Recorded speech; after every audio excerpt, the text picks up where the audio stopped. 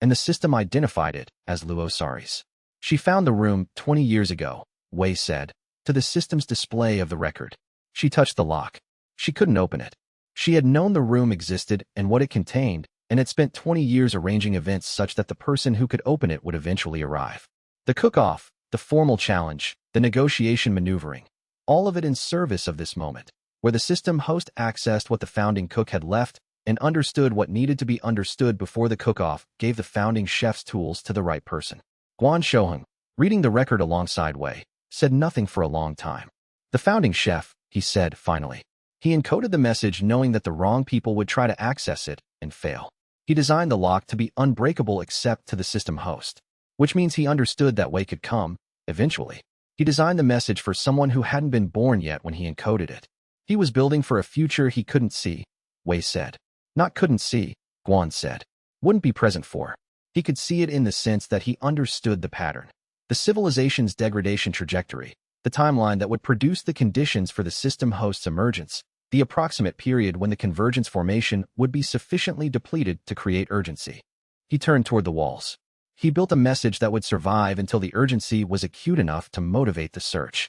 The message was in this facility because this facility is in the convergence formation's maintenance zone, the area that would be most actively searched by anyone who understood the formation.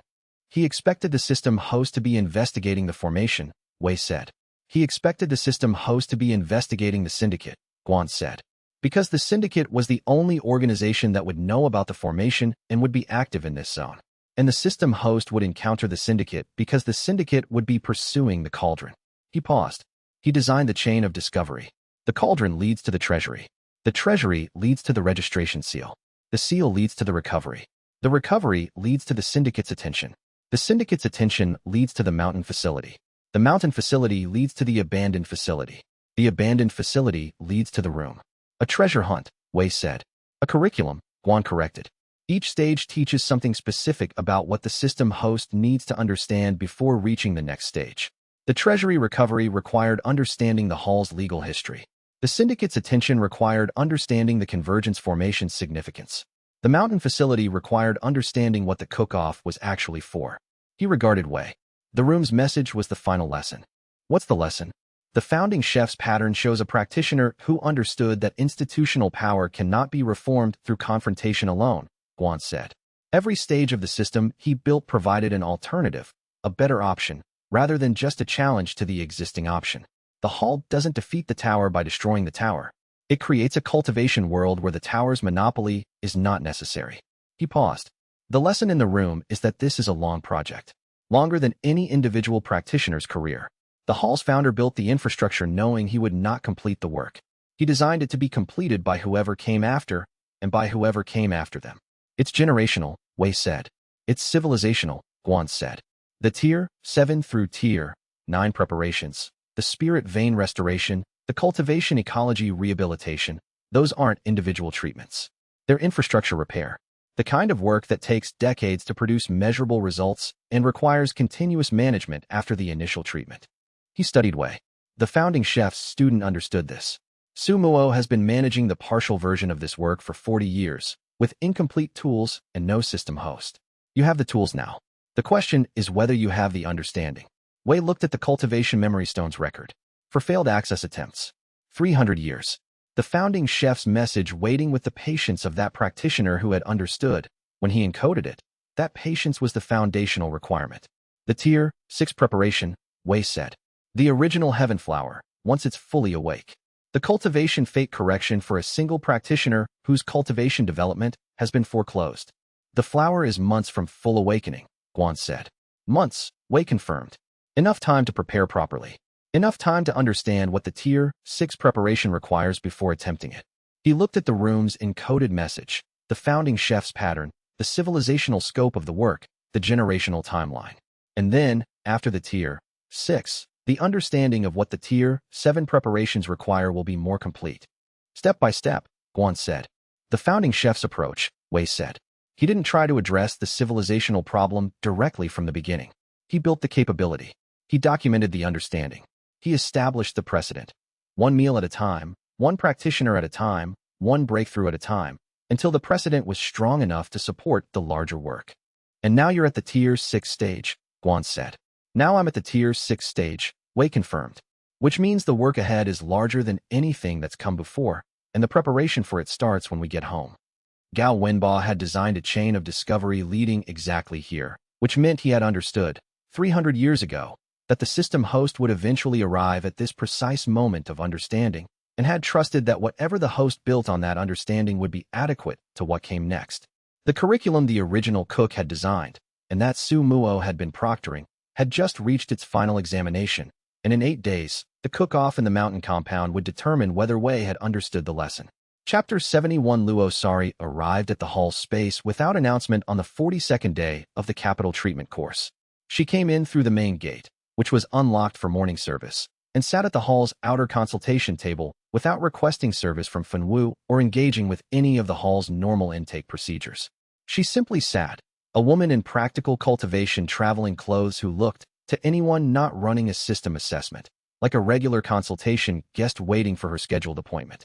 The systems assessment, when Wei crossed the courtyard on his way from the morning service kitchen to the preparation room, was immediate and specific. Female cultivator, nascent soul stage 4, culinary cultivation specialization detected, current chi structure profile inconsistent with standard cultivation, significant modification to standard pathway, debuff generation mechanism present. Luo Sari, Wei said, not stopping his walk but redirecting toward the consultation table. The heaven-feeding chef, she said. Her voice was professionally neutral, the voice of a cultivator who had practiced projecting a specific quality and had mastered the projection. You found the room. Yes, Wei said. He sat across from her. The message that was in the room, she said. You've read it. Yes. Then you understand that the syndicate's current operational structure is not what Gao Wenba designed, she said. And that what has happened to the convergence formation over the past century is not what I wanted to happen. You're the one who lost control of the syndicate 20 years ago, Wei said. She fell silent for a moment, the specific quiet of someone acknowledging an accurate statement. I was the syndicate's operational director for 30 years before I lost the leadership, she said. I lost it to a faction within the syndicate that I had been managing as a minority position for a decade. The faction's interest was not in preservation or guardianship. Their interest was in the cultivation binding technology that the convergence specimens made possible. And now you're here, Wei said. And now I'm here, she confirmed. Because the faction controlling the syndicate has the convergence specimen that was in the supply courier's shipment, and they have enough harvested specimens from the past 20 years to approach the threshold for environmental scale application, and the one thing they still need is the jade cauldron. She studied him steadily. Which is here. Yes, Wei said. The syndicate is going to move against the hall, she said. Not through supply disruption. Directly. They have made the calculation that the hall's defenses, while substantial, can be overcome by a sufficiently coordinated operation with sufficient cultivation investment. A pause. They are planning the operation for the next new moon cycle, 11 days from now. Why are you telling me this? Wei said. Because I have been trying to stop this faction for 20 years and have not succeeded, she said. Because the founding chef's message in that room was not just for the system host. It was for whoever found the room carrying the guardianship obligation. I found that room 16 years ago. I couldn't read the encoded message. I don't carry the system's signature. But the formation lock itself told me it was waiting for someone specific. You knew I would come. I knew the system host would come eventually, she said. I have been trying to position events such that when the host arrived, the situation would be recoverable. She paused. I have not entirely succeeded. Wei looked at her for a long moment. The Jade Cauldron, he said. You came here with a non-interference offer. You told me the syndicate wanted the cauldron. What were you planning to do if I had accepted the offer and given it to the syndicate's representatives? That was not going to happen, she said. The offer was designed to be refused. I needed to understand whether you understood what the cauldron was before I explained what was happening. A system host who would give the cauldron to an organization that would use it for environmental scale cultivation binding is not someone who can resolve this situation. She held his gaze. You refused immediately. That was the correct response. The cook-off, Wei said. The one you've been proposing through the syndicate's communications as a condition for returning the cauldron. You want a direct culinary contest. I want the cauldron in the hands of someone who will not use it for the Tier 7 applications, she said. The cook-off is the mechanism I've been maneuvering toward for 6 months. Win it. It forces the syndicate's active leadership to honor the terms of a formal challenge. The organizational structure requires it. It's one of the charter rules that even the current faction hasn't eliminated. She stood. I'll be at the syndicate's mountain facility in 8 days. That's where the operation is being staged from. If you come there, the challenge is formally available. What do you cook for? Wei asked. I cook with debuffs, she said. It's what I know. I learned the inversion technique because it was the only available application for culinary cultivation in the syndicate's operational environment. She paused. I don't prefer it. Wei looked at her for a long moment. Then come here for dinner tonight, he said, before you go back to the mountain. She looked at him with an expression that was not the phantom chef's professional neutrality, but something underneath it, the expression of a person who had been doing something they didn't prefer for a very long time and has just been offered a specific alternative. What would you cook, she said. Something that doesn't hurt anyone, Wei said. She sat back down. The dinner was the most unusual preparation Wei had made since the nostalgic spirit kanji for Hai Kong Ming at the Eastern Shore village. Not unusual in technique. The system's assessment of Luo Sari's cultivation profile was comprehensive enough to design a straightforward Tier 3 preparation calibrated for nascent soul stage 4 with the specific pathway modifications that 40 years of inverse cultivation cooking had produced. Unusual in purpose. Cooking for someone who had spent her career using the same mechanism in its inverted form, producing negative cultivation effects instead of positive ones. The system's assessment of Luo Sari's cultivation structure showed the inverse technique's cost. Not immediately visible, she functioned at full nascent soul stage for capacity. The inverse cooking hadn't degraded her cultivation rank or her operational ability. The cost was subtler. The cultivation pathways that should have been building toward stage 5 had instead been rerouted through the inversion mechanism's maintenance requirements, producing a cultivation development plateau that had held at stage 4 for approximately 15 years. You've been at stage 4 for 15 years, Wei said, when he set the first course in front of her. She regarded the bowl with the specific attention of someone who has spent a long time assessing cultivation preparations and is now being served one she hasn't seen before. Approximately, she confirmed. The inverse mechanism requires maintenance energy from the cultivation pathways. The maintenance expenditure prevents advancement. You chose the mechanism over advancement. I inherited the mechanism, she said.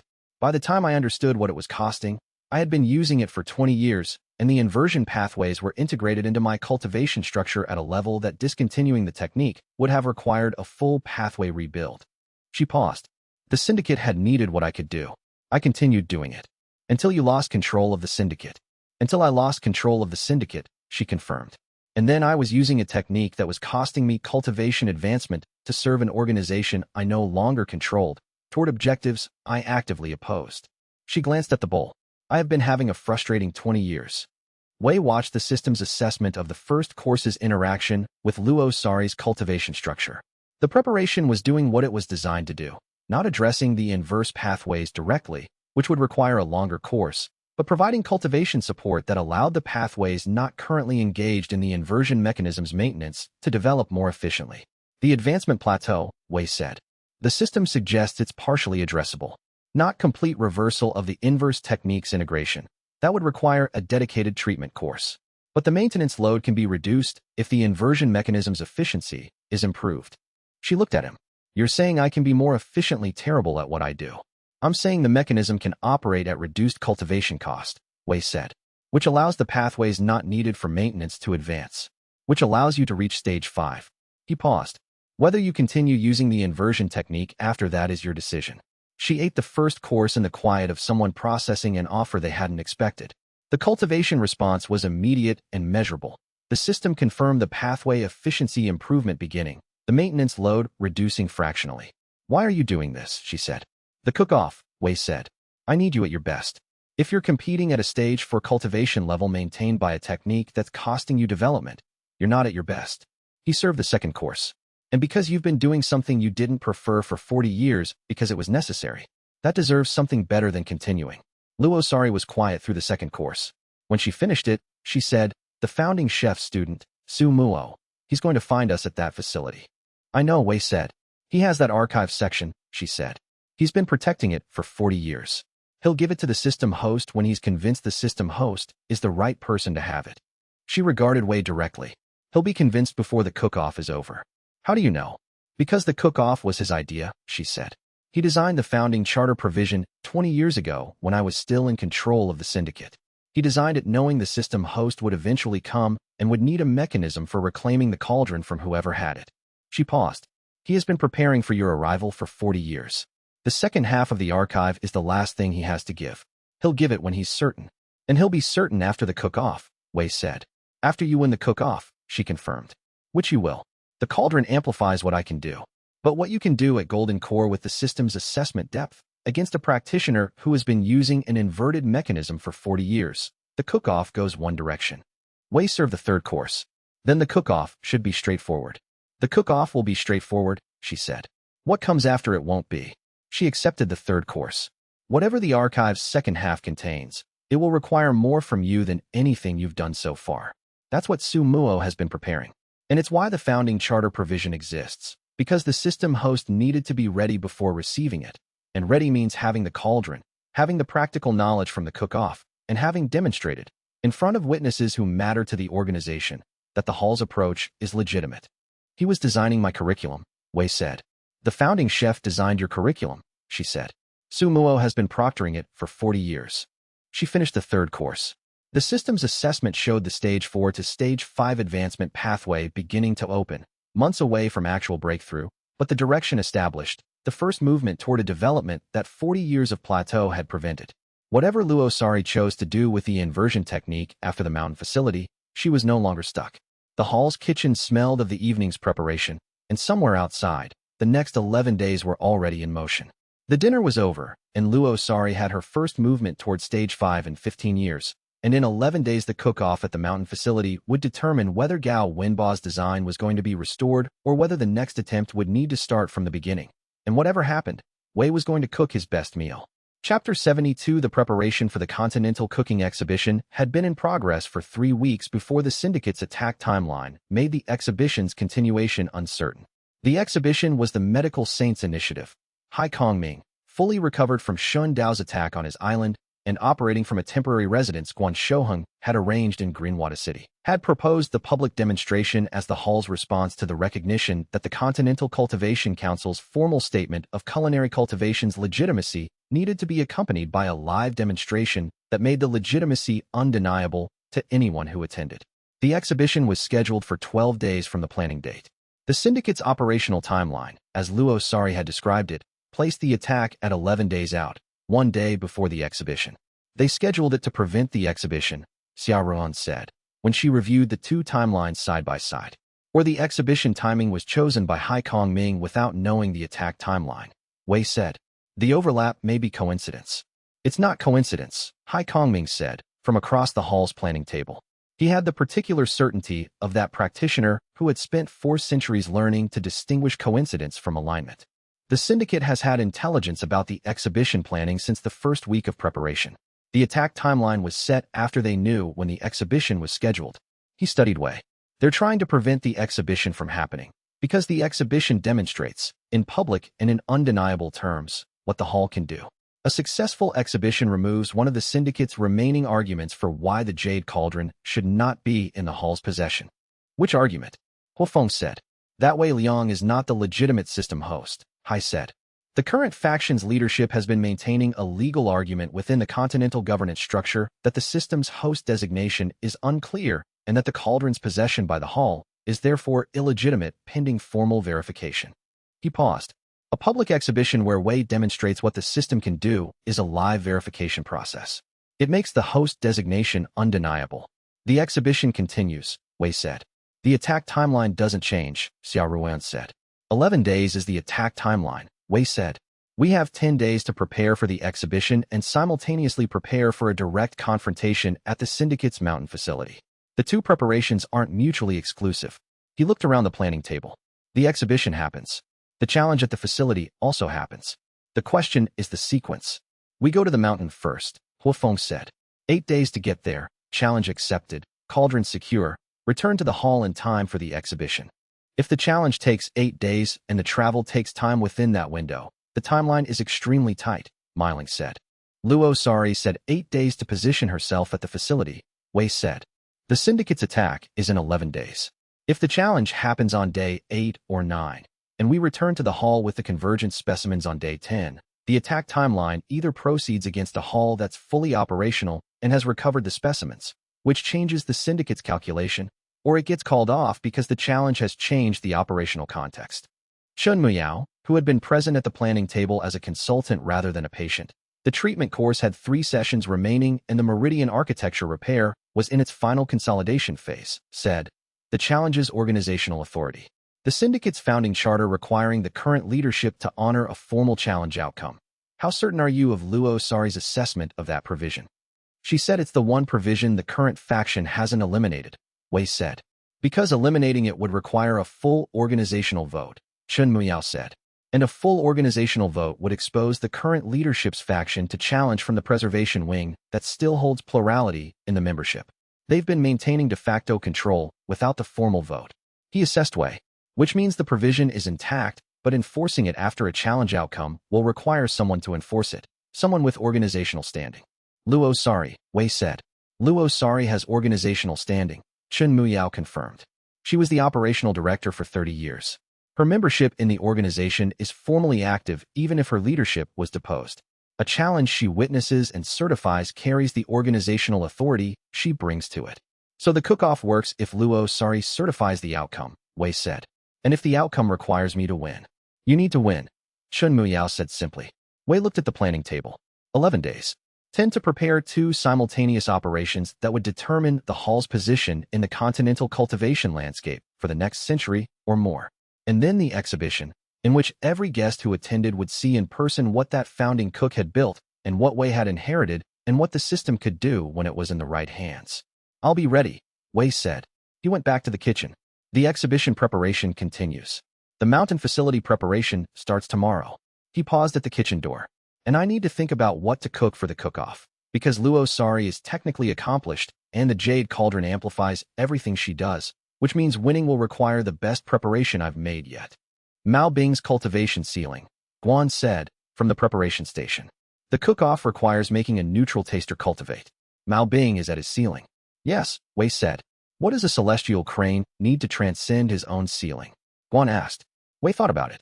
About what the system had shown him in the Celestial Recipe Archives unlocked 17 new entries. About the founding chef's mission, the founding chef's tools, the founding chef's understanding of what it meant to cook for something that was reaching its limit. I think, Wei said, I need to find that in the archive. The exhibition preparations 3 weeks produced, as a byproduct of the intensive practice schedule, 3 cultivation advancement events in the hall's broader household. Xiaoran broke through to Foundation Establishment Stage 5. Not through any preparation specifically targeted at her cultivation, but through the sustained cultivation chi environment that the intensive preparation schedule generated in the hall's kitchen.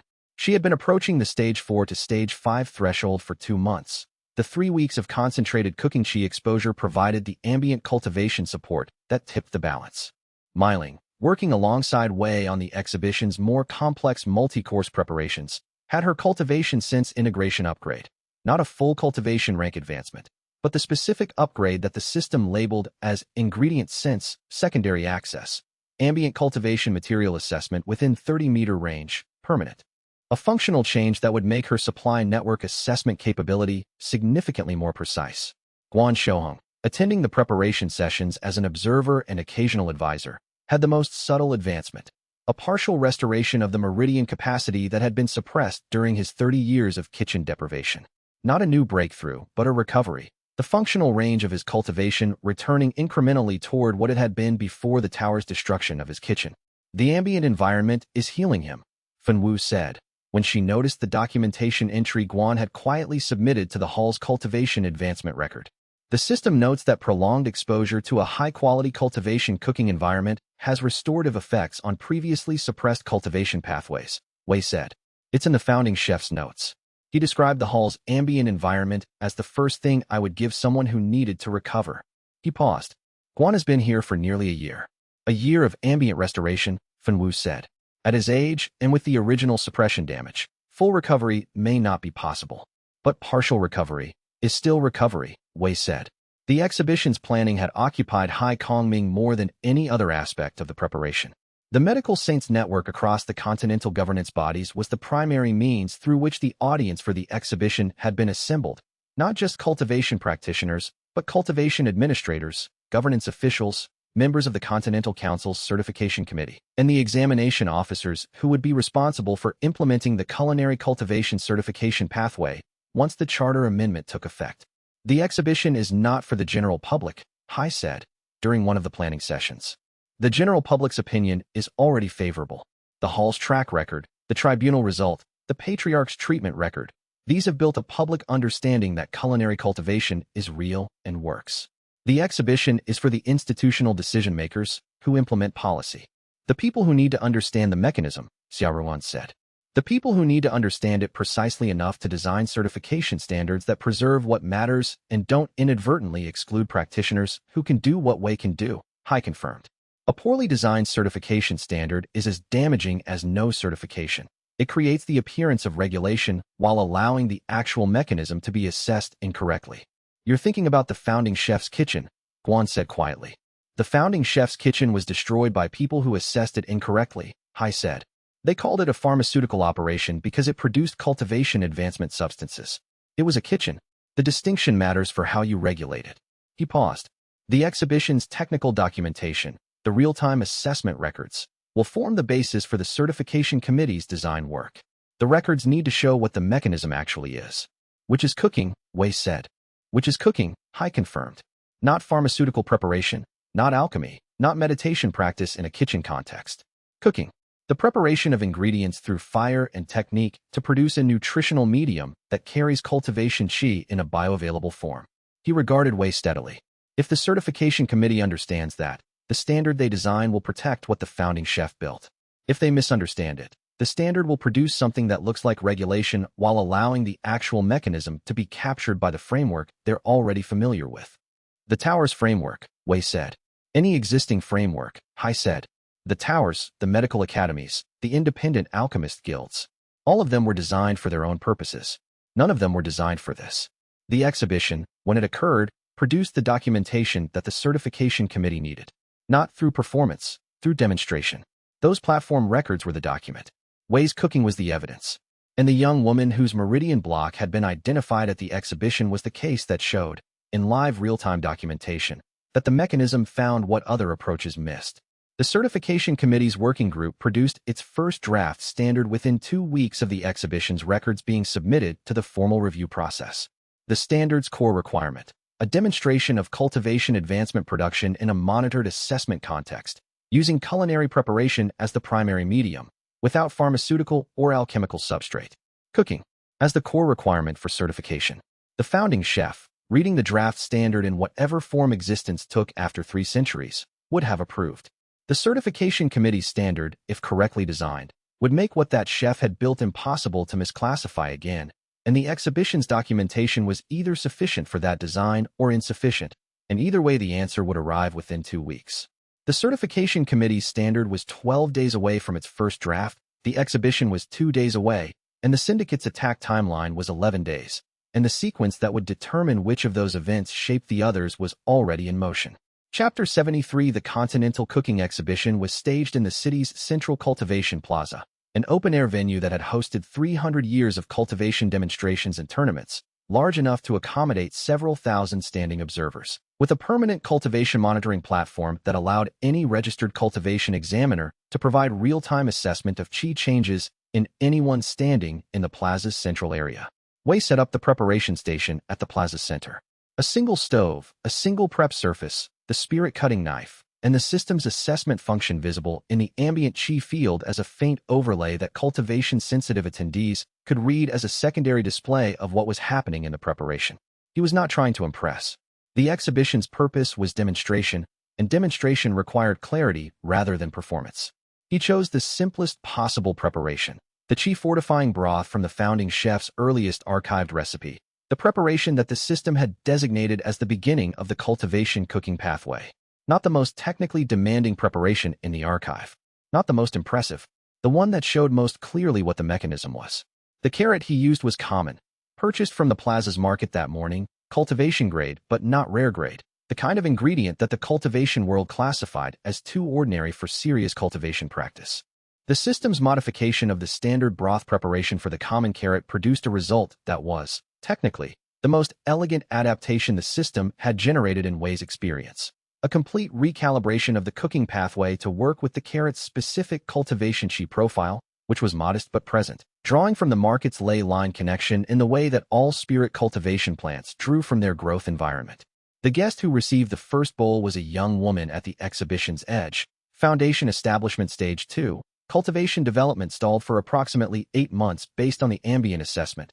Not someone Wei had specifically invited, but someone the system had flagged when she entered the plaza's cultivation monitoring range. She received the bowl. She drank it. The cultivation monitoring platform's display showed a half-rank advancement, immediate, permanent, measurable in real time by every cultivation examiner present. The crowd's response was not the explosion Wei had anticipated. It was quiet. Not the quiet of indifference. The quiet of a large number of people simultaneously understanding something that had been theoretical for them a moment before. Several thousand cultivators registering, at once, that what they had heard described over the past months was real, was happening in front of them, and was being done with a common carrot. The cultivation examiner at the platform's primary station, a senior examiner from the Continental Council's certification office, invited specifically by Hai Kong Ming for this purpose. Read the advancement measurement into the public record in the even tone of someone making an accurate statement about a verified result. Foundation Establishment Stage 2 to Stage 2.5, Permanent Advancement. Verified by Continuous Monitoring Platform, Zero Artifact Contamination, Mechanism consistent with cultivation Qi absorption through dietary medium. The young woman with the bowl was looking at Wei. She had the expression of a cultivator who had been told something was impossible and has just discovered that the impossibility was someone else's assumption rather than a physical constraint. The exhibition continued for 6 hours. Wei cooked 16 preparations, each for a different guest, each demonstrating a different aspect of the system's capability range. The cultivation monitoring platform recorded every result. The examiner's running commentary produced a real-time documentation record that was simultaneously the strongest legal evidence the hall had ever generated and the most effective public demonstration of cultivation cooking's legitimacy ever staged. At the exhibition's 4th hour, Wei registered the young woman at the crowd's edge. She was still there. She had not left after receiving the first bowl. She was watching each subsequent preparation with the specific attention of someone who is processing something large and doing so methodically. Her cultivation was Foundation Establishment Stage 2.5, permanently advanced, but the system's ambient assessment noted something that the advancement hadn't addressed. A meridian block in the secondary channels consistent with deliberate interference. Not the plateau that Xuan Mingzhu had shown. Something deliberate. He cooked a second preparation for her during the 6th hour. Not announced. Not part of the exhibition's scheduled demonstrations. Just a bowl he carried to where she was standing in the crowd. She looked at it. What is this? Assessment meal, Wei said. It shows me more precisely what the secondary block is. She took the bowl. She ate it. The cultivation monitoring platform's display showed nothing. The assessment meal didn't advance cultivation. It only produced diagnostic information for the system. What it showed, the secondary meridian block was the same signature as the cultivation binding compound. Someone had administered the compound to this young woman. Recently, within the past 3 months. The system's ambient assessment of her identification markers produced the information Gao Wenbao would have understood immediately. Her family name was Lan, one of the capital's oldest cultivation families. And in the exhibit record that the Continental Council's examiner was compiling, this woman's cultivation response to the common carrot broth was now documented. A documented response that created both a legal basis for the hall's treatment of her and an evidentiary trail connecting the cultivation binding compound's recent use to a specific victim whose identity was a matter of public record. Come to the hall tomorrow, Wei said. Bring whatever documentation you have of your cultivation history for the past 3 years. She looked at him steadily. You know who I am, she said. The system tells me your cultivation history, Wei said. It doesn't tell me what your name means to anyone else. He paused. What it does tell me is that the block in your secondary channels is treatable. What the block is and where it came from, that's a discussion for tomorrow. She looked at the bowl in her hands. My grandfather told me to come to the hall, she said. He told me before he left the city that if I ever needed something the tower couldn't provide, I should come here and eat first and talk second. Then we've covered the eating, Wei said. Tomorrow we talk. The exhibition's 6th hour produced the development that changed the hall's operational scope most significantly, though the significance was not immediately obvious from the outside. Wei had cooked for the young woman at the crowd's edge, the Foundation Establishment Stage 2 cultivator with the secondary meridian block, and had identified the cultivation binding compound and had invited her to the hall. What the platform's public record showed was a straightforward advancement event. A guest received a cultivation support preparation and showed positive response, documented and verified. What the platform's record did not show, because the assessment meal's output was diagnostic rather than advancement producing, was what the system had identified in the compound's presence. the specific synthesis pathway, the specific application timeline, and the specific intended effect that the compound had been designed to achieve in this particular practitioner. The synthesis pathway matched Honored Elder Pei Yinru's supply chain. The application timeline showed administration beginning approximately 8 months ago, after Lan Xinghe had been blocked and the cultivation binding operation had been expanded.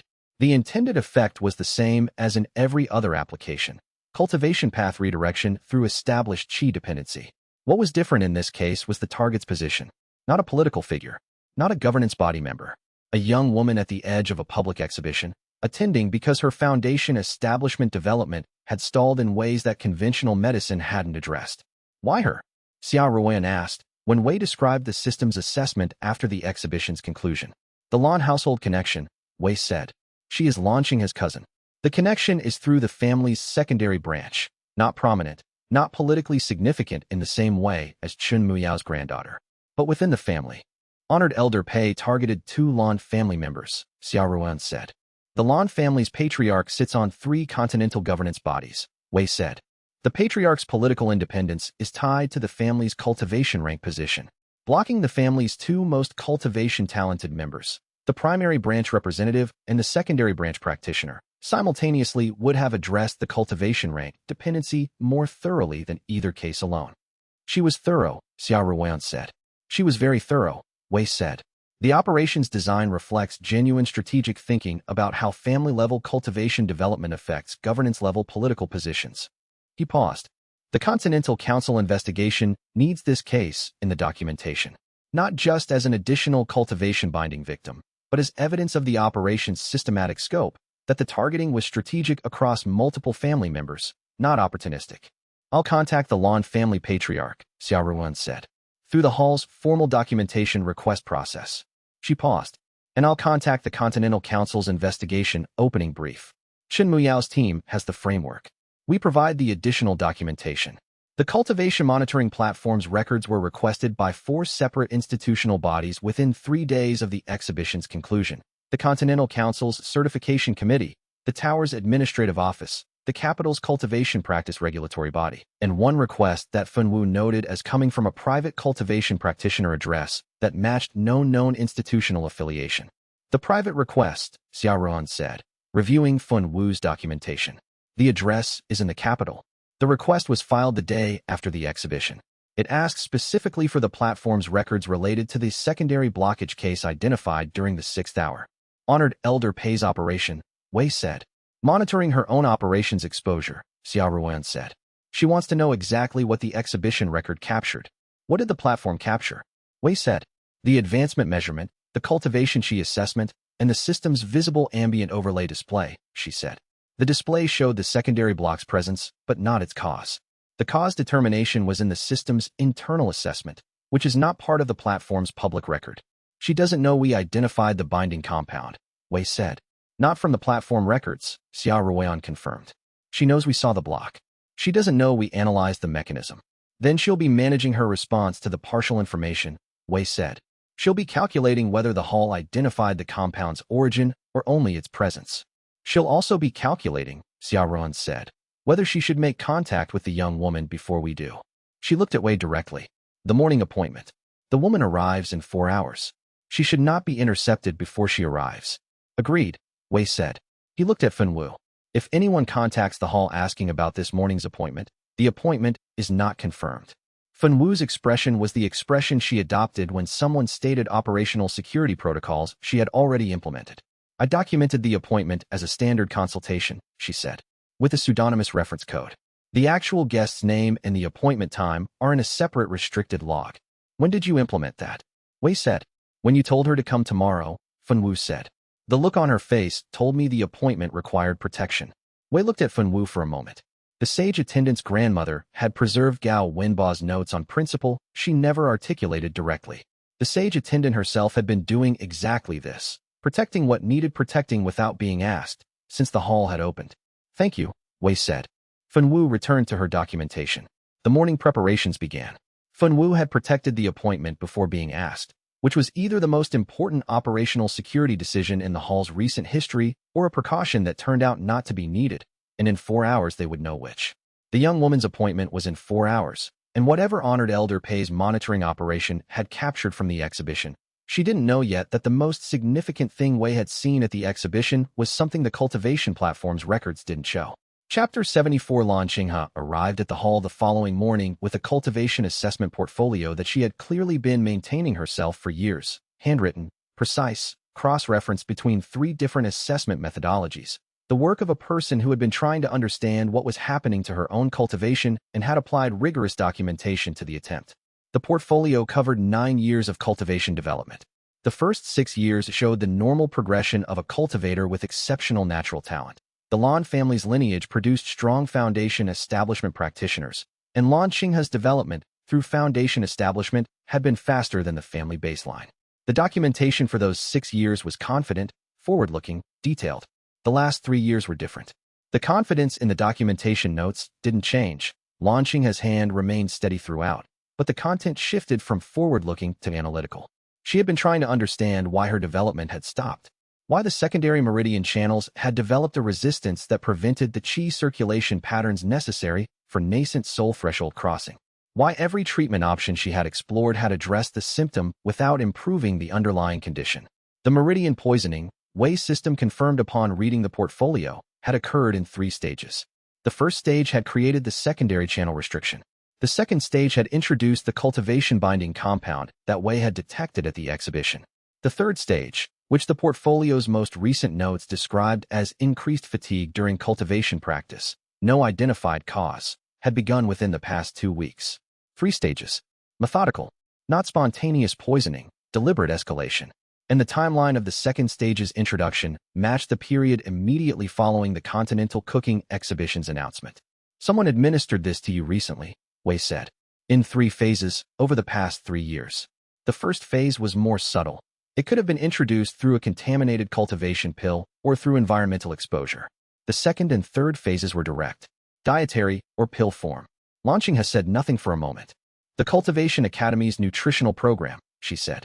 The Academy provides cultivation support meal preparation for students at the nascent soul threshold. I enrolled 6 months ago. She paused. The meals were provided by a specific Academy supplier. Certified cultivation grade by the Tower's Quality Review Office. A Tower-certified supplier. Providing cultivation support meals to students approaching nascent soul threshold.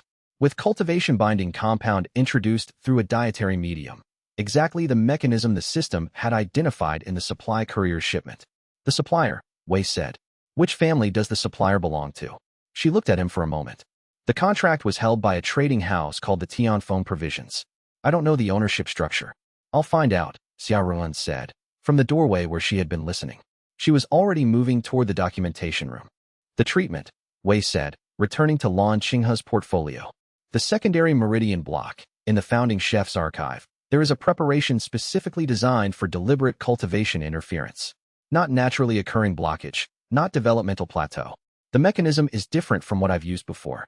It requires approximately 2 days of preparation and a meal sequence that extends over 3 sessions.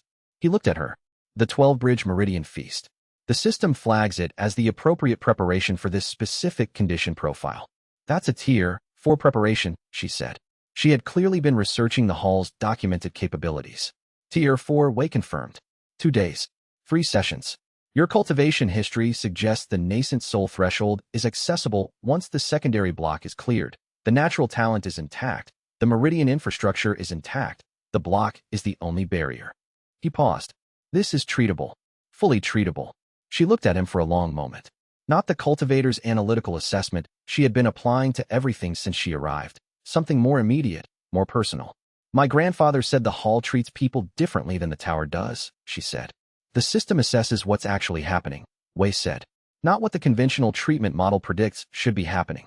The difference is that the system doesn't have a preferred outcome. It just shows what's there. The tower's preferred outcome, she said carefully, is a situation where the Lan family's cultivation development remains at its current level. Because the Lan family's patriarch sits on 3 continental governance bodies whose votes depend partly on the family's cultivation rank position in the regional hierarchy. Wei absorbed this. The Lan family's patriarch, Lan Xinghua's father or grandfather, whose influence across continental governance was tied to the family's cultivation standing. If the family's most talented member was blocked from reaching nascent soul, the family's political position was fixed. Someone with an interest in keeping that position fixed had arranged the blocking. The Tianfeng Provisions ownership structure, Xiaoruan said. From the doorway, she had been faster than expected. Controlling interest held by a capital investment consortium. The consortium's primary backer is an individual listed only as Senior Cultivation Executive, Tower affiliated. She paused. The consortium was established 7 years ago. 3 years before launching has cultivation development stopped. 7 years. Long-term operation. Not opportunistic. Designed. We start the first preparation session tomorrow, Wei said to Xianxia. The 12-bridge meridian feast. 2 days of preparation, 3 eating sessions. He stood. And I would like, if you're willing, to contact your grandfather. He asked you to come here. He should know what the system found. He's in the capital, she said. I know, Wei said. He's the person I've been treating for the past 6 weeks. The 12-bridge meridian feast's ingredient assembly occupied 2 full days before the first preparation session began, and the assembly process itself was educational. At golden core cultivation level with the Jade Cauldron's full capacity integration, the ingredient sense produced a combined assessment of all 12 courses' ingredients simultaneously, not in sequence, but as a unified cultivation sheet architecture map. The map showed how each ingredient's cultivation sheet profile would interact with every other ingredient's profile across all 12 courses, producing a composite assessment that made the preparation design visible before any cooking had begun. The founding chef's archive entry for the 12-bridge preparation included a notation. This dish requires a practitioner who can see the full architecture before building it. Core formation is insufficient. The minimum cultivation for safe execution is golden core, because the 12 bridges must be structurally compatible with each other before the first one is built, and that compatibility can only be assessed by a cultivation sense operating at the required depth. Core formation was insufficient.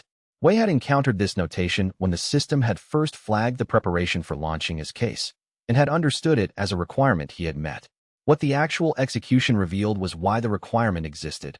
The 12-bridge compatibility assessment was not a one-time evaluation at the preparation start. It was a continuous assessment throughout the preparation, because the bridge's structural compatibility shifted as each one was built. The second bridge's requirements changed when the first was in place, the third changed when the second was in place, and so on through all 12. A preparation that needed continuous reassessment of 12 interdependent structures across 6 hours of cooking required a cultivation sense that could process 12 parallel assessments simultaneously and update the preparation design in real time based on the emerging architecture. Golden Core made this possible. Core formation would have been working sequentially, which would have introduced timing errors that the assessment depth couldn't have compensated for. The founding chef designed a preparation that required a cultivation level he hadn't yet reached when he first designed it, Wei said to Guan during the second day of ingredient assembly. The archive notation says he designed it, but never executed it, Guan confirmed. He was at core formation stage 3 when he designed the 12-bridge framework. He reached golden core stage 1 8 months before his detention. He had the preparation ready to execute and was prevented from doing so. He never cooked it. He never cooked it, Guan confirmed. He designed the most complex preparation in his archive and never had the opportunity to cook it once. A pause. The preparation has been waiting for 300 years for a practitioner who both had the cultivation level and had a patient who needed it. Xianxia was the first person in 300 years for whom the 12-bridge meridian feast was the correct treatment. The preparation's first session revealed the specifically deliberate nature of the poisoning that had blocked her. Not the imprecise poisoning of someone who understood cultivation medicine in general terms, but the precise poisoning of someone who had specifically studied Xianxia's cultivation architecture and had identified the 12 secondary channel points where targeted interference would produce maximum disruption with minimum detectability. 12 points, exactly 12, which was not coincidence. She was targeted specifically for this preparation, Wei said, between the 4th and 5th course elements. The poisoning matches the 12-bridge framework's architecture. Whoever blocked her knew that the 12-bridge was the standard treatment for exactly this kind of secondary channel obstruction. They blocked her in a way that required the specific treatment they knew the tower's medicine didn't have, Guan said. They blocked her in a way that required the specific treatment that required a practitioner at Golden Core or above, Wei said, which was rare enough that it effectively made the condition untreatable. He continued the preparation. And that required a practitioner with the founding chef's system, because only the system's assessment depth can see the compound's mechanism clearly enough to design the counter bridges. Which made it effectively permanent, Guan said, until the hall reopened. The preparation continued. The system's real-time assessment confirmed each bridge's structural integrity as it was built, the architecture accumulating in the cultivation chi field above the preparation surface in a form visible to cultivation-sensitive observers as a growing pattern of luminescent pathways. Guan watched the pathways forming with the expression that he had reserved, since Wei had first known him, for moments of fundamental recognition, the expression of someone watching a thing they had long understood abstractly made concrete. He designed this for someone he never met, Guan said quietly. He had no patient who needed it. He was designing for the abstract person who would eventually need it. He knew the poisoning technique existed, Wei said. He designed the counter. Without a patient, Guan said. He designed a counter to a technique he knew was being developed, Wei said. Whether the patient existed yet or not. The founding chef, preparing for people who hadn't been born yet. Lan Xinghe's meridian architecture had been a problem for 3 years, but the founding chef's 12-bridge preparation had been the answer for 31 decades. Waiting, in the archive, for the practitioner who could execute it and the patient who needed it. Whatever came next was built on this kind of patience. The original hall chef had understood that the most important work was the work you did for people you would never meet. Gao Wenba had designed a counter to a technique he knew was being developed for a patient who hadn't been born yet, and the patience required to do that was the same patience the hall was going to need for everything that came after the 12-bridge was finished. That founding practitioner had designed a counter to a poisoning technique for a patient who hadn't been born yet, and the preparation was ready, and the patient was here, and 300 years of waiting was about to produce its first result. Chapter 75 The 12-Bridge Meridian Feast was the most complex preparation Wei had yet attempted, and it was complex in a different way from the Life Fruit Pearl preparation or the 5-Dragon Feast.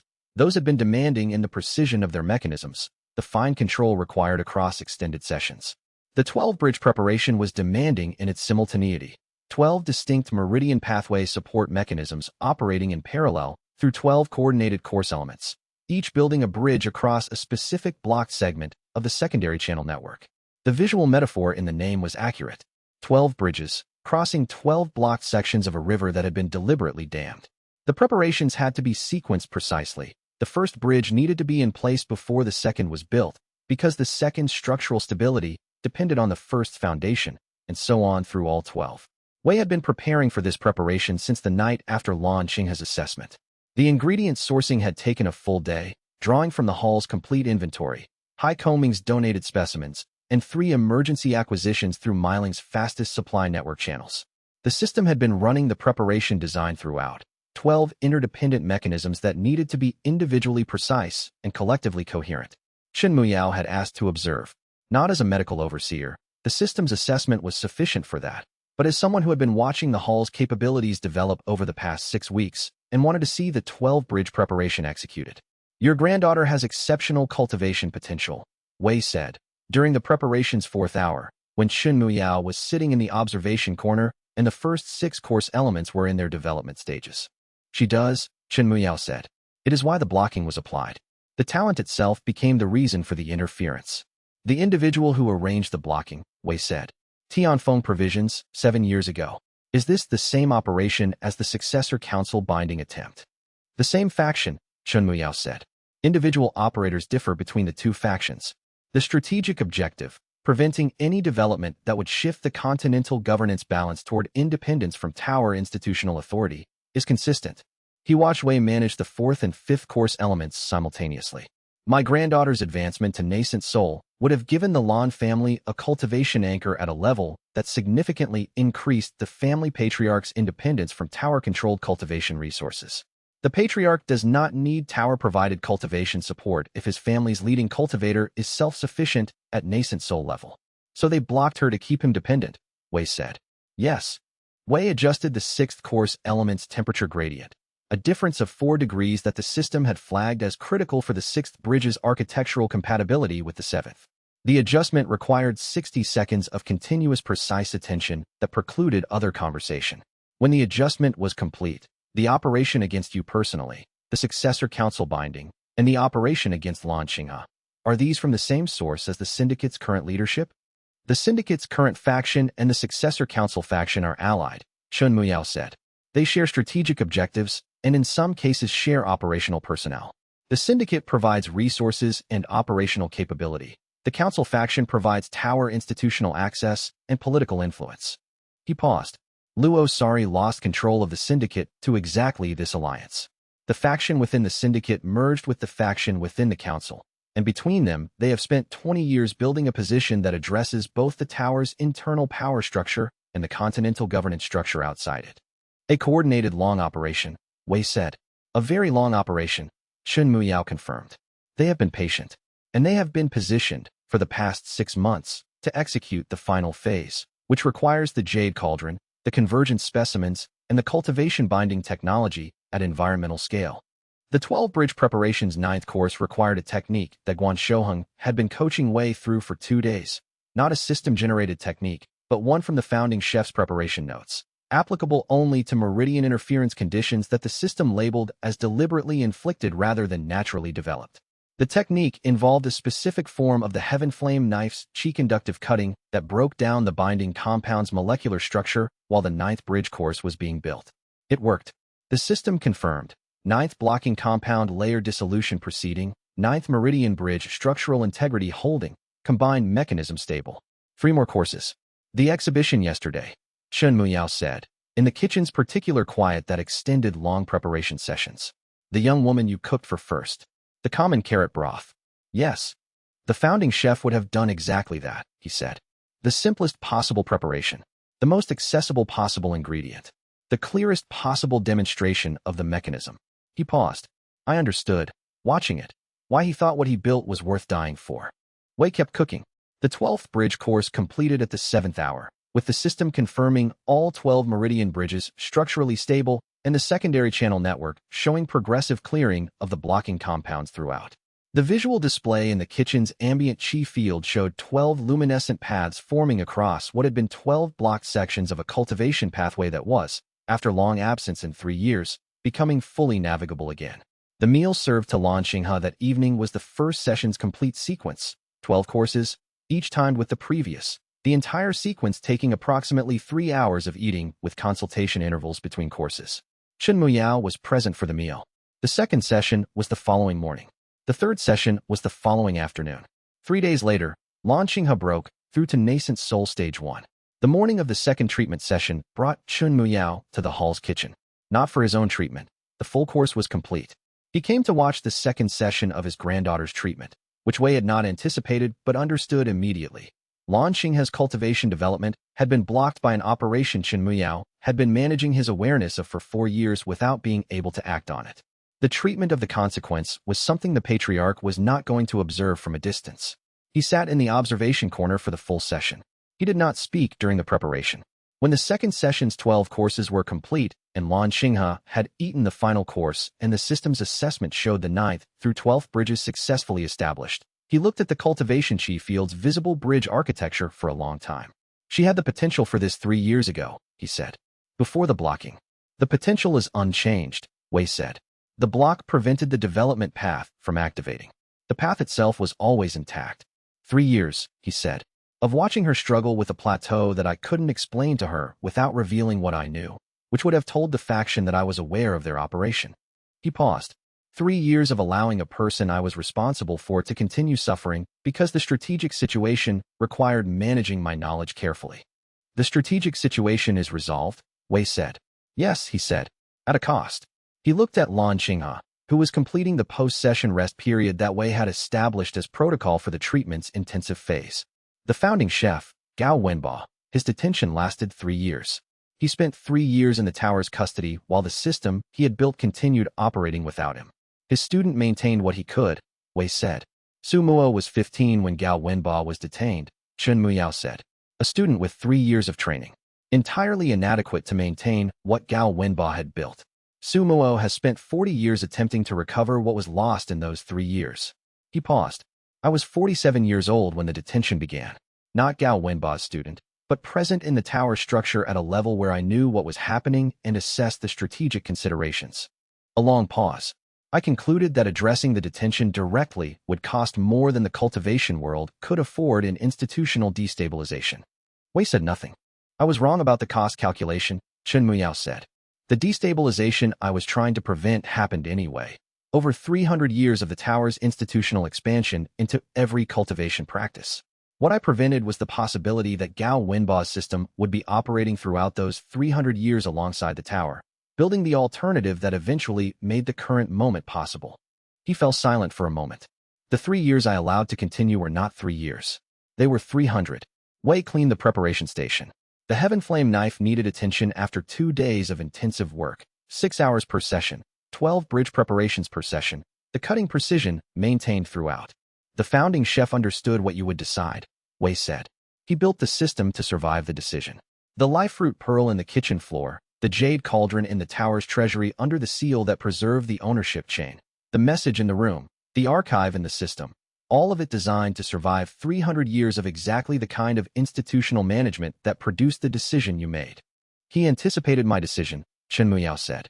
He anticipated the institutional reality, Wei said. Someone with authority would make the pragmatic assessment. The pragmatic assessment would prioritize stability. Stability would allow the problem to continue. He built the system to outlast the pragmatic assessment. He set the knife down. He wasn't judging you. He was designing for the world as it is. Chen Muyao was quiet for a long time. Then, the investigation that begins next week will produce accountability proceedings against honored Elder Pei and the others in the faction. It will also produce historical accountability documentation, records of the operation's full timeline, including the founding chef's detention, which will be the first time the tower's institutional records formally acknowledge what was done 300 years ago. That matters, Wei said. To whom? Chen Muyao said. Wei looked at him directly. To the people who come after us, he said. The founding chef built for people he never met. The record you're building, the historical accountability documentation, that's for people 300 years from now who will need to understand how this happened in order to make sure it doesn't happen again. The old patriarch sat in the kitchen's observation corner and was quiet for a long time, with his granddaughter resting in the preparation room, and the treatment course's final session scheduled for the following morning, and the longest institutional operation in the continent's history beginning to resolve into something that could be documented and understood and learned from. Then the third treatment session began. The third treatment session's final bridge completed the repair, and in the hall's cultivation field, the system noted that the original preparation's most complex design had at last been executed, 300 years after its design, for a patient its designer had never met but had prepared for with complete care. The third treatment session completed the final bridge, and the question was whether the cultivation world that the patriarch was returning to was the same world as the one he had left, or something that was, in some specific and important way, different. Chapter 76. The mountain facility appeared from Mao Bing's altitude as a complex of stone buildings built into the northern range's geology, not constructed on the mountain but integrated into it. The way that cultivation facilities that expected to operate over long periods integrated themselves into natural formations rather than standing against them. The syndicate's presence was visible from the air. The formation arrays that protected the facility's perimeter had the particular glow of heavily maintained cultivation-grade defensive infrastructure.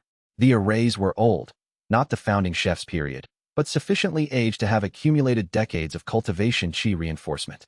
Hua Feng, Meiling, and Mao Bing made up the approach team. Xia Ruoyan had remained at the hall. The treatment course's final session had been completed, but the documentation for both the treatment record and the Lan Qinghe case required her direct management. Guan Shouheng had remained at the hall because his meridian recovery was at the stage where high-altitude travel in cold weather was an inadvisable risk. Wei traveled with the approach team, carrying the Heaven Flame knife and the portable cooking setup that had accompanied every significant operation since the Eastern Shore visit. Not as a weapon, but as the operational instrument that made everything he did in a field context actually possible. Chen Muyao traveled separately. He had said nothing about where he was going, and Wei had not asked, because Chen Muyao traveling on his own toward the syndicate's primary operational facility was the kind of action that fell outside the category of things that needed Wei's involvement. Luo Sari met them at the facility's external boundary, at the point where the defensive formation arrays ended. She was alone, no syndicate escort, no operational backup visible in the ambient assessment range. The current leadership knows I contacted the hall, she said, when Mao Bing landed at the boundary. They've moved the Jade Cauldron to the facility's central preparation room, the cook-off arena. They think confining the contest to their own space gives them an advantage. Does it? Hua Feng said. It gives the cauldron's amplification effect to whoever uses it first, she said. Which is me, since I'm challenging under the founding charter provision. But I won't use it. I'll be cooking on a standard preparation surface. She looked at Wei. The challenge terms. First, to create a preparation that makes a neutral taster cultivate is the winner. Neutral taster is a cultivation instrument that measures ambient cultivation response without subjective bias. The facility has one as a standard fixture. Mao Bing would be the better test, Wei said. The celestial crane's cultivation ceiling was transcended at the capital, Luo Sari said. He's no longer ceiling limited. The standard instrument is the correct test for this challenge. They entered the facility. The internal operations had the quality of a working organization under pressure. People moving with the specific efficiency of personnel who are conducting a time-sensitive operation and are aware that external developments have introduced new variables. The syndicate's current leadership faction, Wei assessed from the ambient cultivation readings, had 3 nascent soul practitioners, 1 soul transformation practitioner, and approximately 40 void crossing range operational staff present in the facility.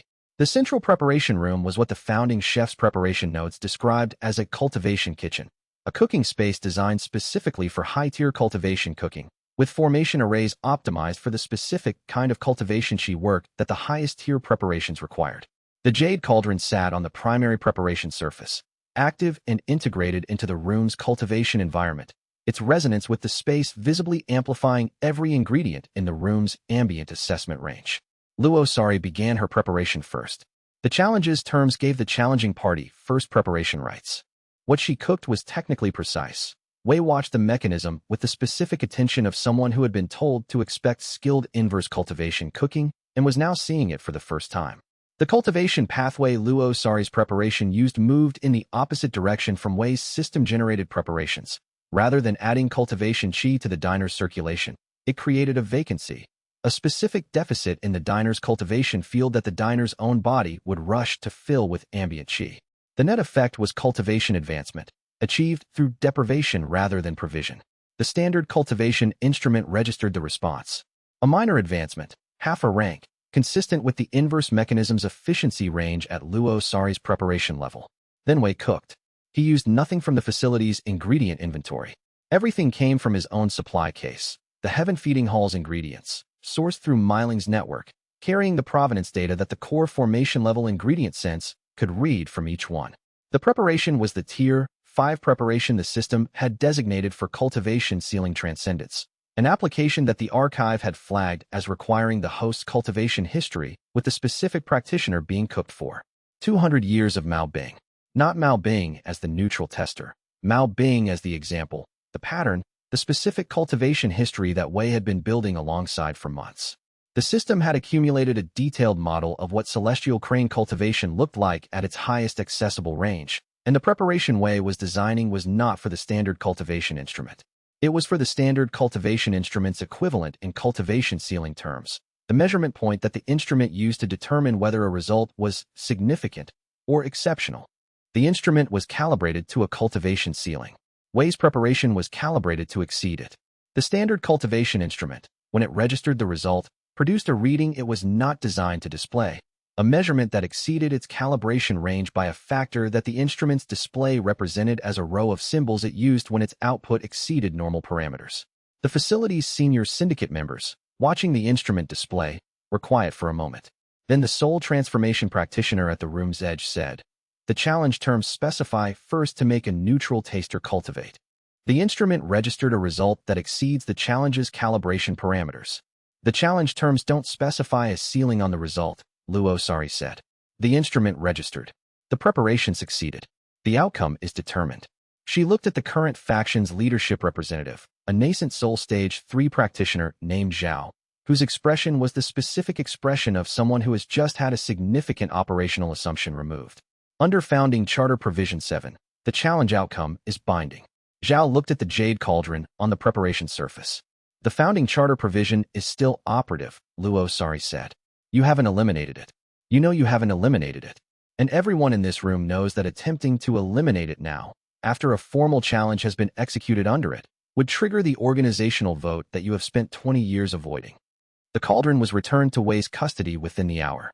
The cook-off arena occupied the facility's central chamber, a space that had been the Founding Charter's ceremonial room, where the syndicate's founder had established the original guardianship protocols 300 years ago. The chamber's formation arrays were among the oldest operational formations Wei had encountered, with the specific weight of cultivation infrastructure that had been continuously maintained and reinforced across centuries. The standard cultivation instrument stood at the chamber's center, a formation pillar device approximately Wei's height, with assessment arrays that had been calibrated to measure cultivation advancement effects in neutral tasters. The instrument was old enough that Luo Sari had calibrated it herself during her directorship years, which gave her an assessment advantage that Wei noted and planned around. The syndicate's current leadership faction had assembled in the chamber's observation gallery, 8 senior members in addition to the sole transformation practitioner and Zhao. The audience's cultivation pressure was substantial. The gallery operated under the chamber's neutral field formation, but the ambient pressure from that many high-grade cultivators in a closed space was a factor that the cook-off's preparations would need to account for. Luo Sari cooked first. Wei watched her technique with the attention of someone who had been studying the mechanism's theory for months and was now seeing its practice for the first time in person. The inverse cultivation cooking was, at the level of technique, not dramatically different from standard cultivation cooking in its observable mechanics, fire control, ingredient handling, the precision cutting work. What was different was the intention that organized the technique. Where Wei's preparations built toward a positive cultivation chi output, Luo Sari's preparations built toward a vacancy, a specific deficit that would activate the diner's own cultivation response through depletion pressure rather than supply pressure. The mechanism was elegant in its way. The system's assessment of the finished preparation confirmed this, labeling it as technically sophisticated inverse mechanism, tier, for equivalent, correctly calibrated for the instrument's assessment parameters. The cultivation instrument registered the half-rank advancement in the taster, the result of the depletion pressure mechanism activating the taster's cultivation response. The gallery observed the result with the satisfied attention of people watching something they expected to be difficult perform correctly. Then Wei set up his preparation station. He had thought about what to cook for the cook-off during the 11 days of preparation time, and the answer had arrived not through the system's assessment, but through a conversation with Guanshuang. What does a practitioner who has been doing something for its entire existence and has never been given the chance to develop differently need? The question had been about Luo Sari's cultivation structure, but the answer applied more broadly. The cook-off required making the cultivation instrument's neutral taster advance in cultivation. The instrument's calibration defined what advance meant. The calibration was standard. It measured advancement to the instrument's upper range. The founding chef's archive contained a tier 5 preparation designed for exactly this edge case. A practitioner at their instrument-defined ceiling, being cooked for by someone who understood the ceiling as a starting point rather than an endpoint. The preparation required 14 minutes. It was not the longest preparation Wei had made, or the most complex, or the most technically demanding. It was the most precisely targeted, every element calibrated for the specific cultivation profile of a formation instrument's taster array, which had a specific chi structure that the system's assessment of the chamber's ambient field had provided during Luo Sari's preparation time. The instrument's display, when Wei's preparation completed and the taster array registered the result, showed the row of overflow symbols that exceeded the standard assessment range. The gallery was silent. Zhao, the syndicate's leadership faction representative, looked at the instrument display for a long moment. The overflow symbols were unambiguous. The preparation had exceeded the instrument's calibration ceiling, not by a small margin, but by enough that the display had no number to provide. The founding charter provision, Luo Sari said, into the silence.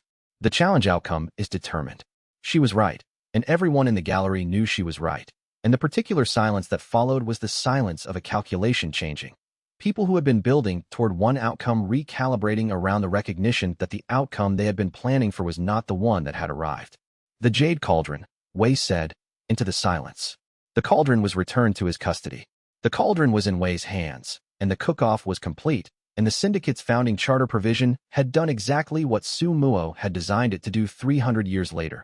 And whoever the founding chef student was, he had understood the organization better than the organization had understood itself. Chapter 77 The return journey from the mountain facility took place under circumstances that were more complicated than the departure had been, because Chun Muyao's separate destination had been the facility itself. He had arrived through a different approach route, and the two parties met in the facility's external courtyard as Wei was completing the cauldron's transport packaging.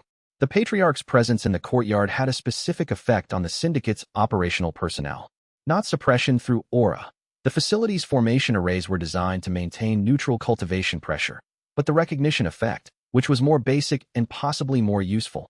A tribulation transcendence peak cultivator standing in the courtyard of your operations facility, accompanied by no escort and apparently in no particular hurry, was a statement that required no words. The convergence specimens, Chen Muyao said to the syndicate's current leadership faction representatives, who had assembled in the courtyard when his presence became apparent. The ones the organization has been harvesting and stockpiling for 20 years. The quantity exceeds the environmental scale application threshold. Zhao, the nascent Soul Stage 3 representative, said nothing. The founding chef safety formation, Chen Muyao continued, was designed to prevent exactly the stockpile you have accumulated from being possible. The formation's maintenance was the original purpose of this organization. That purpose has been abandoned for 20 years. He looked at the assembled representatives. I am in a position to restore the formation's maintenance function, under the Continental Council's formal charter, as a recognized conservation operation. The specimens currently in your stockpile are above the environmental application threshold. They can be returned to the formation system rather than used. You're offering amnesty, Zhao said. I'm offering a restoration of the organization's founding purpose, Chen Muyao said. The convergence formation still exists. Its maintenance function has been inactive for 20 years. Restoring the function requires the specimens you have accumulated and a certification process through the Continental Council that I am prepared to sponsor. He paused. The alternative, the environmental scale application operation, is no longer viable. The Jade Cauldron is now in the Heaven Feeding Hall's possession. Without the cauldron, the Tier 7 preparation is not executable at the precision required for environmental scale application. You have the specimens and no instrument. The hall has the instrument and will not provide it for this purpose. The courtyard was quiet. The restoration proposal, Zhao said, after a long moment. What does it require from the organization? The stockpile surrendered to the Council's conservation custody, Chen Muyao said. Formal organizational dissolution of the current faction's leadership structure. Reformation under the original founding charter with Luo Sari as acting director pending formal election. Cooperation with the Continental Council's investigation into the operations of the past 20 years, specifically the cultivation binding compounds development and application. He paused. The investigation will identify individuals. Those individuals will face accountability proceedings. The organization itself can continue if it returns to its founding purpose.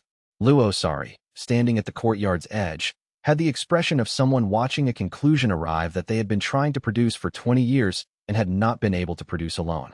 The formal negotiations took 2 days at the facility. Wei spent those 2 days cooking, not for the negotiations, which Chen Muyao and Luo Sari and the Continental Council's representatives managed through Xiaoruan's remote documentation support, but for the facility's operational staff, who had been on emergency rations since the facility went into lockdown status following the challenge. Emergency rations for 40-plus void crossing range cultivators were not the kind of thing Wei had cooked for before, at scale and under time pressure, with access to a well-stocked cultivation ingredient inventory that the syndicate's operations had accumulated over decades. The system ran the preparation assessments continuously, calibrating each batch for the specific cultivation profiles of the staff groups eating each meal. By the end of the second day, the facility's cultivation environment had the particular quality that sustained high-quality cooking produced in a closed space. The ambient assessment readings showed a measurable improvement in baseline cultivation stability across everyone in the building. The facility's senior staff member came to the kitchen at the end of the first day and stood in the doorway for a while before saying, "You're cooking for us. You need to eat," Wei said. "You're cooking for the people who had Bao Yun detained," the staff member said. "Bao Yun is home," Wei said. He adjusted the third cauldron's temperature. Whatever the organization did wrong, the people working here were doing jobs. The organization failed them more than they failed anyone else. He paused. And they need good meals while the accountability process runs. That's what the kitchen is for. The staff member was quiet for a while. Then, the founding chef cooked for his captors, according to the tower's historical records. While he was detained, the records say the tower's detention facility had the best meals in the capital for the 3 years he was held there. Yes, Wei said. That sounds like him. On the third day, the blind taster arrived at the mountain facility. Chen Muyao, standing in the facility's external courtyard when Wei emerged from the arena, had the movement quality that the completed treatment course had produced, fully integrated, the meridian architecture repaired. The cultivation presence no longer compensating for a failing infrastructure, but expressing a cultivation capacity that was now operating at its actual potential for the first time in 11 years. The effect on the syndicate's operational personnel was not subtle. A tribulation transcendence peak cultivator at genuine peak capacity was not the same as one managing a deteriorating condition through practiced concealment.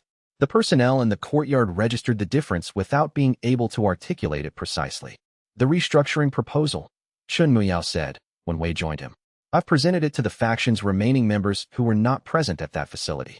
The faction without the mountain facility's operational infrastructure and without the Jade Cauldron is substantially weaker than it was yesterday. They're considering it, Wei said. Most of them are, Chun Muyao confirmed. The sole transformation practitioner in the facility, his name is Elder Wan. He's been in the syndicate structure for 30 years, inherited his position from a predecessor who built it before the current faction's takeover. He has been managing his cooperation with the current faction carefully. A pause. He asked me, privately, whether the investigation would include the period before the current faction's takeover. The investigation's scope, Wei said. The Continental Council's investigation will focus on the cultivation binding technology's development and application, Chun Muyao said. That scope is primarily the current faction's period. Operational actions under Luo Sari's directorship that fell within the founding charter's preserved protocols will be treated as a separate category. He looked at Wei. Elder Wan was Luo Sari's deputy director. He was removed from that position when the faction took control. He has been an uncomfortable participant in the operations you've been dealing with. He's been cooperating with something he didn't support, Wei said. For 30 years, Chun Muyao said. Which is not the same as participating freely. The investigation will account for the distinction. He paused. Luo Sari has formally agreed to serve as interim director pending the organizational election. Elder One has formally endorsed her appointment. The faction's remaining operational personnel are, at this point, following Elder Wan's lead. The specimens, Wei said. The stockpile that was at the facility. Surrendered to the Continental Council's custody team, who arrived this morning. Chun Muyao confirmed. The transfer documentation is complete. The Council's conservation officers will transport the specimens to the Formation System's maintenance archive for proper restoration processing. Wei thought about the founding chef's convergence formation, the cultivation infrastructure network that produced the specimens, designed with the specific intention of ensuring the Tier 7 preparations could never be used carelessly, now under formal Continental Council protection for the first time in its history. The formation's maintenance, Wei said. The restoration of the guardianship function. How long? The conservation officers estimate 3 to 5 years to restore the formation's output to the level originally designed for that system, Chun Muyao said. Ongoing maintenance afterward requires regular personnel rotation and systematic monitoring. He paused. The Hall's involvement in that monitoring is something Luo Sari has proposed formally. The system's assessment capacity is directly applicable to evaluating the formation's output quality. The Hall is based in Greenwater City, Wei said. The formation spans the full continent. Which is why the monitoring function requires a network, Chun Muyao said. Luo Sari's organizational restructuring includes converting the syndicate's monitoring infrastructure from acquisition-focused to conservation-focused. The physical network, the monitoring stations, the communication formations, the personnel positioned at formation nodes, all of that exists. It just needs to serve a different purpose. He looked at Wei. The Hall doesn't need to manage the network. It needs to be the network's quality reference. Wei considered this. Gao Wenba had built a conservation infrastructure. The syndicate had corrupted it. The restructuring would restore it. The Hall system would provide the assessment standard that the restored network used to evaluate its own function. The Celestial Recipe Archive's high-tier preparations, Wei said. The Tier 7 Spirit Vein restoration work. Once the formation's output is restored to the founding chef's original design level, the ingredient availability for those preparations will increase over time. Over years, Chun Muyao confirmed. The original system's design assumed a 20 to 50-year development period before the Tier 7 preparations became viable. We are at the beginning of that period. He looked at Wei directly. The person who executes the Tier 7 preparations may not be you. The person who executes them may be whoever the next system host is, Wei said. Yes, Chun Muyao said. The founding chef built for generations, not for careers. Wei stood in the courtyard of a facility that had been the center of a 300-year corruption of that original design, now beginning to reverse that corruption through a combination of a cook-off result, an organizational vote, and the patriarch of the Pill Tower presenting a restructuring proposal to operational personnel who had been waiting for an alternative. The Jade Cauldron was in the cargo pack. It was time to go home. The patriarch was going home, and the syndicate's restructuring was underway, and the convergent specimens were in the Continental Council's custody. And whatever Gao Wenba had imagined when he designed the safety, he had not imagined it resolving like this, in a mountain facility's courtyard, with the patriarch, the leader of the organization that had destroyed him, providing the institutional framework for the restoration. Chapter 78. Su Muo came in through the facility's service entrance, guided by his walking staff and accompanied by a single assistant who served, in the particular quiet efficiency of someone doing a necessary job, as the scholar's spatial navigator in unfamiliar environments. Wei recognized the system's assessment before Su Muo had crossed the facility's main courtyard. An ancient cultivator, cultivation rank assessment inconclusive due to the specific modification the system labeled as sensory inversion, standard cultivation pathways rerouted through a non-standard framework, carrying a cultivation Qi signature that overlapped with the founding chef's archive records in a way that was not inherited but acquired. The signature of someone who had spent decades deliberately cultivating a specific connection to a source. Su Muo could not see him. But when the scholar's walking staff touched the facility's courtyard stones, the man stopped and said, without turning in Wei's direction, "The Jade Cauldron's Qi is different from where it was before. Lighter. The weight of wrong ownership is gone." "The hall has it," Wei said. Su Muo turned toward Wei's voice. His eyes were the specific quality of cultivators' eyes that had been functional and had lost their function in a particular way, not the clouded look of mundane blindness, but the inward-focused quality of someone whose cultivation sense had compensated for the visual loss with a different kind of perception. "You found the room," Su Muo said. "Yes." "The message was mine to read once," Su Muo said. "The lock was his. I couldn't open it. I found the room 20 years ago and understood what was in it and couldn't access it, and have been arranging events in that direction since." He paused. "Successfully, apparently. You knew I would come." "The system activates only for one host at a time," Su Muo said. "The host eventually searches for the founding chef's legacy. The founding chef's legacy is extensive." This was not a prediction so much as an understanding of the architecture. He moved toward a stone bench in the courtyard and sat. "Sit with me. We need to talk about the archive's second half." Wei sat. "The second half of the Celestial Recipe Archive," Su Muo said, "is not what I think you expect it to be. It is not 30 additional recipes. It is not a continuation of what the first half contains." He folded his hands over the walking staff. "The first half of the archive is the founding chef's record of what he discovered, what cooking can do, what the system can access, what the ingredient world contains. It is a library." "And the second half?" Wei said. "The second half is a question," Su Muo said. "The founding chef, in his final year before detention, stopped adding recipes to the archive.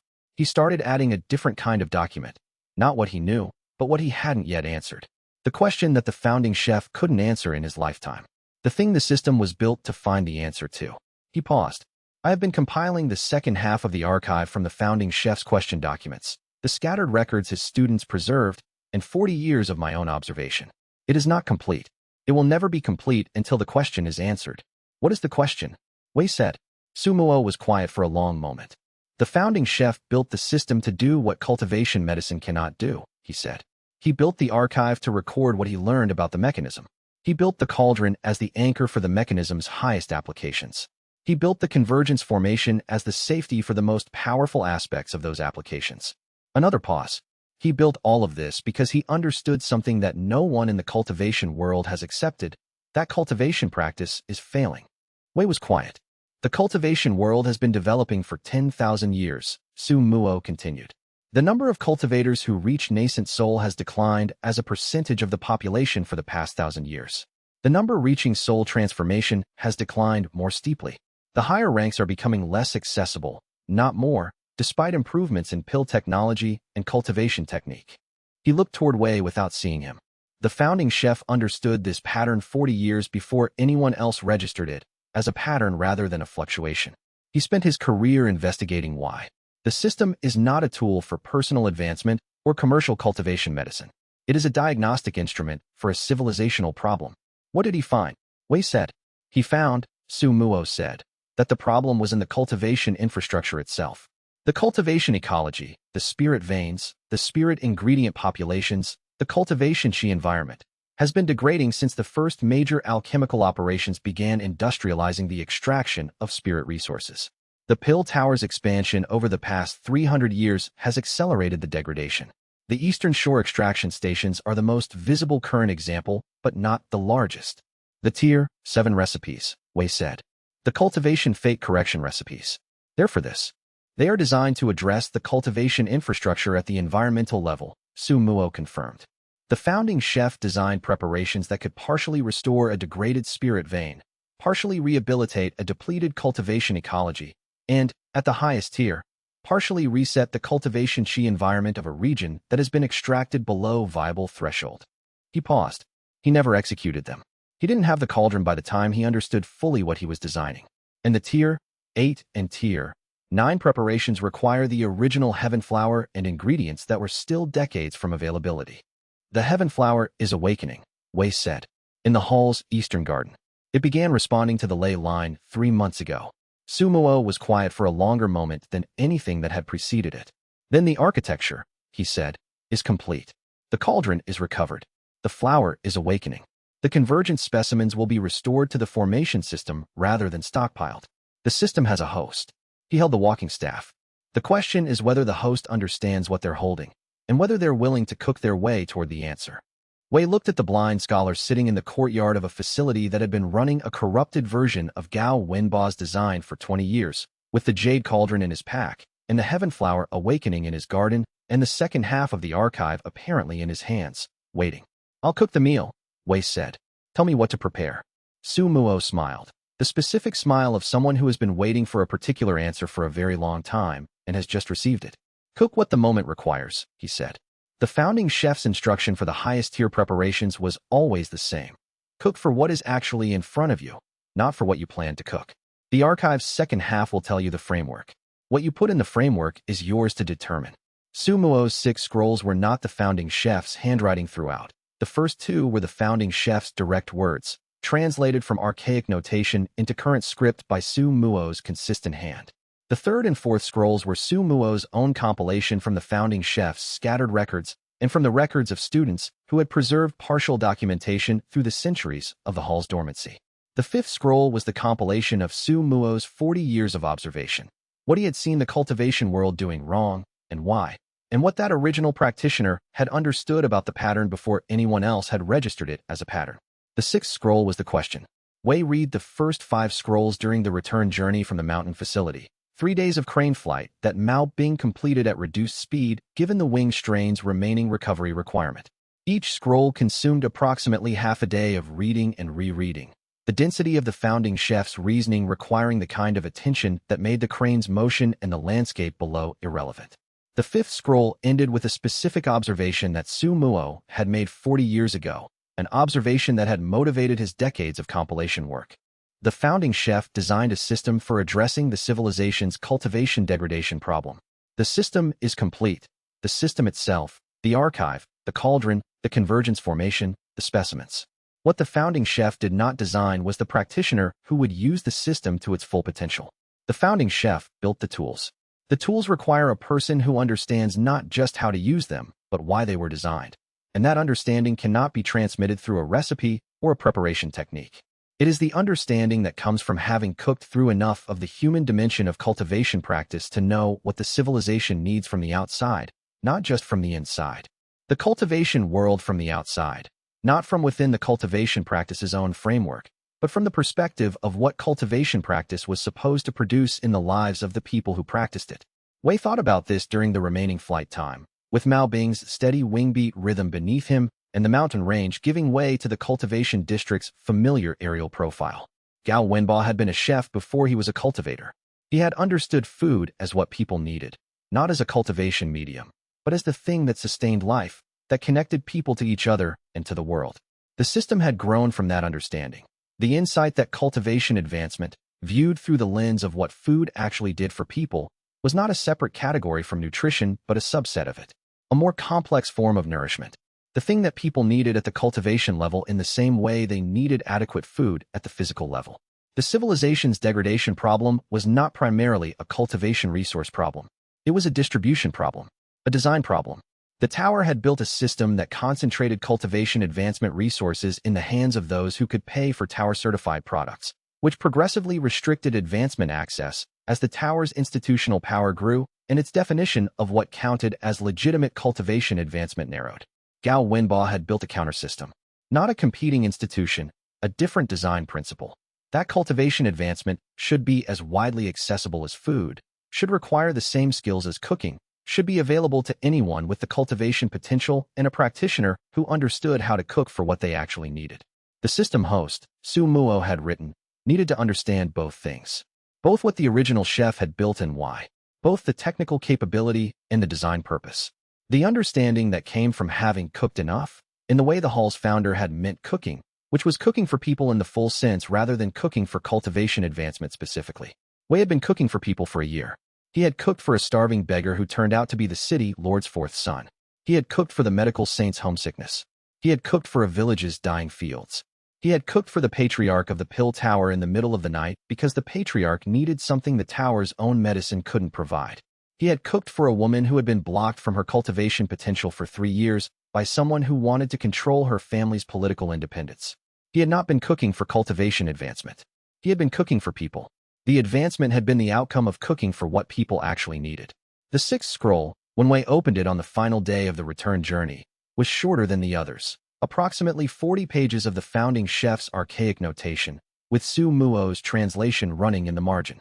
The question was this: if the cultivation world's degradation is the result of a design failure in how cultivation resources are distributed and accessed, what does the solution actually look like? Not the tools. Gao Wenba had built the tools. Not the capability. The system host would have the capability. But the vision. What is a cultivation world where the founding chef's design has been fully implemented? What does the civilization look like 100 years after the system works the way it was designed to work? The original chef had not been able to answer this question. He had understood the tools and the mechanism and the design principle. He had not lived long enough to see what the implementation produced.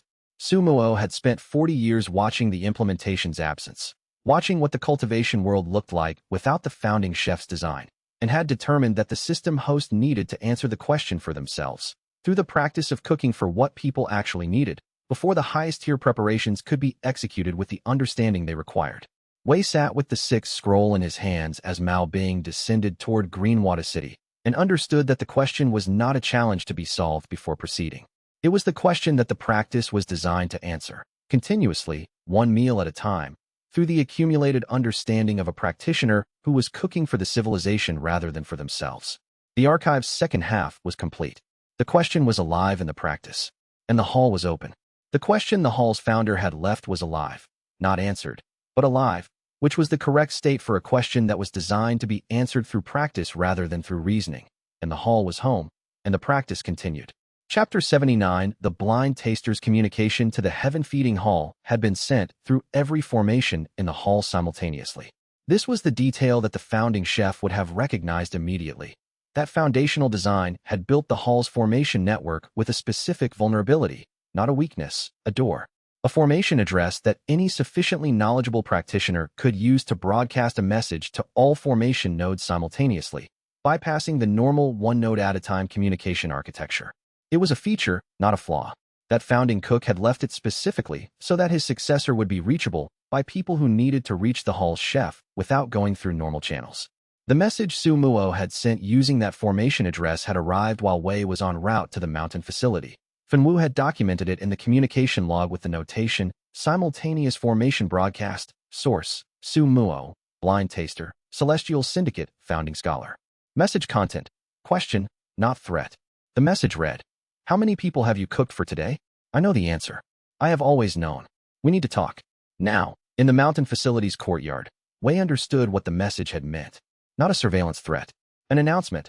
I know what you do because I have been watching the system's work for 40 years. Because the system is the thing I have been watching for. Because the answer to how many people the hall chef cooks for is the answer to how the civilizational problem is being addressed, one meal at a time.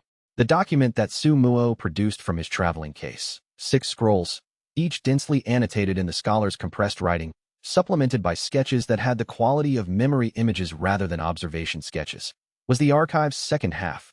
Not 30 recipes, but the framework for understanding what the highest-tier preparations were designed to accomplish and why, in the founding chef's assessment. The accomplishing of them was necessary rather than optional. The original divine chef's complete preparation philosophy, Su Muo said, as he handed the scrolls to Wei one at a time. Volume 1 through 6. The recipe documents themselves are in the system. The founding chef embedded them in the system's architecture 40 years ago, knowing that when the system host reached sufficient cultivation level, the recipes would unlock sequentially. The documents I'm giving you are the reasoning behind the recipes. Why each one was designed as it was. What it addresses. What it cannot address and why. He paused.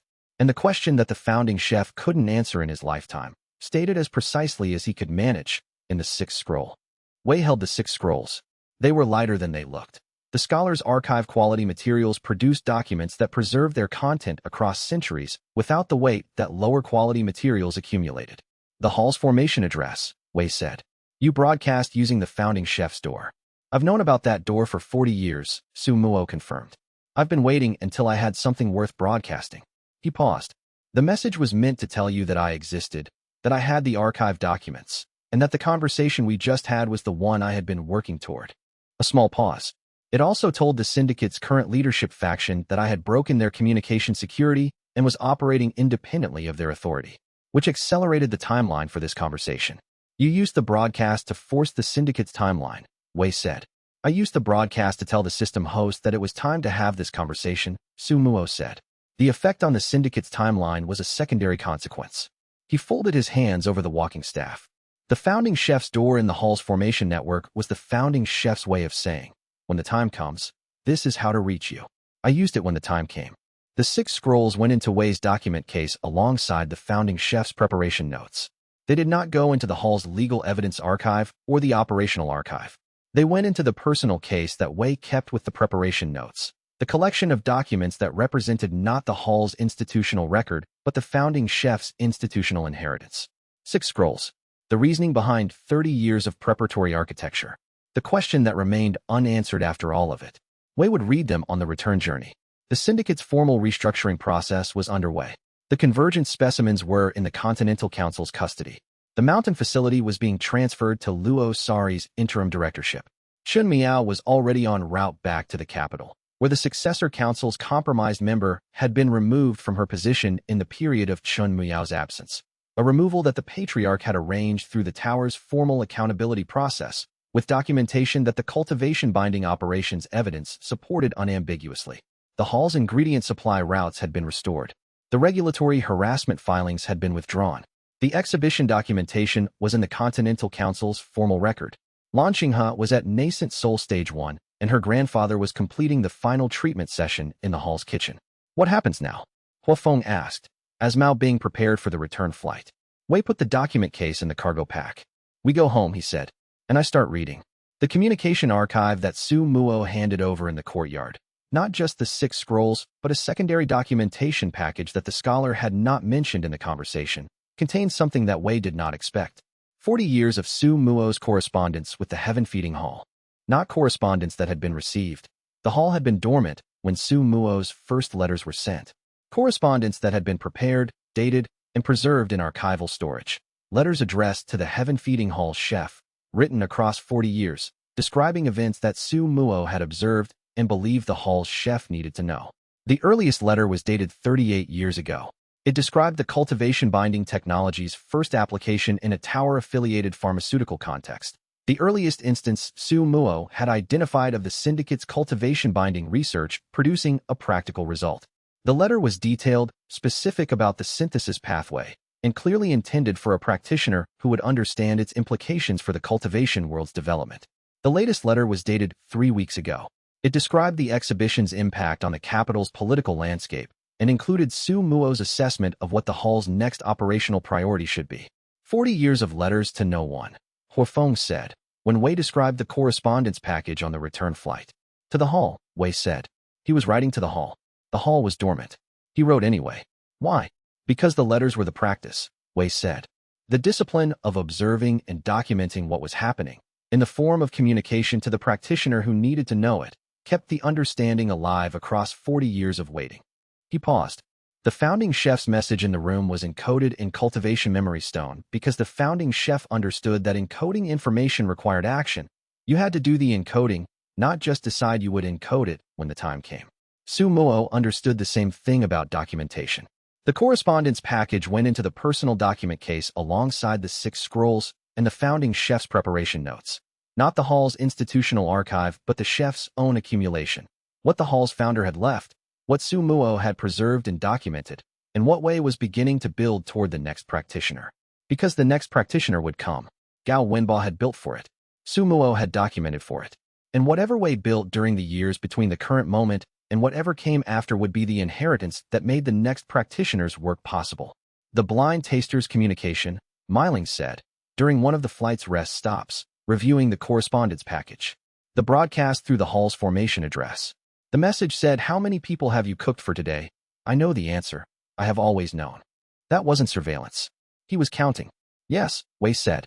He's been counting every meal the hall has served since it reopened, she said. Every cultivation advancement the hall has produced. Every guest who came through the door. The founding chef designed the hall's guest log as a public document, Wei said.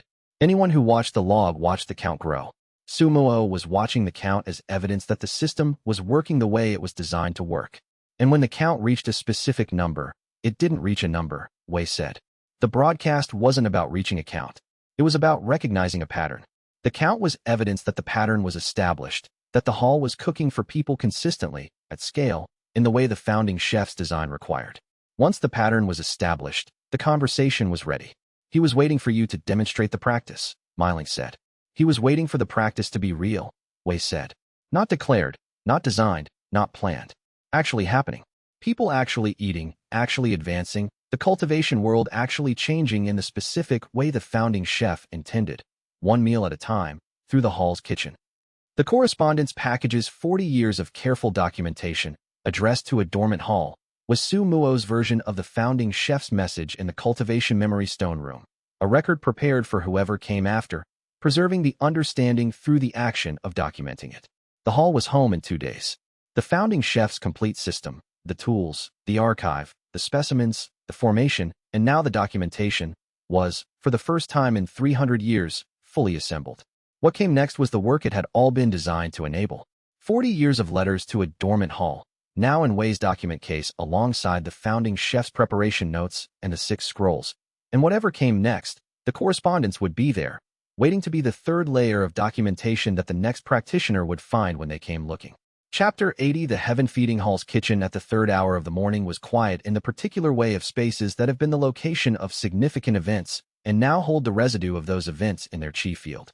Not haunted, not diminished, but layered. The way that a kitchen used continuously over a long period accumulated the history of everything that had been cooked in it. Wei sat at the preparation table with the 6th scroll open in front of him. Su Muo's compilation of the founding chef's question had the quality of a document that had been worked on across many years, the handwriting consistent, but the margin annotations reflecting different stages of the compiler's understanding. The first pages were the founding chef's direct words, translated by Su Muo from the founding chef's archaic notation into current script, with the precision of someone who had been reading the founding chef's handwriting for 40 years. The question, as the original chef had stated it, the cultivation world is degrading.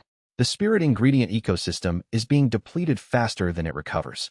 The higher cultivation ranks are becoming less accessible as the ecological foundation that supports them erodes. The system can address individual cases, individual cultivation needs, individual ingredient assessments, individual preparations. But the civilizational problem is not individual. It is structural. And I do not know whether the structural problem has a preparation-based solution or whether the preparations I have designed are a treatment for symptoms of something that requires a different kind of intervention entirely. The founding chef's question was not, what do we cook, but whether cooking is the answer at all. Wei sat with this for a while. The original heaven flower, visible through the kitchen's eastern window in the garden's ambient glow, was showing the luminescence that the system had been tracking since the first signs of awakening. Not fully awake. The awakening process was months from completion, but active enough to illuminate the garden space with the particular quality of light that spirit cultivation plants produced when their cultivation chi reserves were increasing rather than stable. The Tier 6 recipe that the flower's awakening enabled, cultivation fate correction. The hall's founder had designed it for something the preparation notes described as the single practitioner whose cultivation development has been foreclosed by circumstances that the individual cannot address through personal effort alone. Not a structural fix. A single practitioner's correction. In the Tier 7 through Tier 9 preparations, the structural ones, the ones designed to address spirit vein degradation and cultivation ecology rehabilitation, those required ingredients that the system's current archive flagged as prerequisite development period. 20 to 50 years, cultivation ecology restoration required before ingredient viability. 20 to 50 years. Gao Wenba had understood the timeline. He had built a system designed to operate across decades, not seasons. Wei closed the sixth scroll and looked at the heaven flame knife on the preparation station, the jade cauldron in its alcove, the heaven triangle formations glow from the 3 spirit fire stoves, and the original heaven flowers awakening light through the window. The original chef had built all of this knowing he would not live to use the highest tier preparations. He had built it for whoever came after. Wei had cooked his way through 6 arcs of increasing complexity, from a chi fortifying broth for a starving guest to a life root pearl preparation for an ancient patriarch, from a single establishment's survival to a continental legal proceeding to a syndicate restructuring to a conversation with the founding chef's last student in a mountain facility's courtyard. And the question that had started all of it, whether the cultivation world's degradation could be addressed through cooking, was still, precisely as the hall's founder had left it, unanswered. The system chimed. The display showed, Celestial Recipe Archive, Recipe for Rewriting Fate. First line has appeared. Begin with nothing. Cook anyway. And then, without warning, every supply route monitoring formation in the hall activated simultaneously. Red alert, multiple corridors, coordinated interception at 9 provincial junction points. Miling's emergency notification arrived 5 seconds later. 9 provincial supply corridors blocked in 1 hour. Coordinated syndicate operation from the faction elements that hadn't been at the mountain facility. The ones who had been watching the facility's restructuring with their own assets and had responded with the scorched earth operation they had been holding in reserve. Mao Bing's wing strained from the capital operations. Huafeng's distress signal from the main road. A secondary syndicate formation had closed the road in the hour Wei had been reading at the preparation table. Wei stood. The kitchen was empty except for the tools. The jade cauldron in its alcove. The heaven flame knife on the prep station. The system's display showing the first line of the recipe for rewriting fate. The practice proceeds from whatever is present. Cook with what exists. He went to the stove and lit the 3 fires of the heaven triangle formation. Because the hall was still open, the guests who had appointments in the morning still needed to eat. The 9 provincial corridors needed to be addressed through the channels available, and whatever the syndicate's remnant faction was planning with the convergent specimens they had kept out of the mountain facility stockpile. The specimens Wei hadn't known existed until Mao Bing's aerial survey had flagged 3 anomalous locations in the northern provinces on the return flight.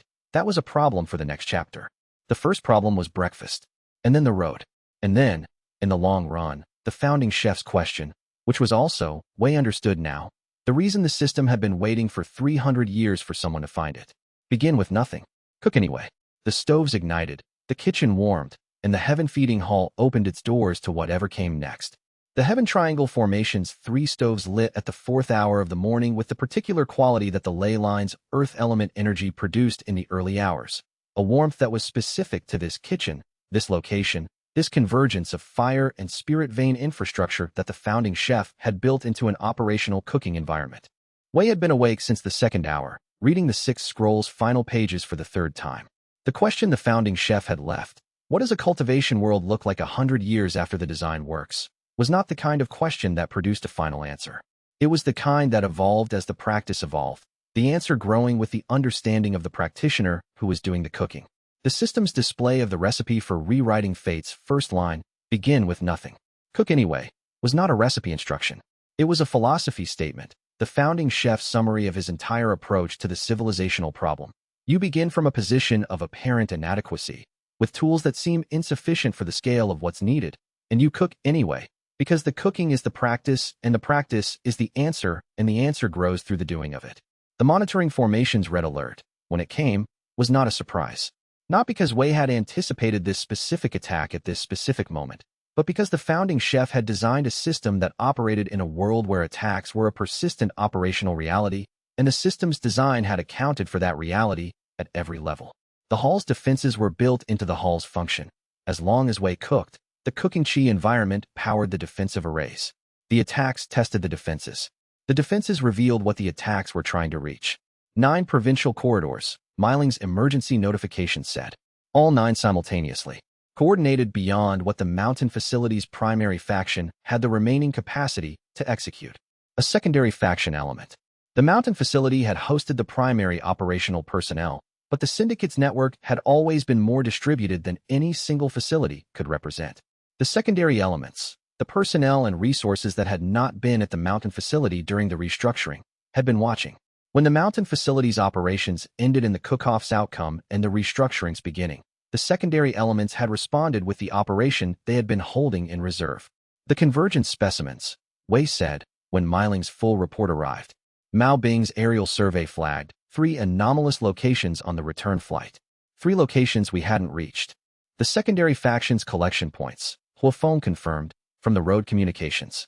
His message was compressed, the formation's bandwidth strained by the simultaneous activations across the network. They've been operating collection infrastructure independently of the mountain facility. The specimens they've been collecting aren't in the Continental Council's custody. The founding chef's convergence formation, the safety system, had collection points that the system hadn't yet surveyed. The primary faction stockpile was in custody. The secondary faction stockpile was not. The secondary faction doesn't have the Jade Cauldron, Xiaorun said, arriving in the kitchen in the 4th hour's particular silence with the operational assessment she had been building since Miling's notification arrived.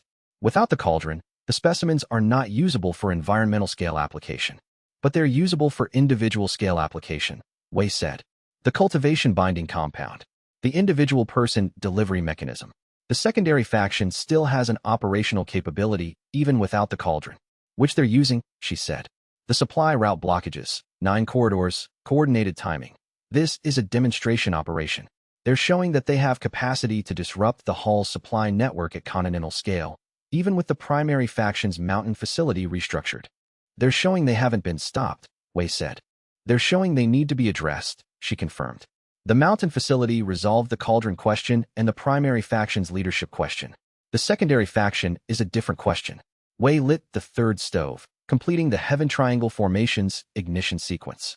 The kitchen's cooking chi field activated at full operational capacity. The Jade Cauldron's integration providing the full efficiency range that the foundational period without it had lacked.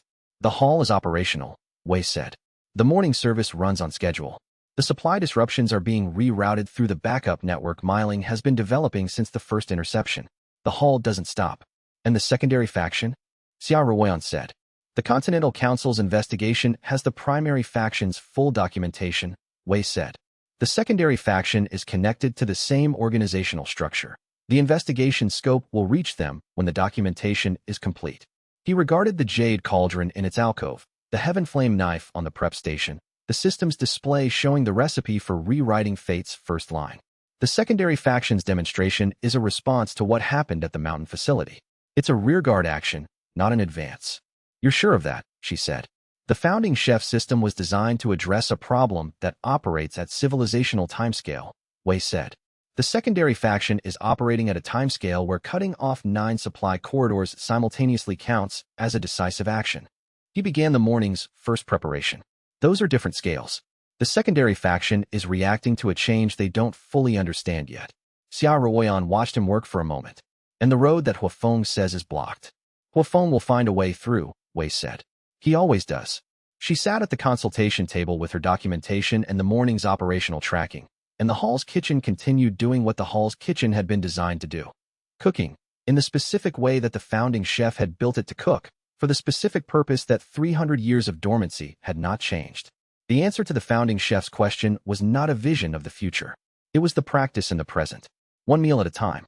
One practitioner advancing, one field recovering, one supply route rerouted, one discovery made in the convergence formation's maintenance zone.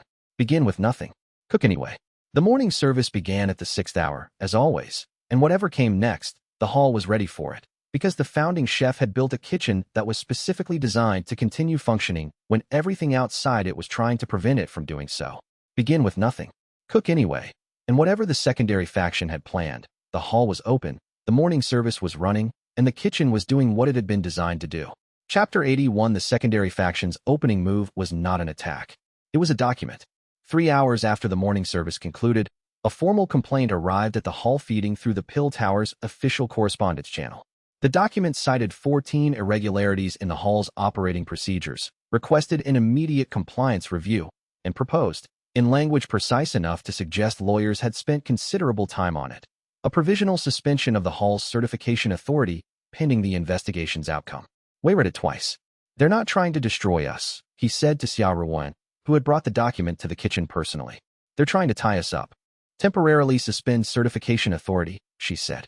Which means everything in the pipeline, The convergence formation's outputs, the Tier 6 preparations were scaling up, Chen Muyao's ongoing treatment documentation. All of it goes into legal limbo until the review concludes. And the review concludes when they want it to. Approximately. Wei set the document on the preparation table and looked at the kitchen's formation network overhead.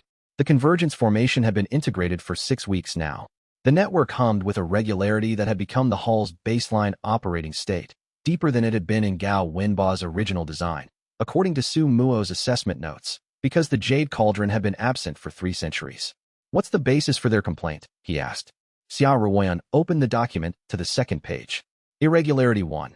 Use of uncertified formation infrastructure in commercial food preparation. The convergence formation hasn't been assessed by the tower's Formation Evaluation Committee. The formation was built by the founding chef 3 centuries prior. The tower's certification framework was established 240 years ago. The formation predates the framework, which means it was never certified under it. Which means every preparation we've made since integration is technically unverified under tower standards. Technically, yes. Wei thought about this. That faction had done their research.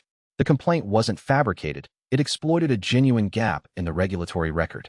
The hall's operations since convergence formation integration had proceeded on the assumption that a formation built by the institution's own founder would be grandfathered into the regulatory framework. That assumption, it turned out, was optimistic. How long does a formation evaluation take? Wei asked. Standard timeline is 4 to 8 weeks. If contested, 12. And in that 12 weeks, the provisional suspension holds. All products made using uncertified infrastructure are technically non-compliant. The cultivation monitoring platform's records for that period become disputed. Wei looked at the kitchen network. 12 weeks. Chen Muyao's final treatment session was scheduled in 3 weeks. The mountain facility cook-off had been scheduled for 6 weeks out. The specimen retrieval from the eastern shore had been running for nearly 2 weeks. What do we need for the evaluation? He asked. A certified formation evaluator with void crossing cultivation or higher. 3 weeks minimum on-site assessment. Full documentation of the formation's operational parameters. Can we accelerate it? Not through normal channels. A certification emergency request requires approval from the tower's oversight committee. She paused. The oversight committee chair is a successor council member. Wei understood the structure immediately. The opposition had built a trap with multiple walls. To fight the complaint through normal channels would take months. To use the emergency acceleration would require going through a council member who was either compromised or politically aligned with the faction. Every obvious exit led to a longer timeline. Su Muo Wei said. Xia Ruoyan waited. The founding chef's last student. A void crossing practitioner who spent 40 years documenting the formation's operation. Wei picked up the complaint document again. Who better to evaluate the formation he spent 4 decades studying? He's not on the tower's approved evaluator list. Then we apply to add him. That takes. I know how long it takes normally. Wei set the document down. Give me a channel to the succession council, not the compromised members. I need to know which ones are genuinely neutral. Xia Ruoyan said nothing for a moment. There are 3, she said. 2 are inactive. They haven't attended council sessions in years. One is Elder Zhao Mingwen. He handles archive petitions. He's been on the council for 60 years and has voted against the tower's administrative recommendation exactly twice, both times on procedural grounds. What do procedural grounds mean to him? That he takes the rules seriously enough to apply them when they favor either side. Wei nodded. Then we need the rules to favor us. Draft the petition to add Su Muo to the approved evaluator list. I need the supporting argument to be completely procedural. No appeals to history. No claims about Gao Wenba's legacy. Nothing that sounds political. Just the applicable regulations and why Su Muo satisfies them. I'll have it in 2 hours. Good. Wei turned back to the kitchen. In the meantime, we keep operating. The complaint is a complaint, not an order. We're not under suspension yet. We keep cooking. He went to the stove, and the morning's second service began to come together in the kitchen's quiet and outside the hall's gates. That faction's legal mechanism was already running, but it was running against an institution that had been designed 300 years before to function exactly in this kind of pressure. Gao Wenba had built the hall for a world that would sometimes try to stop it. The question was whether the person currently running it understood that well enough to use what had been built. And Wei Liang, reading the preparation notes in the system archive, was starting to understand that every operational decision Gao Wenba had made was also a message to whoever would eventually be standing in this kitchen. The message said, "This is survivable. I made it survivable. You just have to see how." He went to work, and the kitchen produced what it had always produced, food that made cultivators stronger, and the complaint document sat on the corner of the preparation table, waiting for someone to respond to it, and that someone was already cooking. The deeper issue wasn't the document itself. It was what the document revealed about that faction's operational understanding. They had read the hall's public record, identified the regulatory gap, and built a legal mechanism around it. This required institutional access, legal expertise, and detailed knowledge of the hall's formation history. That faction was not a collection of dissatisfied practitioners. It was an organization that had spent years building specific capabilities for this specific purpose. Wei thought about what that meant for the hall's position. The complaint was the opening move. It was designed to succeed or to force a response that created additional vulnerabilities. If the hall complied with the suspension, the faction gained control of the assessment process. If the hall resisted, the faction could escalate through mechanisms they had already prepared. The response Wei had chosen, accepting the investigation while demanding full transparency, was the one approach that used the faction's institutional tools against them. Transparency was specified in the regulations. The investigation team had to document everything, and that documentation would be available to the hall's representatives. Whatever the faction had been instructed to find or to create would be on record before it could be used. Huafeng came into the kitchen while Wei was finishing the evening service planning. "The staff has questions," he said. "I know. The investigation sounds serious." "It is serious. It's also survivable." Wei looked at the day's service log. The hall has been designed to survive this kind of pressure. The founding charter has provisions for exactly this situation. The archive has the formation documentation we need. We have the ethics complaint documentation for Chun Muyao's treatment. Everything we need to defend the hall's position already exists. We just have to file it in the right order with the right authorities. And if they accelerate, if the oversight committee approves suspension before we can counter, then we operate under provisional suspension while appealing. We don't stop the kitchen. Suspension of certification authority doesn't mean suspension of cooking. Wei set down the service log.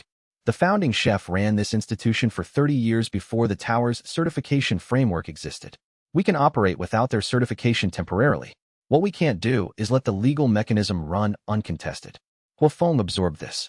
His expression showed the particular adjustment of a person recalibrating from a problem they had categorized as potentially fatal to a problem that was difficult but tractable. "What do you need from me?" he asked. "Keep the service running. Keep the staff informed without creating additional anxiety. And find me the founding charter's legal provisions, the original text, not the tower's summary." Huafeng went to find the charter. Wei went back to the stove. The morning service produced its first preparations for the day, and outside the hall's gate, that faction's legal mechanism was running. But something in the way the kitchen hummed suggested Gao Wenba had anticipated exactly this pressure, and had built the answer before the question arrived. Outside the gate, the secondary faction's legal mechanism was running, and something in the founding charter's design suggested this had been anticipated, and the answer was already built in.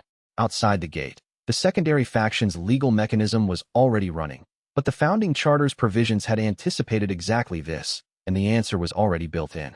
Chapter 82. The petition reached Elder Zhao Mingwen's desk on the 4th day.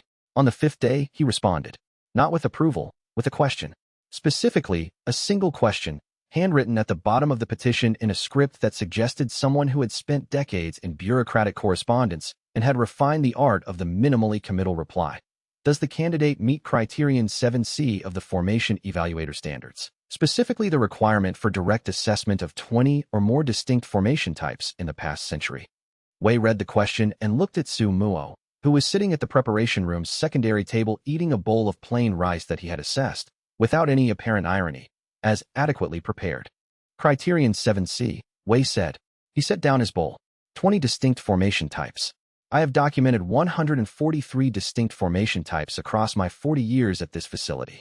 Has that documentation been submitted to any official registry?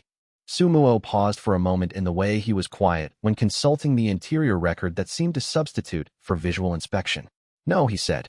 I documented what I documented for the archive, not for administrative purposes. Then we need to convert the documentation into something Elder Zhao can verify. The documentation is in the archive's second half scrolls, which are here. Su Muo's expression shifted slightly, not quite a smile, but the recognition of a procedural coincidence. Yes, he said, which are here. The next 2 days were, by the standards of the hall's recent weeks, unusually quiet. Su Muo sat at the preparation room table and reviewed his own notes with the systematic attention of a cultivator who had spent decades developing the ability to process written material through tactile and qi sensing methods. Wei sat across from him and listened while Su Muo dictated formation descriptions in the precise technical language that the tower's assessment standards required. Xia Ruoyan compiled. Huafeng provided administrative formatting. The kitchen operated normally in the background. On the 7th day, the petition supplement reached Elder Zhao. On the 8th day, a message arrived from the Succession Council's administrative office. It was brief. The petition to add Su Muo to the approved evaluator list had been forwarded for review by the full council.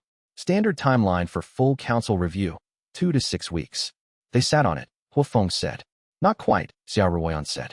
She was reading the procedural notes attached to the message. The full council review is triggered whenever a petition involves a candidate with documented ties to institutions currently under compliance review. She looked up. Our complaint triggers the review. Circular. Elegant. Wei looked at the message. Their faction had planned this carefully. Every response to their initial complaint created another procedural delay.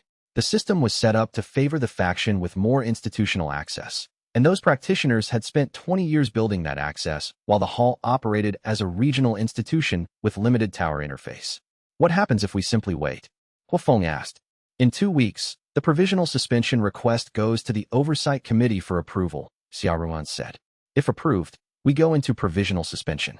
That triggers the tower's compliance review mechanism, which gives the secondary faction institutional authority to send evaluators, their evaluators, to assess the formation. And their evaluators conclude what they're paid to conclude. Within the tower's regulatory framework, yes. Wei stood at the kitchen's formation observation point, the spot in the northeast corner where the formation network's geometric structure was most clearly visible in the chi flow patterns. He had been standing here more often over the past week. The formation was stable. The Jade Cauldron's integration had actually strengthened the network beyond the founder's original specifications, according to Su Muo's assessment. But stability wasn't the issue. There's a faster path, he said. Xia Ruoyan waited. Chen Muyao's treatment. His cultivation binding compromise was initiated by a tower successor council member acting outside her authorized authority. If that unauthorized action can be demonstrated formally, not as an allegation, but as a documented record, then the council member in question loses standing. And a council member who loses standing can't vote on our petition. You're proposing to counterattack their political infrastructure while defending against their legal action. I'm proposing to use the documentation that already exists. Wei turned away from the formation network. The treatment platform records from Chen Muyao's treatment sessions, the suppression documentation, the treatment records Xia Ruoyan compiled. All of it is already in the archive. We don't need to manufacture anything. We just need to submit it through the right channel. The right channel being?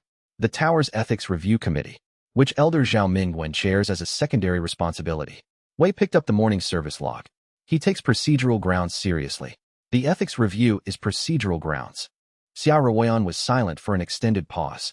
If the ethics review opens, the succession council member under review loses her vote on any matter affecting the hall until the review concludes. That removes her from the petition process entirely. Yes. But the secondary faction will see this move immediately and counter it. Yes. So we need to file both simultaneously, the ethics complaint and the emergency certification request, before they can react. He looked at Xia Ruoyan. How fast can we prepare both? Ethics complaint 1 day? We have all the documentation. Emergency certification request, 2 days. The format requirements are complex. You have 1 day. She held his gaze for a moment. I'll need 3 more people. You have everyone in the hall. She nodded and went to work. And in the kitchen, the preparations continued. Tier 3 and Tier 4 dishes for the daily cultivation service. The ongoing post-treatment dietary protocol for the regional practitioners who had come to depend on the hall's steady output. The kitchen was the hall's visible face, and the kitchen kept cooking while the administrative infrastructure worked to keep the kitchen standing, which was, Wei was coming to understand, exactly how Gao Wenba had designed it. The kitchen was the thing that mattered. Everything else was protection for the kitchen. He returned to the stove, and the afternoon service began. The 400 pages of Su Muo's documentation package were not, Wei discovered, simply administrative support materials. Embedded throughout the technical formation descriptions were Su Muo's observational notes from 40 years of residency at the mountain facility. Notes that documented not just the formation's operational parameters, but the patterns of practitioners who had trained there, the seasonal variations in the facility's chi environment, the specific effects of the convergence formation's node network on the cultivation advancement rates of practitioners who spent extended time at the site. The notes were, in technical terms, a 40-year dataset on the formation's effects. Wei read sections of them during the breaks between petition preparation work. The language was precise and spare. Su Muo did not embellish, but the picture that emerged was detailed. The mountain facility, operating at reduced capacity because of the syndicate's corruption of the Convergence Formation, had still been producing measurable cultivation advancement effects for the practitioners who worked or trained there. Practitioners at Foundation establishment who spent 2 months at the facility advanced, on average, 1 stage further in the following year than matched practitioners who had not attended. Core formation practitioners showed improved breakthrough rates. Su Muo's notes, Wei said, bringing a section to Xiao Ruoyan. She read it. He's been documenting the formation's effects for 40 years and never submitted any of it to any registry. He wasn't working for any registry. He was working for the archive, which is here now. She set down the notes. This is supporting data for the formation evaluation petition, but it's also supporting data for the certification standard argument. The formation's effects on practitioners without system access demonstrate that cultivation cooking infrastructure raises advancement rates independent of practitioner preparation skill. Wei nodded. It's evidence for the founding question. 40 years of it. She looked at the notes again. We should include this as a separate exhibit, not buried in the formation documentation, a standalone document.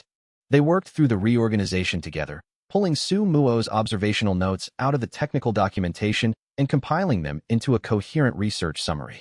The work took most of an afternoon, which was time Wei had not planned to spend on administrative work, but the result was something that the petition package had lacked: concrete evidence of the formation's effects on real practitioners, observed and recorded over decades. Elder Zhao, when he received the package, would have more than regulatory compliance to read. He would have research. And Elder Zhao, who had spent 60 years applying procedural rules carefully, apparently distinguished between procedural compliance and scientific evidence.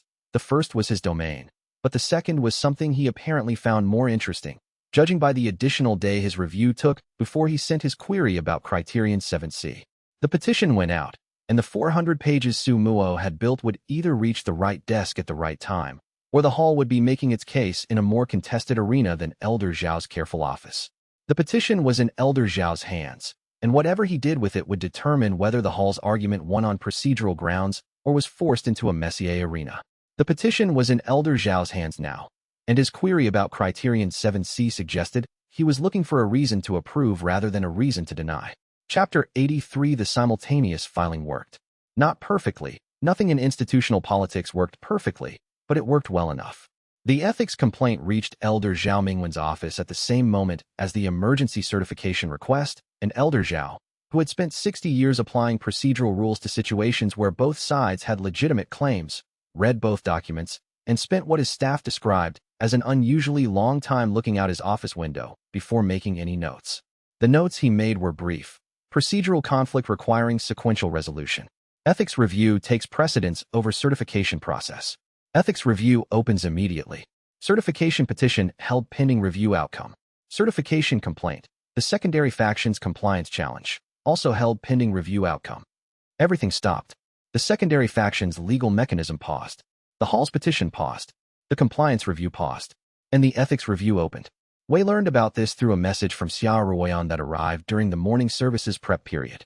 He read it while standing at the cold preparation station, his hands still working through a vegetable arrangement for a tier 2 dish. Effectively a freeze, Horfeng said, reading over Wei's shoulder. Temporarily. The ethics review takes 2 to 4 weeks. When it concludes, if honored Elder Pei is found to have acted outside her authority, her vote and standing on related matters are suspended for 1 year. And the certification complaint loses one of its strongest internal advocates. Horfeng thought about this. And if she's found to have acted within her authority? Then Chun Muyao's cultivation binding compromise was technically sanctioned by the tower's internal oversight structure, which creates a much larger problem, but also a much more publicly visible one. Either way, the secondary faction's clean legal attack gets complicated. They'll fight back. Yes, but fighting back means revealing how much infrastructure they've built inside the tower over the past 20 years. Every countermove exposes another piece of what they actually control. Wei set down the vegetable arrangement. Which is the point. What Wei didn't say to Horfeng, didn't say to anyone at the hall, was that the cultivation side of his situation had been quietly transforming over the same period the administrative battle was running. The final treatment session for Chun Muyao had been completed 12 days ago.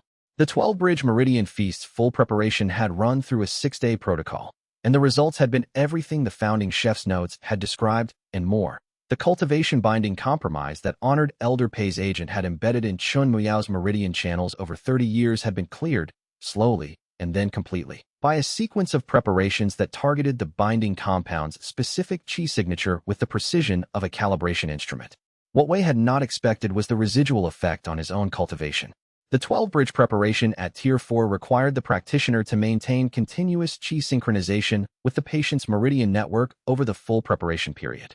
For a 16-hour preparation, that meant 16 hours of Wei's own qi field being in resonance with Chun Muyao's, which was, in cultivation terms, resonance with someone who had spent 50 years at void-crossing cultivation, accumulating the qi density that came with 5 decades at that level.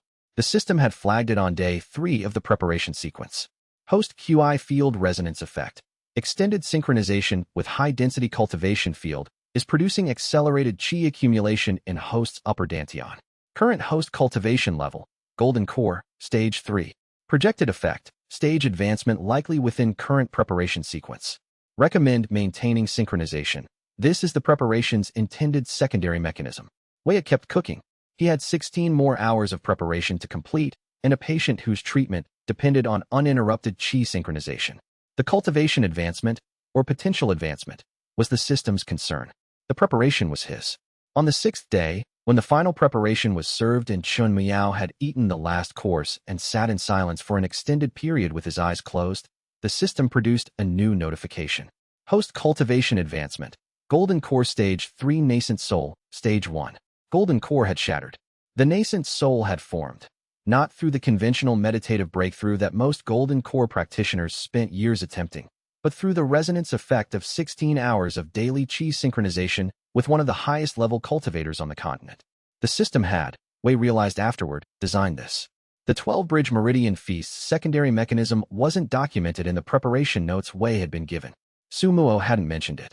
It was a function that activated only when the practitioner performing the preparation had the right cultivation base and the right resonance conditions, and Gao Wenba had known, 300 years ago, that a practitioner capable of performing the Tier 4 preparation would also be positioned for the breakthrough that followed.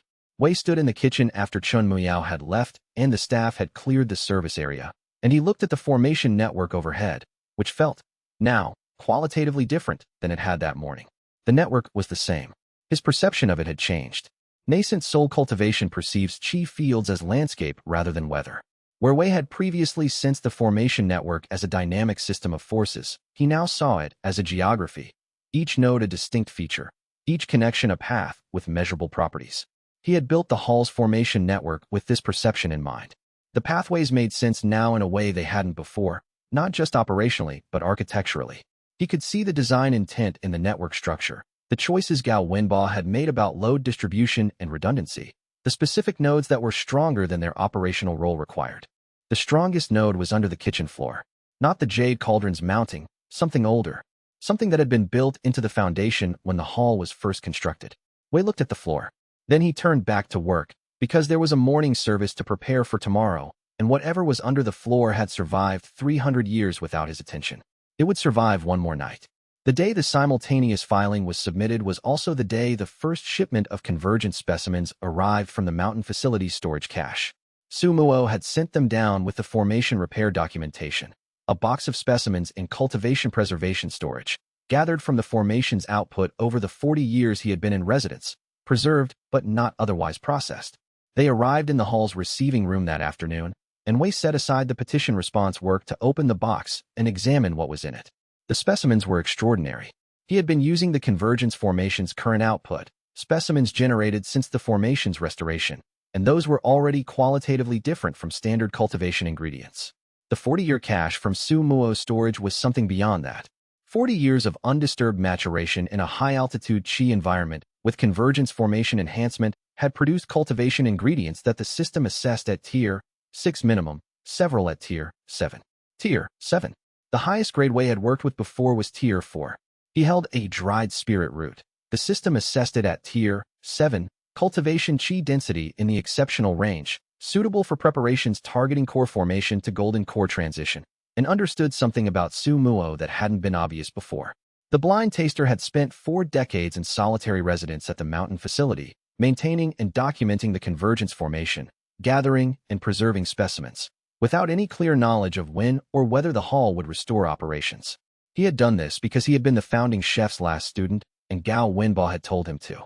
And now the specimens he had devoted 40 years preserving were in the hall's receiving room, ready to be used in preparations that Gao Wenbo had designed 3 centuries before for exactly these ingredients. Su Muo knew we'd be here eventually, Huafeng said, looking at the specimens with the expression of someone recalibrating their assessment of a person they had previously understood as an eccentric hermit. Yes, Wei said. 40 years is a long time to wait. The founding chef waited 30 years for the answer to his question. His student waited 40 years for the practitioner who would use these. Wei set down the spirit root. They understood the timeline better than we do. He carefully returned the Tier 7 specimens to the preservation storage and set them aside. They required preparation techniques he had not yet developed, but they would be there when he had. In the meantime, the simultaneous filing had gone through, the ethics review had opened, and the second faction's legal mechanism had paused. The hall kept cooking, and somewhere in Elder Zhao's office, a procedural mind was reading the most comprehensive cultivation formation documentation package ever submitted to the tower's administrative system. The simultaneous filing was moving through the tower's administrative system, and in 48 hours they would know whether the procedural gambit had worked or whether the opposing faction had a counter they hadn't anticipated. The simultaneous filing had moved through the tower's system, and in 48 hours they would know if the procedural gambit had held, or whether that faction had a counter they hadn't seen. Chapter 84. The ethics review took 3 weeks. In those 3 weeks, several things happened simultaneously. The secondary faction filed 4 separate responses to the ethics review, each one more legally elaborate than the last. Elder Zhao Mingwen read each response, acknowledged receipt, and did not accelerate the review timeline. He operated, as Xia Ruoyan had described, on procedural grounds, which meant the review would conclude when it had examined all the relevant documentation, regardless of how urgently either side wanted a different timeline. Su Muo spent the 3 weeks in the hall's preparation room, working through the archive's second half with a systematism that impressed even Huafeng, who had spent 15 years managing institutional administrative processes.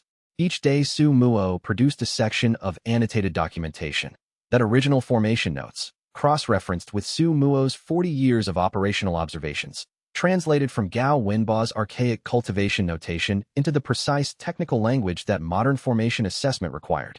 By the end of week 2, the documentation package for Su Muo's evaluation petition had grown to nearly 400 pages. He doesn't sleep, Huafeng reported to Wei during a service break. Cultivation at his level doesn't require conventional sleep schedules, Wei said. He eats though. Specifically, he eats your plain rice every morning and your clear broth every evening, and he assesses each serving with the focused attention of a practitioner evaluating a Tier 7 preparation. What's his assessment? He said, and I'm quoting. The rice is adequately prepared. The broth indicates the cook understands the difference between absence and emptiness, which most do not. Wei considered this. What's the difference? He declined to explain. He said it would be apparent in the cooking when I understood it. Huafeng paused. I have been thinking about it for 11 days. The nascent soul cultivation advancement had changed Wei's relationship to the kitchen in ways he was still mapping. The most immediate practical change was precision. At Golden Core, preparation precision was a matter of calibration, matching the technique to the ingredient's chi signature through accumulated skill. At Nascent Soul, the precision was qualitative. The practitioner's chi field could interact with the ingredient's own cultivation resonance in real time, adjusting the preparation's effect continuously rather than setting parameters at the beginning and executing. The system had a term for this, adaptive cultivation cooking. The founding chef's notes mentioned it once, briefly, as the capability that became available when a practitioner reached nascent soul. But most nascent soul practitioners who became cultivation cooks had developed their cooking skills before their cultivation breakthrough, and the adjustment to the new capability took years. Wei had developed his cooking skills with system assistance from the beginning. The system's guidance had been calibrated for his cultivation level, updating as he advanced. When he reached nascent soul, the system's preparation protocols shifted seamlessly. They had been designed for nascent soul from the start, scaled back to match his earlier cultivation level. The Tier 4 preparations he had been making became something different. Not more powerful, necessarily. The grade of a preparation was determined by the ingredients and technique, not the practitioner's cultivation level, but more precise. The Tier 4 preparations he produced now had a quality that the assessment records showed as Preparation Stability Index, 94 to 97, where previously they had shown 87 to 91. The practical effect: longer active duration, more consistent qi distribution, less variation between servings.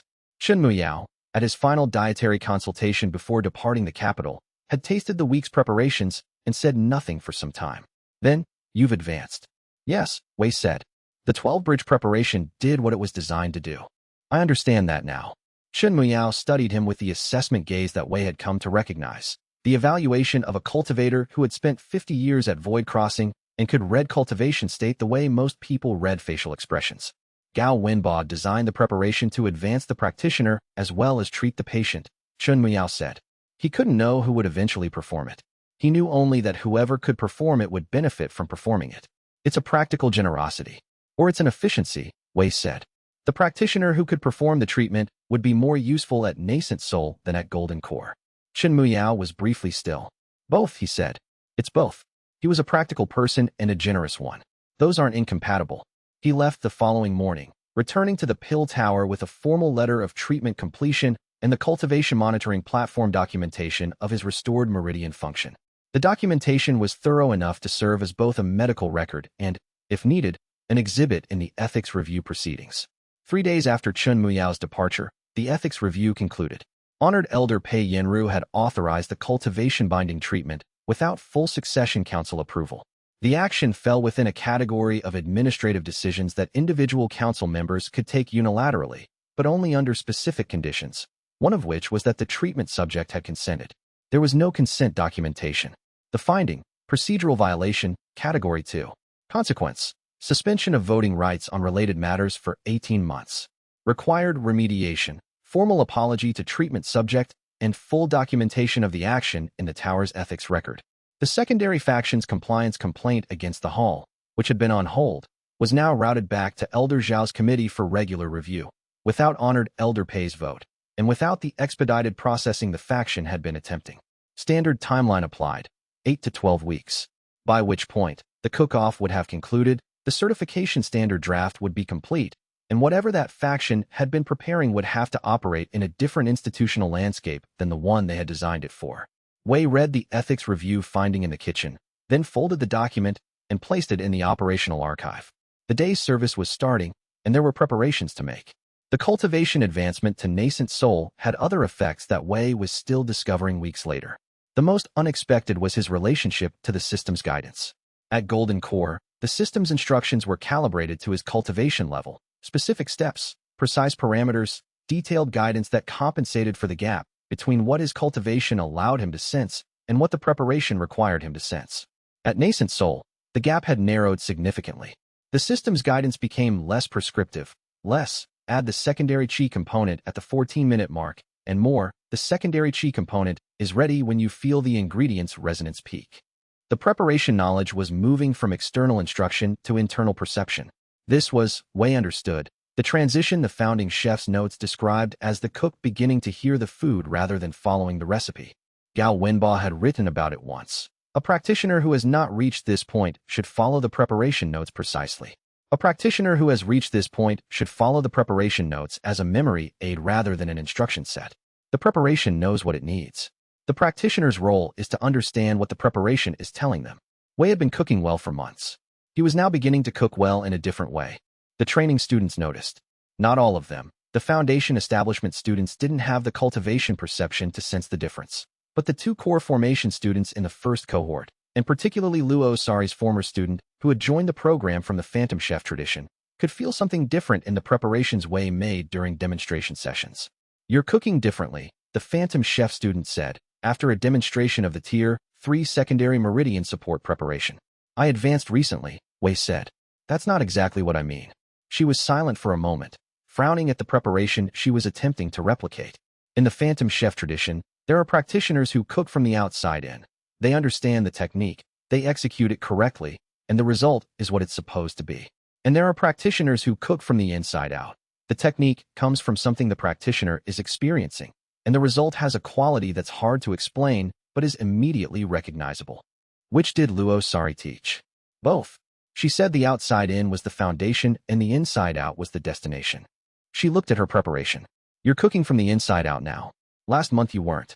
Wei looked at her preparation, a competent execution of the technique, with the smooth transitions and precise calibration that outside-in cooking produced. You're doing it correctly, he said.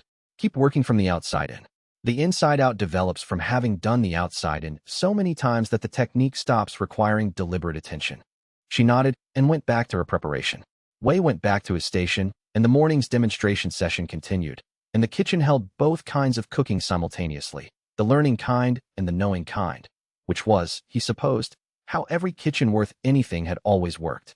The cultivation world had just changed, and the person who had changed it was standing in a kitchen thinking about the preparation he would make for tomorrow's service. And somewhere in the secondary faction's infrastructure, someone was reading the platform's records and beginning to understand what they were up against.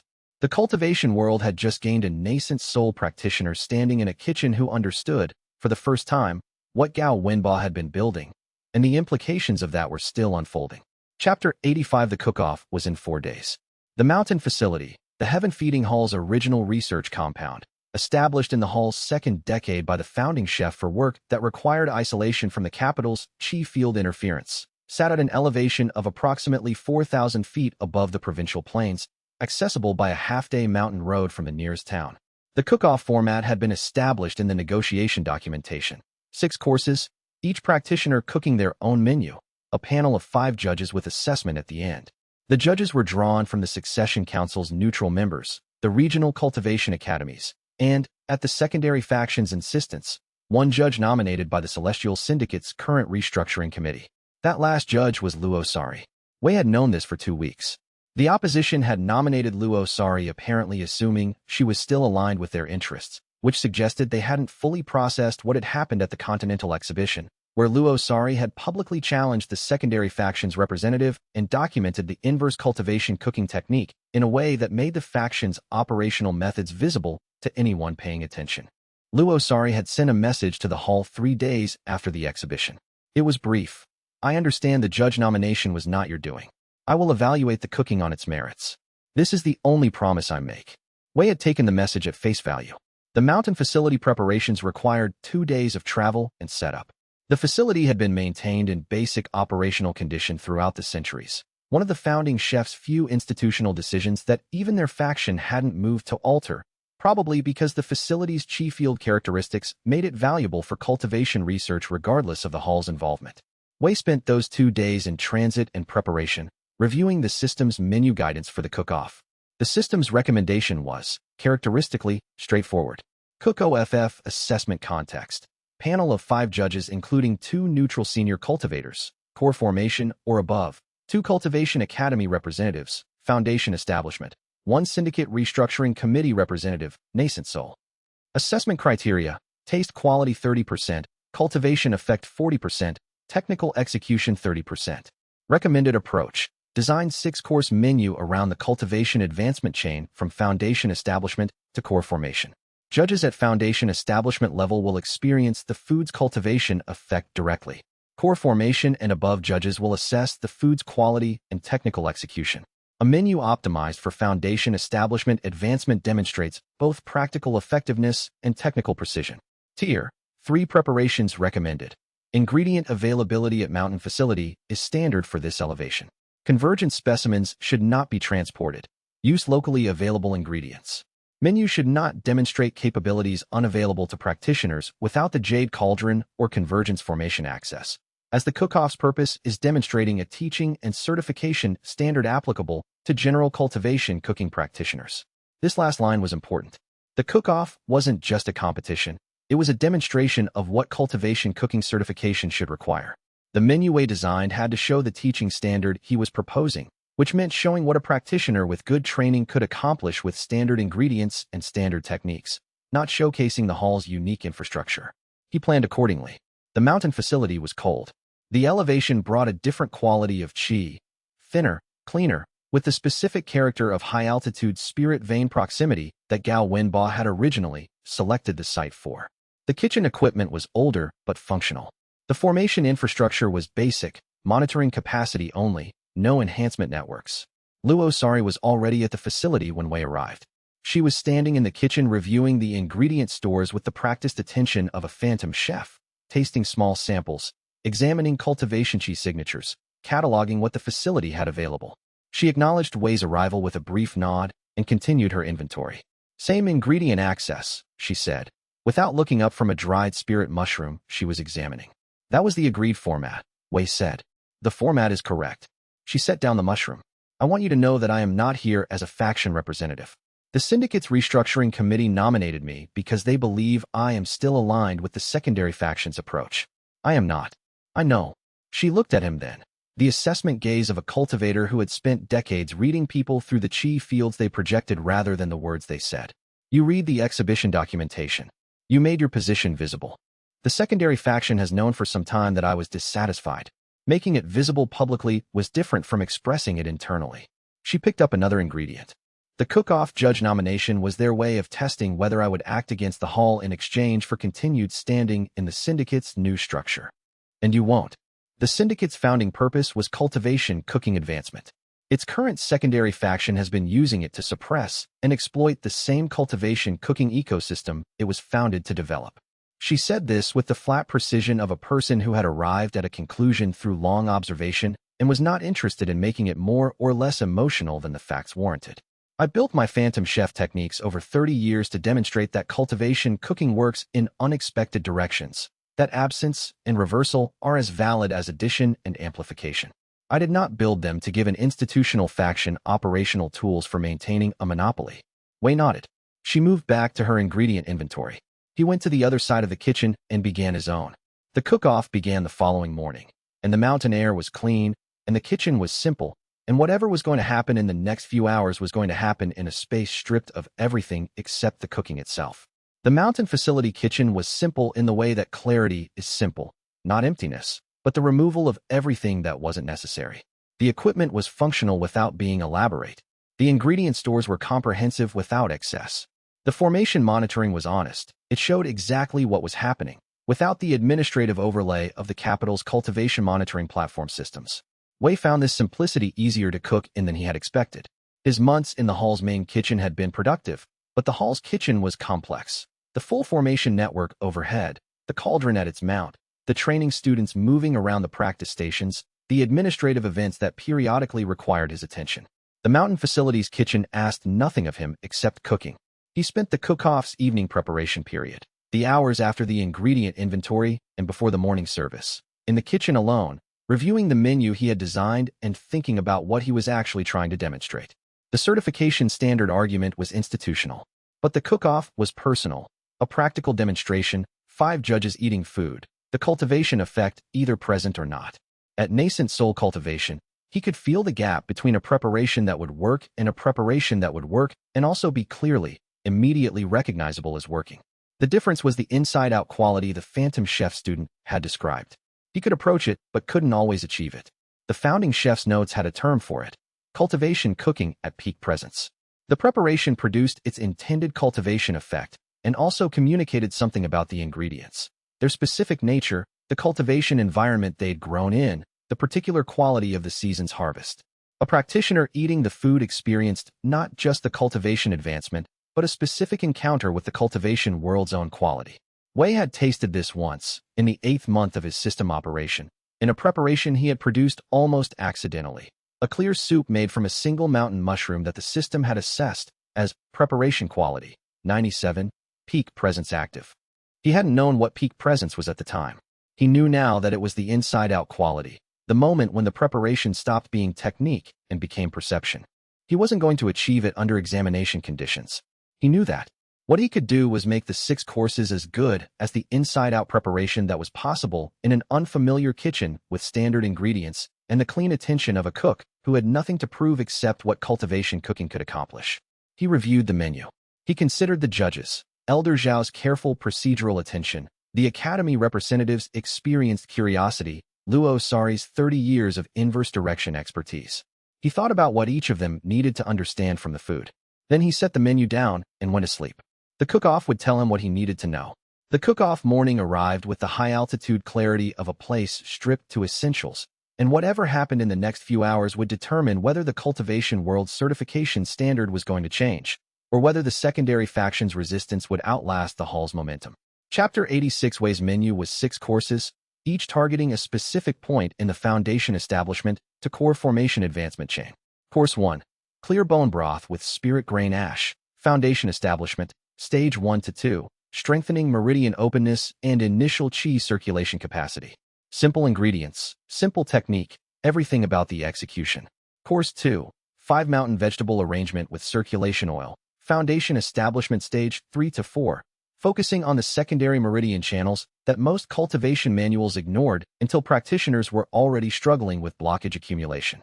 Course 3. Spirit rice with dual qi seasoning, foundation establishment stage 5 to 6, the transition point where most practitioners plateaued because they concentrated on the primary channels while letting the secondary network stagnate. Course 4. Slow-poached mountain fowl with meridian expansion stock, foundation establishment to core formation transition. This was the course Wei had spent the most preparation time on. The transition was where cultivation quality differentiated.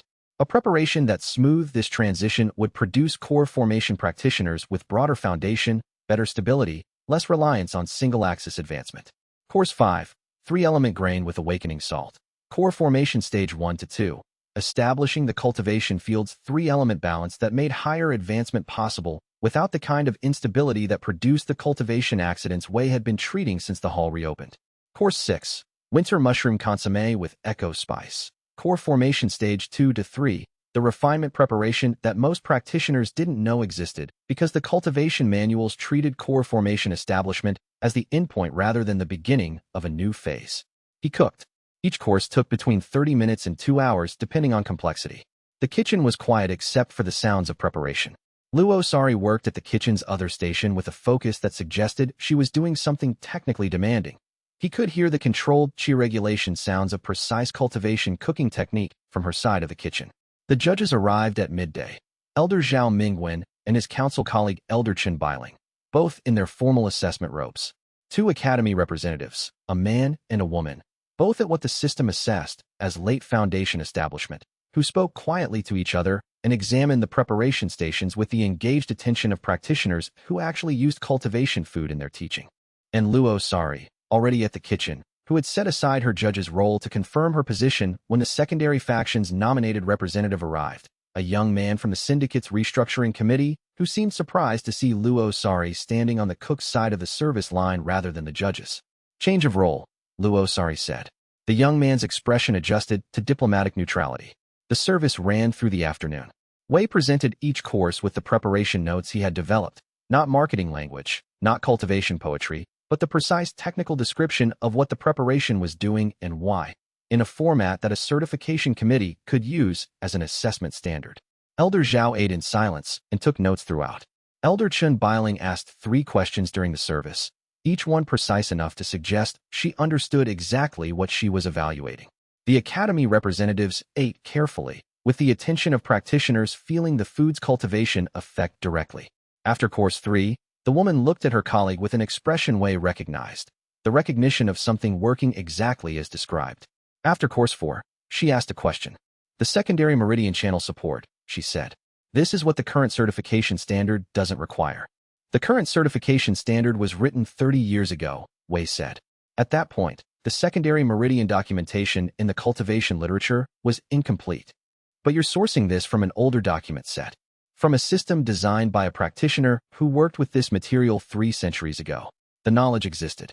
It wasn't lost. It was displaced by institutional priorities that didn't favor the kind of cultivation development this addresses. She nodded slowly. The students who would benefit most from this are the ones who reach foundation establishment stage 3 and stop advancing for 3 to 5 years because they don't know why they've stopped. Those are the ones the current certification system marks as low potential and routes into support roles. Yes. They're not low potential, Wei said. They're underserviced. The preparation that supports secondary meridian development at that stage is Tier 2. It's accessible to any certified cultivation cook. The reason it's not being produced is that the certification standard doesn't require training in it. She paused for a moment. If the certification standard required it, every cultivation cook who wanted certification would have to learn it. Yes.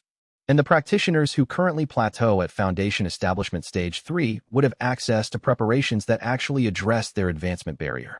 Across every cultivation institution in the continent's coverage area. She looked at Elder Zhao. He had not looked up from his notes. but the angle of his head suggested he had been listening carefully. The service concluded with the winter mushroom consommé. After the final course, Luo Sari sat down at the judge's table. She had not eaten Wei's food during service. She had been watching the preparation, not the consumption. Now she looked at the remaining samples. "May I assess the final course?" she asked Wei. He indicated yes. She tasted the consommé. Her expression was unreadable for several quiet beats. "The founding chef's preparation notes," she said. "You're working from them directly." "The systems archive." "Yes. I've spent 30 years working from the inverse of these techniques. Building absence into food rather than presence. Designing non-cultivation effects rather than cultivation effects." She set down the bowl. "The original notes have a section. I had access to a partial copy through the syndicate's archive that addresses inverse cooking. The techniques I developed are not in the notes, but the framework that makes inverse cooking possible is." "I know," Wei said. The founding chef understood that cultivation cooking worked in more than one direction. The systems archive includes his reasoning on it. He chose not to develop the inverse techniques himself. He documented the framework and left the development to whoever would work from it later. Luo Sari said nothing in sustained silence. "That was 40 years before I was born." "Yes." He designed a framework that would eventually produce someone who developed what he chose not to develop, among other things. She looked at the preparation table. "The cook-off was not a close competition," she said. "My cooking is technically sophisticated. It is not designed to do what yours does. A judge evaluating cultivation effect cannot in good conscience rank my food comparably to yours on that criterion. You could argue the inverse framework has its own effect. I could. But the inverse techniques reduce cultivation barriers rather than advancing cultivation directly. They're corrective rather than generative. In a competition designed to establish a cultivation advancement standard, corrective techniques are less relevant." She paused. "I am noting this because you should know that my vote will reflect the cooking's merits and not the politics surrounding it, and the merits are clear." Wei nodded. Elder Zhao looked up from his notes for the first time since the service began. "The deliberation will take 1 day," he said. "The finding will be transmitted to the certification committee with a recommendation." He looked at both practitioners, first Luo Sari, then Wei. This cook-off was listed as a competition. It was also, clearly, a demonstration. The committee will receive both the competitive finding and a full account of the teaching standard discussion that occurred during service. The two are not separable. He closed his notebook. The cook-off was over, and outside the mountain facility's windows, the elevation's clean air held the particular quality of high-altitude silence that had made this place the founding chef's preferred research location 3 centuries before, and whatever that silence had witnessed over 300 years, it had just witnessed something more. The afternoon service at the mountain facility was the quietest Wei had cooked for in months. After the judge's deliberation began, the facility's other occupants, the small maintenance staff, the 2 junior practitioners who managed the facility's formation monitoring, went about their work, and Wei was left in the kitchen to produce the evening meal for the dozen people who would be staying at the facility overnight.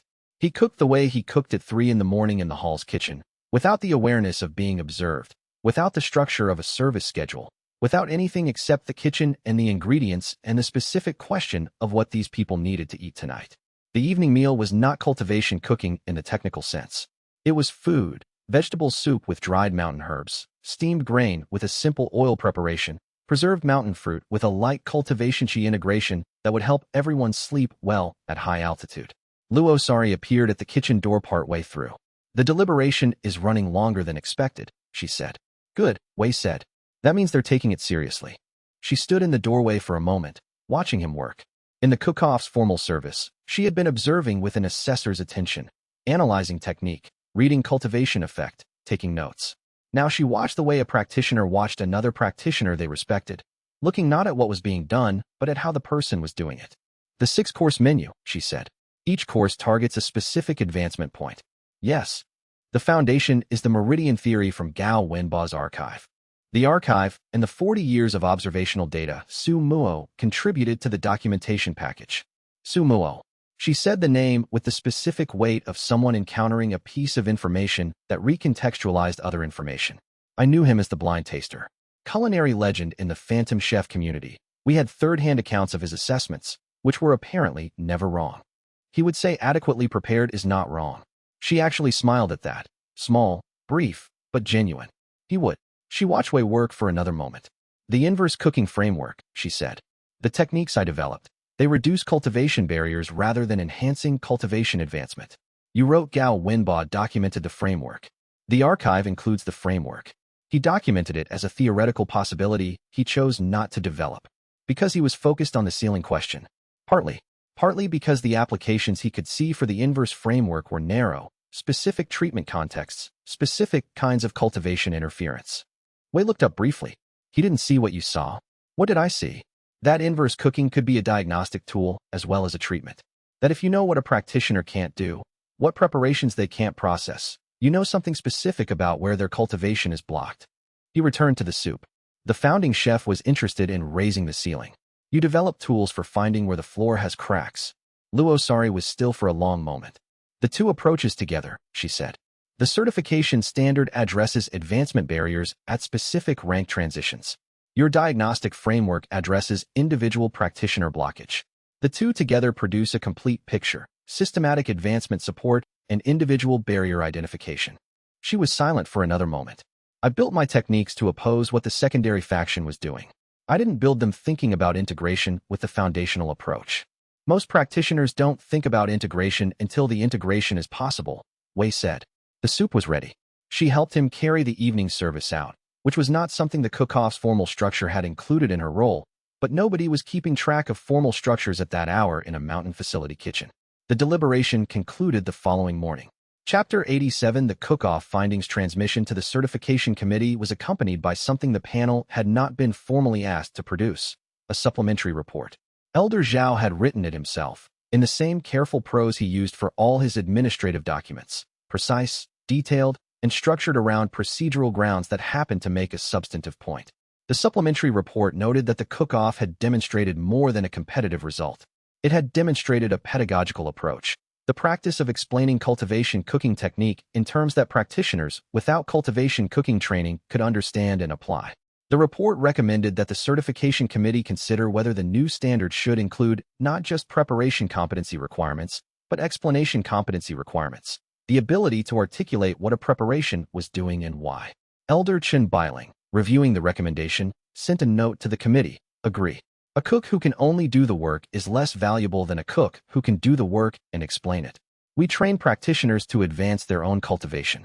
We should train cultivation cooks to help practitioners understand their own cultivation advancement. This recommendation made it into the final standard as Appendix B, Communication Standards for Certification Examination.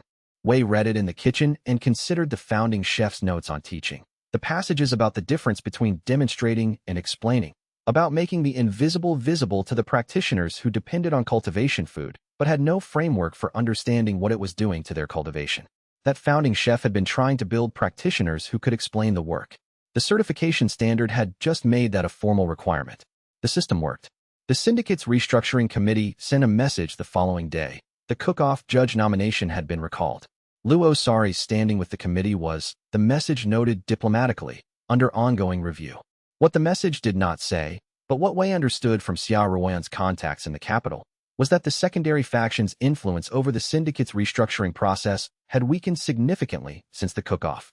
The cook-off had been the secondary faction's attempt to use an institutional mechanism to validate their operational approach. The outcome had done the opposite. A unanimous panel finding in the hall's favor, with a supplementary report that would become part of the permanent certification standard, documented what cultivation cooking accomplished when it was done well. Those practitioners had given the hall a demonstration stage, and the hall had used it. The mountain facility's kitchen held two practitioners who had spent decades working from opposite directions toward the same thing, and the cook-off would tell them both whether those directions could point somewhere the cultivation world actually needed to go. The finding arrived 2 days after the cook-off concluded. The panel finds, unanimously, that the menu presented by Wei Liang of the Heaven Feeding Hall demonstrates technical execution, cultivation advancement effectiveness, and pedagogical clarity that meet or exceed the proposed certification standard. The panel recommends that the certification committee adopt the proposed standard with the modification that secondary meridian channel support training be included as a core requirement rather than an elective. The competitive result, Wei Liang, finding in favor. Huafeng read the document aloud to the hall's assembled staff at the morning service briefing. He paused at the competitive result line for a moment, as if confirming that the straightforward language actually meant what it appeared to mean. That's it, one of the younger kitchen assistants said. We won. The competitive finding goes to the certification committee as a recommendation, Xia Ruan said. The committee drafts the standard. Then the standard goes to the Succession Council for ratification. Then it becomes the operating framework for every certification examination in the continent's coverage area. How long does that take? The committee has a 12-day deadline for their first draft. Council ratification after that takes 4 to 6 weeks. So 2 months. Approximately. With the usual complications. The usual complications had already begun to materialize. The secondary faction, whose cultivation binding operation had been running on the assumption that the existing certification structure would remain unchanged for at least another decade, had filed an objection with the certification committee. The objection argued that the proposed standard's secondary meridian requirement would impose unreasonable costs on small cultivation institutions without the resources to train to the new standard. The objection was not without merit. The cost argument was real. Certification training required time and ingredients, both of which had prices. A standard that required broader training would create barriers for smaller institutions. Wei spent 2 days writing a response to the objection. He didn't dismiss the cost concern. He addressed it with a proposal. A phased implementation timeline, tiered by institution size, with the hall committing to provide training resources and ingredient supply at cost to institutions that couldn't afford market rates. It was a significant commitment. Xianxia reviewed the proposal and noted, with her usual precision, that it would require the hall to operate a training program at minimal margin for at least 5 years. Can we sustain that? Wei asked. With the convergence formation producing at current output levels, yes. If the secondary faction succeeds in disrupting the formation, which is still an active risk, no. Then the training commitment and the formation protection are the same problem. They have been from the beginning, she said. The cultivation standard, the formation infrastructure, the legal fight, they're all one thing. The secondary faction's operation targets each element because removing any one of them destabilizes the others. Wei thought about the founding chef's design. The formation network built with specific redundancies. The legal protections embedded in the founding charter. The archive structured to produce specific knowledge at specific moments. The 12-bridge preparation designed to advance the practitioner as well as treat the patient. Everything connected. Nothing was designed to stand alone. If the convergence formation is the vulnerability, Wei said, we need to make it less vulnerable. Not by defending it harder. By making it irreplaceable in ways the secondary faction can't quietly remove. How? The specimens. The convergence formation produces convergent specimens, ingredients that only grow at chi vein intersection points, only accessible through the formation's maintenance network. If the hall provides specimens to enough institutions and practitioners that those institutions' cultivation programs depend on the supply, removing the formation becomes an action that harms too many people to complete quietly.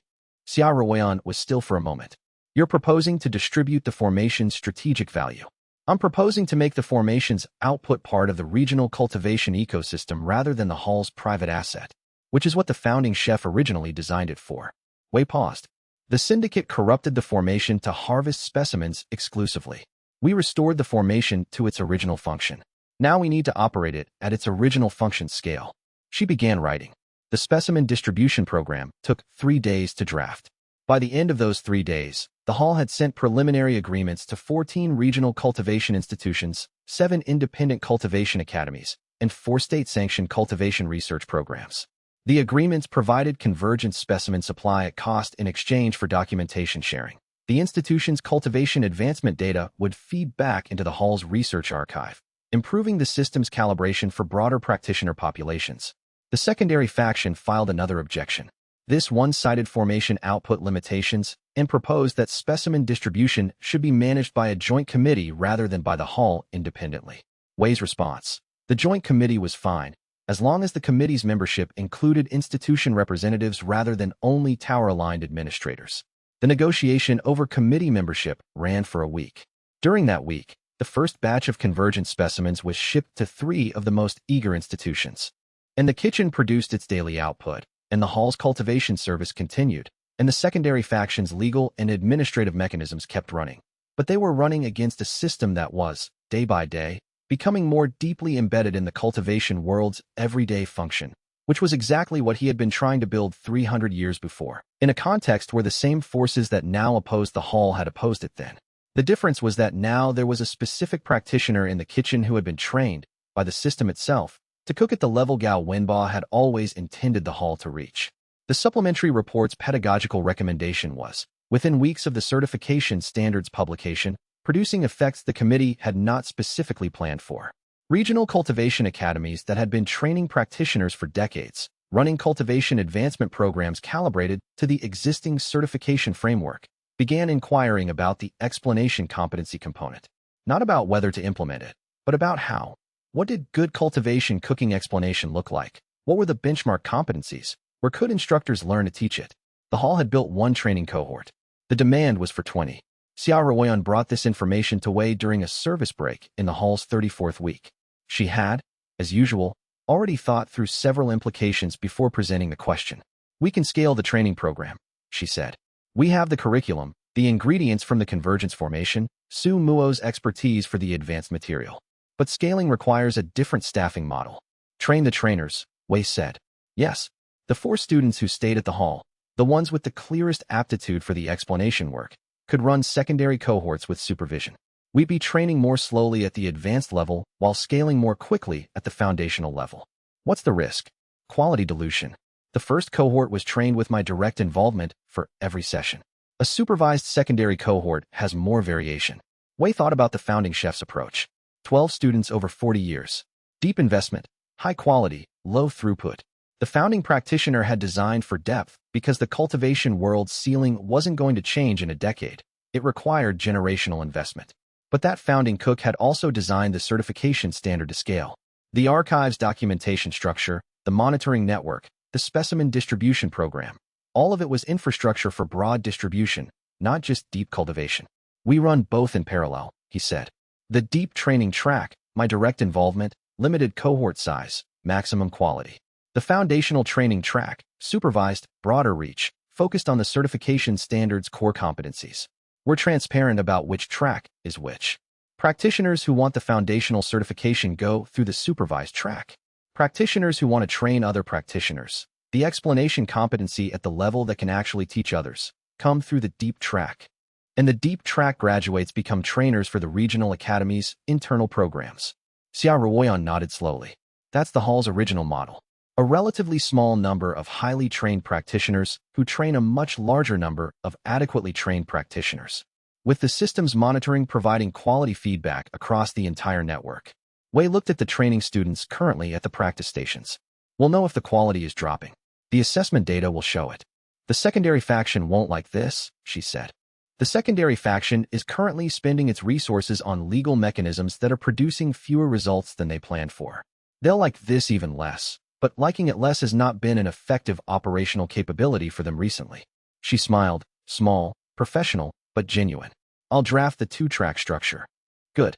And find out which of the 4 hall students wants to lead the foundational track. That's an important decision, and it's theirs to make. She went to work, and Wei went back to the preparation. And the kitchen continued producing food that made cultivators stronger, one service at a time. The certification standard was in motion. The training program had its first cohort, and whatever the opposing faction had been planning for the period after a failed institutional approach was now running. And it would be more direct than anything they had tried before. Chapter 88. The blind taster's identity had been known to Wei since the cook-off. What hadn't been known, to Wei, to anyone at the hall, to most of the cultivation world, was what Su Muo's presence at the hall actually meant in terms of the founding chef's design. Wei found out on a Tuesday morning, 6 weeks after the cook-off, when Su Muo finished his compilation work and asked Wei to sit with him in the preparation room. I have completed the documentation package, Su Muo said. He set a bound volume on the table between them. The formation evaluation supporting materials, the certification petition supporting materials, and the archive translation. Wei looked at the volume. It was thick. The 400 pages Huofeng had mentioned, possibly more. The archive translation, Wei said. The second half of the archive. The 6 scrolls of reasoning that document the founding chef's process of arriving at the question. And the question itself. The question is documented in the final scroll. Su Muo set a smaller document beside the volume. I will give you the question, but I want to give you the context for it first, because the question without the context sounds like a philosophical statement rather than a practical one. Wei nodded. The founding chef spent 30 years of his life, the last 30 years, after he established the hall and designed the system and trained his first generation of students, studying a single observable fact. Su Muo's hands were folded on the table. The fact, across all his records, spanning 50 years of cultivation cooking practice, The average cultivation advancement rate for practitioners who regularly consumed his preparations was measurably higher than for comparable practitioners who did not. Not marginally higher. Significantly higher. That's the documented output of cultivation cooking. Yes, but he was looking at a different aspect of it. Not whether the practitioners advanced. They did, but whether the cultivation world's overall ceiling had changed. Sumuo paused. The cultivation world has a structural ceiling. At any given historical period, there is a maximum cultivation rank that any practitioner can reach, not because of individual limitation, but because of the cultivation environment's density. Spirit vein output, ambient qi concentration, the accumulated cultivation charge of the world itself. Wei was still. In the founding chef's records, the structural ceiling was declining. Slowly, less than 1/10 of a rank per century. But consistently. The data he had access to spanned 3 centuries from the cultivation world's previous documentation peak, and the decline was measurable. If the ceiling is declining, all the individual advancement in the world doesn't change the endpoint. Correct. If the ceiling drops far enough, eventually even practitioners with perfect cultivation conditions can only reach a rank that would have been considered mid-range 300 years before them. Sumuo opened the smaller document. Gao Wenba's unanswered question. Whether cultivation cooking, specifically, whether preparations that enhance qi absorption, strengthen meridian function, and improve the efficiency of the practitioner-environment energy exchange, can arrest or reverse this decline. Wei read the document. The founding chef's handwriting, now familiar from the archive scrolls, was smaller here, more concentrated, as if writing for an audience of one. The question as written: if a practitioner eats well enough, long enough, consistently enough, does the cultivation world eat better too? Wei looked up. Sumuo met his gaze. The particular attention of a cook who had spent 40 years sitting with an unanswered question and was now, for the first time, sitting with someone who might understand why it mattered. He couldn't answer it, Sumuo said. Not in his lifetime. The question requires data across multiple generations. You can't observe whether cultivation cooking arrests the ceiling decline unless you're watching the ceiling across centuries. The founding chef could document the question, establish the monitoring methodology, build the infrastructure to make answering it eventually possible. He couldn't live to see the answer. What's the current state of the ceiling? The data in the archive extends to 70 years ago, when the syndicate's corruption of the formation disrupted the monitoring network. In those records, the decline rate had slowed. Sumuo's voice was careful, not reversed. Slowed. The cultivation cooking output that the hall produced in its first 2 centuries had detectable effect on the decline rate. Wei thought about this for an extended period. The secondary faction, he said. They suppressed cultivation cooking advancement. They ran a cultivation binding operation. They wanted to control the development of cultivation cooking rather than allow it to expand. Yes. If cultivation cooking has a measurable effect on the cultivation world's structural ceiling, then suppressing cultivation cooking advancement is equivalent to accelerating the ceiling's decline. Yes. Wei stood up and walked to the preparation room window. Outside, the hall's courtyard was in the morning light, and through the gate he could see the city's cultivation district, the towers and spires of institutions built by people who had advanced to the cultivation ranks those towers required, and the streets between them where foundation establishment practitioners moved between training sessions, and further, the plains where he knew from the monitoring data that spirit vein output was lower than it had been a century before. This is why the secondary faction wants control of cultivation cooking, he said. Not because it's profitable. Not because it gives them institutional leverage. Because if cultivation cooking can raise the ceiling, then whoever controls the development of cultivation cooking controls the ceiling itself. That was the founding chef's working hypothesis, Sumuo said. He never confirmed it. The data was insufficient. But he built the hall, and the system, and the formation, and the archive, all to gather the data to answer the question. Yes. And the answer requires the hall to operate for long enough, at high enough output, with broad enough distribution, that the monitoring data becomes statistically meaningful. The founding chef estimated approximately 100 years of restored operation at founding level capacity, which is what the certification standard and the specimen distribution program and the training commitment are building toward. Yes. Sumuo closed the document. He designed all of it for this. The question is the point. Everything else is the infrastructure to answer it. Wei turned away from the window. The kitchen was behind him, and in the kitchen the morning's preparations were already in progress, the assistants preparing ingredients, the formation network stable overhead, the jade cauldron at its mount. The original chef had built for an answer that would take a century to observe. He had been cooking for 6 months. He had approximately 99.5 years of work ahead of him. "Let's cook," he said, and he returned to the kitchen, and the morning service began. The archive room where Su Muo worked had changed over the weeks of his residency. When Wei first saw it, it had been a preparation room, tables, ingredient storage, clean surfaces for cultivation work. Now it was something between a library and a laboratory. The scrolls from the archive's second half were opened and stacked in a specific order that only Su Muo understood. The translated sections were compiled in neat volumes on one shelf. The courtyard node documentation occupied a separate table. In the center of all of this, Su Muo sat with the composed attention of a person who had found exactly the work they were designed for. Wei came to the archive room after the morning service each day, usually for 20 minutes, to review whatever Su Muo had translated the previous day.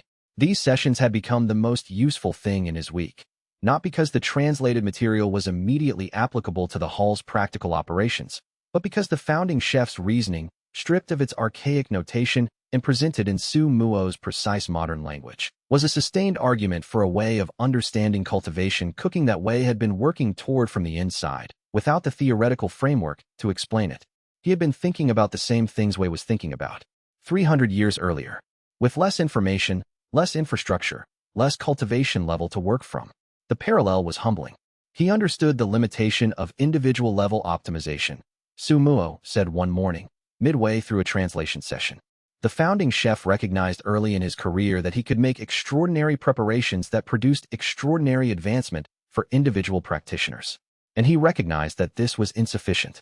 Because individual advancement doesn't change the ceiling. Because individual advancement in a degrading environment is temporary. The ceiling drops, the individual's advancement is eventually capped, and the extraordinary preparation has extended a process that is still ultimately bounded by a structural limit. Su Muo placed down a scroll. He spent 20 years making the best preparations in the cultivation world. Then he spent the next 30 years trying to understand whether there was a way to make the cultivation world itself better. And decided there was. Decided there might be. He was careful. The evidence he had at the time of his death was preliminary, strong enough to justify building the monitoring infrastructure, not strong enough to claim the answer. Su Muo paused. He wrote, in the year before he died, that he had made peace with not knowing, that the question was important enough to be worth asking even if the answer never came, but that he believed the answer was yes. Wei paused for a moment. The preparations he made in those last years, Su Muo continued, were different from his earlier work. Less oriented toward individual advancement maximization, more oriented toward the long term. Preparations that built sustainable cultivation capacity rather than fast advancement, preparations that addressed the cultivation environment as well as the practitioner. The subfloor node, Wei said. The subfloor node. The courtyard recording node. The convergence formations design, which was not just about cultivating convergent specimens. It was also about maintaining the qi-vein intersection network's health, which is one of the inputs to the ambient cultivation environment. Su Muo looked at the scroll on the table. Everything he built in the last decade was oriented toward the environmental question. The individual preparations were still excellent. They were also secondary. Wei thought about his own development, the 6 months of increasingly capable preparation work, the nascent soul breakthrough, the Tier 5 development currently underway. He had been optimizing for individual cultivation effect because the hall's operational purpose was individual cultivation advancement. Gao Wenba had reached the same point in his career and had shifted orientation. When do I start thinking about the environmental question? Wei asked. Su Muo considered. When the training program is stable. When the certification standard is established. When the monitoring network is fully operational. He paused. When you have built what needs to be built for the next stage of the work to proceed. Which is what he did. Yes. He spent 30 years building. Then he spent 30 years watching and studying what he'd built. Then he died without seeing the answer and trusted that the thing he'd built would produce it eventually. Su Muo's voice was matter of fact. He was right. Here you are. Wei looked at the archive room, the translated scrolls, the courtyard node documentation, the founding chef's handwriting visible in multiple places on the walls where Su Muo had posted specific passages that required reference during the translation work. He couldn't have known who would be here, Wei said. No. He designed the system to find whoever was qualified. He trusted the system's judgment. The system apparently agreed with him. Su Muo returned to his translation. The morning service will need you shortly. Wei went to the kitchen. The archive room held the founding chef's 30-year argument for a work that would take centuries, and the cultivator who had just heard it was beginning to understand that he was not the endpoint of that argument, but its current active chapter. Chapter 89, the Regional Cultivation Summit, took place in the 22nd week of the hall's restored operation. It was not a planned event. It emerged organically from the certification standard process. The committee's draft had circulated to regional institutions for comment. The comment period had generated enough discussion that institutions started sending representatives to the capital, and the capital's cultivation administration had formalized the gathering as an official consultation forum. 342 cultivators. 47 institutions represented. The largest regional cultivation gathering in 6 decades, according to the tower's archive records. Wei was not attending the summit as a representative. He had been invited to present, briefly, as the practitioner whose cook-off demonstration had initiated the certification standard revision. The presentation was 30 minutes on a Tuesday afternoon, one session in a 3-day program. He prepared for it the way he prepared for everything, by cooking first. The morning of the presentation, he spent 2 hours in the kitchen producing the 6-course menu from the cook-off, scaled up for 30 people rather than 5, adjusted for the slightly different ingredient supply available in the capital versus the mountain facility. By the time the kitchen assistants were carrying the service to the summit venue, the hall's own daily service was already running in the background, managed by Huafeng and the 3 senior assistants who had developed enough independent skill to operate the standard service without Wei's direct supervision. The summit presentation was not what Wei had expected. He had expected to present, take questions, and return to the kitchen. Instead, the 30-minute slot became 90 minutes of what he could only describe as a conversation. Practitioners from different institutions asking specific questions about their students' advancement patterns. The secondary meridian blockage they kept seeing at Foundation Establishment Stage 3, the plateau problem that had been categorized as individual variation for 30 years, and whether the certification standard revision was actually going to address it or would turn out to be captured by the committee process and watered down into something less useful. The Academy woman from the cook-off panel was in the audience. She asked the first question. If we implement the revised certification standard, she said, and if the secondary meridian support training produces what you're describing, a measurable reduction in plateau rates at Foundation Establishment Stage 3, what do we expect to see on the other end of that? If more practitioners advance through Foundation Establishment more completely, what happens at core formation?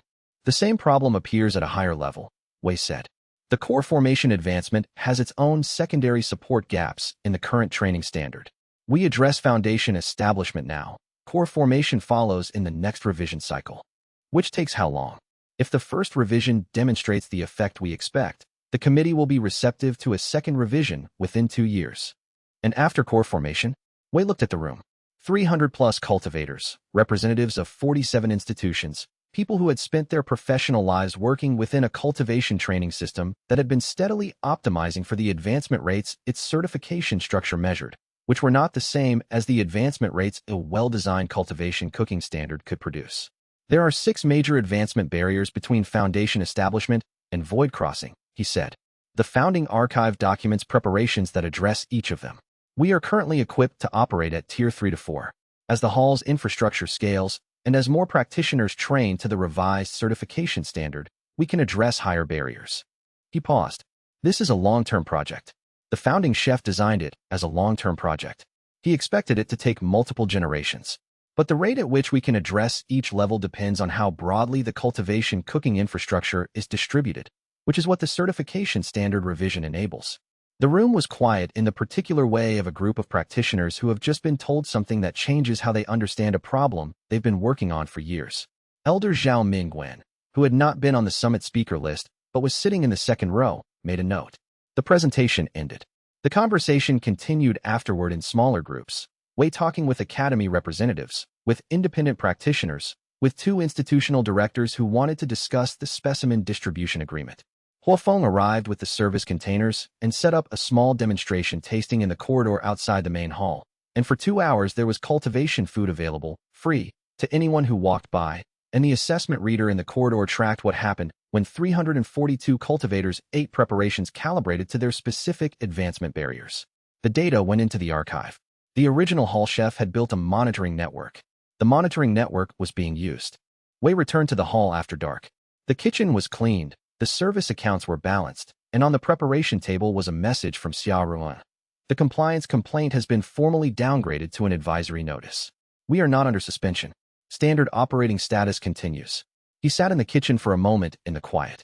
Then he checked the formation network, stable, the jade cauldron warm at its mount, and reviewed the next morning's ingredient delivery manifest, and went to sleep thinking about the preparation he had been designing for the next stage of the certification revision cycle. The founding chef's unanswered question was going to need about a century of data. He was going to spend that century cooking. The summit's secondary effects were not immediately visible, but they began to manifest in the following weeks. 7 institutions that had submitted comments on the certification standards draft, institutions that had been aligned with their operational network, sent revised comments.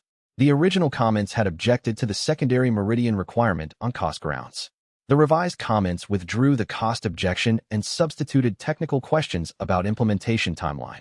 The shift was subtle enough that the certification committee didn't flag it explicitly. Xiaoruoyan noticed it. They're not fighting the secondary meridian requirement anymore, she said. They're asking about how to implement it. They ate the food, Wei said. She looked at him. 342 practitioners attended the summit.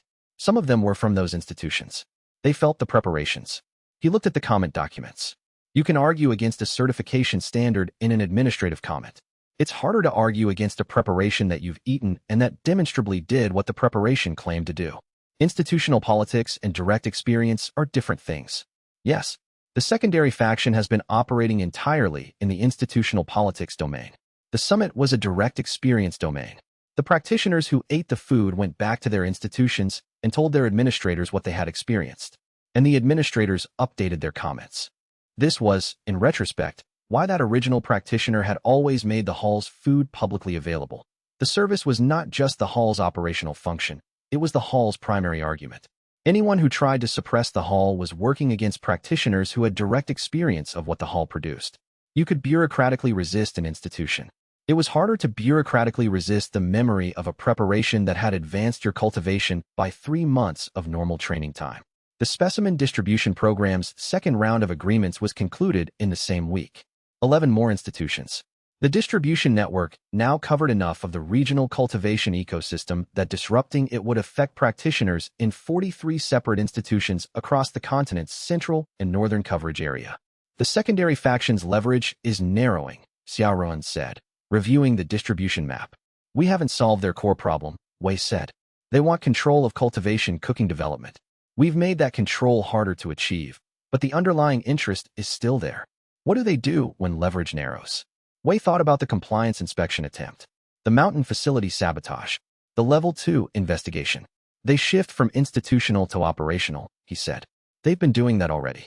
Each escalation has been more direct than the previous one, and more visible, which is the cost of direct action.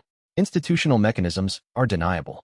Operational actions, sabotage, forged documents, compliance inspectors at 3 in the morning are not when they fail. Xiaoruoyan looked at the operational record that investigator Dai Liangling had compiled. The failed compliance inspection, the mountain facility sabotage, the forged countersignature attempt. All of it documented. All of it on record. All of it, if the secondary faction escalated further, potentially usable as evidence of a pattern. They're running out of clean moves, she said. Yes, Wei said, which means the next move will be dirty. He went back to the kitchen, and the morning service ran. And somewhere in the secondary faction's operational infrastructure, a decision was being made about how dirty the next move would be. The summit had changed something in the regional cultivation world's understanding of what was possible, and the secondary faction, watching 342 practitioners absorb information that hadn't been available to them before, was recalculating what kind of move would be necessary to reverse what had just happened. The secondary faction was watching 300 practitioners absorb information it had spent 20 years controlling, and somewhere in its operational infrastructure, the next decision was being made. The secondary faction was watching the summit's information spread through 300 practitioners, and somewhere in its infrastructure, someone was already calculating what the next move would need to be. Chapter 90. The secondary faction moved on week 28. Not through legal mechanisms this time. Not through institutional process. That faction had spent the previous weeks watching the certification standard move forward, the specimen distribution program take root, the compliance complaint downgraded, and the ethics review conclusion permanently on Elder Zhao's record, and they had apparently concluded that the institutional path was no longer viable. The movement was operational. 3 events happened in the same 12-hour window. First, the mountain facility's formation infrastructure was sabotaged. A chi disruption device, concealed in the facility's storage room during the cook-off and activated remotely, targeted the formation node network and burned out the monitoring connections between the facility's local formation and the hall's main network. The mountain facility's local monitoring went dark. Second, the specimen distribution agreements for 3 of the hall's partner institutions were challenged by a tower administrative notice, not a legal complaint, but a material information request that froze the agreements pending documentation review. The documentation request was narrow, specific, and clearly designed by someone with detailed knowledge of how the agreements were structured. Third, a practitioner arrived at the hall's main gate at the 3rd hour of the morning. He presented tower credentials identifying him as an emergency compliance inspector and requested immediate access to the formation network's operational records for an unscheduled review. Wei was woken by Huafeng at the 3rd hour. He dressed and went to the gate.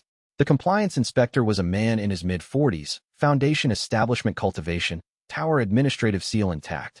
He was polite, professional, and insistent. Emergency compliance reviews were a legitimate tower mechanism. His paperwork was correct. He had the authority to request access. Wei looked at the man. Then he looked at the tower seal. Then he looked at the timestamp on the compliance order. The order had been filed 3 hours before the mountain facility sabotage. The sabotage had been part of the plan. Disrupt the mountain facility's monitoring, freeze the distribution agreements, and use the compliance inspection to access the hall's formation records while the network was partially disrupted. Whatever the inspector was actually looking for, or whatever he had been sent to modify, would be harder to detect in the window when the formation monitoring was incomplete. Xia Ruoyan, Wei said. She appeared from behind him. She had been awake. The compliance order timestamp, Wei said. She looked at it. 3:17 in the morning, filed at the tower administrative office. She looked up at the inspector. The tower's emergency compliance office doesn't operate after midnight. Their emergency filing system closes at midnight and reopens at 6. This order was filed at 3:17. The inspector's expression remained professional. Emergency mechanisms have exceptions. They do. The exceptions require counter-signature from a succession council member with active standing. Xia Ruoyan looked at the document again. Elder Chen Bailing is listed as the countersigning authority. That's correct. Elder Chen Bailing is currently traveling. She left the capital yesterday for the Northern Academy's annual assessment visit. I know this because she sent the hall a courtesy notification as she sits on the certification committee. Xia Ruoyan handed the document back to the inspector. The counter-signature on this order was applied after she left the capital, which means either she signed it remotely, possible, or the signature is not genuine. A pause. We will be happy to facilitate a compliance review after verifying the counter-signature with Elder Chen Bailing directly, Wei said. We'll contact her this morning. If the signature is confirmed, the review will proceed. Until then, the hall's operational records are not available for access. The inspector left. He had not expected the counter-signature check. He had expected either compliance or confrontation, and what he had gotten was a procedural delay that required him to either confirm the forgery or escalate to methods that would make the secondary faction's operational nature more visible. Wei watched the inspector leave, then turned to Xia Ruoyan. How long can we run the hall with the mountain facility dark? He asked. Indefinitely. The mountain facility provides convergent specimen supplementation and research capacity, but the hall's daily operation doesn't depend on it. And the frozen distribution agreements. The material information request has a 48-hour response window. I can prepare the documentation response today. The agreements will unfreeze before the end of the week. Wei nodded. The opposition had deployed 3 simultaneous actions and accomplished none of them in the first 12 hours. The legal and institutional infrastructure that the hall had been building for 28 weeks had worked exactly as intended, not by preventing the attack, but by ensuring that every attack vector ran into a specific, pre-built response. The original chef had anticipated this. The founding charter's legal provisions, the formation's monitoring redundancy, the archive's documentation structure, all of it had been designed for exactly this kind of operational pressure. The hall had survived 3 centuries of opposition, periods of dormancy, and the corruption of its own infrastructure. It was not going to fall in a 12-hour window because their faction had sent a fake compliance inspector at 3 in the morning. The mountain facility's formation nodes, Wei said. Are they reparable? Su Muo is already traveling there, Xia Ruoyan said. Wei looked at her. He left an hour ago, she said.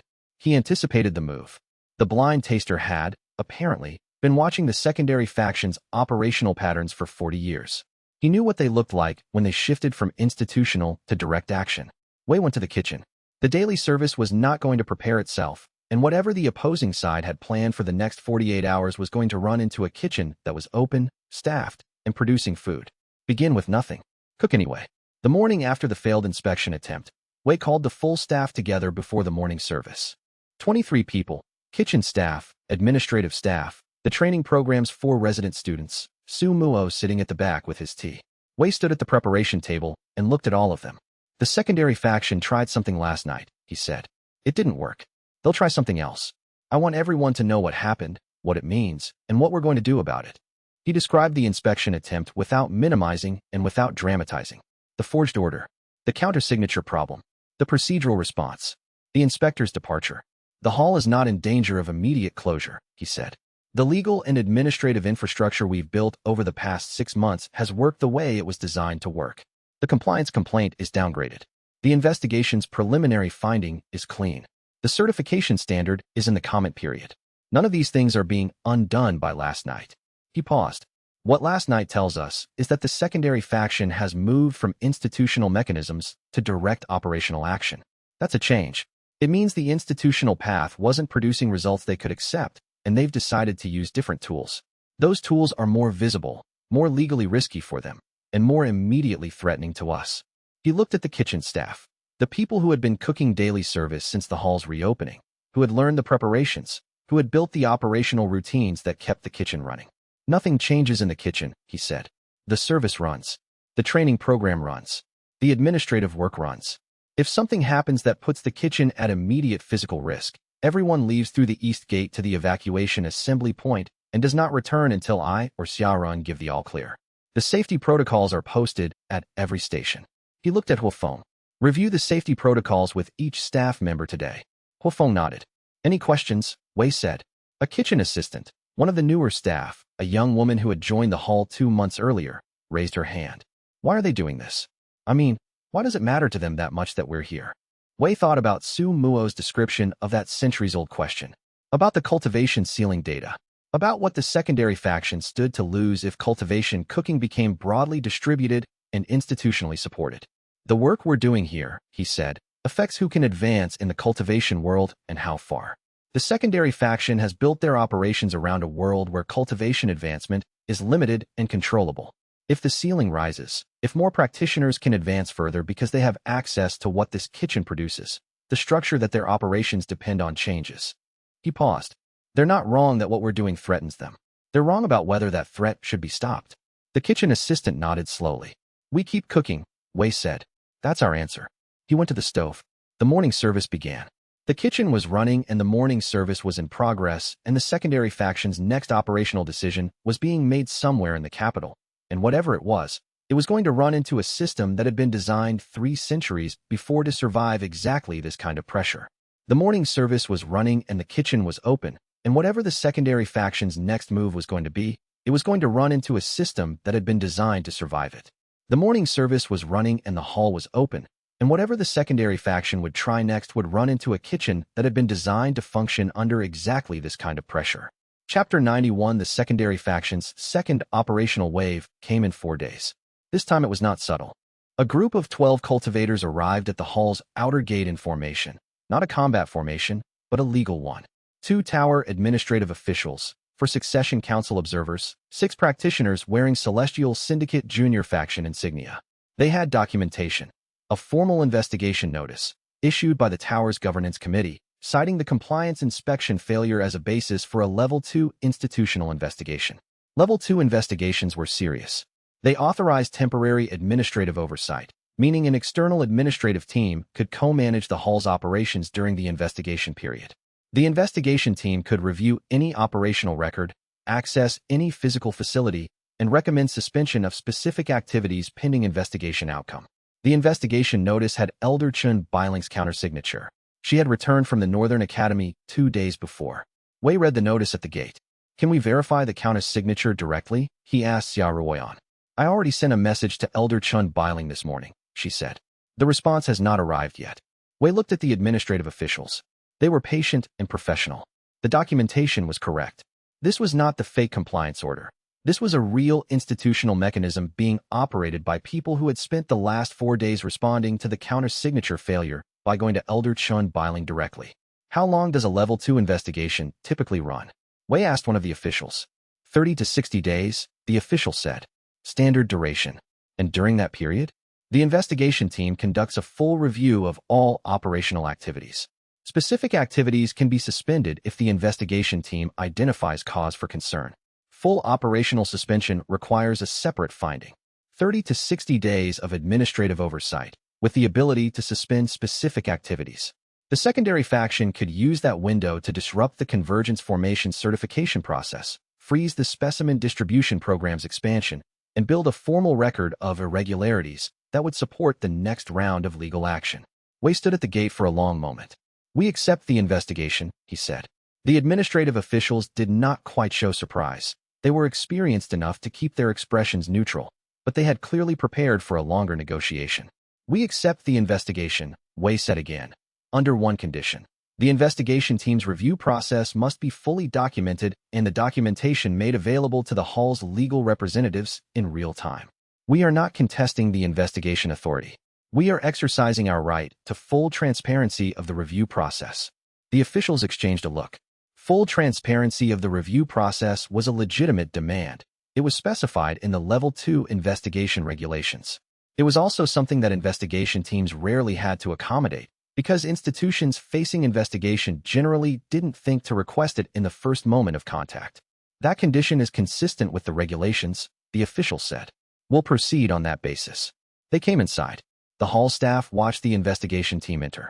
Huofeng's expression was carefully composed. The kitchen assistants worked without looking up from their preparations. Wei went to the kitchen. The investigation was real. Their faction had learned from the failed compliance inspection and adapted. This time they had genuine institutional authority, genuine documentation, and a genuine investigation window. What they apparently hadn't accounted for was that the hall had been operating as if under scrutiny since the week it reopened, because it had been, from the beginning, an institution that expected to be watched and had organized itself accordingly. Every operational record was current. Every ingredient acquisition was documented. Every cultivation effect was measured and logged. The formation's operating parameters were filed with the relevant authorities. The treatment records were complete. The certification petition was supported by 400 pages of documentation from the original archive. The archive includes preparation specifications at Tier 1 through Tier 7. I've been working through the Tier 5 set since my cultivation advancement made them viable. The archive was here all along. The archive's first half was here. The system had access to it.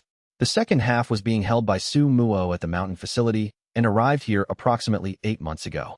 Wei paused. The preparations existed for 3 centuries. The limiting factor was finding a practitioner with both the system access and the cultivation level to execute them. And now that practitioner exists. Yes. Dai Liangling made a note. The cultivation monitoring platform's records for practitioners who receive Tier 4 and Tier 5 preparations show advancement rates significantly above the regional average. Yes. If this becomes available at scale, through the training program, through the certification standard, through the distribution network, the aggregate effect on regional cultivation advancement rates could be substantial. That's the intent. She made another note. The secondary faction objects to this, she said. Not a question, a statement of observed fact. Yes. On the grounds that rapid changes to regional cultivation advancement patterns would disrupt existing institutional structures. Among other grounds. Do they have a point? Wei looked at her. This was not a standard investigation question. She was asking something she actually wanted to know. Yes, he said. Institutional structures built around specific advancement rates and cultivation ceilings would need to adapt. Some institutions that currently occupy important positions in the cultivation world's hierarchy occupy those positions partly because of the scarcity of advancement resources. If those resources become less scarce, the hierarchy changes. He paused. The question is whether the hierarchy's stability is more important than the practitioner's development. The founding chef answered that question in one direction. The secondary faction answers it in the other. Dai Liangling wrote for a long moment without speaking. Then she looked up. The formation infrastructure documentation you provided, she said. It's the most complete formation documentation package I've reviewed in my administrative career. It was clearly prepared with the anticipation of this review. We were anticipating this review from approximately week 3 of our operation, Wei said. You understood this was coming. The founding chef understood it 300 years ago. He built the documentation infrastructure into the hall's design. She looked at the 400-page package on the table between them. I see, she said. The investigation team was inside the hall's walls, with access and authority and a mandate that the other faction had designed. and investigator Dai Liangling was asking questions that suggested she had been trained to find violations and was instead finding something she hadn't expected. Under the investigation's surface, something Dai Liangling had found in the hall's records was not what the secondary faction had sent her to find, and the implications of what she had found instead were still resolving. Chapter 92. Su Muo's reply arrived 2 days later through the message system. It was brief, which for Su Muo meant it was precisely as long as it needed to be. That kitchen node was installed by the founding chef's third student in the hall's 40th year. Its purpose is chi field reinforcement, not of the hall's formation network, but of the ambient environment within a half-mile radius. The founding chef designed the monitoring network to observe the cultivation environment. His student modified it to also contribute to the cultivation environment. This was not in the archive's first half because it was considered operational infrastructure rather than preparation documentation. I will explain the full mechanism when I return. Wei read the message twice. The node under the floor wasn't monitoring the cultivation environment ceiling. It was contributing to it. Centuries of active chi field reinforcement in a half-mile radius of the hall's location. He looked at the cultivation monitoring platform's records from the hall's neighborhood, the local cultivation district, the practitioners who lived and trained within the node's radius. The advancement data for this district, compared to comparable districts without similar infrastructure, showed a consistent pattern that Wei had not previously flagged as significant. The average cultivation rank of practitioners in the hall's immediate neighborhood was measurably higher than equivalent neighborhoods across the city. He had assumed this was selection bias. Practitioners who cared about cultivation advancement tended to locate near the hall, which provided cultivation food services. It was not selection bias. The node had been running across 300 years. Even through the decades when the hall was dormant, even when the Jade Cauldron was absent, even when the Convergence formation was corrupted, that foundation node had kept running, because it ran on the hall's foundational formation infrastructure, which had never fully gone dark. Over 3 centuries, within a half-mile radius of the hall's location, the cultivation environment had been incrementally stronger than it would otherwise have been. Wei went to find investigator Dai Liangling. The subfloor node, he said. I have clarification. She looked up from her documentation work. He explained what Su Muo had told him. He showed her the formation documentation, the historical installation records, the monitoring data comparison. She listened. She asked 4 specific questions, each one precise enough to suggest she understood the formation mechanics well enough to follow the technical details. Then she said nothing for a while. So the hall's formation network has been, for centuries, actively strengthening the local cultivation environment, she said. Not just producing food that strengthens individual practitioners, actually modifying the cultivation environment for everyone within range. Yes. And this has been running without being documented in any operational record because it was considered infrastructure rather than preparation. Yes. She looked at her documentation. The investigation's mandate is to review operational activities. A 300-year-old formation modification that predates the tower's current regulatory framework by 2 centuries is not an operational activity. No, it's an infrastructure fact. She paused. I'm going to need to document this carefully. The formation's active generation component has implications beyond the hall's compliance review. I know. The Succession Council will want to understand this. Yes, including the members who authorized this investigation. Wei was quiet. She looked at him. I note that the hall's operational records are substantially more complete than I expected, she said, and that the institution has been operating in a manner consistent with its stated purpose throughout the review period. My preliminary finding is that there is no basis for suspension of any specific operational activity. She went back to her documentation. Wei stood in the preparation room for a moment, looking at nothing in particular. Gao Wenba had built a machine that had been running for 3 centuries. It had been built to improve the cultivation world. For most of those 300 years, it had been doing exactly that, quietly, in a half-mile radius, through a foundation reinforcement node that nobody had been looking at. It was going to keep running. And it was going to be more visible, now, which meant it was going to be better protected, and it was going to be better understood, and it was going to be part of the conversation about what the cultivation world could become. He went to the kitchen and started the morning's preparations. Su Muo's return from the mountain facility brought more than the formation documentation and the second node revelation. He brought a box of materials from the storage vault that he had not sent in the initial shipment. A collection of personal correspondence, archived in cultivation memory stone format, between the founding chef and practitioners Wei had not encountered in the archive's first half. The correspondence spanned 30 years of the founding chef's life, letters received, copies of letters sent, formal cultivation theory exchanges with other advanced practitioners of his era. Wei read through portions during service breaks. The letters were different from the archive scrolls, more personal, more provisional, more willing to express uncertainty than the formal preparation documentation. In one letter, written in the founding chef's 41st year to a cultivation theorist in the northern regions, he wrote about the decision to build the monitoring infrastructure. I am committing the hall's resources to a project that will not produce results in my lifetime. My students think I have lost perspective, that I am so absorbed in the long-term question that I am neglecting the immediate work. They are not wrong that the immediate work requires attention. They are wrong that the long-term question is optional. If the ceiling continues to decline, the immediate work is temporary improvement in a situation that is ultimately deteriorating. I will not spend my remaining years pretending that excellent preparations for individual practitioners are sufficient. In another letter, later in his life, to the same correspondent, the infrastructure is complete. The monitoring network is operational. I am aware that I will die before the data is sufficient to answer the question. I have made peace with this. The question is worth asking even if the person who asks it does not receive the answer. This is, I think, the correct orientation towards civilizational problems. Not will I live to see the solution, but is this a solution worth working toward? Wei read this letter twice and then set it down. The hall's founder had known he was working on a civilizational problem. He had built for civilization-scale outcomes knowing he would not see them. Wei was 31 years old. He had been the system host for 1 year. He had a preliminary answer to his original question, an operational training program, a functioning formation network, and a cultivation advancement to nascent soul that put him in range of preparations that original practitioner had specifically designed for exactly his current cultivation state. The original chef had started building at 41. Wei had started at 30. He had more time than he had had. He went back to the kitchen, and the afternoon service began, and the cooking continued, and under the courtyard the recording node added another day to the archive. Su Muo came to the kitchen door as the service was ending. The second node data, he said. I've begun the initial assessment. The storage medium is intact.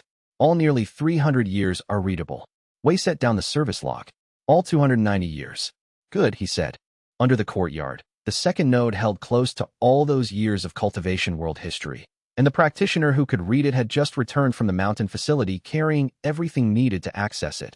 And what the data showed was either going to answer the question or reframe it in a way that changed everything. The translation work had its own rhythm that Su Muo had imposed on the archive room without announcing it as a rule. Morning hours for the most demanding notation work. The archaic cultivation memory format required specific mental conditions that Su Muo apparently found easiest in the morning quiet. Afternoon hours for compilation and cross-reference. Evening hours for review of the previous day's translation against the original source material, checking for errors in the interpretation. Wei had watched this rhythm establish itself over the first 2 weeks of Su Muo's residency. He had not asked about it. Su Muo had not explained it.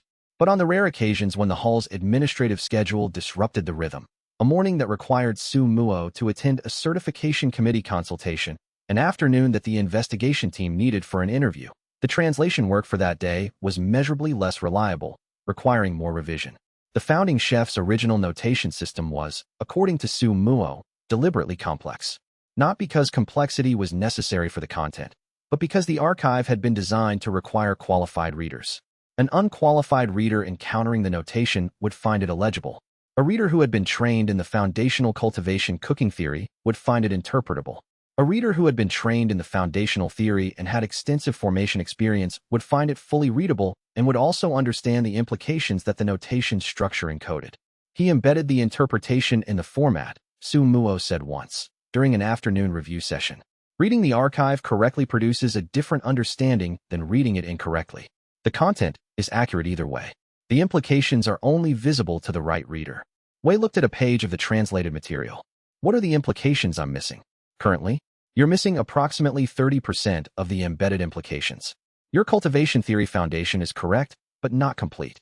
Your formation knowledge is improving, but still at the practitioner level rather than the architect level. Su Muo considered. In approximately 2 years, if your cultivation advances as expected and your formation knowledge develops through operational experience, you will read the archive at approximately 90% capacity. What's in the remaining 10%? I don't know, Su Muo said. The founding chef designed the archive to have layers of interpretation that reveal themselves as the reader's capability advances. I have been reading it for 40 years, and I am confident I have not reached all of them. He paused. This is not concerning. It is appropriate. The archive should contain more than any single reader can access in one lifetime.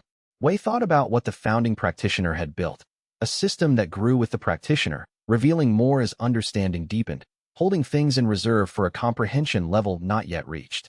Not a finished document, but an ongoing conversation. He went back to the morning's service preparation carrying this thought. The kitchen would be the same way, he suspected. What he was cooking now was good. What he would be cooking in 10 years, with 10 more years of the archive's layers revealing themselves, would be something different. Not better in the way that skilled is better than less skilled, but better in the way that understanding is different from execution. Gao Wenba had designed for both. The courtyard node held nearly 3 centuries of data, and the practitioner who could translate it was sitting 10 feet away, doing exactly that work. Chapter 93. Su Muo returned from the mountain facility in the 3rd week of the investigation. He returned with 4 things: the repaired mountain facility formation nodes, a complete documentation package of the facility's historical formation operation, a set of cultivation specimens that had been accumulating in the facility's storage vaults for approximately 70 years, and a question. The question was, have you seen the 2nd node? Wei was in the kitchen when Su Muo arrived, processing the morning's ingredient delivery. He looked up at Su Muo's question. The subfloor node, Wei said. Not that one. The 2nd one. There are 2.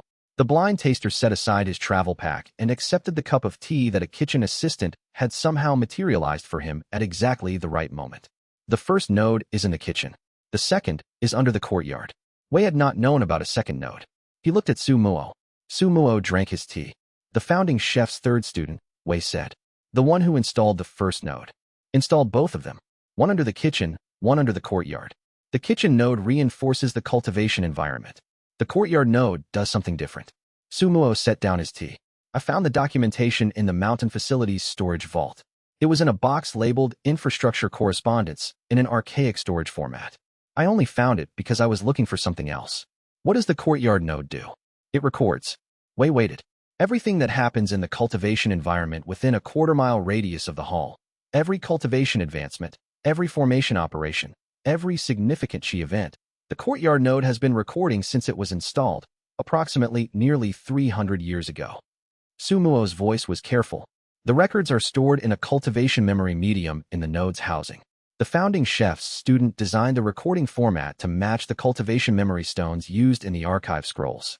So we have 290 years of cultivation environment monitoring data. Approximately. I have not assessed the storage medium's current state. It may have degraded.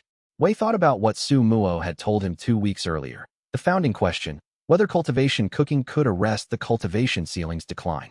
The question had required centuries of data to answer. The founding chef designed the question, Wei said slowly. His student built the monitoring infrastructure to answer it. Yes. And the data has been recording for close to 300 years. Assuming the storage medium is intact.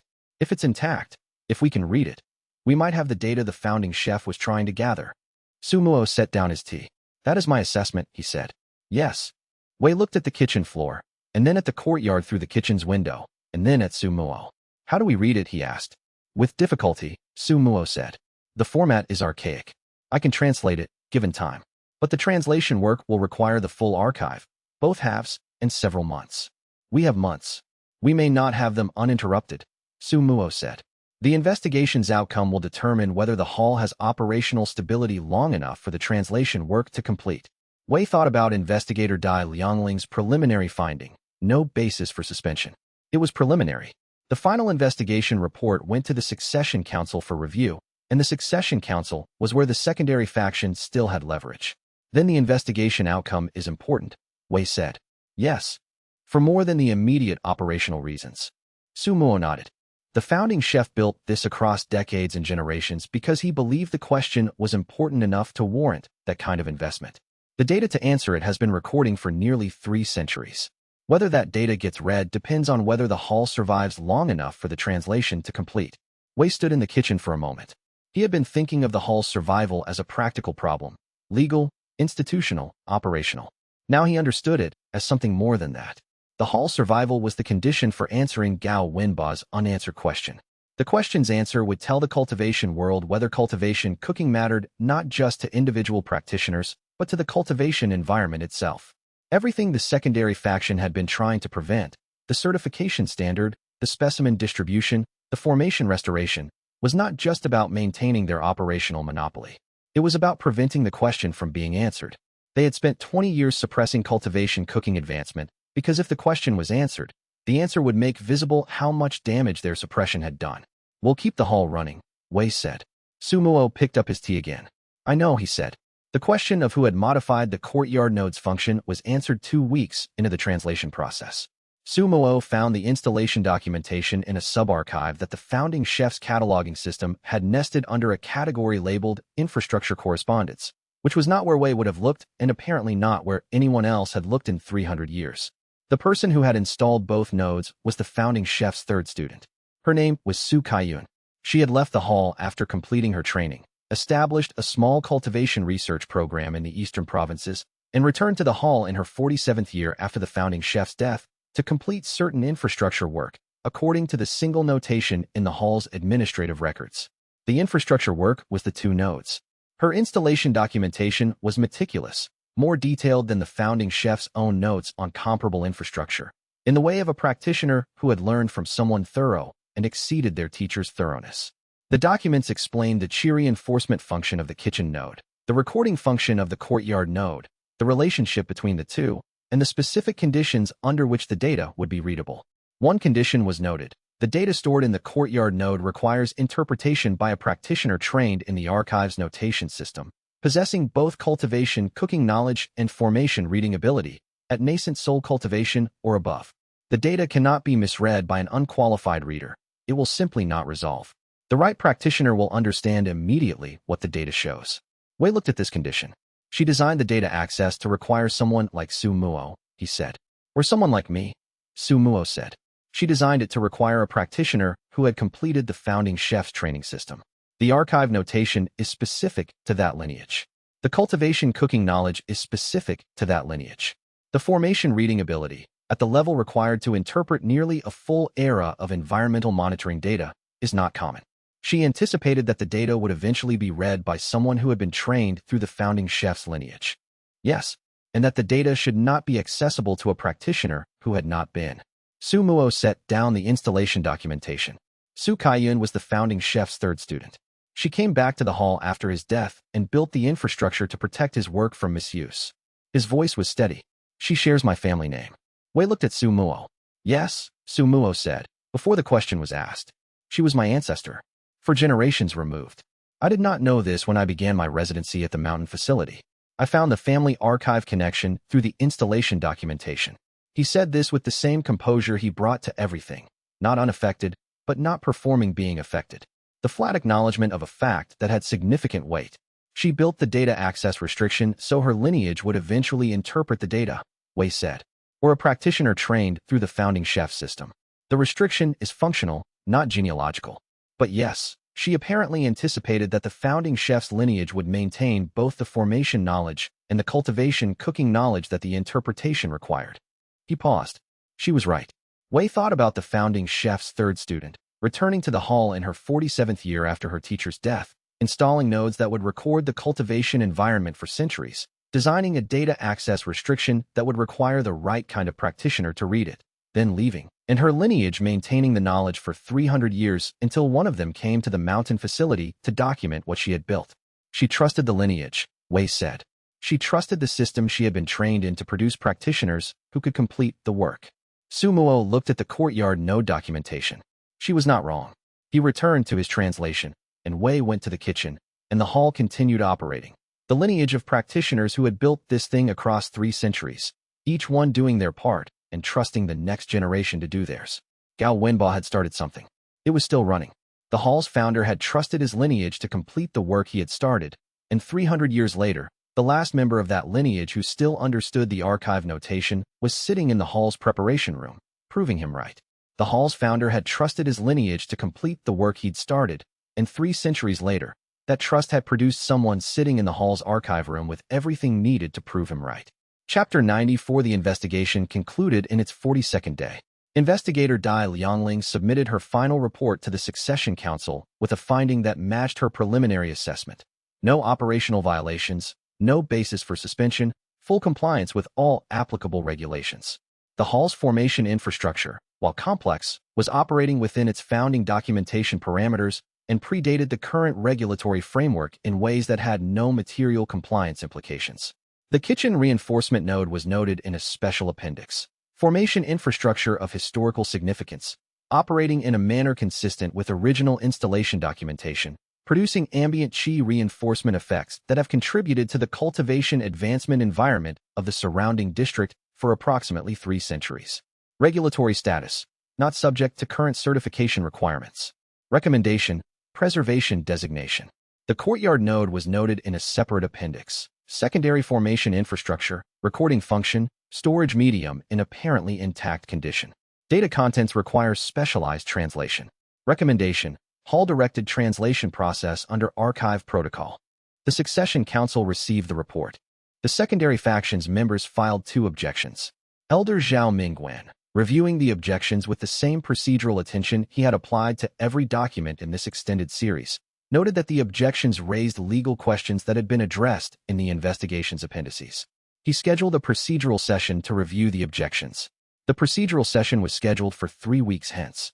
In those 3 weeks, the certification committee's first draft standard was completed and sent for comment. The draft included the secondary meridian training requirement as a core component. The comment period opened.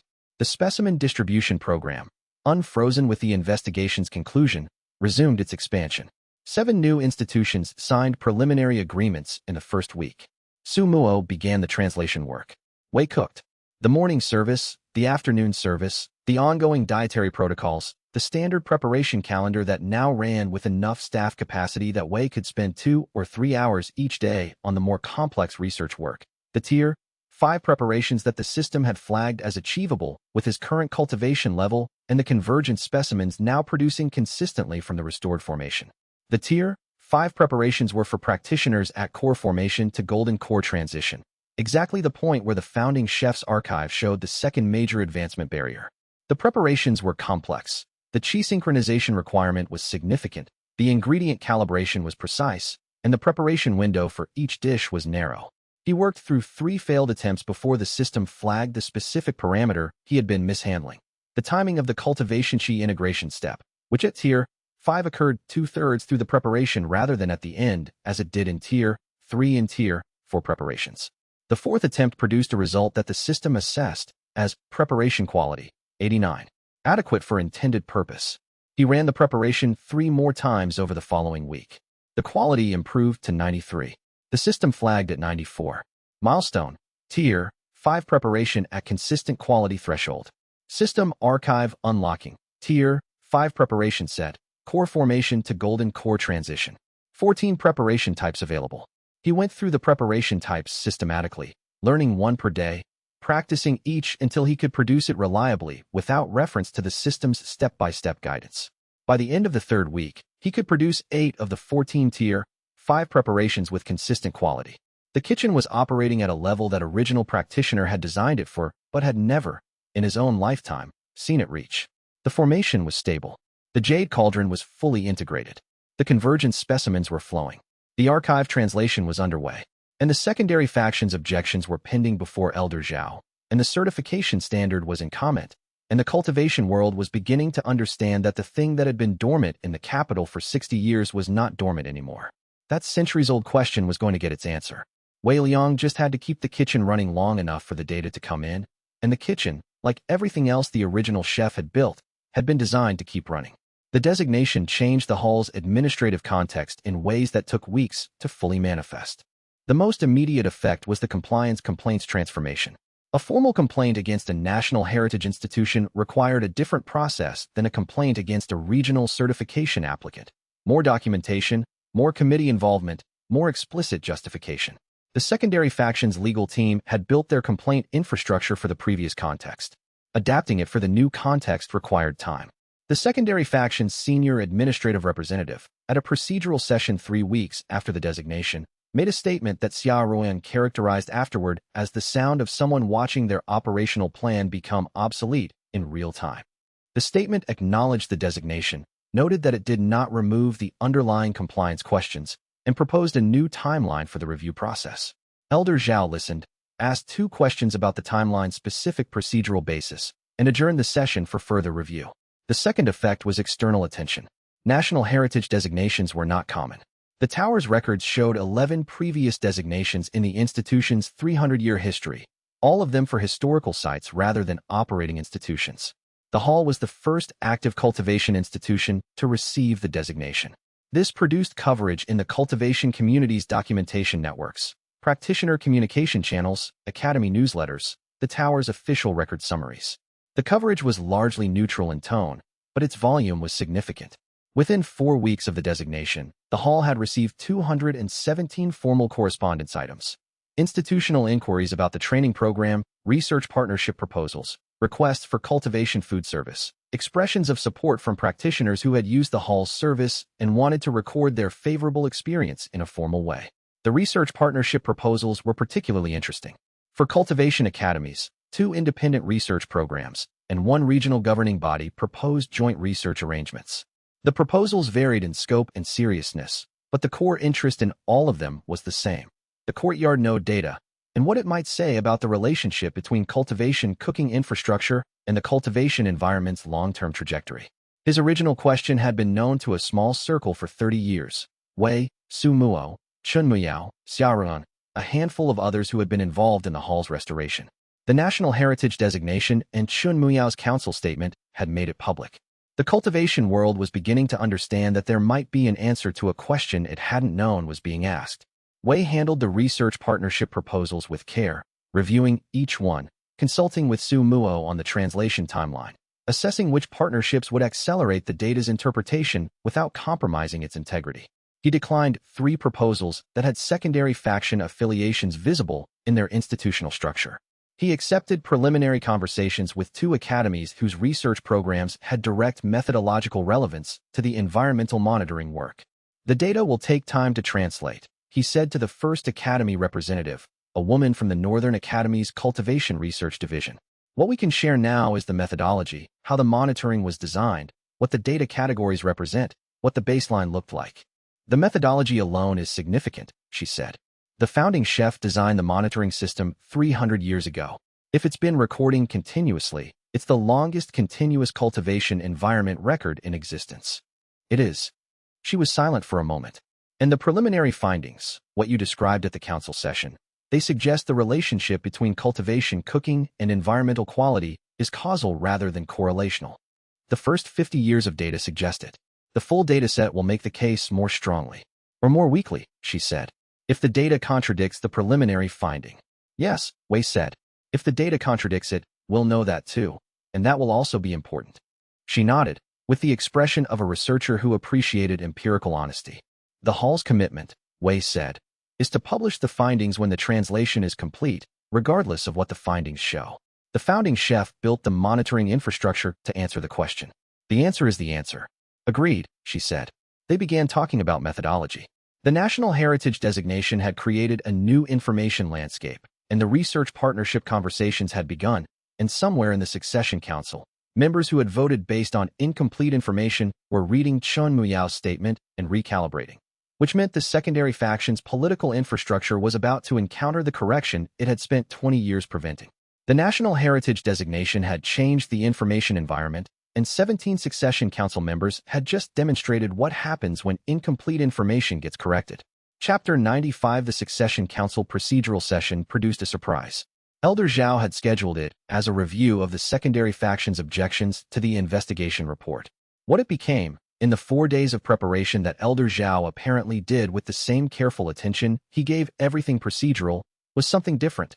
A full council session on the hall's regulatory status, with every Succession Council member in attendance, including Chun Muyao. Chun Muyao had not attended a Succession Council session in 6 years. He had formally resigned his voting membership when his cultivation binding compromise had advanced to a point where he could no longer reliably maintain the concentration required for extended governance work. His resignation had been accepted, his advisory status had been retained. He arrived at the council chamber on the session's first day and sat in the advisory section and said nothing until the secondary faction's objections had been read into the record. Then he asked to speak. The council chamber was quiet. Chun Muyao's presence had already changed the room's energy. The kind of attention that a void-crossing practitioner carries, even diminished, was different from the attention of the lower cultivation members. But beyond the cultivation level effect, Chen Miao was the hall's founding patron and the tower's historical patriarch, and he had not spoken in a governance session for 6 years, and everyone in the room understood that he had something to say that he had not said before. The Hall of Heaven Feeding, he said, was established by my forefathers' student to answer a question about whether the cultivation world could feed itself properly. That question has been running for 300 years, and the data to answer it has been recording for 290 of those years in a storage medium under the hall's courtyard. He paused to let that land. The cultivation ceiling has been declining, he said.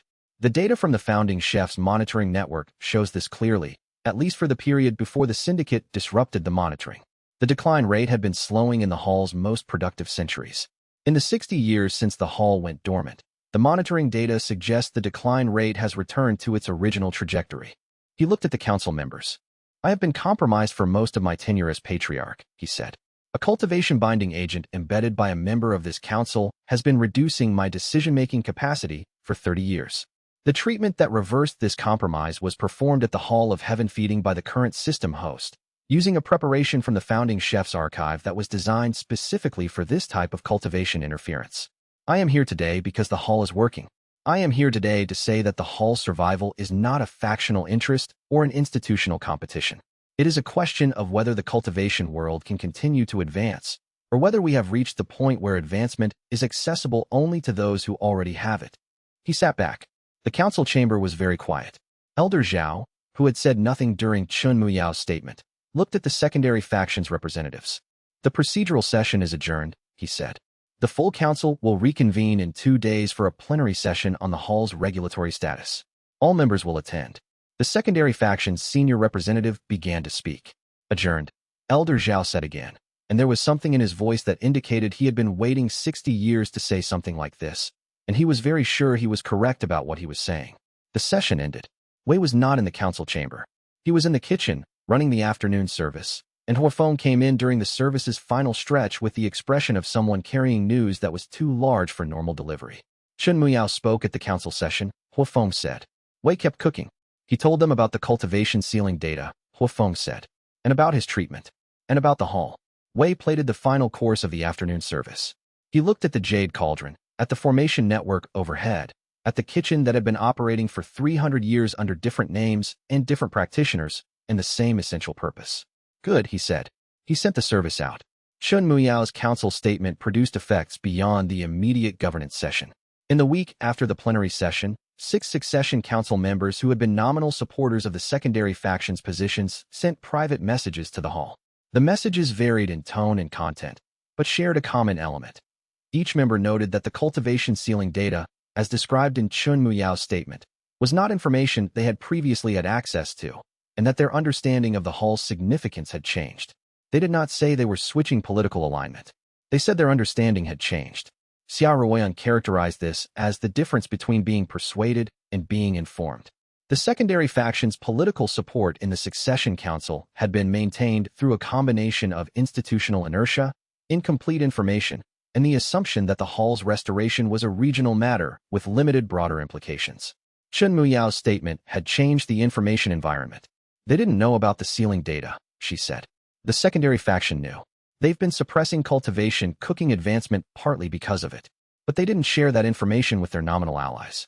They let those members vote based on an incomplete picture, which means the nominal allies feel manipulated, Wei said, or will, when they fully process what they weren't told. She paused. Political alliances maintained through information asymmetry are fragile when the asymmetry is corrected. Wei thought about what this meant for the coming procedural sessions, the Elder Zhao review of the secondary faction's remaining objections, the certification standards ratification process, the research partnership conversations. Each of these processes had been running in a political environment shaped by the secondary faction's information control. That environment was changing. We need to brief the neutral council members, Wei said. Not the full dataset. The translation isn't complete. But the methodology, the preliminary findings, the question the founding chef was trying to answer. They should have the information. Elder Zhao first. Elder Zhao already has it. He read it in the investigation report's appendices. Wei thought. Elder Chen Biling. She chairs the certification committee and sits on the oversight committee. She's been procedurally neutral, but she's been operating without the full context. She'll want the data. She'll want the methodology. The data is preliminary. The methodology is established, centuries of documented design, Su Muo's 40 years of observational confirmation, the installation documentation. Su Kaiyun left. He picked up a service log and set it back down. The founding chef built a scientific instrument. We have close to 300 years of data from it. That's the story we tell. The implications follow from the data. He went to the kitchen to prepare the briefing service, not a cultivation advancement preparation, but the kind of careful, unhurried food that made long conversations easier. Chen Bailing was a precise person who would appreciate precision. He would show her the archive's methodology documentation while she ate, and let the work speak for itself. He had always believed the work spoke for itself, if you gave it the right audience. The briefing was scheduled for the following morning. Chen Muyao's statement had changed the information environment, and the Succession Council was processing implications that the secondary faction had spent 20 years trying to prevent from becoming visible. And the procedural sessions ahead were going to run in that changed landscape, whether the secondary faction was ready or not. The briefing with Elder Chen Bailing went better than Wei had expected, partly because Chen Bailing had spent 30 years on certification committees and understood scientific evidence, and partly because she had been a cultivation practitioner since before the current secondary faction had consolidated its institutional position, and she had watched things that should have been improving stay flat for longer than she thought they should. She read the Courtyard Node's first-year baseline data with the attention of someone recognizing a methodology she had been waiting to see for some time. The founding chef built this as a longitudinal study, she said. Yes, with a recording system designed to operate without active management, which means the data quality didn't depend on the institutional stability of whoever was running the hall in any given generation. She looked up from the document. He built the study to survive its own disruptions. The dormancy decades show the effect of disruption on the cultivation environment. The recovery data shows what happened when the kitchen started again. Wei indicated the section she was about to reach. The correlation is clear enough at 30 years. At 100 years, it becomes causally interpretable. She read through the 100-year summary. She was quiet for a long time. If this is what the full dataset shows, she said finally, the cultivation world's approach to practitioner development has been suboptimal for a very long time. The founding chef thought so. His evidence was preliminary, strong enough to build the monitoring infrastructure, not strong enough to claim institutional significance. And now we have 100 years of data suggesting he was correct. She set down the document. The certification standard revision is not the end of this. It's the beginning. Yes. The next revision after the secondary meridian requirement will need to address core formation to golden core barriers. Then golden core to nascent soul. Each barrier is a point where the cultivation world's structural ceiling has been limiting what the preparations can accomplish. She looked at the document again. The founding chef wanted to raise the ceiling. You're raising the floor. Wei thought about this distinction. The floor determines who can start, he said. The ceiling determines how far they can go. Both matter. Yes. She closed the document. I'll support the research proposal with the Oversight Committee. And I'll be honest with you, when I read Chen Muyao's council statement, I thought he might be overstating for political effect. I know him. He does not usually do that. But the claim was significant enough that I reserved judgment until I could see the underlying evidence. She handed back the document. The evidence is real. The founding chef built real things, Wei said. He did, she agreed. And in her voice was the tone of a cultivator who had spent decades in institutional settings where real things were less common than they should be, and had just encountered something that was precisely what it claimed to be. She stayed for the service.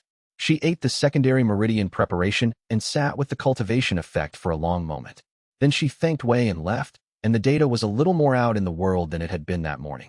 Elder Chen Bailing had read the founding chef's data and had seen it for what it was. And when someone who chairs a certification committee says the evidence is real, the evidence has a different kind of weight. Chapter 96. The plenary session was 2 days later. Wei was not invited. He attended the morning service, then went to his preparation room and worked through a new Tier 5 preparation while the council met in the tower's governance chamber 12 blocks away. Xia Ruoyan attended as the hall's administrative representative. She returned 4 hours later and sat across from Wei at the preparation table with the expression of someone who had just watched something they had been working toward for months actually happen. The hall's regulatory status has been clarified, she said.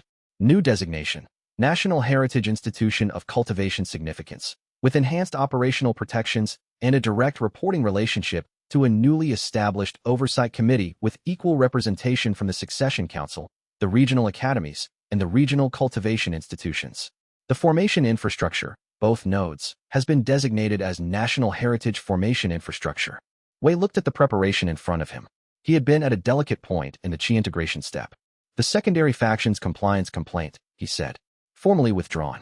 Their council apparently determined that pursuing it against a national heritage institution would produce different results than pursuing it against a regional certification applicant. The investigation's objections, also withdrawn. Same reason. Wei completed the integration step. The preparation stabilized at quality 91. He noted it and set it aside for assessment. Chun Muyao's statement, he said. The cultivation ceiling data. The council has requested access to the courtyard node's data as part of a formal cultivation environment monitoring program. The translation work Su Muo is doing has been designated as a national research priority. Xia Ruoyan paused. They want the data.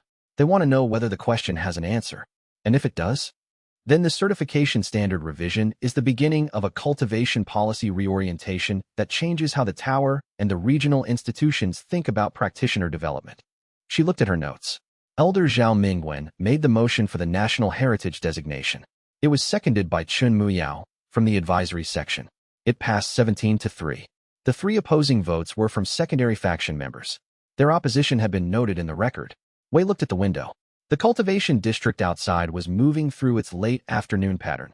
Practitioners coming and going from training sessions, cultivation food vendors setting up their early evening service, the tower's formation lights beginning to warm as the day shifted toward dusk. The hall is not going anywhere, he said. No, Xia Ruoyan agreed. It's not. She went back to the administrative office. Wei sat with his preparation assessment for a moment.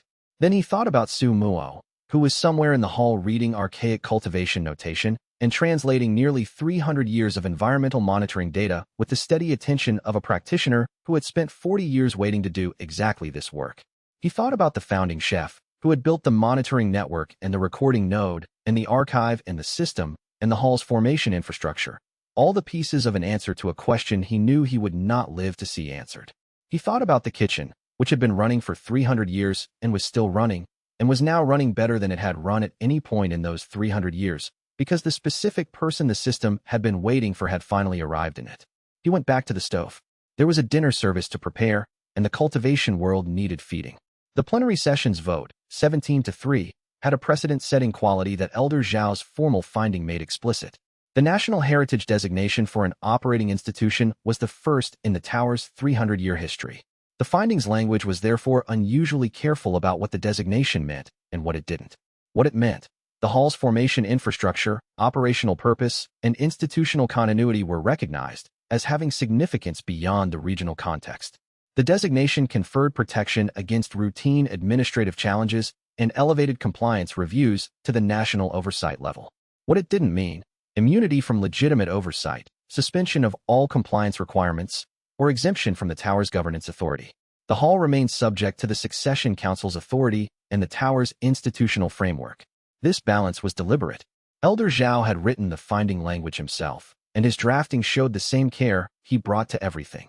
The designation protected the hall's operations without creating a precedent that any institution could cite to evade legitimate oversight.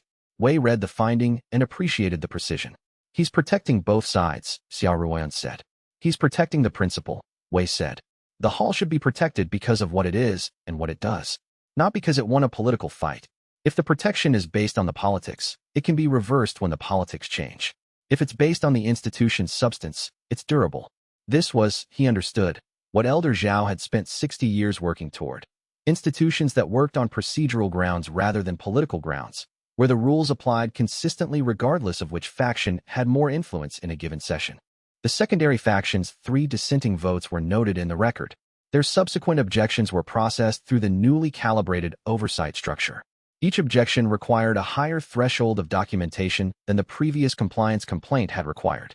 Each objection went through Elder Zhao's procedural review before reaching any action stage. The objection process would take time. The secondary faction would continue to file objections. They had both the institutional access and the operational interest to do so. But the landscape had changed. The hall was building an evidentiary record. The secondary faction was building an objection record. One of these records told a story about an institution improving the cultivation world. The other told a story about an institution trying to prevent that improvement. Over time, Wei thought, Those records would speak for themselves. He went to the kitchen. The evening service was running, and Su Muo was in the archive room translating, and the formation was stable, and somewhere above them the cultivation ceiling was, perhaps, according to preliminary data, slightly higher than it would have been if the hall had remained dormant. One day at a time. One service at a time. Gao Wenba had understood this. The work was not dramatic. It was consistent. Wei Liang was beginning to understand it too. The Hall of Heaven Feeding was protected by a designation that had never before been applied to an operating institution, and the secondary faction's remaining objections were about to encounter a procedural structure that had been designed by someone who took the rules seriously enough to apply them in both directions. The 17-3 vote had been watched by the secondary faction's internal network with the particular attention of an organization that had built its operational assumptions around a different outcome. What they had expected, a contested session, possibly a narrow majority for the complaints continuation, a provisional suspension while the investigation ran. What they had received, a 17-3 vote for a national heritage designation that elevated the hall's institutional status above the level their complaint process was designed to operate at. The 3 dissenting votes were cast by secondary faction members. The other votes, including several members who had been nominal secondary faction supporters, had gone the other way after Chun Muyao's statement. This kind of outcome produced a specific kind of organizational problem. The secondary faction had invested years in the Succession Council as a venue for controlling the hall's regulatory environment. 17 of 20 members had just demonstrated that the investment had not produced reliable control. The remaining 3 votes were not enough to operate the council as an institutional tool, which left the secondary faction with its operational resources intact, but its institutional leverage significantly reduced. Xia Ruoyan had tracked the faction's response through the administrative correspondence network. For messages in the week after the vote, 1 to Elder Zhao from the faction's legal team, concerning the objection filing timeline, 2 to the Oversight Committee's administrative staff, requesting procedural clarifications, 1 to the Specimen Distribution Committee, requesting a formal review of the hall's distribution agreements under the new designation status.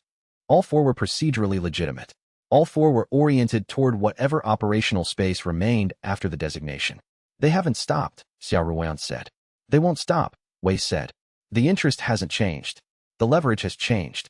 They still have the Succession Council's 3 votes.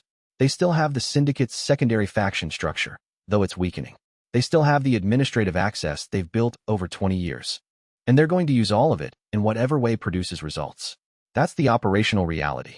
He looked at the specimen distribution map. 43 institutions now, the network expanding weekly. The difference is that every move they make now is more visible and less deniable than it was before the investigation and the designation. Visible isn't the same as stopped. No, but visible means the practitioners who benefit from the hall's work can see what's opposing it. That changes the political landscape. He paused. The secondary faction's operational approach has always depended on the cultivation world not knowing what was being done on its behalf. Suppressing advancement opportunities while claiming to protect institutional stability. Running cultivation binding operations on senior practitioners while claiming to support treatment access. Operating convergence specimen harvesting while claiming to support cultivation research. And now, Chun Muyao's council statement put the ceiling data in public record. The investigation's appendices documented the foundation node and the courtyard node. The ethics review documented the cultivation binding compromise. Each of those pieces of information was previously controlled by the faction. Now they're on record. Wei looked at the hall's gate. The practitioner community isn't going to immediately reorganize around this information, but it's available. And available information, over time, changes what people think is acceptable. Xia Ruoyan was quiet for a moment. That's the founding chef's argument, she said. Yes, Wei said. He was right about that too. The secondary faction's 3 remaining votes were not enough to operate the council as an institutional tool, and whatever came next would have to operate in a landscape that had fundamentally changed. Chapter 97 The Certification Standards final draft arrived 12 days later. It was 73 pages, including the secondary meridian training requirement as a core component, a phased implementation timeline that Wei had proposed, and a note from the Certification Committee's chair, Elder Chen Bailing, who had returned from her Northern Academy visit to find that the landscape of the standard's progress had changed significantly, that the draft incorporated feedback from 342 practitioners representing 47 institutions and should be considered a community document. Wei read the draft in the kitchen during a service break. It was good, not perfect. There were places where the technical requirements were more conservative than the founding chef's archive recommended, and there were implementation provisions that the small institutions had correctly identified as difficult to meet in the initial timeline. But it was good. It addressed the secondary meridian barrier. It required the preparation quality assessment that he had been demonstrating. It set a standard that, if met consistently, would produce a cultivation cook training system meaningfully better than what existed. He sent 3 pages of specific technical notes back to the committee. 2 days later, Elder Chen Bailing sent a reply. The technical corrections are incorporated. The committee thanks the hall for the ongoing consultation. The standard goes to the Succession Council for ratification in 6 days. The Succession Council ratified it in 1 session. The certification standard went into effect across the continent's institutional coverage area 30 days after ratification. The hall received, in the following week, 47 applications for the training program that Xia Ruoyan had been building in parallel with the legal and political work. Wei read through the applications and thought about the founding chef's training commitment. The hall is an institution that trained practitioners as well as served them, that produced cultivation cooks, not just cultivation food. He had a kitchen. He had a working system. He had Su Muo, who was arguably the most knowledgeable living practitioner of cultivation cooking theory on the continent. He had a formation network that was now fully operational for the first time in 60 years. What he needed was time and the institutional stability that time required, and both of those had just become significantly more available than they had been 3 weeks before. 47, he said to Xia Ruoyan, from 43 institutions, including 6 who were in the secondary faction's operational alignment network. She looked at the applications. They've apparently recalculated. They have access to the certification requirement now. If they don't train their cooks to the new standard, they can't certify their cooks to the new standard. And uncertified cultivation cooks produce lower quality output that the cultivation monitoring platforms will track. Institutional incentive alignment. Yes, the standard is doing exactly what standards are supposed to do. He turned to the applications and began going through them seriously. 47 practitioners wanting training. Different cultivation levels, different existing skill sets, different institutional contexts. Some were clearly excellent candidates. Some were beginners who would need sustained investment. He thought about what the founding chef's training approach had looked like, based on the archive descriptions. Individual assessment, cultivation level appropriate progression, consistent feedback through tasting rather than through classroom examination. He thought about what the certification standards training requirement said. Minimum hours, technique competency lists, practical assessment criteria. He thought about the difference between the two. We're going to need to build the training program differently than the standard describes, he said. Xia Ruoyan looked up. The standard describes what the practitioner needs to know by the end. It doesn't describe how to get them there. He set down the applications. The founding chef's approach was diagnostic first. Understand what the practitioner can already do, what they're missing, what their cultivation level makes possible. Then design the training around the gap. That's resource intensive. Yes, which is why it requires institutional support. The hall can do it. The standard doesn't require other institutions to do it that way. But if we train the first 47 practitioners this way, and if their certification examination results are better than practitioners trained through the standard approach, the data will show it. And then what? And then the next standard revision will incorporate the training methodology. He picked up the applications again. The founding chef took 40 years to train 12 students. The circumstances were different, but the approach was right. He began going through the applications, making notes. The kitchen was behind him, and the formation was stable, and the jade cauldron was at its mount, and outside the hall's gate the cultivation district was going through its evening patterns. Practitioners returning from their day's work, the cultivation food vendors winding down their service, the tower's lights steady in the dusk. 300 years of patient construction were about to produce their first harvest. The training program would begin in 2 weeks. The training program's first cohort examination results were reviewed by 3 external assessors for the certification standards requirements. The external assessor's summary report was sent to the certification committee and copied to the Succession Council's oversight committee. First cohort examination results. 21 of 23 candidates meeting or exceeding the revised certification standards requirements. Notably, 17 of 21 passing candidates demonstrated explanation competency at or above Appendix B's benchmark standard, which was not a formal requirement for this cohort, but was tested as a baseline assessment. The preparation quality scores for this cohort average significantly above the pre-revision certification examination results in the tower's historical records. The comparison to historical records was notable.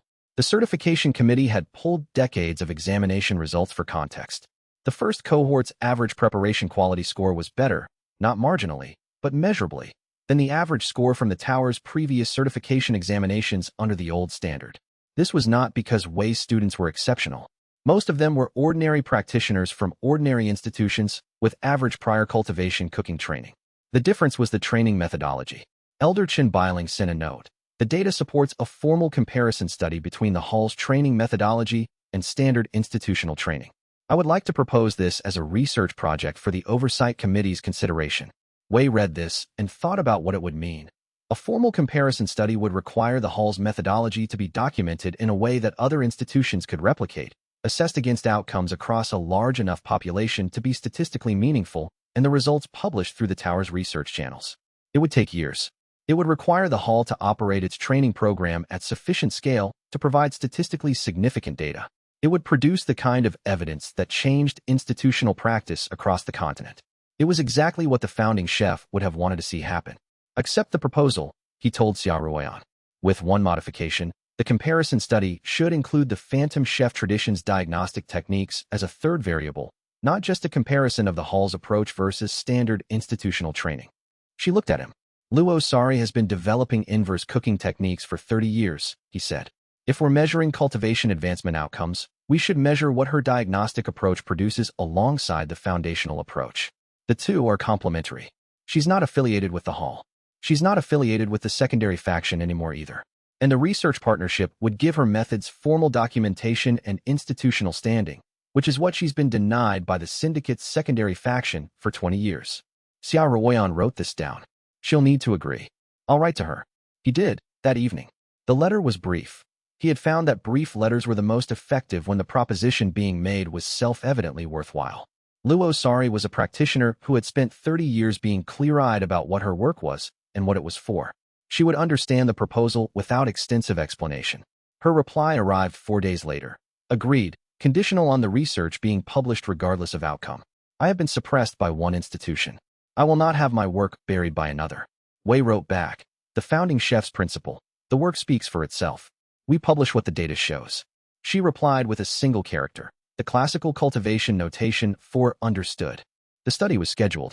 The comparison study was scheduled. Luo Sari had agreed to participate, and the research design that was taking shape would document 3 different approaches to cultivation cooking and publish the results regardless of outcome, which meant that in 3 to 5 years, the cultivation world would have the most comprehensive evidence base for cultivation cooking methodology that had ever existed.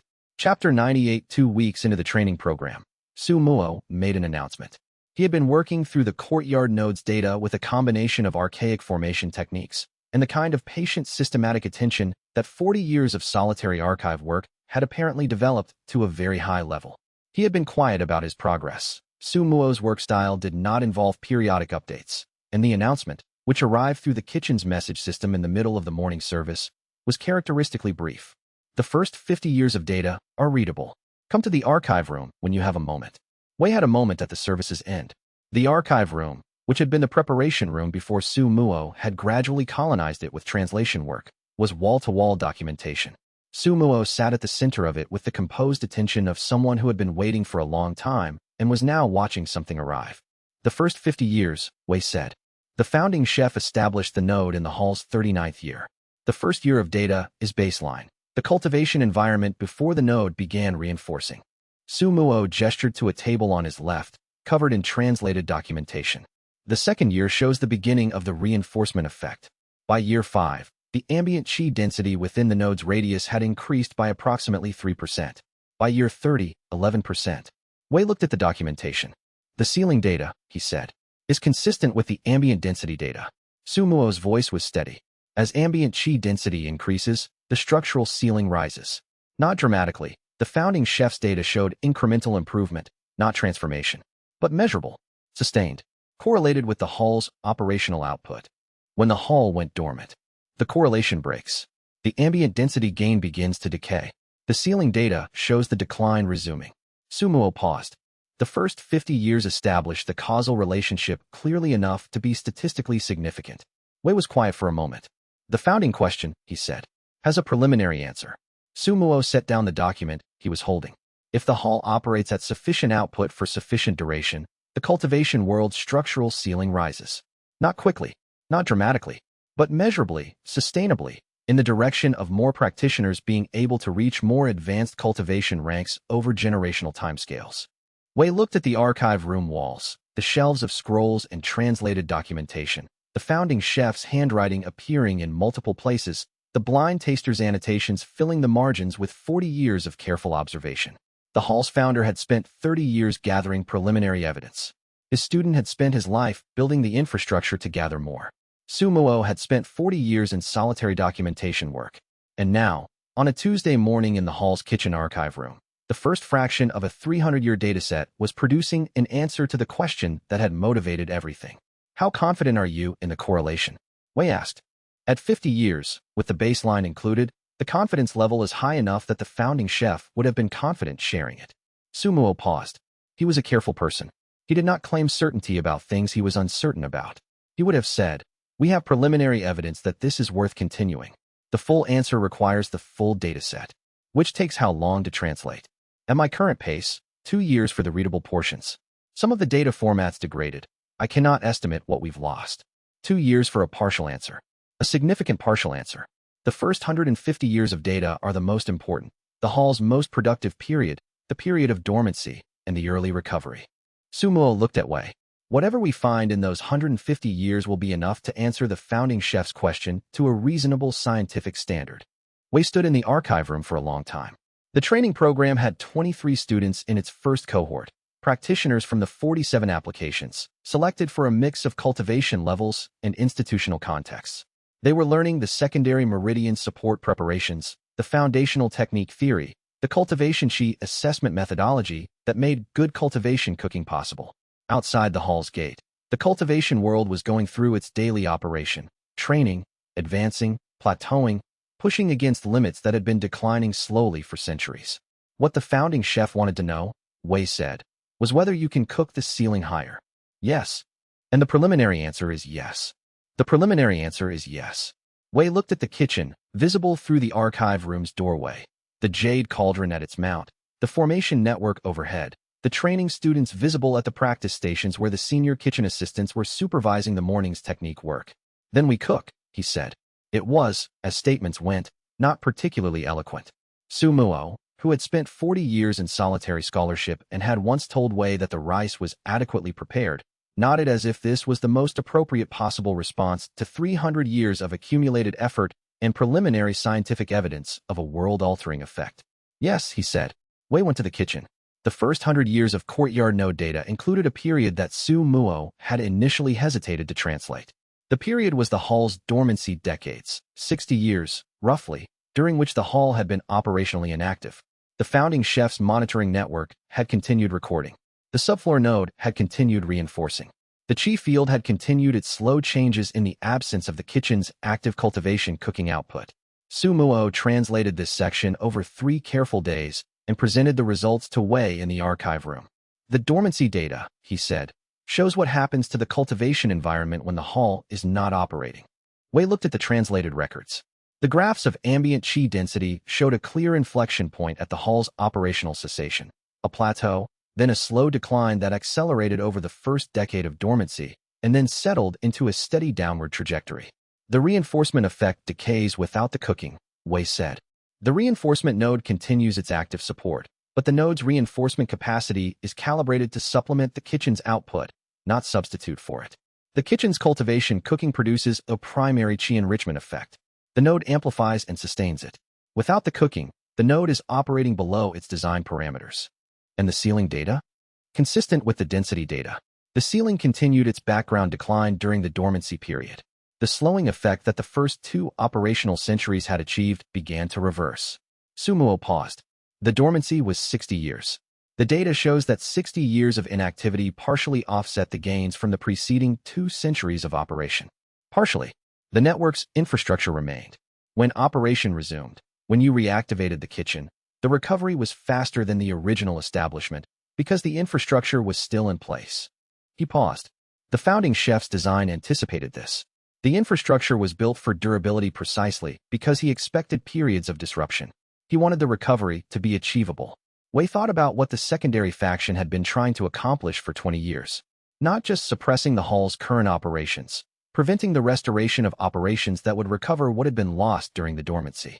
If the recovery continued, if the training program expanded, if the certification standards spread cultivation cooking practice across the continent's institutional network, the environmental gains would accelerate. Not because any single kitchen could do more, but because many kitchens, all trained to the same standard, all using the same foundational methodology, would collectively produce an environmental effect comparable to the founding chef's active decades. The scaling argument, Wei said. Yes. Sumuo looked at the translated records. One hall cannot raise the ceiling alone. The founding chef understood this. The certification standard, the training program, the specimen distribution, they are the means of scaling the effect across enough kitchens that the aggregate becomes meaningful.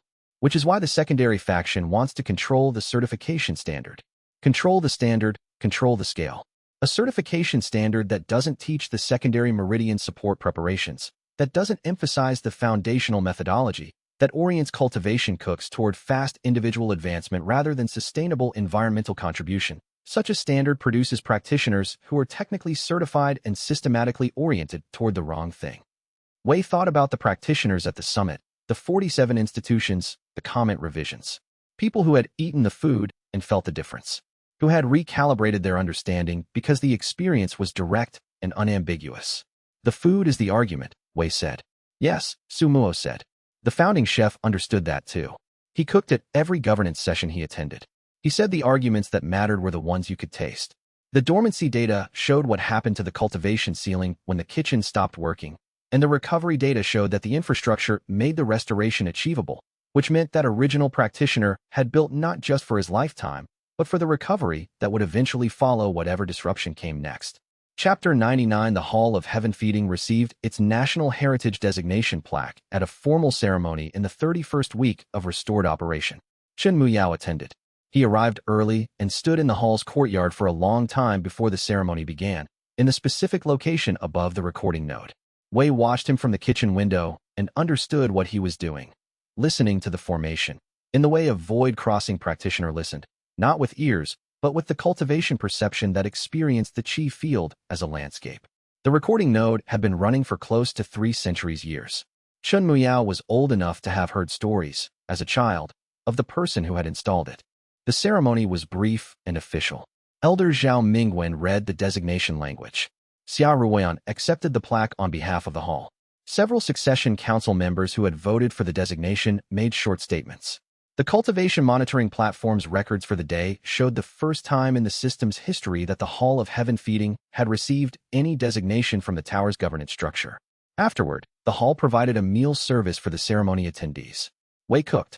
He served the Tier 3 preparations that he had developed for the summit presentation, the progression menu from foundation establishment to core formation, and then, for Chen Miao specifically, a separate service of 3 courses. The 3 courses were from the founding chef's archive. Not preparations Wei had developed.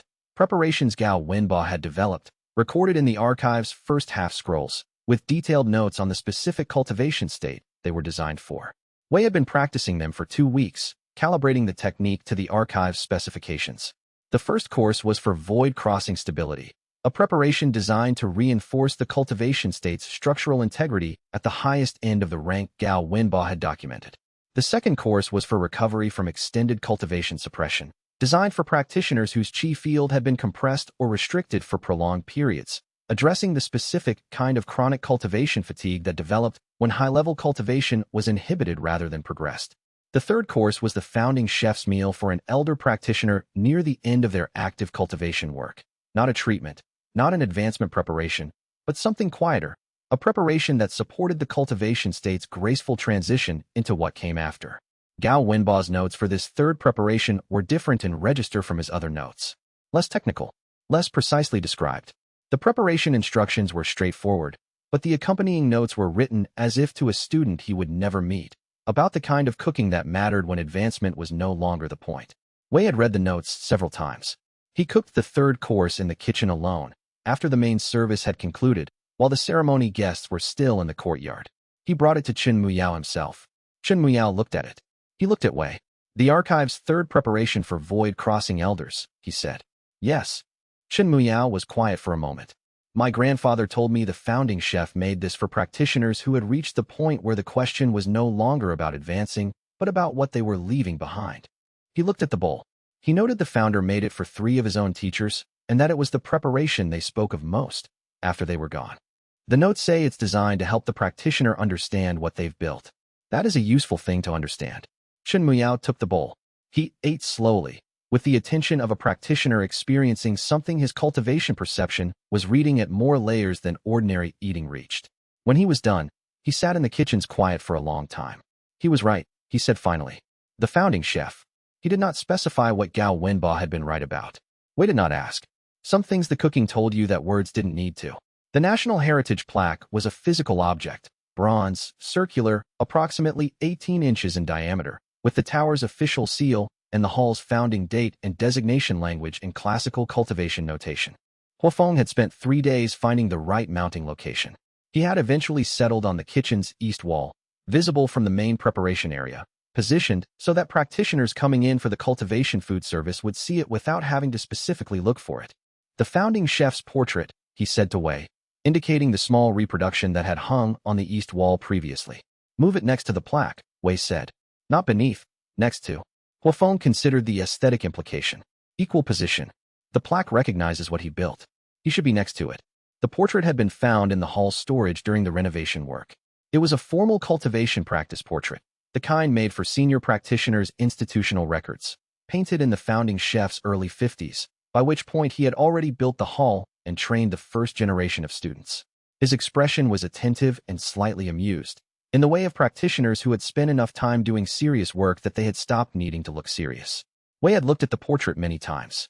He thought he understood what the original chef had been amused about.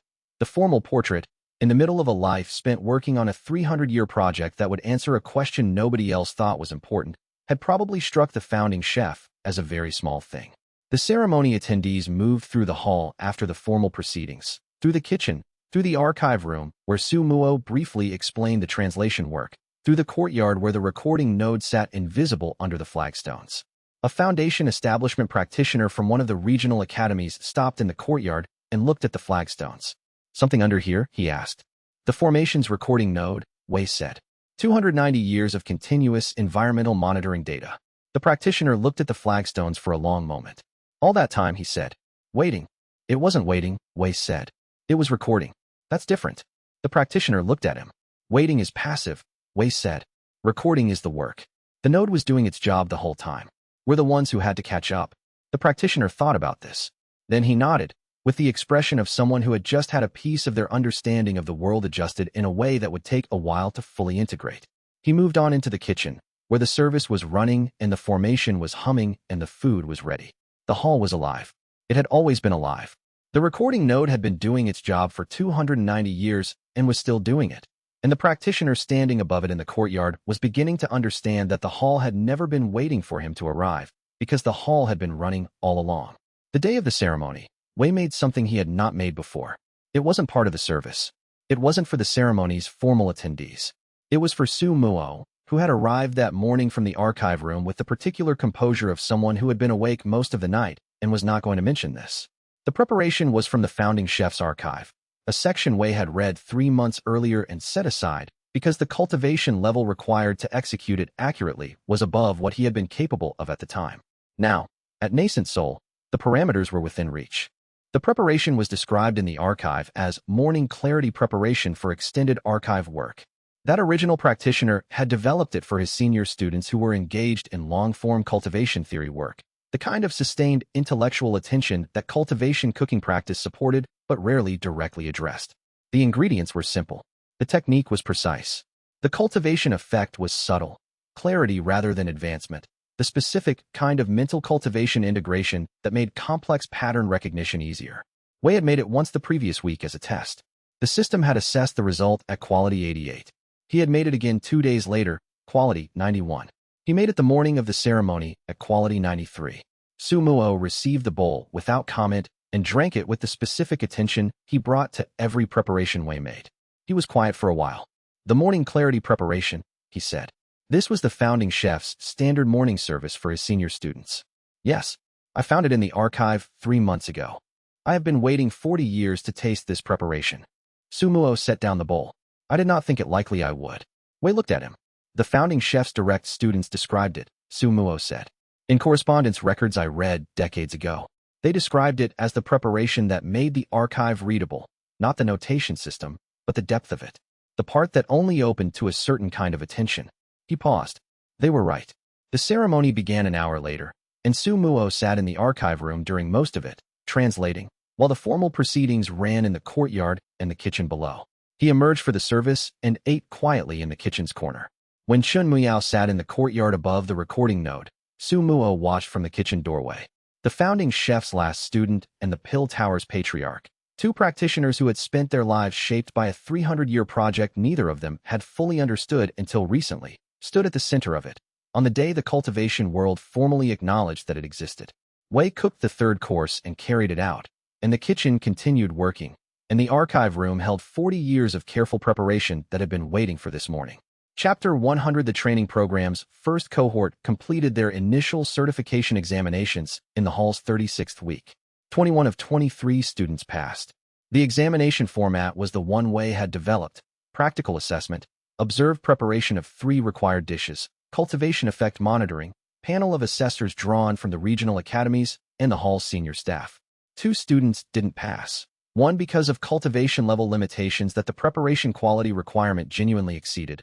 One because she had been unwell during the examination period and requested a retake. The passing students each received a certification notation consistent with the revised standard. 17 of them returned to their home institutions.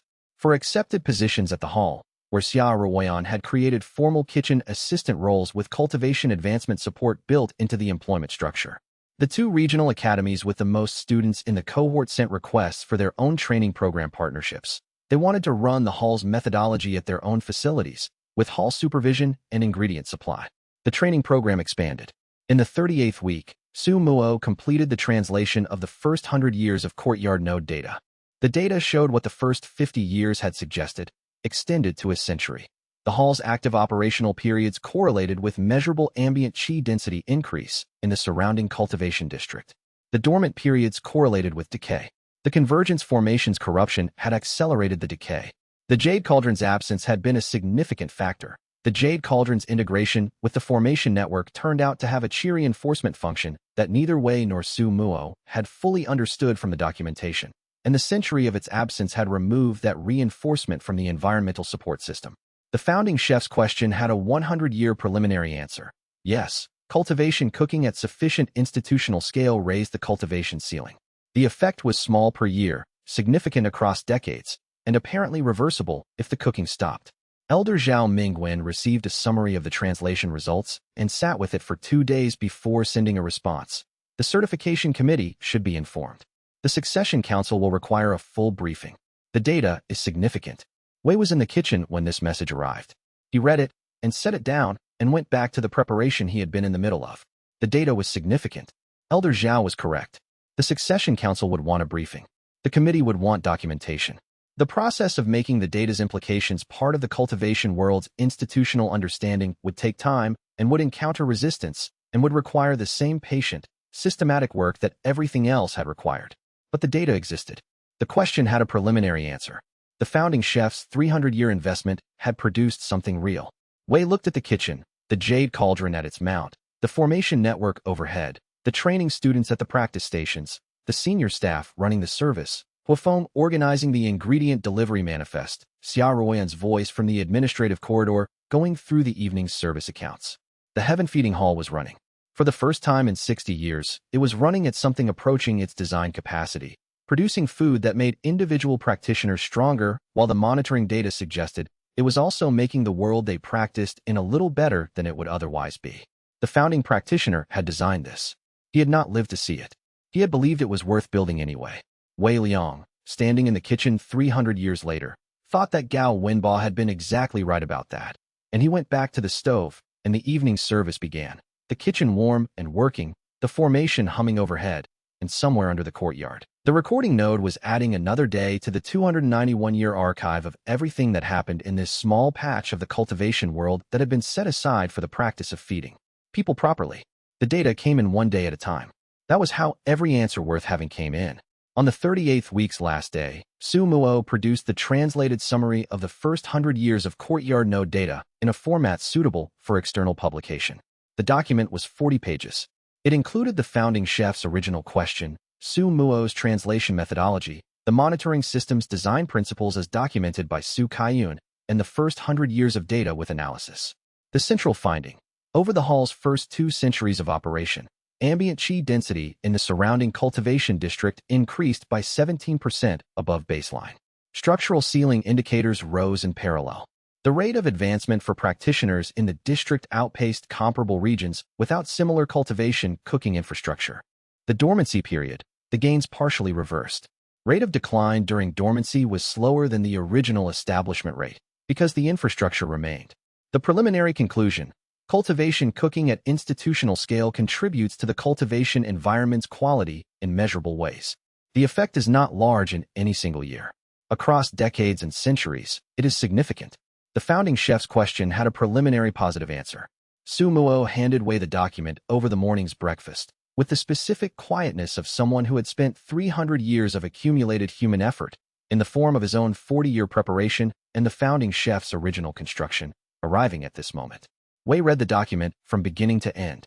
He thought about what it would mean when it was published. The cultivation world reading that an institution built 300 years ago had been quietly improving the cultivation ceiling, that the dormancy had mattered and the restoration mattered, that every preparation produced in this kitchen had an effect beyond the individual practitioner who ate it. He thought about the practitioners at Foundation Establishment Stage 3 who plateaued for 3 years and were told they were low potential. About the core formation practitioners who couldn't break through and were told it was individual limitation. About the hundreds of years of practitioners whose advancement had been partially bounded by a ceiling that had been slowly declining for longer than anyone had realized. He thought about what the hall's founder had wanted. And then he thought about the kitchen behind him, the jade cauldron, the formation network, the training students starting their practice work, Huafeng coming in with the ingredient delivery manifest, Xia Ruoyan's voice from the administrative corridor already handling the morning's first correspondence. Ready to publish? Wei asked. When you give the word, Su Muo said. Wei looked at the document one more time. The work was good. The data was real. The founding chef had asked a question worth asking, and 300 years later, it had a preliminary answer worth sharing. Give the word, Wei said. And the founding chef's question went out into the cultivation world, and the kitchen kept cooking, one service at a time, one day at a time, and the ceiling, according to the data, was beginning to rise. The founding chef's question had a preliminary answer, and the answer was going out into a cultivation world that had been declining slowly for 300 years without knowing why, and now it would know, and knowing would be the beginning of changing, which was all the founding chef had ever wanted. The published summary of the first 100 years of courtyard node data reached the cultivation world's documentation networks on a Thursday. By the following Monday, Wei had received correspondence from 47 practitioners and 11 institutions. The correspondence ranged from formal research inquiries to personal messages from practitioners who had spent years wondering why their advancement had plateaued and were now reading something that suggested the plateau had environmental as well as individual causes. One message was from a foundation establishment practitioner who had been at stage 3 for 4 years. He wrote, I have been told I am low potential by 2 separate cultivation academies. I have been training consistently for 4 years with no measurable advancement. After reading the published findings, I am writing to ask whether access to the preparations described in the certification standard documents would have any relevance to my situation. Wei read this message and thought about what the founding chef had built. Not for the Succession Council or the Certification Committee or the Research Academies. For this practitioner, this specific situation, this 4-year plateau that 2 institutions had labeled as individual limitation and the founding chef had categorized, 300 years before, as environmental service gap. He wrote back. The reply was longer than most of his administrative correspondence. It explained the secondary meridian barrier, the preparations that addressed it, the hall's training program structure, and the regional institutions in the practitioner's province that had now received specimen supply agreements and were in the process of certifying their cooks to the revised standard. He ended the message, you are not low potential. You are underserviced. The difference matters. Come to the hall if you can. If you cannot, contact the Greenwater Province Cultivation Academy. They completed our foundational training course 2 months ago, and their certification kitchen is operational. He sent the message. Then he went to the kitchen, and the morning service was starting, and the 20 students at the practice stations were learning the secondary meridian preparations, and outside the hall's gate the cultivation district was going through its daily pattern. And somewhere in that pattern, a foundation establishment practitioner at stage 3 was going to read a response and understand that what had stopped them was not permanent. That was what the founding chef had wanted. Not a monument, not institutional recognition, not even an answer to the ceiling question, though that too would matter. He had wanted every practitioner who needed what cultivation cooking could provide to have access to it. Wei Liang was working on that, one service at a time. Chapter 101: The comparative study between the hall's training methodology, standard institutional methods, and Luo Sari's diagnostic techniques began in the 43rd week of restored operation. The design was straightforward. 3 cohorts of 30 practitioners each, recruited from regional academies with comparable populations. Cohort A would train through the hall's program. Cohort B through the standard certification training offered at the Northern Academy. Cohort C would receive Luo Sari's diagnostic assessment first, followed by targeted preparation protocols based on the diagnostic results. Each cohort would be assessed at 3 months and 12 months using the cultivation monitoring platform's advancement data and a battery of formation-based cultivation tests developed jointly by the research team. The research team itself was an unusual composition. Wei and Xiaoran representing the hall, Luo Sari representing the Phantom Chef tradition, the Northern Academy's Cultivation Research Director representing institutional methodology, and Su Muo as an independent methodology consultant. His 40 years of observational data making him the only person in the room who had studied cultivation advancement in a controlled environment over a multi-decade time frame. The research committee's first meeting was in the hall's preparation room. Su Muo had been displaced from his usual translation position for the morning. He sat at the far end of the table and ate plain rice and assessed Luo Sari with the quiet attention of a practitioner who spent most of his professional life reading people through cultivation qi rather than facial expression. Luo Sari was aware of the assessment. She had been aware of Su Muo for 30 years. The blind taster was a figure in the Phantom Chef tradition, cited in teaching conversations as the standard against which all calibration was measured. Now she was sitting 6 feet from him, watching him eat rice. Your diagnostic framework, Su Muo said, without looking up from his rice. It identifies cultivation blockages through a practitioner's inability to process specific preparations. Yes, Luo Sari said. Gao Wenba's archive documents the theoretical basis for this approach. He did not develop the diagnostic methodology itself. He described the framework and noted that developing it would require a practitioner working from the inverse direction of cultivation cooking, reducing effect rather than increasing it. He set down his bowl. He anticipated someone like you would eventually develop it. I know, she said. I found the framework description in a partial archive copy I had access to through the syndicate. It was what convinced me the inverse direction was theoretically sound, not just practically useful. He trusted the next generation to develop what he chose not to. Su Muo picked up his bowl again. It's a pattern. What do you mean? He designed many things he deliberately left incomplete. The monitoring infrastructure was designed to need completion. The archive was structured to reveal additional layers as reader capability advanced. The inverse cooking framework was documented but not developed. He paused. He built the foundation and trusted that the people who came after would build the rest. And if they didn't? Luo Sari asked. He believed they would. He was apparently correct. Su Muo finished his rice. The diagnostic methodology you developed over 30 years is what he anticipated 300 years ago. The preparation you are working with now, combining the foundational and diagnostic approaches, is something he could not have developed alone. The room said nothing for a moment. Wei, who had been listening from the preparation station where he was setting up the morning's demonstration materials, considered Gao Wenba and the chef's confidence. The particular kind of confidence that builds infrastructure for outcomes you won't live to see, trusting that the cultivation world will produce the people the work requires. It was, in some ways, the most impressive thing about the founding chef's design. Not the technical achievement, not the 300-year duration, but the willingness to trust the future. The study design meeting took most of the morning. By midday, they had an assessment framework that all 5 committee members agreed was scientifically defensible, practically executable, and structured to produce results that would be meaningful regardless of outcome. By the afternoon's end, the first cohort recruitment notices had gone out. The study had begun, and whatever it would show in 3 months or 12 would be evidence that the cultivation world hadn't had before. The research design had been built with careful attention to what would make the data credible to people who hadn't been in the hall's kitchen and hadn't eaten the food and would be evaluating the study from the outside, where skepticism about cultivation cooking's systematic effects had been the institutional default for 30 years. The three-cohort structure was the committee's most debated design choice. Luo Sari had argued for a two-cohort comparison. The director had argued for 5 cohorts to capture more institutional variation. Wei had argued for 3, enough to distinguish between approaches, few enough to maintain quality control throughout. The compromise was 3 cohorts plus a provision for expanding to 4 at the 6-month mark if the initial results warranted it. The secondary faction will challenge the study, the director said during the final design session. Whatever the results show, they'll find methodological problems. Yes, Wei said. That's why the methodology has to be defensible to scholars who didn't design it and aren't invested in any particular outcome. No study is fully immune to motivated critique. No, but a study with sound methodology produces a burden of proof for the critique. The secondary faction has to explain why the methodology is wrong, not just assert it. That's a different argument, and it requires a different kind of evidence. Wei looked at the study design document.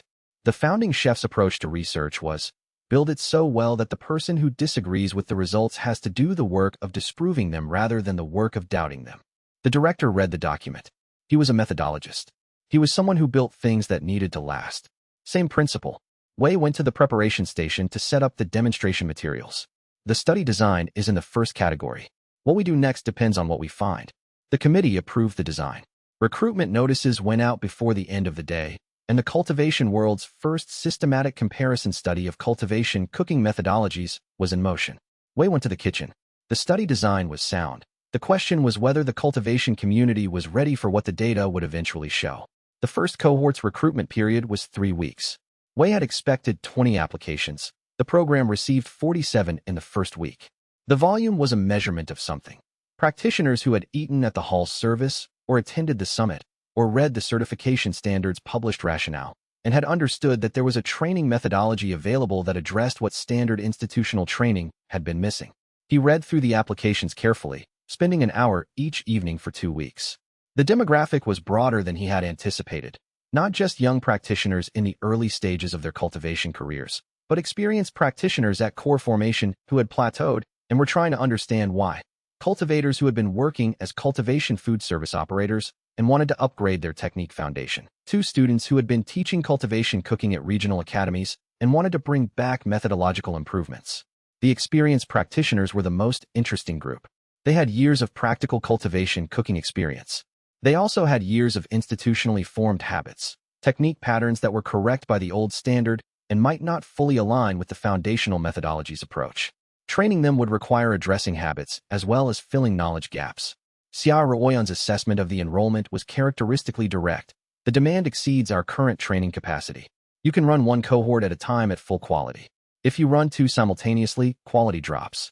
What do you want to prioritize? Quality, Wei said. 1 cohort. We can expand capacity after the first cohort demonstrates what the methodology produces. We'll put the overflow on a waiting list.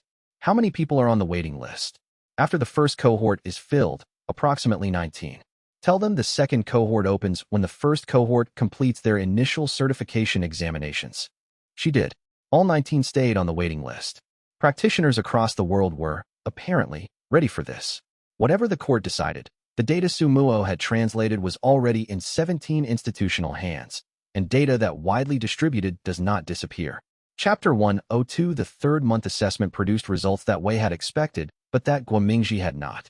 Cohort A, the Hall's methodology cohort, showed advancement rates 31% above the comparable baseline period for the same practitioners prior to the study. Cohort B, the standard institutional methodology, showed advancement rates 12% above baseline. Cohort C, Luo Sari's diagnostic methodology, showed advancement rates 26% above baseline, with notably reduced blockage indicators at the specific stagnation points her diagnostic approach targeted. All 3 cohorts showed improvement over baseline. The Hall's methodology showed the most improvement. Luo Sari's diagnostic approach showed comparable improvement through a different mechanism. The standard institutional methodology showed the least improvement. The Academy's director read the 3-month results with the expression of a person encountering evidence that challenged a framework they had spent their career building within. The standard methodology is not ineffective, he said. No, Wei agreed. It's the baseline. Practitioners improve with any structured cultivation guidance. The question is how much they improve and in what areas. The secondary meridian data, the director said, looking at the cohort comparison. Cohort A shows almost no stagnation at foundation establishment stage 3. Cohort B shows the standard stagnation pattern. The standard certification training doesn't address secondary meridian development systematically. The revised standard does. Cohort A practitioners are training to the revised standard. Wei paused. In 6 months, when the revised standard has been in operation long enough for the Northern Academy's regular practitioners to train through it, you'll start seeing that pattern change in your regular population. 6 months. Maybe 12. The standard was ratified recently. Training to it takes time to propagate through the institutional system. The director paused briefly. The study is suggesting the revised standard will produce measurable advancement rate improvements across the regional population. If the 3-month trend holds at 12 months, yes, the data will be more conclusive at 12 months. I want to add a 4th cohort, the director said. Practitioners who have been training under the revised certification standard at the Northern Academy's own program, not through the Hall's training methodology, but through regular institutional implementation of the revised standard. Wei looked at him. To see whether the methodology matters independently of the standard, the director said, or whether the standard alone produces the improvement. If the standard produces the improvement, the methodology is secondary. If the methodology produces improvement beyond what the standard achieves, then the methodology itself has value that we should be documenting and sharing. Yes, this was, Wei thought, the right scientific question, the honest one. The director had started the meeting defending his institution's approach and had ended it designing a study that would test whether his institution's approach was optimal, which was the right move for someone who took the evidence seriously. Add the 4th cohort, Wei said. I'll coordinate with your program director. They extended the study design. The 4th cohort would begin at month 6, with results comparable at month 12. And the kitchen kept running, and the service kept producing, and the data kept coming in, day by day, patient and empirical. The way Gao Wenba had understood good evidence always came. The 3-month assessment data had been collected over 2 weeks of intensive testing. The cultivation monitoring platform records for each cohort practitioner had been compiled, cross-referenced with the formation-based assessment tests, and analyzed by the 2 independent statisticians who were part of the research committee. The statistician's preliminary report arrived the morning of the committee meeting. Wei read it before the meeting while the kitchen ran behind him. The data was what it was. He had cooked the preparations, trained the students, and watched the cultivation monitoring records improve week by week over the 3 months. He had expected the results, but seeing them formatted in statistical language, confidence intervals, comparative baselines, significance levels, gave the data a different quality. It became evidence rather than observation, something that other people could evaluate against independent standards. The meeting opened with each committee member reviewing the results in silence. The director finished first. He looked at the Cohort B results, his institution's methodology, with the expression of a careful person encountering a gap between what they expected and what the evidence showed. He did not minimize it. He did not immediately defend it. He asked a question: what specifically accounts for the difference between Cohort A and Cohort B at Foundation Establishment Stage 3? Wei showed him the secondary meridian data, the Stage 3 stagnation pattern, visible as a spike in plateau rates in Cohort B, absent in Cohort A. The secondary meridian support preparations, the director said. Your methodology includes them systematically. My methodology references them in optional advanced training. The standard now requires them in core training. Your program hasn't fully incorporated that yet. No. He looked at the data. The standard was ratified recently. Standard implementation takes time to propagate through an institutional program. I've been transitioning my program, but the transition isn't complete. The Cohort D results, at month 12, will show whether complete implementation of the revised standard closes the gap, Wei said. That's part of why extending to the 4th cohort was worth doing. He nodded slowly. I'd like to propose an interim exchange, he said. Send me 2 of your senior training staff for a month. I'll send 2 of my senior faculty to the hall. The methodology transfer can go both directions. Wei looked at him. If the data at 12 months shows what it suggests it will show, the director said, I'm going to have to restructure my program significantly. I'd rather start the restructuring now, with collaboration, than wait for the 12-month data and do it reactively. This was the response Wei had hoped for. Not defensiveness, not dismissal.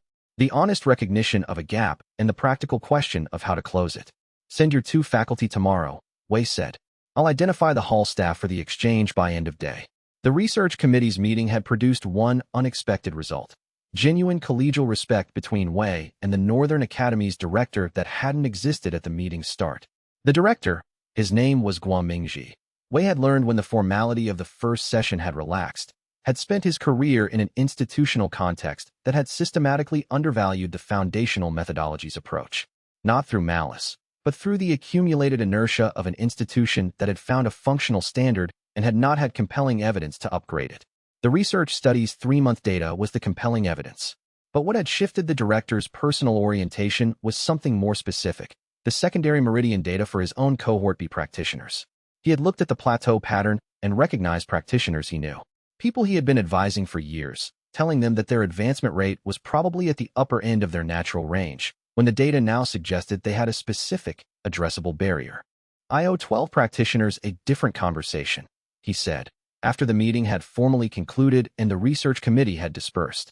He and Wei were both still at the table, the data documents between them. "It's not wrong to give advice based on the best available evidence," Wei said. "It is wrong when the evidence was controlled to reach a specific conclusion." He looked at the secondary meridian assessment data. "I used certification standard manuals that were developed within an institutional context shaped by that faction's operational approach. I taught the standard as if it were complete. I should have been asking whether it was complete." He considered this. The director's self-assessment was more critical than the situation warranted. He had been doing his job within the information environment he had.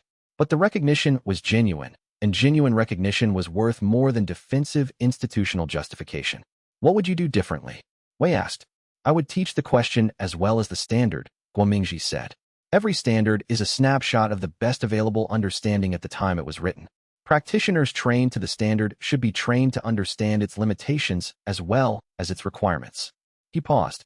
"That's what you do here." "Yes. Because Gao Wenbo designed the system to extend beyond documented knowledge," Guomingji said. "The archive is what was known. The system is what can be derived. The practitioner working with both is expected to develop beyond the documentation." "Yes." He was silent for a moment. "That's a different relationship to knowledge than institutional training typically produces. It's what the founding chef wanted cultivation cooking practitioners to have." Guomingji looked at the study results one more time. Then he stood up to leave. "2 faculty members to the hall tomorrow," he said. "Send me the names of who you're sending before the day's end." Wei nodded. The research study had just produced its first structural outcome: a director who would teach his practitioners to question the standard rather than just apply it. That was the beginning of the methodology spreading beyond the hall's direct training capacity.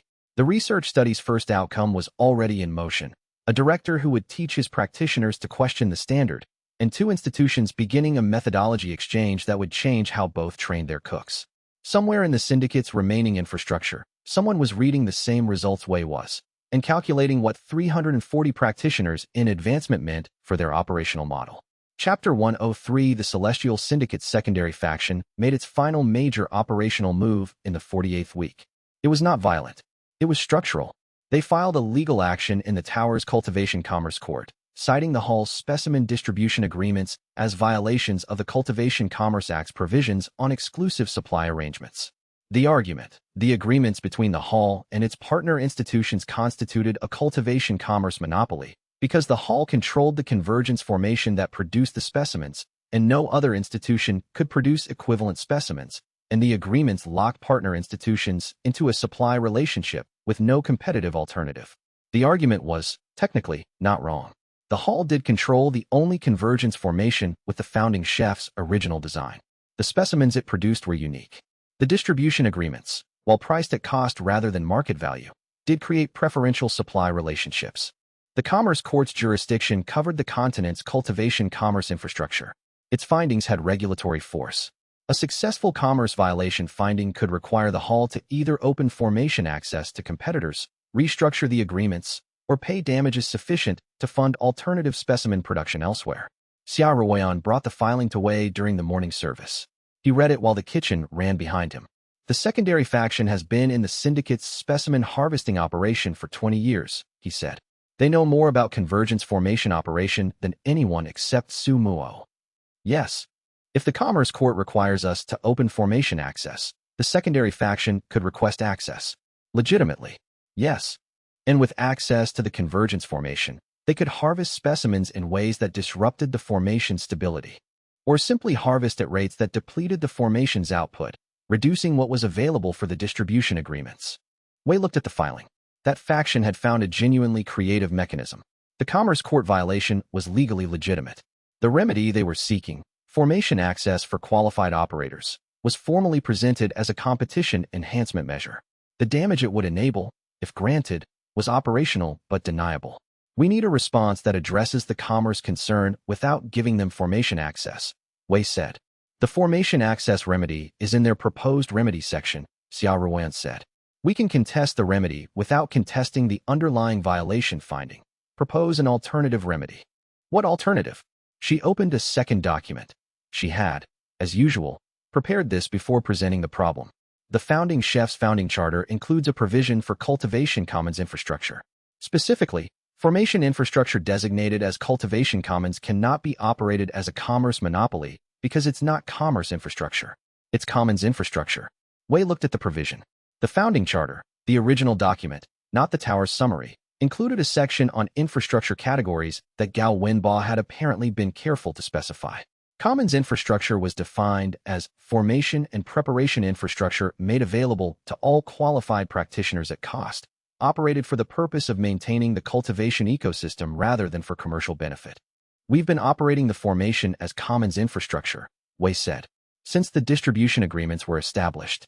At cost, open to all qualified institutions through the standard application process. She paused. The secondary faction's commerce violation argument assumes the formation is operating as commercial infrastructure. If we demonstrate it's operating as commons infrastructure, the Commerce Court's jurisdiction may not apply. And if the Commerce Court agrees, the filing is dismissed. The secondary faction has to find a different venue. And if the Commerce Court disagrees, then we have a genuine legal argument about what commons infrastructure means, which is a more interesting fight than a straight commerce violation case. She looked at the filing. Elder Zhao's designation language included a note about the hall's formation being operated for public cultivation benefit. That language is in the national record. Wei reflected on the founding chef's founding charter provision. He had written it centuries before the Commerce Act existed. But he had apparently understood that an institution operating cultivation commons infrastructure would eventually face exactly this kind of commercial challenge. He had written the provision accordingly. File the commons infrastructure defense, Wei said, and cite the founding charter provision as the primary basis. She began writing. The morning service continued in the background, the kitchen operating at full output, the training cohort at the practice stations, the daily rhythm that had become the hall's baseline. And in the Commerce Court, a filing was moving through the system that would determine whether the secondary faction could use competition law to accomplish what compliance investigations and legal complaints had not. Gao Wenba had anticipated this too. The provision was there, waiting to be used. The Commerce Court filing had revealed something about their operational intelligence that Wei hadn't fully appreciated before. They knew the hall's distribution agreements in enough detail to construct a legally coherent challenge to them. They knew the regulatory framework well enough to use it precisely. They had been watching the hall's restoration closely for a full year. Wei spent 2 days reviewing everything the hall had made public, the distribution agreements, the research publications, the certification standard implementation records, looking for information that would let someone build the Commerce Court argument.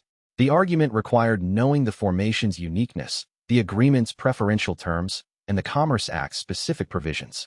All of this was in the public record. The hall had been transparent because transparency was part of the operational design. The founding charter's commons infrastructure provisions only applied if the hall's operations were visible and documented. Transparency was built into the institution's operation. The opposing side had been using that transparency to build challenge mechanisms. This was not an unforeseen consequence. Gao Wenba had written about it in the operational notes Wei had reviewed. An institution that operates transparently will sometimes give its opponents information they use to challenge it. This is preferable to an institution that operates opaquely and cannot be trusted by the practitioners it serves. The solution wasn't less transparency.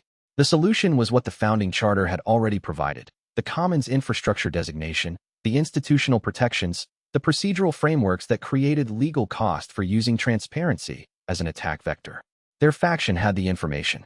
They didn't have the mechanism to act on it effectively. The commons defense worked. Xianxia sent the refusal response to the Oversight Office.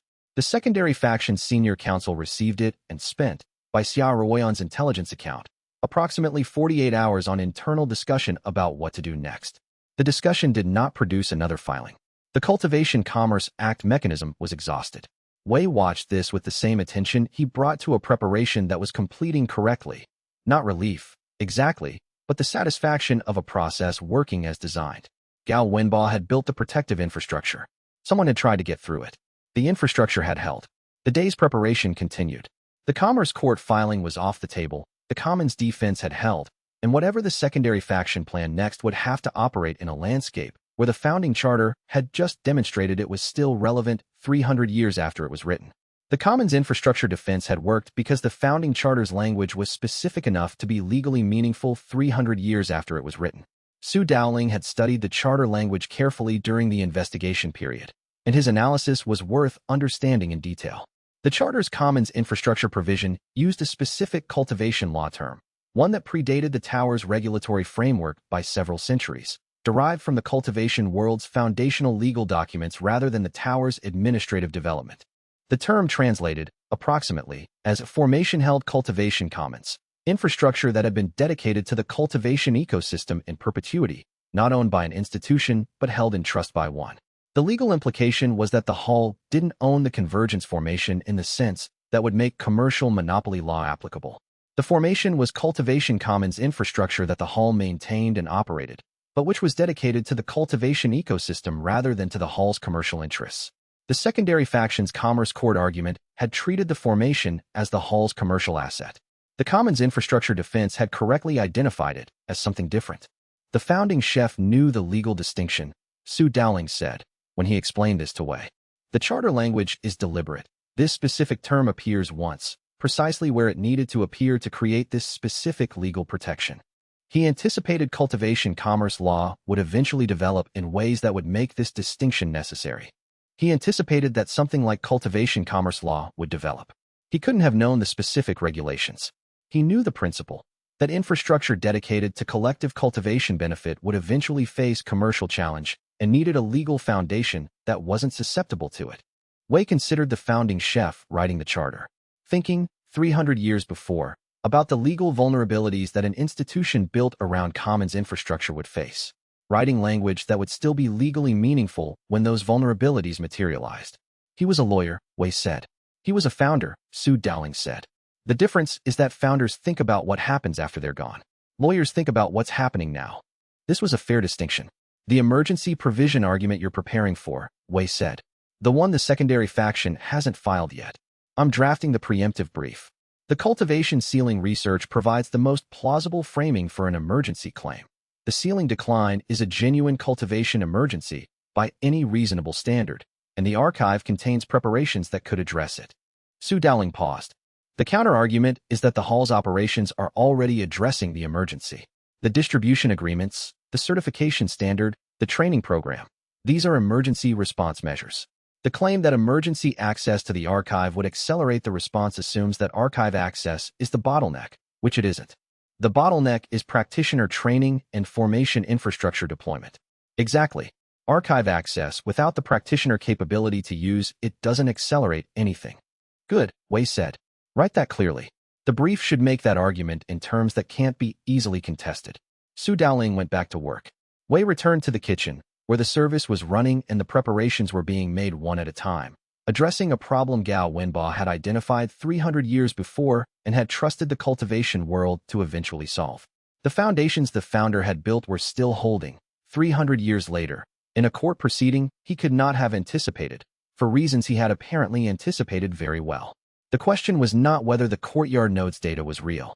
The question was whether the court would acknowledge it. And Elder Zhao's phrasing suggested the answer was closer than Wei had expected. Chapter 10 for the Commerce Court's preliminary review took 3 weeks. During those 3 weeks, the Research Studies 4th cohort was enrolled and began training. The Northern Academy's director had found 63 practitioners, a larger cohort than the original design had specified, who were currently in the early stages of the revised certification standards training program at the Academy's own facility. The enrollment was a good sign. More participants meant more statistical power. More statistical power meant the annual results would be more meaningful. In the same 3 weeks, Su Muo completed the translation of the first 150 years of courtyard node data. The milestone he had identified as providing sufficient data to answer the founding question to a reasonable scientific standard had been reached. The findings were, as the preliminary summary had suggested, positive. The full analysis, 60 pages, with supporting data appendices totaling 300 more, confirmed the correlation between the hall's operational periods and ambient chi density improvement. The improvement rate was small in any given year, 1/10 to 1/5% in the surrounding district per year of full operation. Over the first century, the cumulative effect was 11 to 17% improvement, depending on which environmental indicators were measured. The ceiling data was more complex but directionally consistent. The structural ceiling for the surrounding district had risen by approximately half a rank equivalent over the hall's first century of operation. This meant the maximum cultivation rank achievable by practitioners in the district had increased from approximately early nascent soul to mid-nascent soul, a change that made a meaningful difference for the top practitioners in any generation. The dormancy data showed the loss of approximately 40% of these gains over the 60 dormant years. The recovery data, covering the period since restoration, showed the gains resuming at approximately the original rate. Wei read the full analysis over 2 evenings. He read it carefully, the way he read Gao Wenba's preparation notes, looking not just at the results but at the methodology, the assumptions, the points where the data was strong and the points where it was suggestive. The methodology was sound. Su Muo had documented every translation decision and every interpretive choice. The data was what it was. The conclusion was defensible. He discussed the analysis with Su Muo on a Thursday morning, in the archive room that had become the center of the hall's research function. "The question is answered," he said. "A version of it," Su Muo said. The founding chef's specific question was about the cultivation world, not about the district around the hall. "This data answers the question for a half-mile radius. The global question requires global-scale data, which doesn't exist." "No." Su Muo was briefly still. "But this data is sufficient to make the case that the mechanism is real. If the effect exists in a half-mile radius, the physical principles that produce the effect would operate at any scale. The question then becomes one of infrastructure. How many halls, operating at what output level, distributed across the cultivation world's geography, would be required to produce a meaningful global effect?" "The certification standard," Wei said slowly, "and the training program. They're not just about individual practitioners getting better food. They're about creating the network of practitioners whose combined output could produce a global-scale effect." The founding chef understood this. Su Muo looked at the translation. He did not say it directly in the documents I've translated so far. But the design of the system, the emphasis on certification and distribution rather than individual excellence, implies it. Wei looked at the analysis. Half a rank of ceiling improvement, sustained over a century, in a half-mile radius. 1 hall. If the revised certification standard produced well-trained cultivation cooks distributed across the continent's cultivation ecosystem, if the training program worked, if the study showed what the 3-month data suggested it would show, the aggregate effect across 1,000 practitioners and 100 institutions might be something the founding chef could not have achieved in his lifetime, but had designed the system to eventually produce. "We published the full analysis," Wei said. "Yes. And we submit it to the Succession Council's research committee, the certification committee, and every research institution that has signed a partnership agreement." "The data becomes the argument," Su Muo said. "The data is the argument. The original preparation notes, the monitoring data, the research study, they're all saying the same thing in different languages." He went to the kitchen and started the afternoon service and thought about what happened next, which was not his decision to make, but a decision that would be made by the cultivation world when it encountered the evidence he was about to give it. That founding practitioner had trusted the next generation. Wei was beginning to understand why. The 4th cohort's enrollment brought an unexpected development. A practitioner from the secondary faction's institutional network who asked to join. Her name was Su Wanling. She was late Foundation establishment, had trained at an institution that had been aligned with the opposition's operational approach for most of her training career, and had arrived at the hall's enrollment session with the specific composure of someone who had made a significant decision and was not going to explain it at length. Xia Ruoyan reviewed her enrollment application and brought it to Wei. "She's from one of the institutions in the secondary factions network," Xia Ruoyan said. "I know. Her institutional affiliation is in the application. Do we accept?" Wei looked at the application. Su Wanling's cultivation training record was good, consistent advancement, competent foundational technique. Some areas where the secondary meridian work was notably underdeveloped in exactly the pattern the revised standard was designed to address. "We accept," Wei said. "There's a possibility this is intelligence gathering. There's a possibility any student is intelligence gathering. The training program source materials are commons infrastructure. We're not teaching anything we're not prepared to have publicly known." He looked at the application again. "And there's a possibility she's here because she wants to learn. Her institution aligned with the secondary faction. Institutions are not monolithic. Her institution's leadership may have made certain choices. She may have made different ones. Wei signed the acceptance. We treat her the same as every other student. If she behaves consistently with the training program's commons operation, she stays. If she uses the access for purposes inconsistent with the program, she doesn't. Su Wanling enrolled. In her first week, she was quiet and observant and technically competent. In her second week, she asked a question during a demonstration session that suggested she had been thinking carefully about the secondary meridian support theory rather than simply executing the technique. In her third week, she stayed after a session to ask Wei a question that she had clearly been building toward for 2 weeks. The preparations I was trained with, the ones from the standard before the revision, they work. They produce advancement. Why weren't they sufficient? Wei answered the question. He spent 30 minutes explaining the secondary meridian barrier, the plateau pattern, the difference between preparations that produced fast advancement and preparations that produced sustainable advancement with better ceiling potential. She listened with the attention of someone whose understanding of cultivation food service was being substantially rebuilt from its foundations. On her way out, she said, "The practitioners I trained with who plateau at stage 3, they were told it was individual limitation." "Yes," Wei said. "The data shows it isn't." She left. The following week she was still there, working through the foundational training with new purpose. Wei noted it and went back to the kitchen. The study's 4th cohort was enrolled, and Su Wanling was in the training program. And whatever the secondary faction had expected from a year of operational pressure, this was not the landscape they had designed for. Su Wanling was at the hall, and her home institution was beginning its reassessment, and the secondary faction's institutional network was discovering what the data had made increasingly clear. The framework it had been built around was wrong. Chapter 105. The Commerce Court's preliminary finding came down on a Friday. The Hall of Heaven Feeding's specimen distribution agreements constitute cultivation commons infrastructure under the founding charter's definition. The Commerce Court declines jurisdiction. The filing is dismissed without prejudice. The secondary faction could refile in a different court or on different grounds. Without prejudice, preserve that option. But the specific mechanism they had designed, the commerce violation approach, the formation access remedy, was off the table. Xia Ruan received the finding and forwarded it to Wei with a single note. The founding charter held. Wei read it at the preparation table during a service break. The hall's original chef had written a provision 300 years ago that had just defended the hall's operation in a cultivation commerce proceeding. Gao Wenba had not known cultivation commerce law would develop in this specific way. He had known that commons infrastructure would face commercial challenge and had defined the category with enough precision that the definition would survive. This was the part of the founding chef's design that Wei found most remarkable. Not the formation infrastructure or the archive or the system, but the administrative and legal infrastructure that had been built to protect the operational infrastructure. The founding charter's provisions, the founding seal's legal standing, the institution's organizational structure, all of it designed to be durable across centuries of institutional context change. He was a lawyer as well as a chef, Horfeng said, looking at the finding document. He was a founder, Wei said. Founding something that's supposed to last requires understanding how things are attacked, as well as how they're built. The secondary faction's operational posture following the Commerce Court dismissal was, according to Xia Ruoyan's intelligence from the capital's cultivation administration, one of significant internal debate. 20 years of accumulated operational infrastructure had produced, in the past year, a series of failed institutional and legal maneuvers. The compliance complaint, the investigation, the Commerce Court filing, the cultivation binding exposure, the cook-off loss.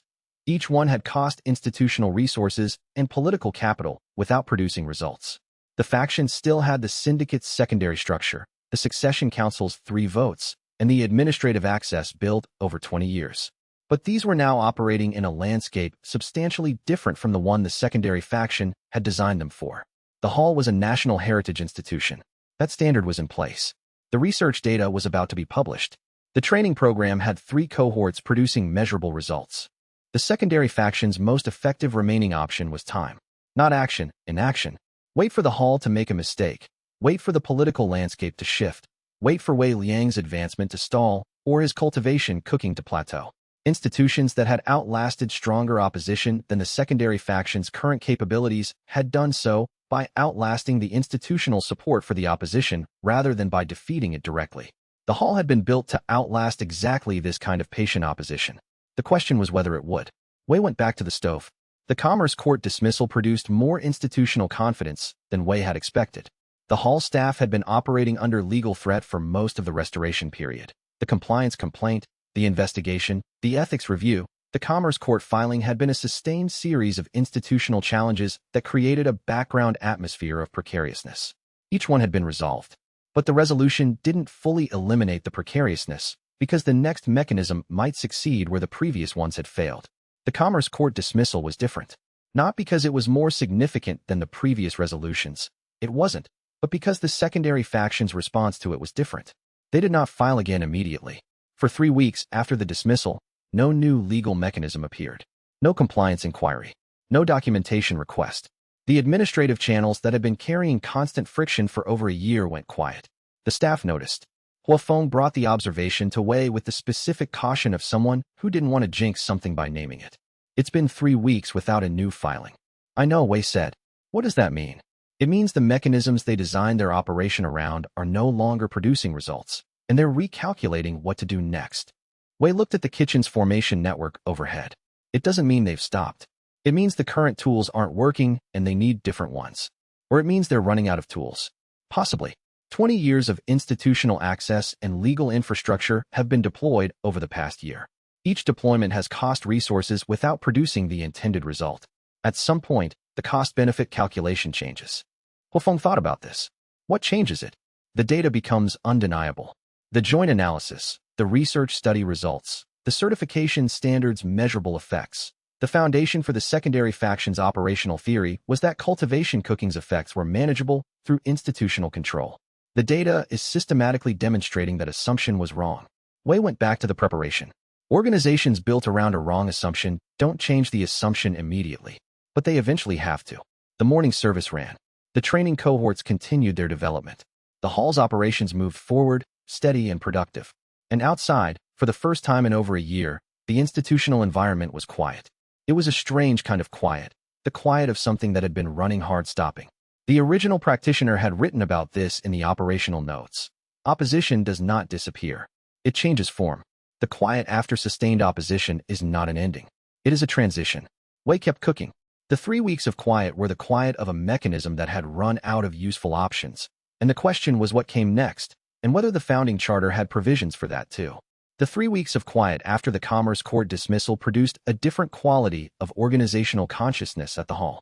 For the first year of operation, the hall had been in continuous reactive posture, every week bringing a new institutional challenge that required preparation, response, documentation, and follow-up.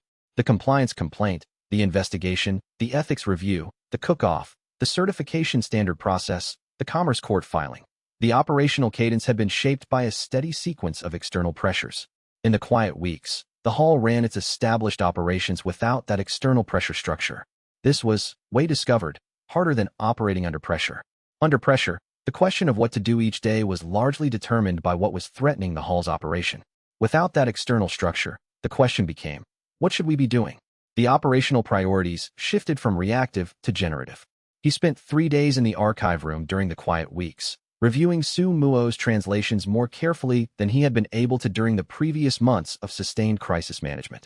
The founding chef's notes on second phase work, the 30 years after establishing the hall's operational infrastructure, were more relevant now than they had been when Wei had first read them.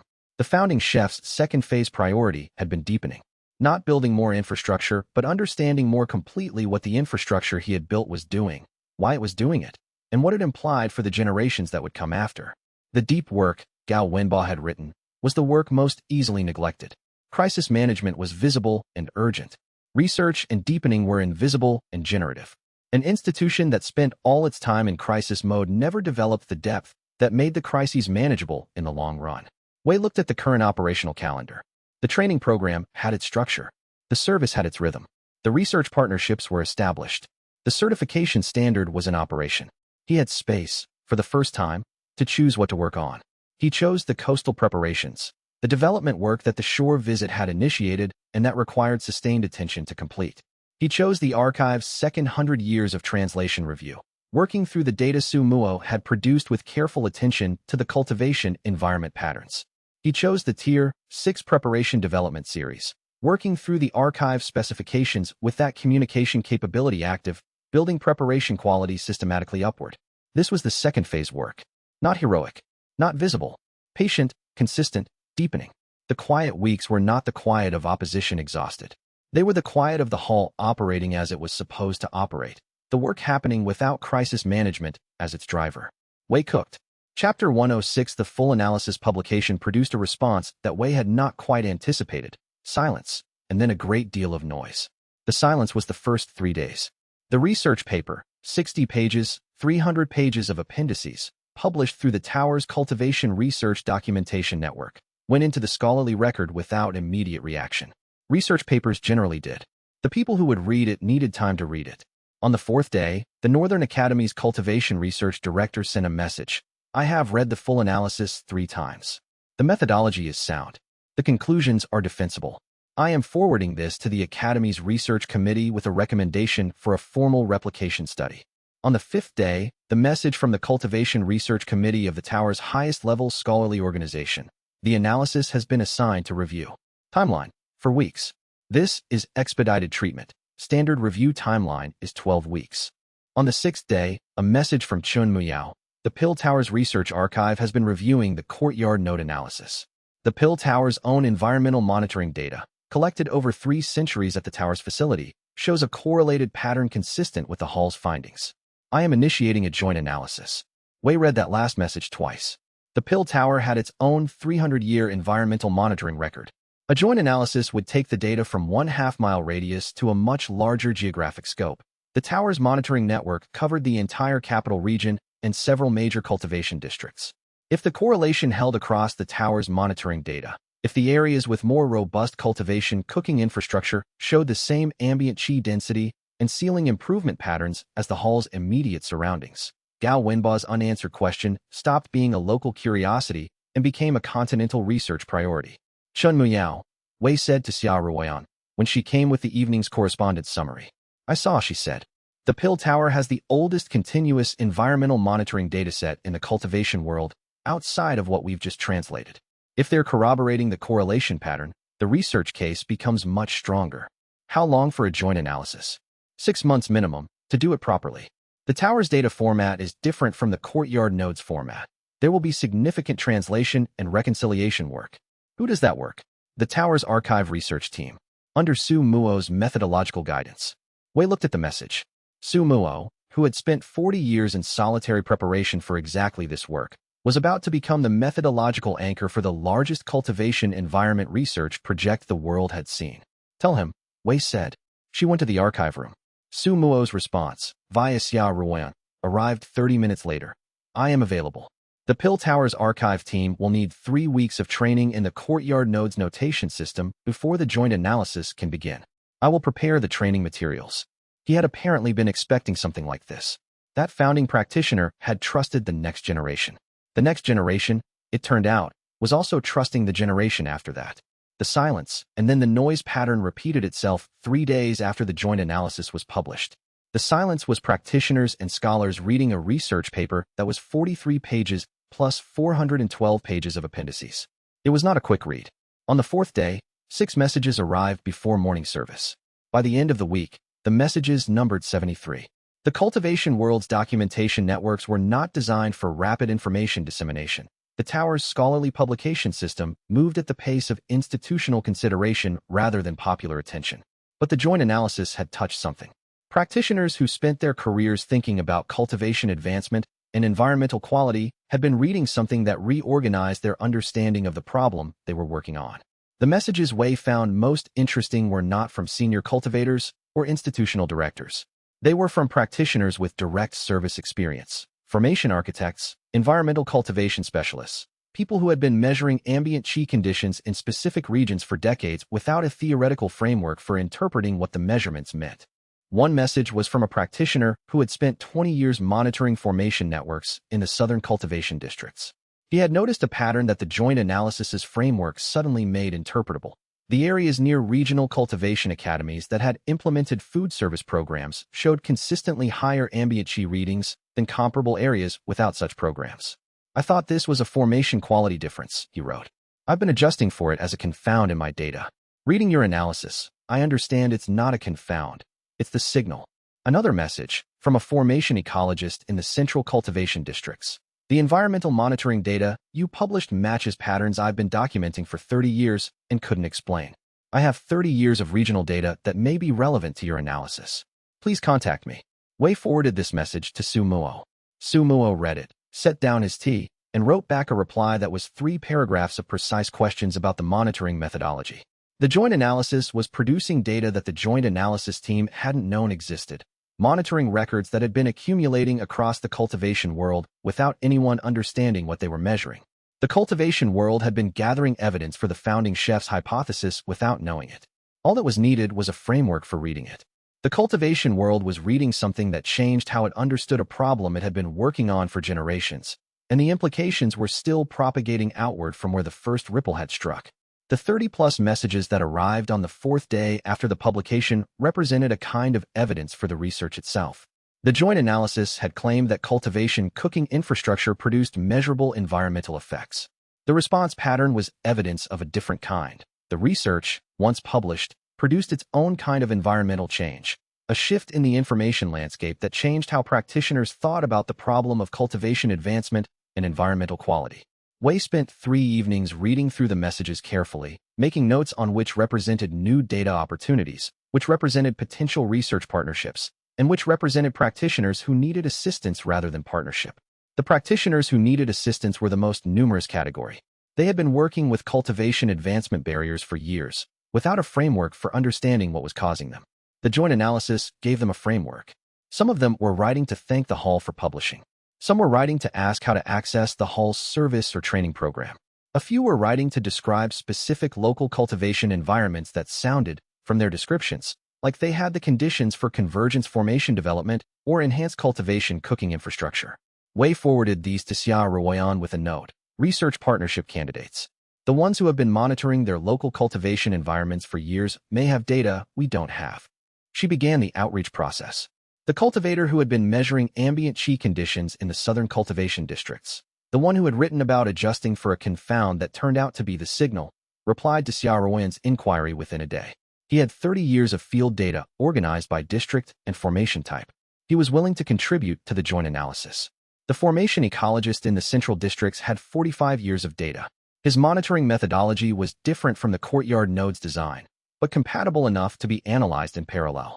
The data that had been accumulating across the cultivation world without a framework for interpretation was now findable, because the framework existed. This was how Gao Wenba had expected the work to develop, not through the Hall alone building all the required infrastructure, but through the Hall providing the framework that allowed other practitioners' independent work to contribute to the larger project. The publication had done what it was supposed to do. The founding chef's question had a preliminary answer. The full answer was still being assembled, one advancement record at a time. Chapter 107: The research developments brought visitors. The first was expected. The Cultivation Research Committee's review team, 4 scholars who spent 2 days in the Hall's archive room with Su Muo, examining the translation methodology and the original source material. They asked good questions. They found 2 places where Su Muo's translation choices were interpretively defensible, but not the only defensible choice, and they discussed the alternatives. They left satisfied that the analysis was sound. The second visitor was not expected, a delegation from the Eastern Shore Cultivation Consortium, representing 23 cultivation institutions in the coastal region. They had read the published analysis and the research study's preliminary results and had come to discuss a regional partnership. The delegation's lead representative, a woman named Jian Mei, who was the consortium's research coordinator and had cultivation at core formation level, was direct in a way that Wei had come to appreciate. The Eastern Shore has significant spirit vein density in the coastal formation networks, she said. The ambient qi conditions there are different from the inland regions. Your analysis covers inland data only. We want to know whether the effect holds in coastal formations.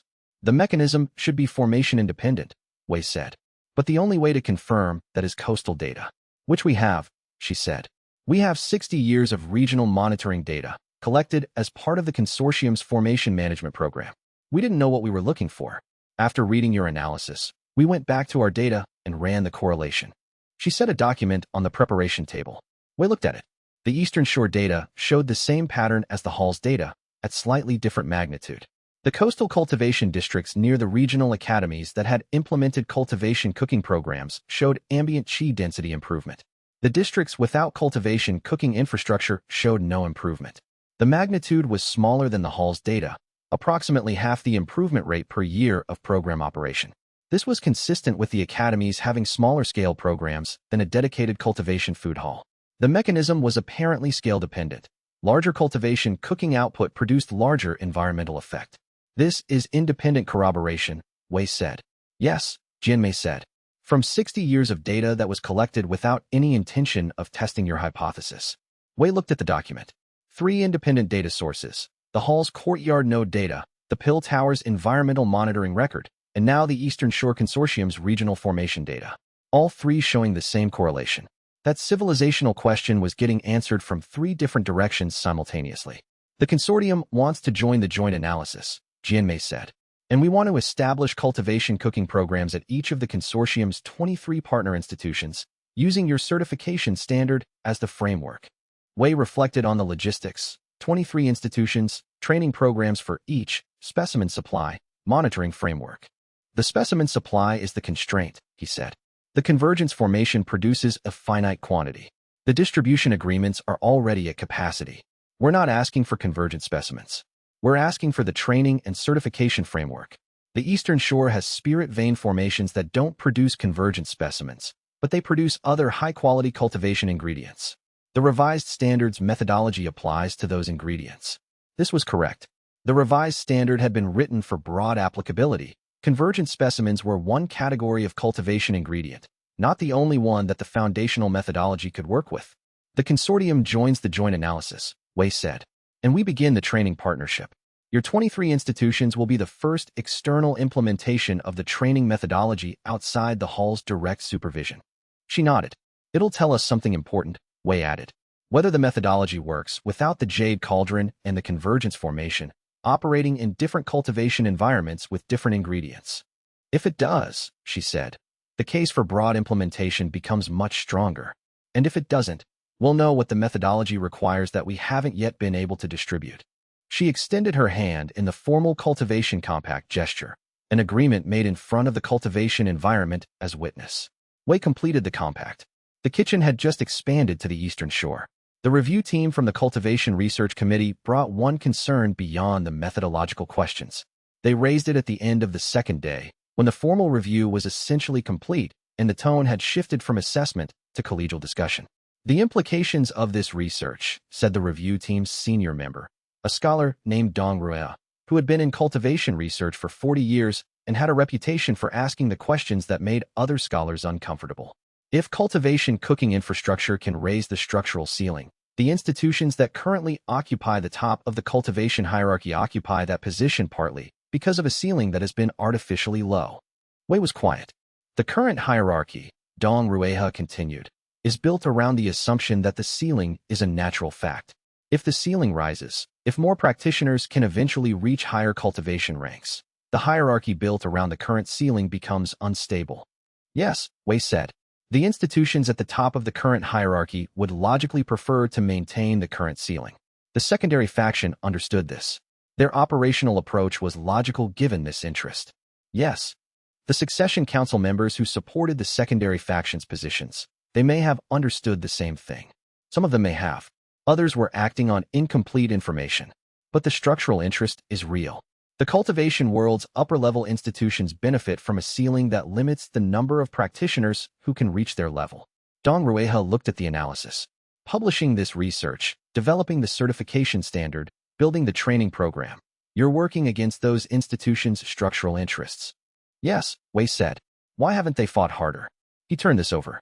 Because the data is real, and the practitioners who benefit from higher ceiling are more numerous than the practitioners who benefit from lower ceiling.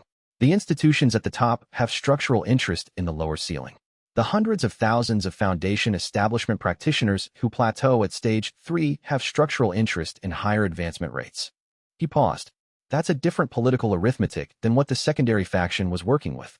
Numbers aren't always sufficient against institutional concentration. No, but the certification standard is already in place. The training program is producing results. The research is published. Wei looked at the archive room doorway. The founding chef built this so that the knowledge, once distributed, is very difficult to undistribute. The secondary faction tried to keep the knowledge contained. The point at which they failed to do that is in the past. Dong Rueha considered this for a long moment. The institutions that benefit from the current ceiling will adapt. Some will resist adaptation and decline. Some will realize that a higher ceiling produces more advanced practitioners who are more productive at all levels, including for those institutions. That's what the research evidence suggests will happen over time. How long? A generation, perhaps two. Wei paused. Gao Wenba was patient. Dong Rueha looked at him. Then he looked at the analysis. Then he looked at the kitchen, visible through the preparation room's window. The kitchen is still running, he said.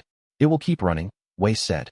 The review team had found what it came to find, and what they hadn't come to find was a kitchen still operating, a formation still running, and the founding chef's patient design visible in every procedural response the hall had made to a year of sustained institutional challenge.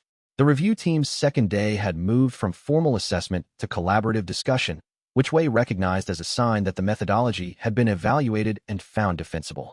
Collaborative discussion was what happened after assessment when the assessors wanted to understand the implications. Dong Rueha, who had raised the implications question, was the most direct member of the team, but he was also the most intellectually honest. The question about institutional hierarchy disruption was not an argument against the research. It was an honest identification of what the research implied for how the cultivation world was currently organized. The cultivation world has a stability problem, Dong Rueha said.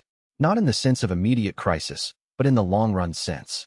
The ceiling is declining. The rate of decline has slowed because of the hall's infrastructure, but it hasn't reversed. A ceiling that continues declining, even slowly, eventually produces a world where the highest-level cultivation is inaccessible to any practitioner. The founding chef's calculation was that this would take centuries to become acute, Wei said. Enough time to build the response infrastructure. And we're now building it. But building it changes the hierarchy that exists around the current ceiling level. Dong Rueha looked at the kitchen. The Succession Council, the Pill Tower's internal structure, the major cultivation academies, all of them have organizational designs built around the assumption that the ceiling is approximately where it is now. If the ceiling rises by one rank equivalent per century, those organizations are fine for the next several hundred years. If it rises faster, if the certification standard and training program and specimen distribution together produce faster ceiling improvement than the founding chef projected, the structural disruption happens sooner. You're saying the research might produce results faster than expected. The founding chef's projections were based on one hall operating at one location. You're building toward hundreds of certified practitioners across the continent. The aggregate effect could be larger. He reflected on this. He had been thinking about timelines in terms of the founding chef's original projections. But Gao Wenba had been working alone, with one generation of students, with a certification standard that didn't exist yet. The current infrastructure was substantially more developed. If the ceiling rises faster than expected, Wei said, the institutions that are prepared for that outcome benefit. The ones that aren't prepared have problems. Yes, which is why the institutional response to the research matters as much as the research itself. Wei looked at the review team, 4 scholars who had spent 2 days carefully examining the methodology and were now thinking about what it implied for everything else. The research is going out regardless, Wei said. The data is what it is. The implications are what they are. Yes, Dong Rueha said. We're not suggesting suppression. We're suggesting that the institutional context for the data matters and that it should be prepared, not surprised. Wei nodded. The certification standard and training program are the institutional preparation. They're one part of it. The Succession Council's policy discussion is another. The formation architect partnerships are another. The syndicate's restructuring is another. Dong Rueha paused. The founding chef built all these pieces. You're assembling them. Yes. Don't stop. The review team had come to assess the methodology and had stayed to discuss the implications, and the implications were still propagating outward through the cultivation world's institutional structure. The Northern Directors Network would carry the next wave of inquiry, and the hall had just given those inquiries something solid to land on. Chapter 108. In the 53rd week of restored operation, Wei's cultivation advanced for the second time. He had been expecting it, in the general sense that the system had flagged a threshold approaching for 3 weeks. What he had not expected was where it happened.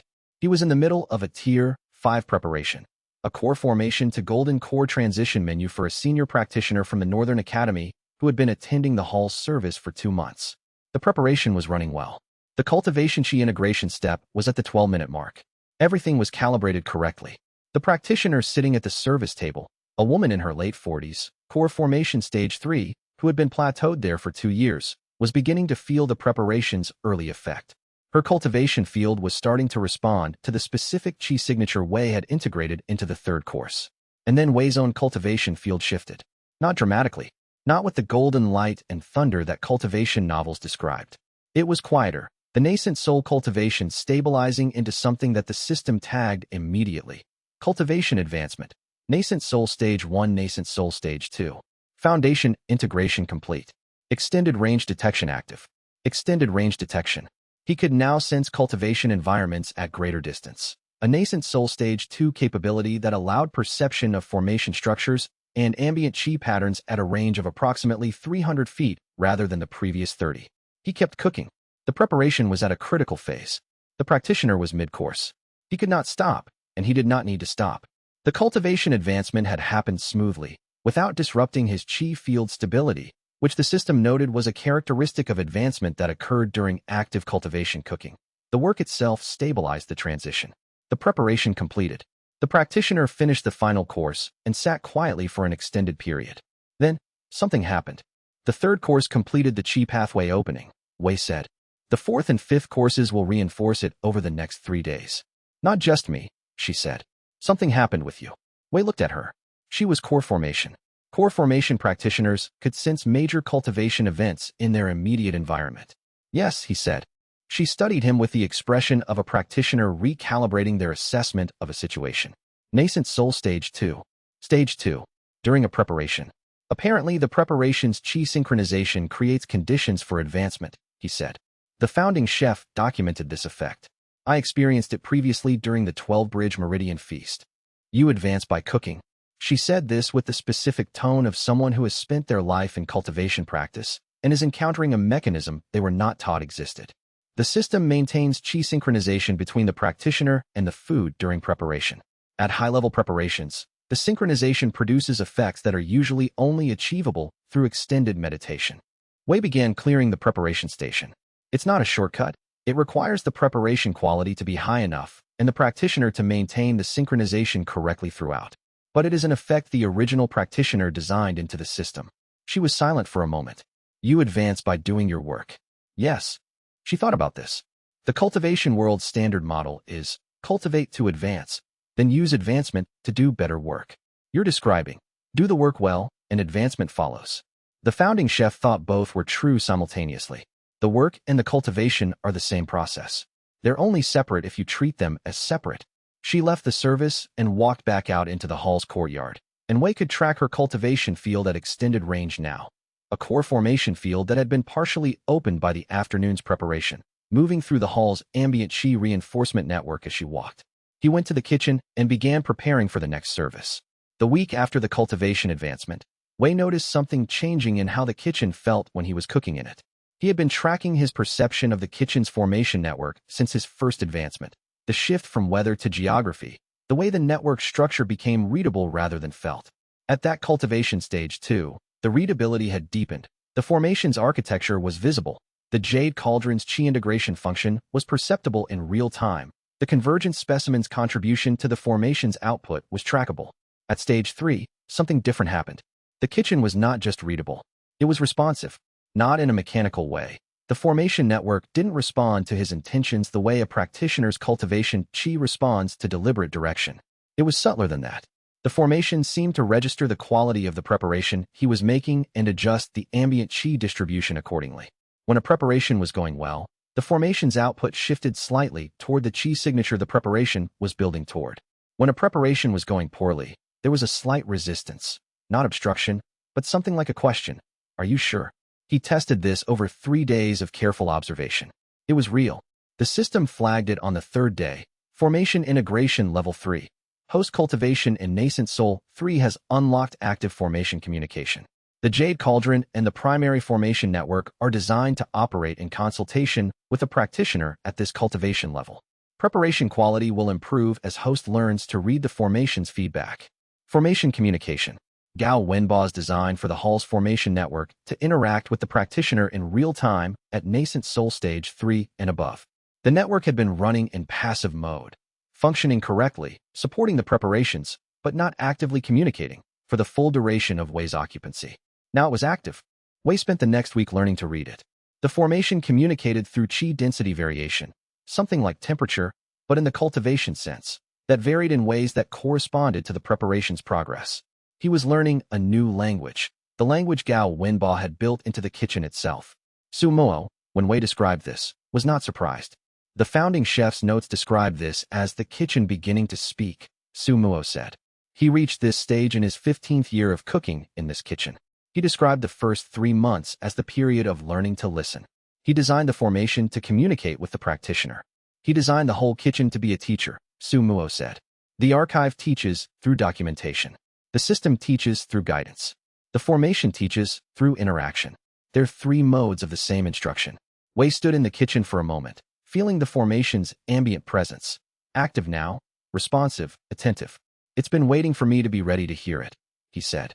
Yes, Su Mo said. The design has a great deal of patience built into it. Wei went back to the preparation.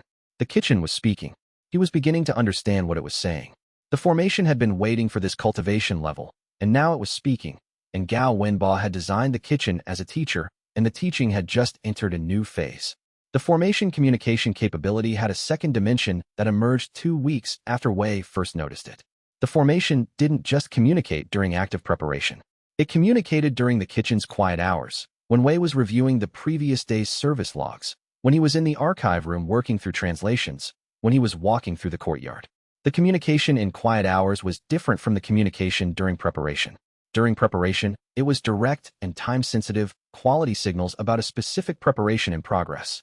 In quiet hours, it was ambient and descriptive, a general state report on the kitchen's cultivation environment, the formation network's current configuration, the qi flow patterns that had developed since the last service. He came to think of the quiet hour communication as the kitchen thinking out loud. The founding cook had described this in the last archive section, briefly. The kitchen has its own understanding of the cultivation environment. A practitioner who learns to listen to the kitchen will understand things about the cultivation world that cannot be found in documentation. Wei spent 2 weeks learning to listen during quiet hours. What the kitchen communicated was not abstract. It was specific. This morning, the ambient qi density in the eastern section of the courtyard was higher than baseline. The recording node's reinforcement function had produced a localized accumulation at a point where 2 qi pathways converged. This afternoon, the formation's convergence node output was at 93% of standard, slightly below the baseline for the past 3 weeks, worth monitoring. He began keeping notes. Not formal archive documentation, but personal observation records, the kind Gao Wenbo had described in the second phase notes as the practitioner's running understanding of the kitchen's cultivation state. After 3 weeks of notes, a pattern emerged. The formation's convergence node output varied with the training cohort's cultivation state. When the cohort was at a high point of cultivation advancement, the weeks immediately following significant preparation effectiveness, the node output rose slightly. When the cohort was at a plateau period, working through technique development without immediate cultivation advancement, the node output dropped slightly. The formation was tracking the training cohort. Not in a monitoring sense. The cultivation monitoring platform tracked cultivation advancement data. The formation's response was something subtler, an ambient attunement to the cultivation activity in the kitchen's vicinity. The founder had built a kitchen that knew who was cooking in it and who was eating from it. This, Wei thought, was the inside-out quality applied to the entire kitchen ecosystem rather than just to individual preparations. He went back to the preparation station and kept cooking, with the formation's communication now a constant background presence, the kitchen thinking, and the cook learning to listen. Chapter 109, The Extended Range Detection, changed the kitchen. Not the physical kitchen. The pots and knives and formation nodes and jade cauldron were all exactly as they had been. But Wei's perception of what happened in the kitchen during preparation had expanded in ways that took a week to fully map. He could sense the cultivation fields of practitioners at the service table, in the courtyard, at the training stations. He could sense the convergence formation's activity in real time rather than through the system's data lag. He could sense the subfloor reinforcement node's output as a continuous ambient presence rather than an occasional detectable pulse. The system updated its guidance accordingly. Nascent Soul Stage 2 Cultivation Cooking Capabilities. Extended Qi Field Awareness enables real-time adjustment of preparation parameters based on recipient cultivation state. Recommendation: transition to direct sensing preparation calibration for routine service. Tier 6 preparations now accessible for qualified ingredients. Tier 6. He had been building toward this threshold since the Tier 7 specimens had arrived from Su Muo's mountain facility cache. The specimens were ready.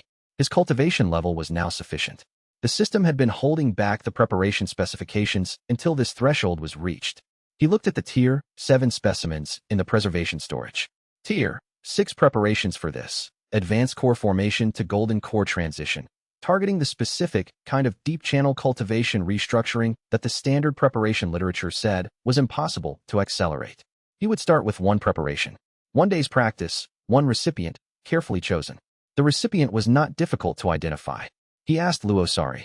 She had been at the hall for the 4th research cohort's enrollment, running diagnostic assessments on practitioners who would be entering her methodology arm of the study. She was in the hall's preparation room going through assessment notes when Wei came to her with the question. A Tier 6 preparation, he said. For a nascent soul practitioner at stage 1 with specific barriers in the upper cultivation pathways. She regarded him steadily. She was at nascent soul stage 1, had been there for 6 years, she had mentioned once, without drama, as a statement of fact. The barriers, she said. The inverse cooking methodology produces a specific pattern in the practitioner who operates it extensively. The precision required for inverse calibration creates narrowed upper pathway function over time. The pathways that are used become extremely precise, and the pathways that aren't used become underutilized. Wei set down his service notes. You've been building diagnostic tools for 30 years. The tools are precise because you made them precise. The cost is upper pathway narrowing. I know, she said. I identified it 14 years ago. I designed dietary protocols to slow it. I haven't found anything that addresses it directly. The founding chef's archive documents a Tier 6 preparation specifically for upper pathway restoration in practitioners with precision cultivation specialization. It was designed for formation architects and research calibrators who developed the same narrowing through different mechanisms. She said nothing for a moment.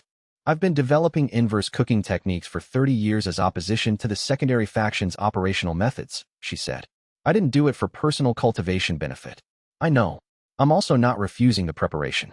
She looked at the preservation storage. When? Tomorrow morning. Before the service. I need 2 hours of preparation time and the preparation environment to be clean. She nodded. He went to review the preparation specifications and considered the founding chef, who had developed a Tier 6 preparation for practitioners who narrowed themselves through dedicated specialist work, who had apparently understood, 300 years before the phantom chef tradition existed, that a certain kind of practitioner would develop exactly this kind of cultivation cost. The original practitioner had built for people he would never meet, solving problems he anticipated without knowing the specific form they would take. Wei Liang was beginning to do the same thing. The preparation insights development had an unexpected quality. It manifested most strongly when Wei was cooking for practitioners who were struggling. He noticed this first with a student in the foundational training cohort, a young woman at Foundation Establishment Stage 2, whose cultivation advancement had been inconsistent in ways that the standard training assessments hadn't fully captured. She had been performing the basic preparations correctly, but without the cultivation effect the preparations were supposed to produce. Wei had been working with her individually for 2 weeks, reviewing technique, checking ingredient calibration, adjusting preparation sequences. Standard troubleshooting. The cultivation monitoring platform's records showed advancement, but at below expected rates. On a Tuesday morning, he was standing at the preparation station working on a foundational Tier 2 preparation for the day's service, and she was at the practice station beside him working through the same preparation for practice. He felt something. Not knowledge. Exactly. More like the edge of an understanding. A direction. This intuitive capability wasn't pointing at a technique error or an ingredient miscalibration. It was pointing at something about her specific cultivation state, a structural characteristic that wasn't visible in her advancement records or her formal assessment data.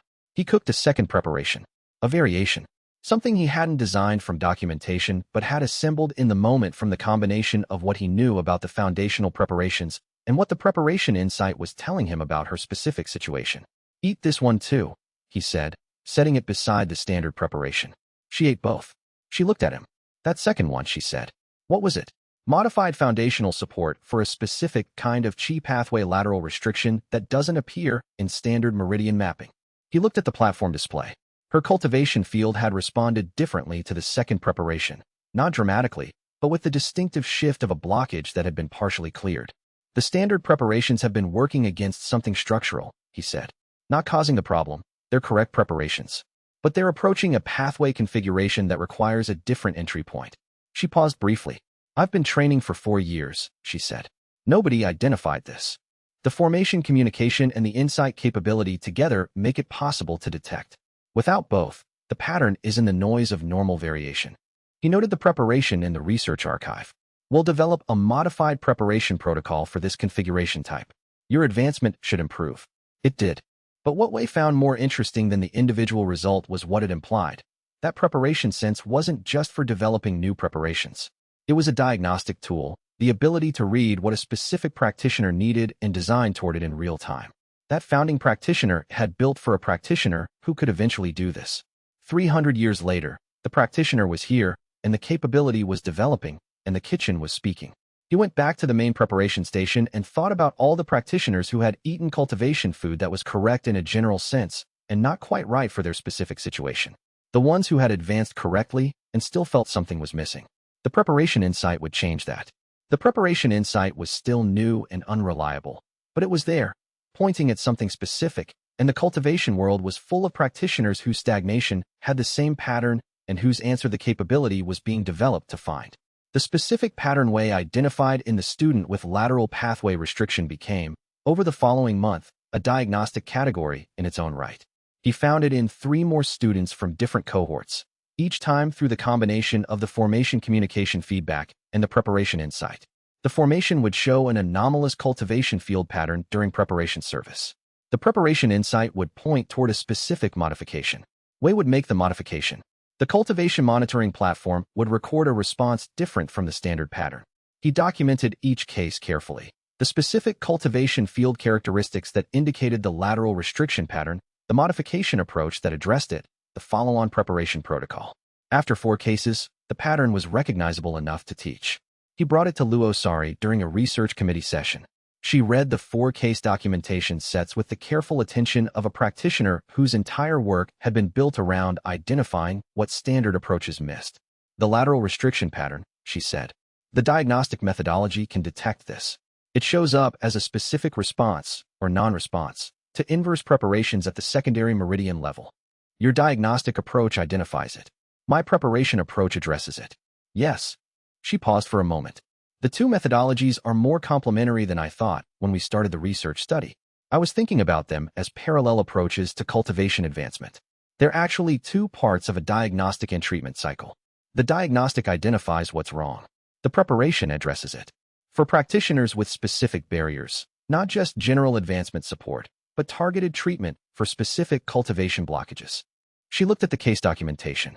If we can systematize this, develop a diagnostic protocol and a corresponding preparation library for the most common barrier patterns, we could address a category of cultivation stagnation that currently has no systematic treatment. Wei reviewed the foundation establishment practitioners at stage 3 for years.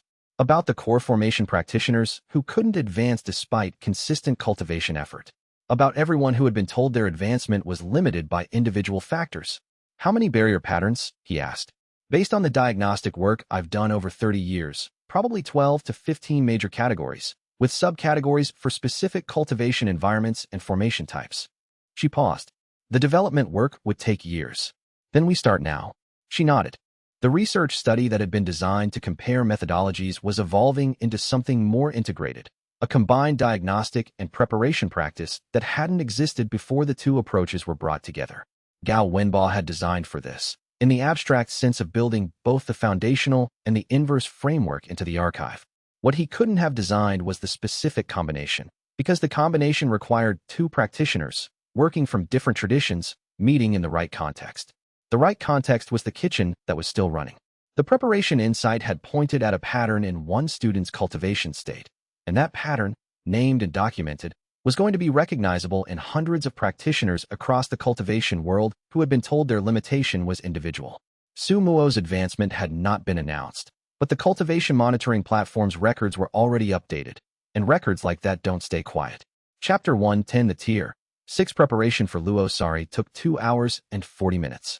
It was the most technically complex thing Wei had cooked to that point. The Tier 7 specimen, a spirit root that had matured in the mountain facility's convergence formation environment for 40 years, required a processing technique that the system described as multi-axis Qi integration at sequential saturation points.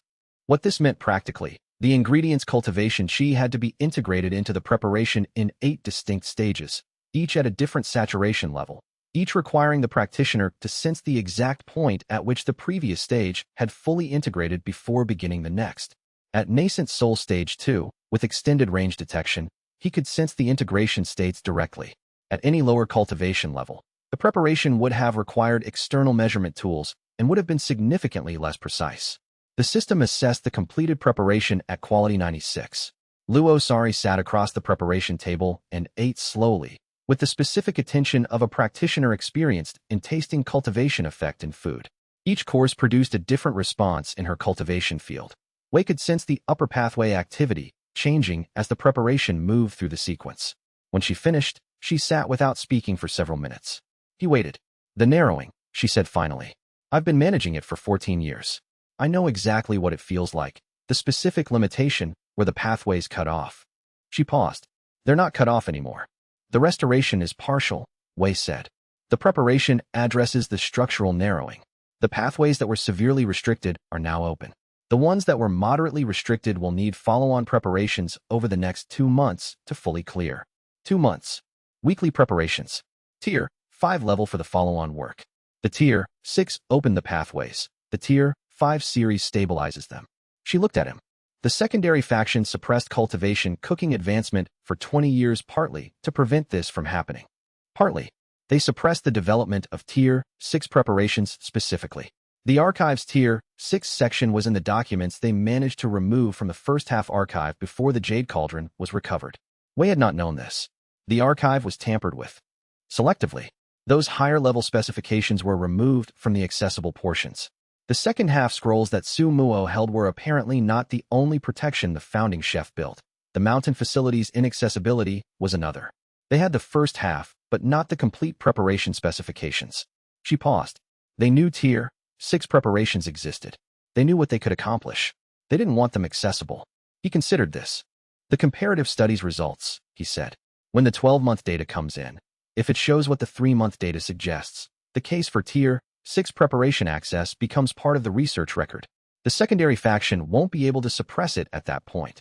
No. Luo Sari stood up from the preparation table. The suppression window has already closed. The archive is here. The system is here. The training program is producing practitioners who know what to look for. She looked at him. When I can access my full cultivation range again, I intend to develop the inverse cooking methodology at Tier 5 level. I have the framework. I've had the framework for years. I've been limited by the narrowing. Tier 5 inverse preparations, Wei said. Yes. The diagnostic work I've been doing at Tier 3 and Tier 4 identifies cultivation blockages. Tier 5 inverse preparations could address those blockages directly, not by adding cultivation effect, but by removing cultivation interference. The two approaches together could address barriers that neither can address alone. Wei looked at the archive room doorway. Beyond it, Su Muo was translating, working through the data that would eventually answer the cultivation world's largest question. The founding chef designed the framework, Wei said. You developed the practice. That was apparently always the plan, Luo Sari said. She left the preparation room. Wei went to the kitchen. The preparation development work at the shore had given Wei something he hadn't anticipated. A working relationship with a practitioner tradition that had developed in complete isolation from the foundational methodology. Jian Mei and the consortium's cultivation cooks had built their coastal preparation tradition over 60 years of independent development. They had arrived at some of the same conclusions as the foundational methodology through different paths. The secondary meridian support approach, for example, was present in coastal tradition under different names and with different technique execution, because coastal spirit vein patterns made the secondary meridian function visible in ways that inland formations didn't. We called it tide balance work, Jian Mei said, during one of the development sessions at the shore facility. The tidal chi cycle creates natural secondary meridian rhythm.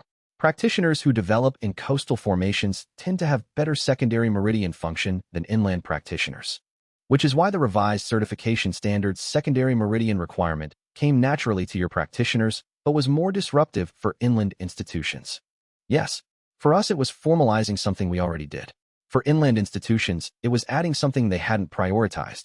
This had implications for how the certification standard would need to be implemented in coastal regions, not as a new requirement, but as a formalization and documentation of existing practice. The training methodology would look different at the shore than it did at the hall. The research study, Wei said.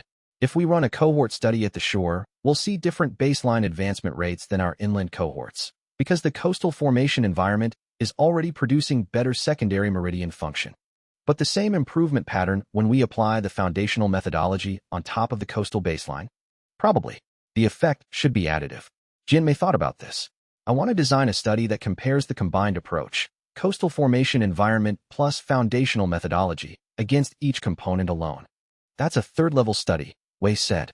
We're in year 1 of the first level. I know. I'm thinking about year 3.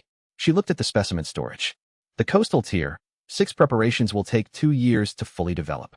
If we have both the preparations and the study framework ready at the same time, the data will be more useful. This was the kind of long-term operational thinking that Wei recognized from the founding chef's notes. Designed for the work that would be needed in 3 years, not just the work that was needed today. Design the study, he said. We'll review the protocol when I return. He finished the final coastal preparation development session, packed the new specification notes alongside the system's updated assessment framework, and prepared for the return journey to the hall. The founding chef had originally built for the inland cultivation world. The coastal extension was something new, not replacing the original work, but expanding what the work could address. Gao Wenba had written about unexpected development directions in the last archive section. Build well and watch what grows from it. Some of what grows will be what you designed. Some will be things you enabled without designing specifically. Both are the work. The coastal preparations were the second kind. Wei went back to the hall. The coastal preparations were the beginning of something Gao Wenba had enabled without designing specifically, and whatever the Eastern Shore would produce in 2 years of development would be evidence that the work grew in directions the original architect hadn't anticipated and couldn't have designed for. The return to the hall from the Eastern Shore was a journey Wei made alone, which gave him 3 days of travel time with nothing to do except think. He thought about the coastal preparation development and what it had revealed about the extent of the founding chef's design. The coastal formations produced tide resonance chi signatures that were absent from inland formations. The preparations that used these signatures had different effects from inland preparations, not better or worse, but specifically calibrated to the coastal formation environment and to the practitioners who had developed within it. This meant that cultivation cooking's full scope was not captured by the foundational methodology alone. The foundational methodology was an inland tradition, developed in an inland cultivation environment, optimized for inland practitioners. It was good, it was very good, but it was one regional expression of a broader practice. The broader practice was whatever cultivation cooking looked like when it was optimally calibrated to every formation environment in the cultivation world. Gao Wenba had understood this. The archive's preparation notes were careful about context. This preparation is calibrated for the central provincial formation type. Adjustments for other formation environments are noted in the supplementary appendices. The supplementary appendices were sparse. Gao Wenba had worked in one location for his professional life and had limited direct experience with other formation environments. But he had noted that the adjustments were necessary. He had built the archive structure to accommodate regional supplements. Wei was now developing the first regional supplement. The coastal supplement Jianmei was drafting would eventually become part of the extended archive, not replacing the foundational methodology, but expanding it. The first extension in 300 years to the foundational methodology's documentation. He thought about what other extensions might be needed. Northern cultivation districts with permafrost formation characteristics. Desert cultivation environments with ultra-low ambient humidity affecting qi distribution patterns. High-altitude formations like the mountain facility, but at even greater elevation. Cultivation environments near geological formation boundaries with mixed qi signatures. Each one a potential regional supplement. Each one requiring a practitioner with both the foundational methodology knowledge and deep local formation experience. He thought about the training program and what it was building. Not just certified cultivation cooks for the central cultivation districts, but the foundation of a network of practitioners who could eventually develop the regional supplements their local environments required. The founding design had anticipated this. That founding practitioner had built for everything, it seemed. Wei arrived at the hall on the 3rd day of travel, and the kitchen was running when he walked in, the training students at the practice stations, the service in preparation, and it was exactly as he had left it. He went to the preparation station and picked up the work where he had left off. The coastal preparations were new territory the hall's original chef had enabled without designing, and whatever the Eastern Shore would produce in the years ahead was evidence that the work grew in directions the original architect had trusted but not specified. The syndicate's 3 active cells had been identified. Identification was not dissolution, but it was the precondition for everything that came next. Chapter 111. The 12-month research study results arrived in a single week at the end of the 58th week. All 4 cohorts. Cohort A, Hall methodology, 53% above baseline advancement rate. Cohort B, standard institutional, 18% above baseline. Cohort C, Luo-Sari's diagnostic methodology, 44% above baseline. Cohort D, Northern Academy revised standard, 29% above baseline. The differences were significant enough to be unambiguous. The joint analysis team, Wei, Luo-Sari, the Northern Academy's director, and 2 independent statisticians, reviewed the results over 2 days. They checked the methodology, examined the potential confounds, reviewed the individual practitioner data for outliers, and verified the cohort composition was comparable across all 4 groups. The results held. Wei and Luo-Sari's methodologies both substantially outperformed standard institutional training. The Northern Academy's implementation of the revised standard, without the full training methodology, also outperformed standard training, but by less. The combination approach, which both the Hall and Luo-Sari used in different ways, outperformed the standard by more than double. The standard improves outcomes, Wei said, reviewing the final numbers. Yes, the Northern Academy's director said. He had been quiet through most of the review.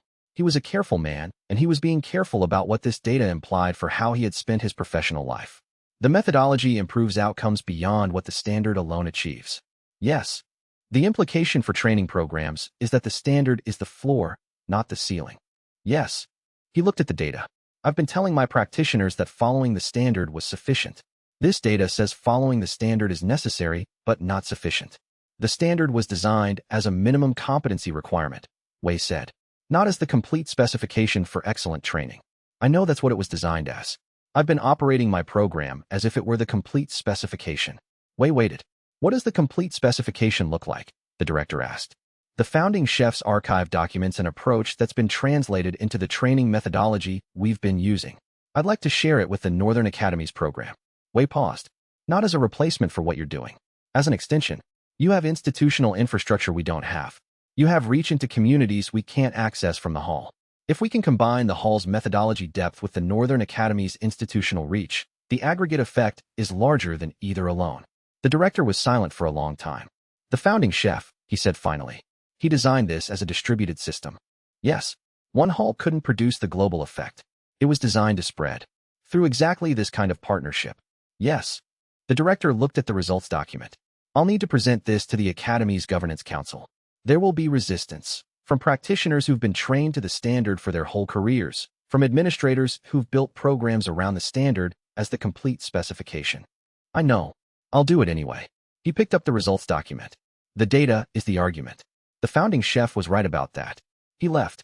The research study's results would be published within 2 weeks. The implications would take longer to work through the cultivation world's institutional system. A year, 5 years, a generation. But the data existed, the study was defensible, and the cultivators who needed better training would eventually have access to it. The original practitioner had been patient. Wei Liang could be patient too. The week the annual results arrived was also the week the syndicate's restructuring committee sent its formal partnership proposal. The timing was not coincidental. The 12-month results had been anticipated by everyone who had been tracking the research study. The secondary faction's dissolution announcement had come in the week before the results, and the restructuring committee had apparently decided that the results publication was the right moment to make the partnership proposal visible. Wei reviewed the proposal over 2 evenings. It was comprehensive, a formal research partnership, joint use of the syndicate's cultivation research facilities for extended preparation development work, a shared cultivation environment monitoring network that would supplement the courtyard node data with the syndicate's existing formation monitoring infrastructure, and a practitioner exchange program that would allow the Hall's training methodology to reach institutions that the Hall couldn't access directly. The syndicate's cultivation research facilities were extensive, built over a century of what had been, in the secondary faction's time, specimen harvesting infrastructure, but which could be repurposed for genuine research with minimal structural modification. Wei discussed the proposal with Su Muo, Xia Ruoyan, and Luo-Sari over a dinner service that Wei cooked himself. Su Muo ate and assessed in parallel. The syndicate's formation monitoring network covers 3 regions that your current research partnerships don't reach. Yes, Wei said. The data from those regions would fill significant gaps in the continental analysis. Yes. Luo-Sari had been reading the research facility descriptions with specific attention. The facility in the Eastern Mountains. I know this facility. The secondary faction used it for cultivation binding research. The physical infrastructure is research grade. The work that was done in it was not. The infrastructure can be repurposed, Wei said. Yes. She was briefly still. The secondary faction's researchers were technically competent. Some of them knew what they were participating in and did it anyway. Some of them didn't fully understand how the work was being used. She looked at the proposal. A few of them contacted me privately in the past 6 months. They want to do real work. Real work in the sense of genuine cultivation advancement research. Yes. Wei looked at the proposal. The partnership, if accepted, would bring infrastructure, monitoring data, and practitioners who had technical skills developed in the wrong context and were now looking for the right context. We accept, he said. With the Commons infrastructure designation on all jointly developed materials and research, and with the transparency requirements we've applied to all our partnerships. Xia Ruoyan began drafting the acceptance response. Luo Sari looked at the 12-month results on the table between them. The data is going to change what the cultivation world thinks is possible, she said. The founding chef thought it would take a generation, Wei said. Maybe, she said. Or maybe the data will accelerate the timeline. She went back to her own notes, and Wei went to the kitchen for the last course.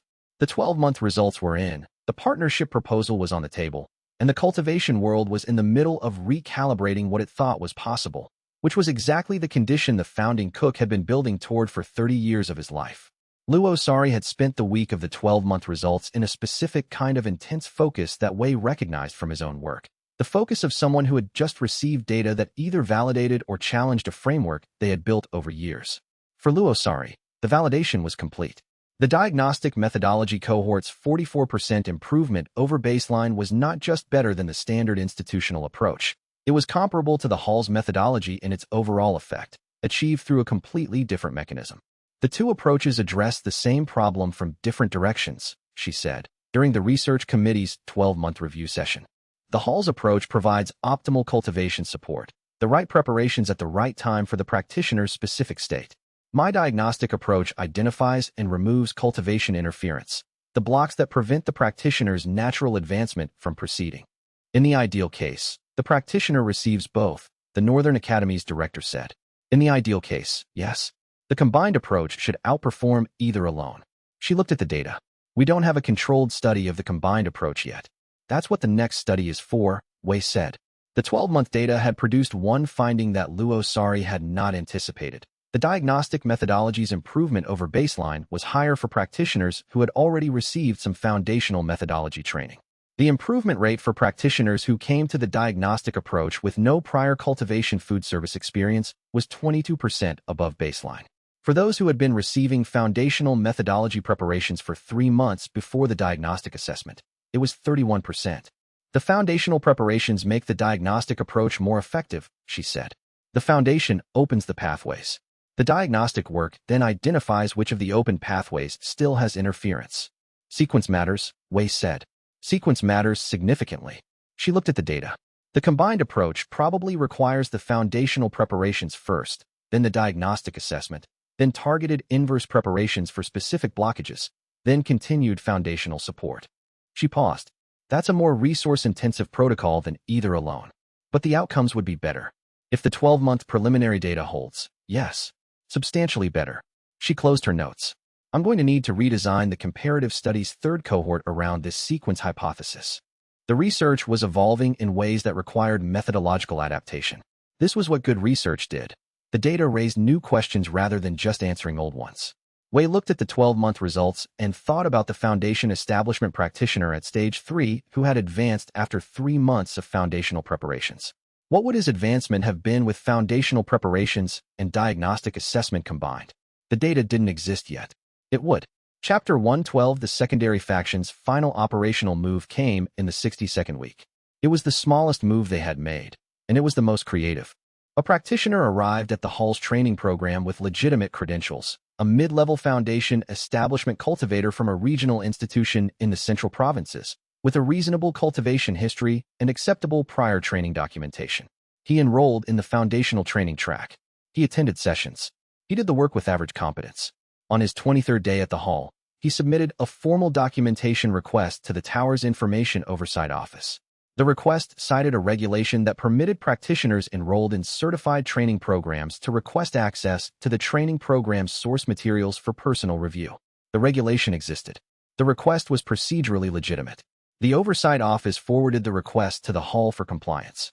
The source materials the practitioner had requested were, specifically, the archive's second-half scrolls, Su Muo's original translations, and that founding preparation specifications, including the Tier 6 and Tier 7 preparation documentation. Xia Ruoyan flagged the request and brought it to Wei. The Tier 6 and Tier 7 specifications are not training program source materials, she said. The training program operates at Tier 3 to Tier 5. The request claims otherwise. How does he know the Tier 6 and Tier 7 specifications exist? His request cites the published research analysis, which mentions the archive's depth without specifying the tier range. She paused. He's fishing. The request is designed to produce either the materials or a refusal that gives them information about what the Hall is protecting. What's the refusal basis? The materials he requested are archive research materials, not training program source materials. The regulatory provision he cited applies to training materials specifically. She had already drafted the response. The refusal is procedurally clean. The Oversight Office will accept it. And then the secondary faction has documented that the Tier 6 and Tier 7 specifications are a protected archive category, which tells them something about the security structure. She paused. But they already know the archive is here and the specifications exist. This tells them the specifications are specifically protected, which means they're specifically valuable, which means, if they want to access them, they need a different mechanism. What mechanism is available to them? A research access petition through the Tower's Archive Committee. She looked at Wei, which Elder Zhao Mingwen chairs. He turned this over. The secondary faction had used every institutional mechanism available to them and had lost each one. A research access petition for archive materials would go through Elder Zhao, who had spent 60 years applying procedural rules consistently, and who had the Hall's National Heritage designation and the full ethics review record and the research study results in his institutional context. What does a research access petition require? Wei asked. Demonstrated research purpose, institutional affiliation, and a methodological plan for using the materials. If the secondary faction files for research access, they have to document their research purpose. Yes, which would require them to explain what they intend to do with Tier 6 and Tier 7 preparation specifications. Yes. Wei looked at Xia Ruoyan. She had the expression she wore when she had already traced the logical conclusion 3 steps further than anyone else in the room. They won't file, he said. No. Filing creates a documented record of what they want the materials for. They can't explain that in a way that doesn't expose the operation. So they're stuck. For this mechanism, yes. She sent the refusal response. There will be another mechanism. There always is. But each mechanism takes time and resources and produces a documented failure. Yes. Wei went to the kitchen. The morning service was running. The practical operation of what Xia Ruoyan called the research access refusal mechanism was worth understanding in detail. Wei spent an afternoon with Xia Ruoyan and the Hall's newly engaged institutional council, a practitioner named Su Daoling who had spent 15 years in cultivation commerce law and had joined the Hall's administrative team in the 58th week, mapping the secondary faction's remaining access options. The access options were few. The formal research access petition through Elder Zhao's archive committee was available. The secondary faction hadn't filed it, for the reasons Xia Ruoyan had identified. The petition required documenting research purpose. A tower-level executive order, issued by the Succession Council, could override the National Heritage designation's protections. This required a 2/3 council vote, 14 of 20 members. With the secondary faction's 3 votes and the count of remaining aligned members, this was not achievable. A cultivation emergency provision, the tower's highest-level override mechanism, used exactly 3 times in its 300-year history, could mandate access to the archive for reasons of public safety. The provision required evidence of a genuine cultivation emergency. Define cultivation emergency, Wei said. Su Daoling had clearly thought about this. The 3 historical uses were for a qi toxin epidemic, a formation collapse threatening a regional cultivation district, and an imminent tribulation transcendence phenomenon that required containment preparation. The threshold is extremely high. The secondary faction would need to manufacture a cultivation emergency, or they would need to find a genuine one and use it as a vehicle. He paused. The cultivation ceiling research is itself a kind of emergency framing. The cultivation world's structural ceiling is declining. and the archive contains preparation specifications that address this. A motivated interpretation of the emergency provision could argue that preventing access to those preparations constitutes a cultivation emergency. Wei thought about this. That argument is backwards. The hall is providing access through the distribution agreements, the training program, the research partnerships. The argument for emergency access would need to show that this access is insufficient, which would require arguing that the hall's rate of distribution is too slow to address the emergency, and that emergency access to the archive would accelerate distribution. And then what? They get access to the Tier 6 and Tier 7 specifications, which require nascent soul stage 3 cultivation to execute with the preparation insight. Access to the specifications doesn't solve the capability gap. Su Dowling made a note. I'll prepare a preemptive legal brief that addresses the emergency provision argument. If they file it, we'll have the response ready. Do we know if they're considering it? Not definitively, but preparing for it costs less than responding to it unprepared. Wei nodded. This was the correct orientation, not paranoia, but preparation. The founding charter had been written with this orientation. The hall's legal infrastructure had been built with it. The kitchen was protected. The preparation was still the most important thing, but it needed protection to continue, and protection required this kind of careful, boring work. Wei went back to the kitchen. The legal brief would be ready before the filing arrived, because the founding charter had been written for exactly this contingency, and the kitchen was running, and the preparations were correct, and the protection was in place. The training program's enrollment application from Su Wanling's home institution arrived 3 weeks after she had formally joined the hall's staff. The institution's director had written the application personally. The letter was formal in structure and unusually candid in tone, acknowledging that the institution had been aligned with operational approaches that had suppressed the certification standard revision, and expressing the institution's interest in moving its cultivation cooking program toward the revised standard methodology. Wei read the letter twice. The candor was not typical of institutional correspondence. Most institutions that changed alignment did so through bureaucratic language that made the change sound like a routine administrative update. This director had written in plain language about the institution's previous choices and their current reassessment. Su Dowling, who reviewed all institutional partnership applications, noted the unusual candor in his analysis memo. The letter's directness may reflect either genuine institutional accountability or calculated positioning. Both produce the same practical outcome, a partnership application that is straightforward to evaluate on its merits. The institution's merits were reasonable: mid-size regional academy, solid foundation establishment, and core formation training. A cultivation food service program that had been operating at the pre-revision standard. The program would need significant upgrading to meet the current standard, but the infrastructure existed. Do we accept? Xia Ruoyan asked. Yes, Wei said, with the same terms as every other partnership.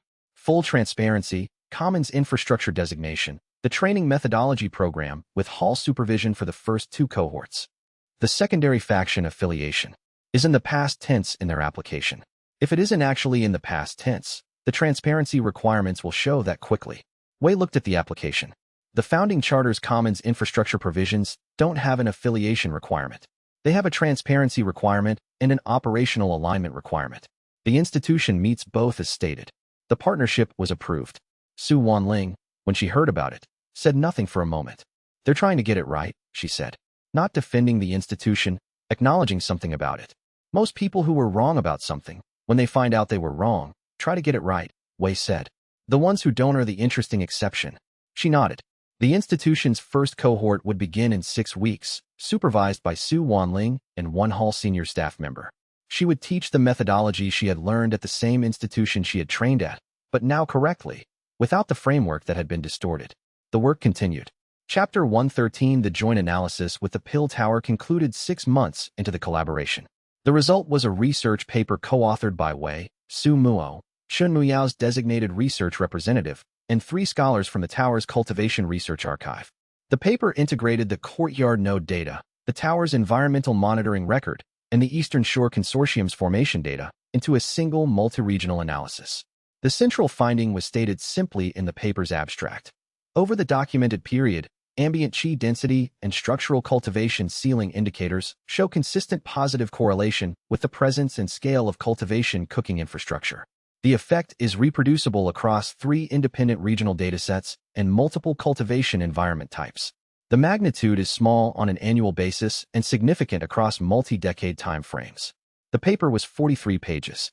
The appendices were 412 pages. Within a week of publication, Wei received correspondence from 11 major cultivation institutions, the Tower's Succession Council's Research Committee, and 3 regional governing bodies. Most of the correspondence was requesting meetings. The meeting requests were all variations of the same underlying question. What does this mean for cultivation policy? Wei handled most of the meetings himself, with Xia Ruoyan managing the scheduling and documentation. He had become, over the 60-odd weeks of the hall's restoration, someone who could sit in a meeting with senior Succession Council members or academy directors and communicate the research's implications without losing precision or adding drama.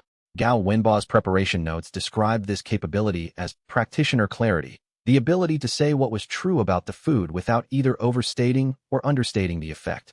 Wei had been developing this capability in the kitchen and was now applying it to cultivation policy conversations. The conversations had a consistent structure. Wei presented the data, the meeting's other parties processed the implications for their specific institutional context, and they worked together on what the implications meant for practical decisions. The most significant meeting was with the Succession Council's Research Committee, 6 members, 3 of whom Wei had not previously interacted with, who had read the joint analysis with the specific attention of people whose institutional responsibilities included deciding what the Tower's cultivation development priorities should be. The implication, said the committee's chair, a woman in her 80s, nascent soul cultivation, who had been on the council for 30 years and had watched multiple waves of research come and go, is that cultivation infrastructure investment is cultivation development investment. That improving the environmental quality improves practitioner advancement, not just in the immediate surroundings, but potentially at continental scale if the infrastructure reaches sufficient density. That's the preliminary implication, Wei said. The data supports it at regional scale. Continental scale would require continental scale implementation and monitoring, which the Hall's training program and certification standard are building toward. Yes. She was silent for a moment. The Succession Council has been discussing cultivation development policy primarily in terms of practitioner training standards and individual advancement support. This research suggests we've been missing the environmental dimension entirely. The founding chef identified the environmental dimension 300 years ago, Wei said. The institutional context for addressing it hadn't been built yet. It's being built now. She looked at the other committee members. The research committee will recommend a formal cultivation infrastructure development policy, not just certification standards, but formation infrastructure, cultivation cooking distribution, the whole ecology of what produces a healthy cultivation environment. Wei thought about what Gao Wenba had spent 30 years building after his operational work was established. The monitoring infrastructure, the formation design, the archive, all the pieces of the answer to the question that had required generations to produce.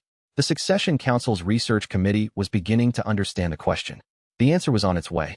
The joint analysis paper's distribution had a specific effect on the regional formations architect community that Wei had not anticipated.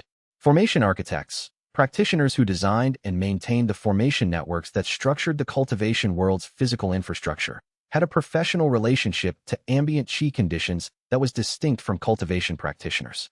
They measured and worked with cultivation environments as technical systems. Their professional literature was full of data that the founding chef's framework had now recontextualized. 3 weeks after the joint analysis publication, a letter arrived from the Regional Formation Architects Association. The letter was signed by 47 members. It noted that the joint analysis framework provided a theoretical explanation for patterns that formation architects had been observing and had attributed to formation quality variation, geographic cultivation differences, and other technical factors. The letter proposed a collaboration. The Formation Architects Association would provide access to its comprehensive regional formation monitoring database, 60 years of data covering the continent's primary cultivation districts, in exchange for the Hall's methodology assistance in analyzing the data. 60 years of continental formation monitoring data, independent of the Hall, independent of the Pill Tower, collected by practitioners who had been measuring what they measured without any awareness of the foundational framework. Wei read the letter and brought it to Su Muo. Su Muo read it with the attention of a practitioner who had spent 40 years working with formation data that had no one to share it with. How many formation monitoring stations in their network? He asked. The letter says approximately over 300, distributed across 17 cultivation regions. Su Muo paused for a long time. The courtyard node provides one monitoring point in one location over 290 years, he said. The Pill Tower's network provides coverage of the capital region and surrounding districts. The Eastern Shore Consortium provides coastal data. The Formation Architects Network provides continental coverage. He looked at Wei. This is the dataset the founding chef would have wanted. It's the dataset he couldn't build, Wei said. 300 monitoring stations require 300 practitioners maintaining them over decades. He couldn't create that infrastructure alone. No, the infrastructure created itself, for different reasons, and the data accumulated without anyone understanding what it was accumulating. Su Muo set down the letter. The founding chef's question had hundreds of practitioners gathering evidence for it without knowing they were doing so. Wei thought about the Foundation Establishment Practitioner at Stage 3 for 4 years. About the Formation Monitoring Practitioners who had been noting anomalies they couldn't explain. About the Coastal Formation tradition that had independently developed secondary meridian support work. About Luo Sari, who had spent 30 years developing inverse cultivation cooking techniques from a framework that original founder had described in the archive. The cultivation world had been trying to answer the question from multiple directions simultaneously. Nobody had known they were all working on the same question. The joint analysis had connected the work. Wei accepted the Formation Architect's proposal. The continental dataset would take 2 years to analyze properly. In 2 years, the preliminary answer would become a definitive one. Gao Wenba had been patient. Wei was learning to be too. The continental dataset was 2 years from analysis completion, and somewhere in 60 years of monitoring data from more than 300 independent stations, that founding question was already answered, waiting for the framework that would make it visible. The Formation Architect's continental dataset was organized around a simple question: how well is this formation working?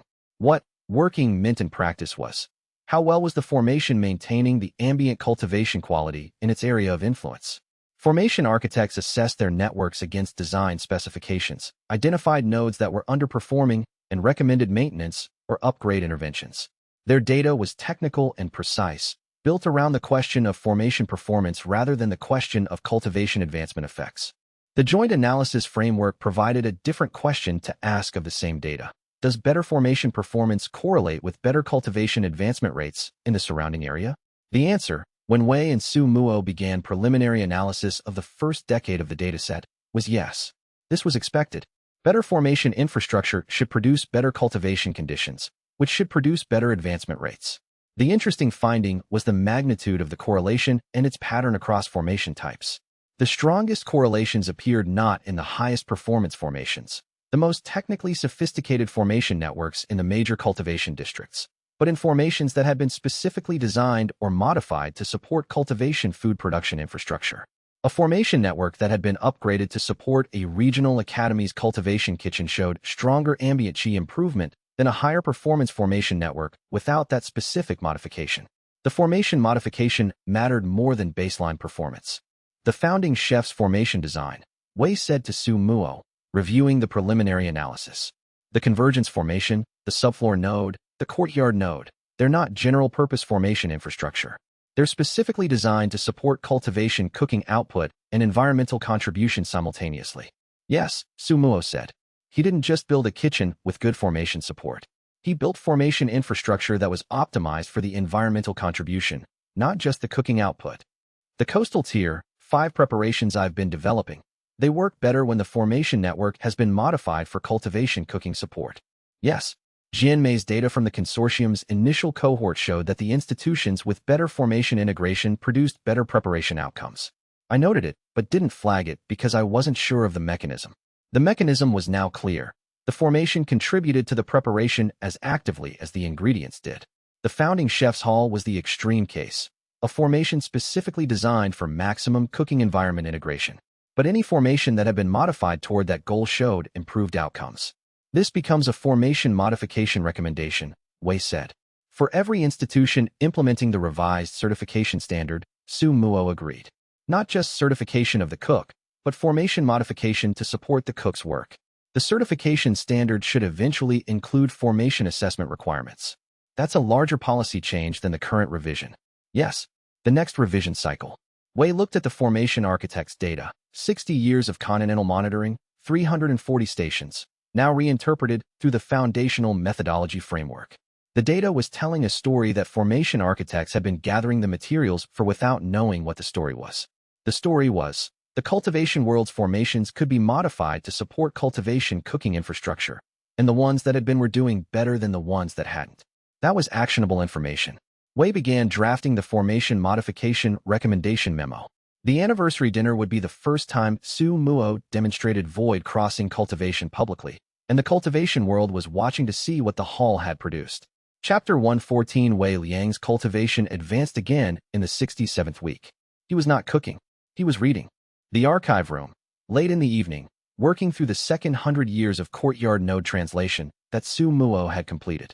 The data was complex. The founding chef's design required context building across years of environmental records to interpret correctly. Wei had been spending 2 hours each evening in the archive room, developing the environmental monitoring literacy that Su Muo said would eventually allow him to understand the archive at 90% capacity. The advancement was quiet and complete. Nascent Soul Stage 2, Nascent Soul Stage 3. Deepened cultivation, field stabilization. Preparation insight capability unlocked. He sat with the advancement for a moment.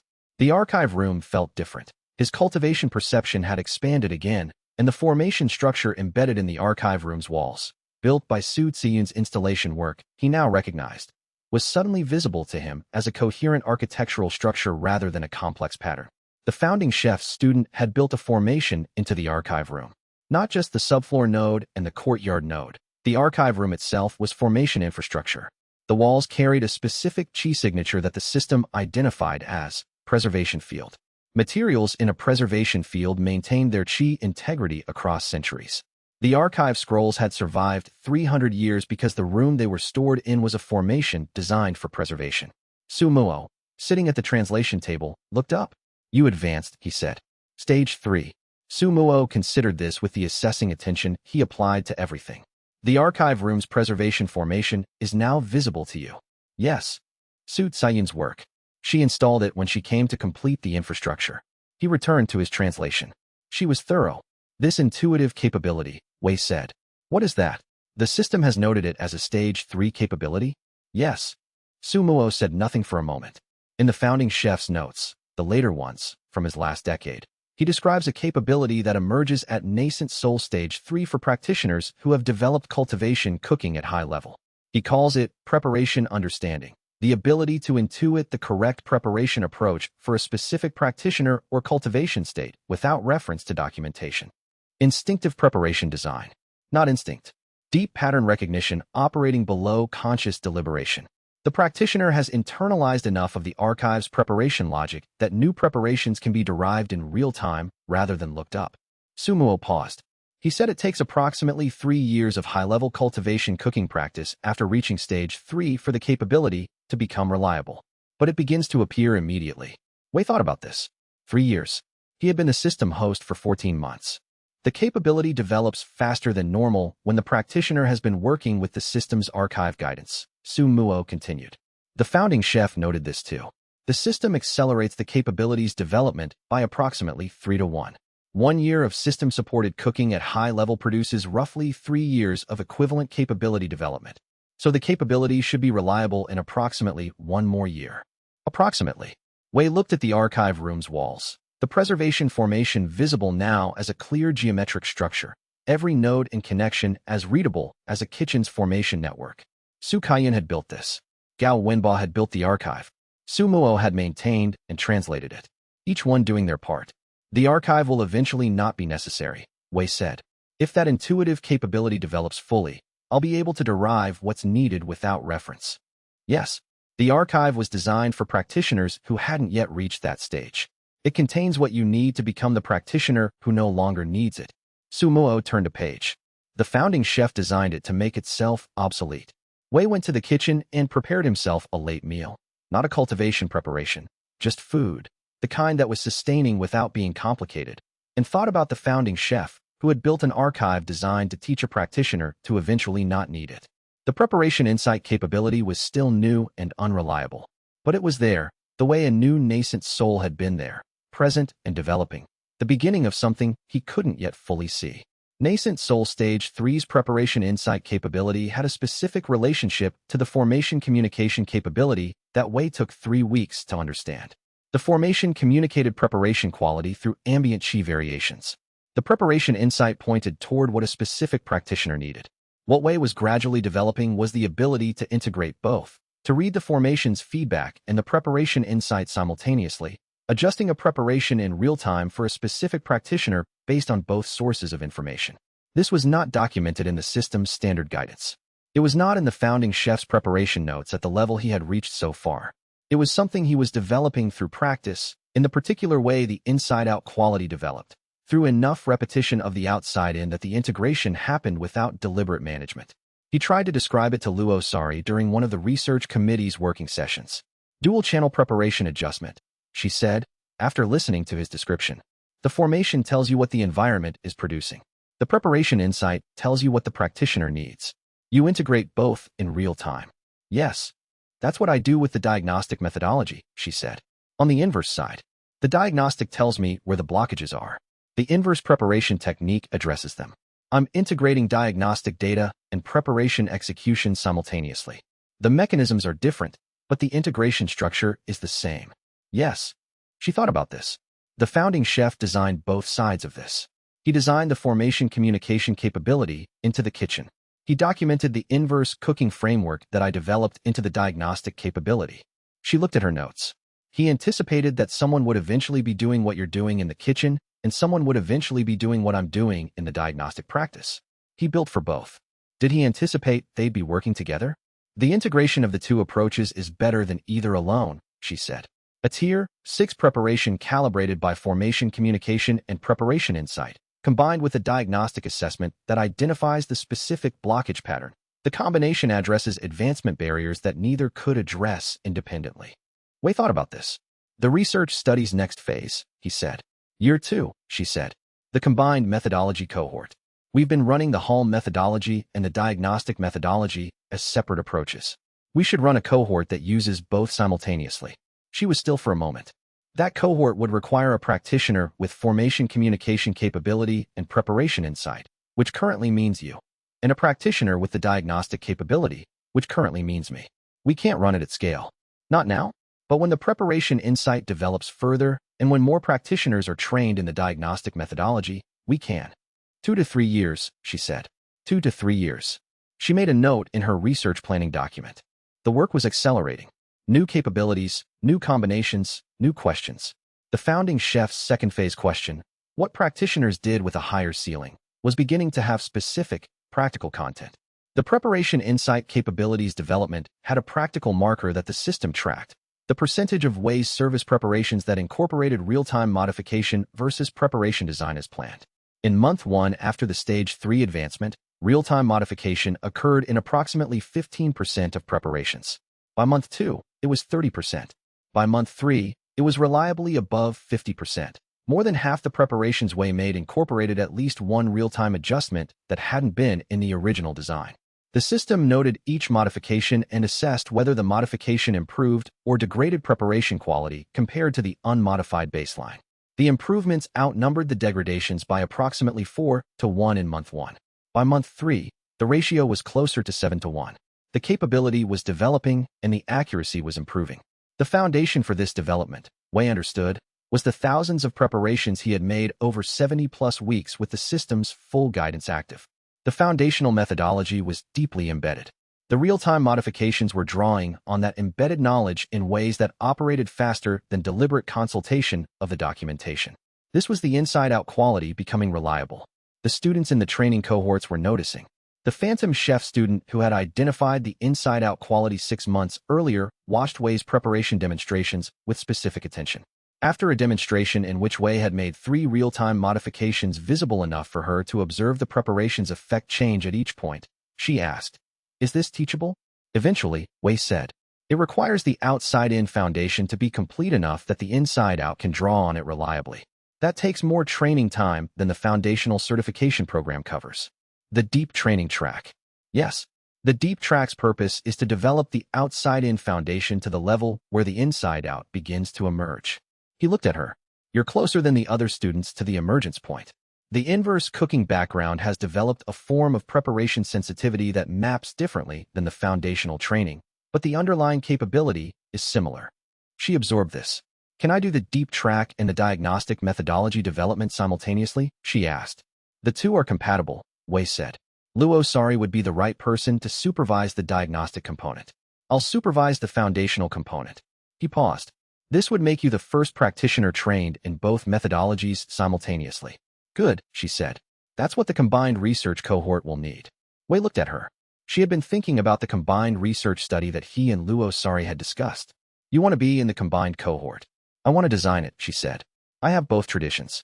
I can see what a combined protocol should look like more clearly than someone who has only one. Wei thought about this. She was right.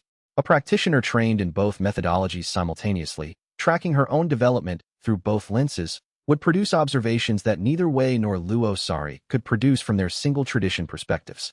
Design the protocol, he said. Luo Sari, and I will review it. She began writing. Chapter 115. Wei spent 2 weeks at the Eastern Shore and returned to the hall, carrying 4 new preparation specifications, 12 pages of coastal formation monitoring data correlations, and 1 unexpected development. Su Wanling had asked to stay at the hall. She had completed the foundational training track during Wei's absence. Her advancement had improved substantially in the last weeks of the training. The modified preparation protocol Wei had developed for her lateral pathway restriction had addressed the structural issue, and her cultivation had resumed the rate it had been moving at before the barrier developed. Huafeng had the message from her waiting when Wei arrived. She wants to join the hall's permanent staff, Huafeng said. Her home institution has formally withdrawn from the secondary faction's operational network. They wrote to us directly about it. Wei read the withdrawal letter from Su Wanling's institution. The language was formal and somewhat awkward, the language of an organization that had been in one alignment and was now changing alignment and wasn't quite sure how to describe the transition. Her institutional affiliation question, Wei said. Resolved by the institution, Huafeng said. They're requesting training partnership status. Wei thought about what this meant. An institution that had been in the secondary factions network, now requesting training partnership and releasing a practitioner to the hall's staff.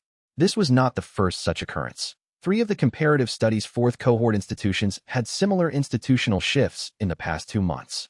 But it was the clearest signal, yet that the secondary faction's institutional network was genuinely restructuring rather than strategically repositioning. Accept the partnership application, he said. And Su Wanling stays if she wants to. She wanted to. She began her first week as a hall staff member by asking Wei what he needed her to work on. The modified preparation protocols we developed during your training, he said.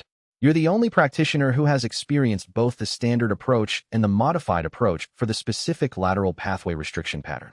I need documentation of the subjective cultivation effect difference. She nodded and began writing. The documentation would take a week.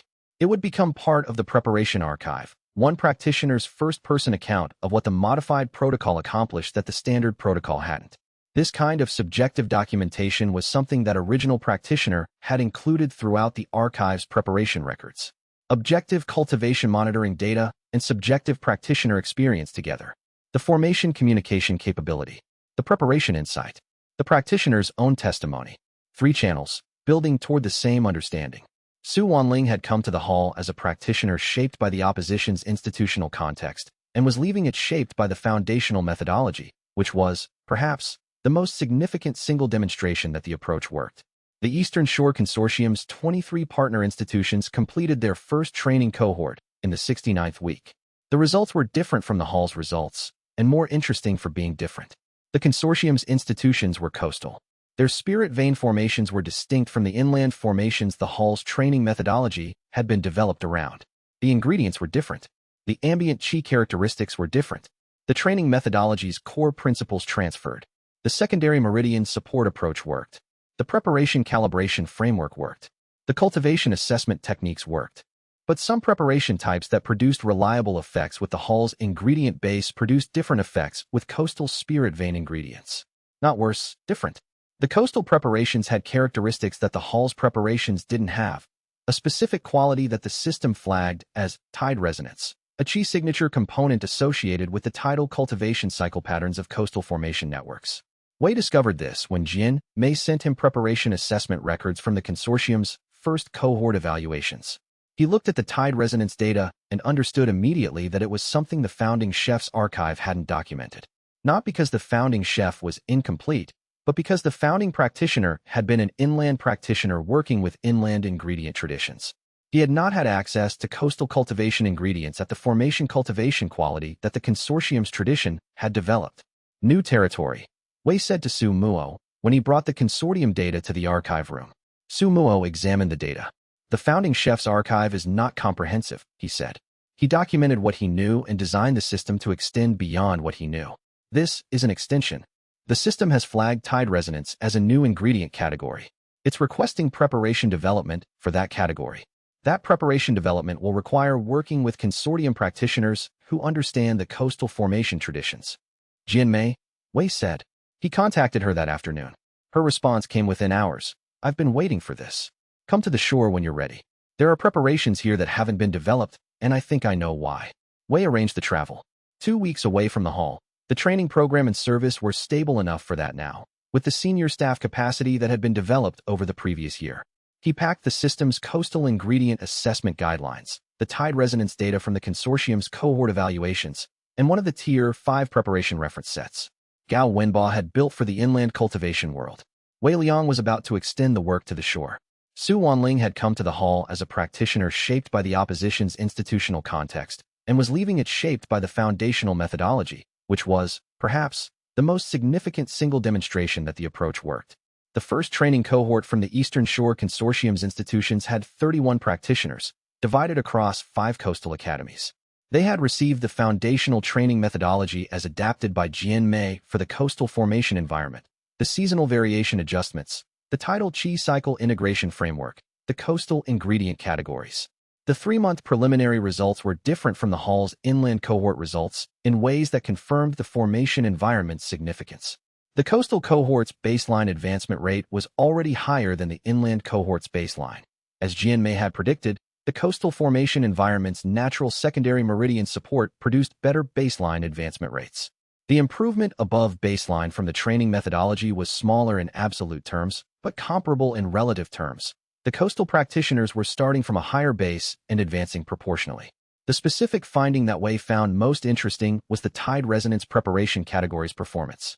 Jianmei's 3 new coastal Tier 5 preparation types had produced advancement effects in the coastal cohort's core formation practitioners that were substantially better than the inland Tier 5 preparations would have produced in the same formation environment. Formation-specific preparation calibration worked. The coastal supplement Jianmei had been writing was not just a cultural accommodation. It was a genuine performance optimization, matching preparation design to formation environment in ways that produced measurably better outcomes. Formation ecology matters, Wei told Jianmei during the preliminary results review. The foundational methodology works in any formation environment. The optimized methodology works better in specific formation environments. The foundational methodology is a ceiling-establishing practice, Jianmei said. You establish the minimum. The formation-specific optimization extracts more from the ceiling you've established. And the two together are better than either alone. Yes. She looked at the coastal cohort data. The question is whether the optimization work scales. Can other coastal academies develop their own optimizations based on the framework we're developing? Or does it require practitioners with specific formation knowledge at a high level? The framework has to be teachable, Wei said. The founding chef designed the foundational methodology to be teachable by practitioners who weren't the founding chef. The same principle applies to formation-specific supplements. Then we need to document the optimization methodology as carefully as the foundational methodology. Yes, the coastal supplement isn't just a set of modified preparations. It's a methodology for developing modifications in specific formation environments. He thought about the Formation Architect Partnership, the continental monitoring data, the formation modification recommendations. Every formation type has an optimal cultivation cooking approach. Developing them all will take decades. But we're starting, Jianmei said. We're starting.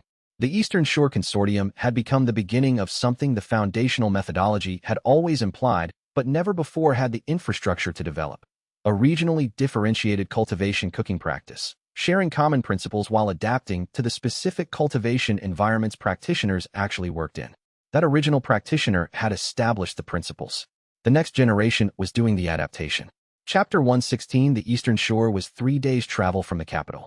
Wei arrived at the consortium's main facility, a compound built into a coastal cliff, with formation networks that drew on both the sea's tidal cultivation patterns and the cliff formation's stable chi anchors, and felt, for the first time since the mountain facilities cook-off, the particular quality of cooking in a place where the cultivation environment was genuinely different. The jade cauldron was with him.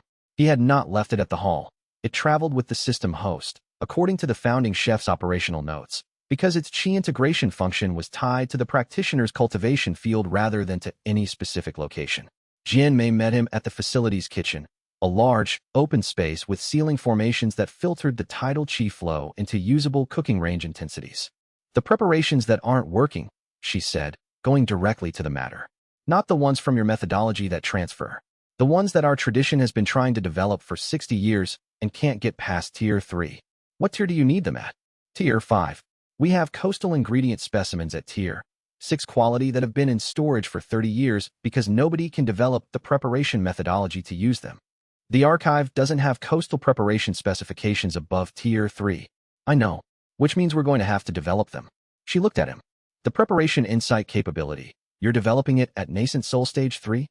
Yes. It's still early, but it's there. Yes. She put a Tier 6 coastal spirit specimen on the preparation table. It was unlike anything Wei had worked with. The system flagged it as Tide Resonance Tier 6 Preparation Framework, Unknown. Unknown. The system didn't have preparation specifications for this ingredient. He looked at the specimen, held it. The preparation insight capability was present, tentative, unreliable, but present.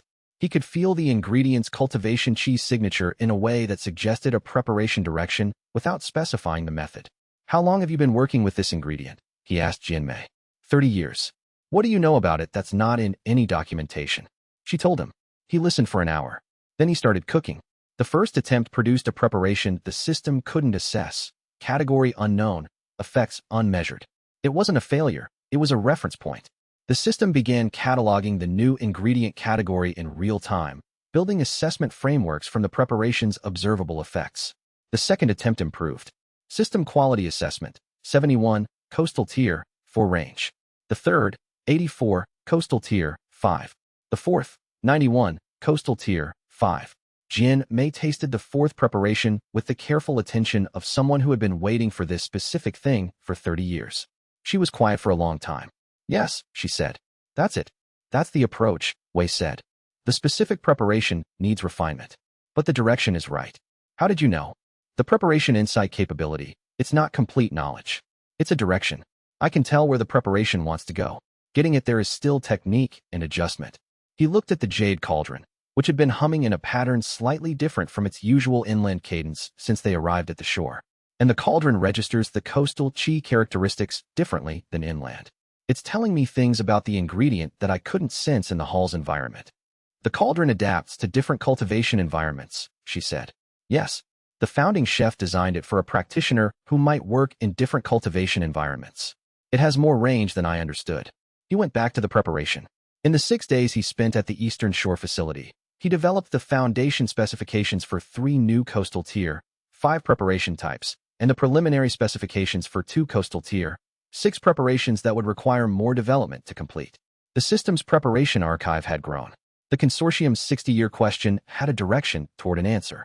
And the Hall of Heaven feeding, for the first time in its 300-year history, had a coastal extension.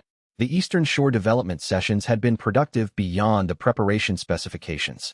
They had also produced a working relationship between Wei and Jianmei that was unlike any other professional relationship he had developed during the Hall's restoration. Most of Wei's professional relationships at the Hall were asymmetric, students to teacher, staff to director, research partners to primary investigator. Jianmei's relationship with him was different. She had developed the coastal tradition independently, had run a cultivation institution for 15 years, and had a practitioner knowledge base that was in some ways broader than Wei's even though her cultivation level was lower. She knew things about the cultivation world that the foundational methodology hadn't addressed. Coastal formation ecology, tidal qi cycle effects on long-term practitioner health, the specific challenges of cultivation in formations that shifted seasonally. The Hall's training methodology was designed for stable inland cultivation environments. The coastal context required adaptation.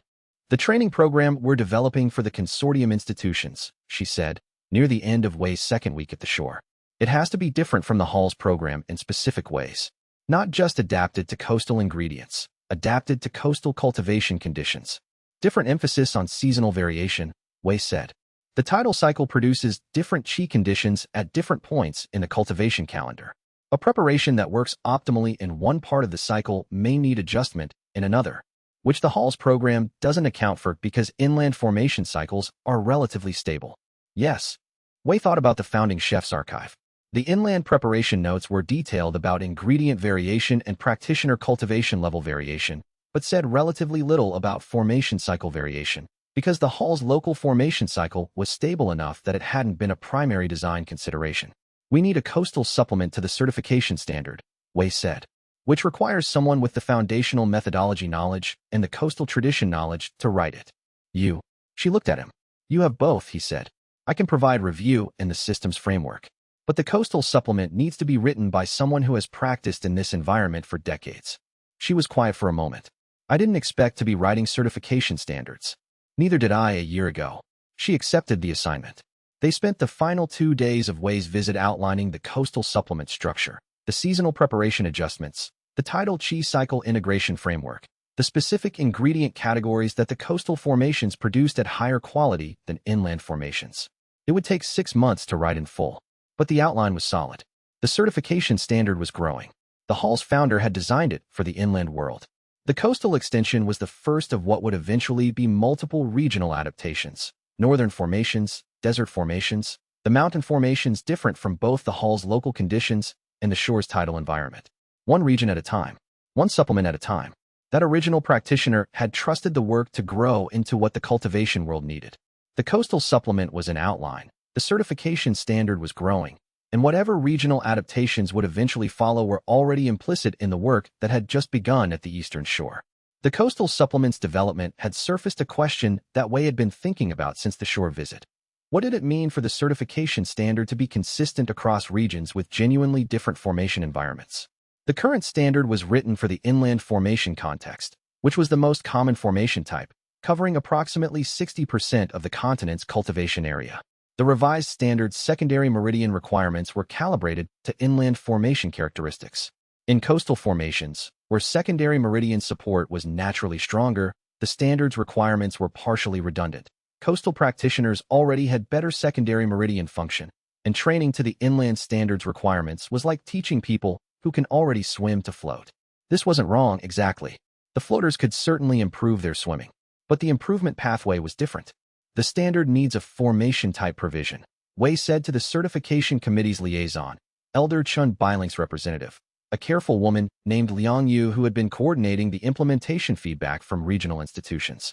Liang Yu reviewed the coastal cohort data. The standard as written doesn't distinguish between formation environments. It assumes practitioners will calibrate to their local formation, which experienced practitioners do implicitly. But the certification examination doesn't test for formation-specific calibration. It tests for foundational technique competency. So a practitioner trained in a coastal formation, who has excellent secondary meridian function and excellent coastal ingredient calibration, might not score as well on the inland standards examination as an inland practitioner with weaker secondary meridian function, but better inland technique calibration. Yes, and the examination outcome would suggest the coastal practitioner needs more training, when actually they need different training. Liang Yu made notes. This requires a formation-type assessment component in the certification examination, or regional examination variants. Regional variants with shared foundational competencies, Wei said. The core competencies, technique precision, cultivation effect monitoring, practitioner assessment, are universal. The formation-specific calibration competencies are regional. A coastal practitioner should be assessed on coastal formation calibration, not inland. And cross-formation competency for practitioners who work in multiple formation environments, which is a higher standard than the base certification. Wei looked at the coastal supplement document. The framework for how this would work is in the coastal supplement. Jian Mei developed it as a documentation exercise. It could be adapted to become a formal certification framework. Liang Yu took the coastal supplement. She returned to the certification committee with a recommendation for a regional variant framework study. The standard was evolving. The foundational methodology was being systematically applied to more of the cultivation world's actual diversity, not imposing one approach on all contexts, but developing the principles that made multiple context-appropriate approaches possible. This was how the founding chef would have wanted it. Chapter 117, The Return to the Hall, brought 2 pieces of news. First, the secondary faction had formally dissolved its operational structure within the Celestial Syndicate. The dissolution was announced through the Syndicate's Restructuring Committee, the committee that Luo Sari's operational departure had been part of, and was framed as a voluntary restructuring to align the syndicate with its founding purpose. The specific language cited the syndicate's original charter commitment to cultivation, cooking advancement, and ecosystem development, and noted that activities inconsistent with this charter are being discontinued. Which activities? The cultivation binding research, the convergence specimen harvesting operation, the administrative network within the tower that had been managing the compliance and legal mechanisms. Xianxia received the announcement and analyzed it for 3 days before presenting her assessment to Wei. It's real, she said. Not fully complete. There are still secondary faction members in the syndicate structure, and the administrative network in the tower won't disappear overnight. But the operational infrastructure they were using for cultivation binding research and specimen harvesting has been shut down. Why now? The research study results. The joint analysis publication.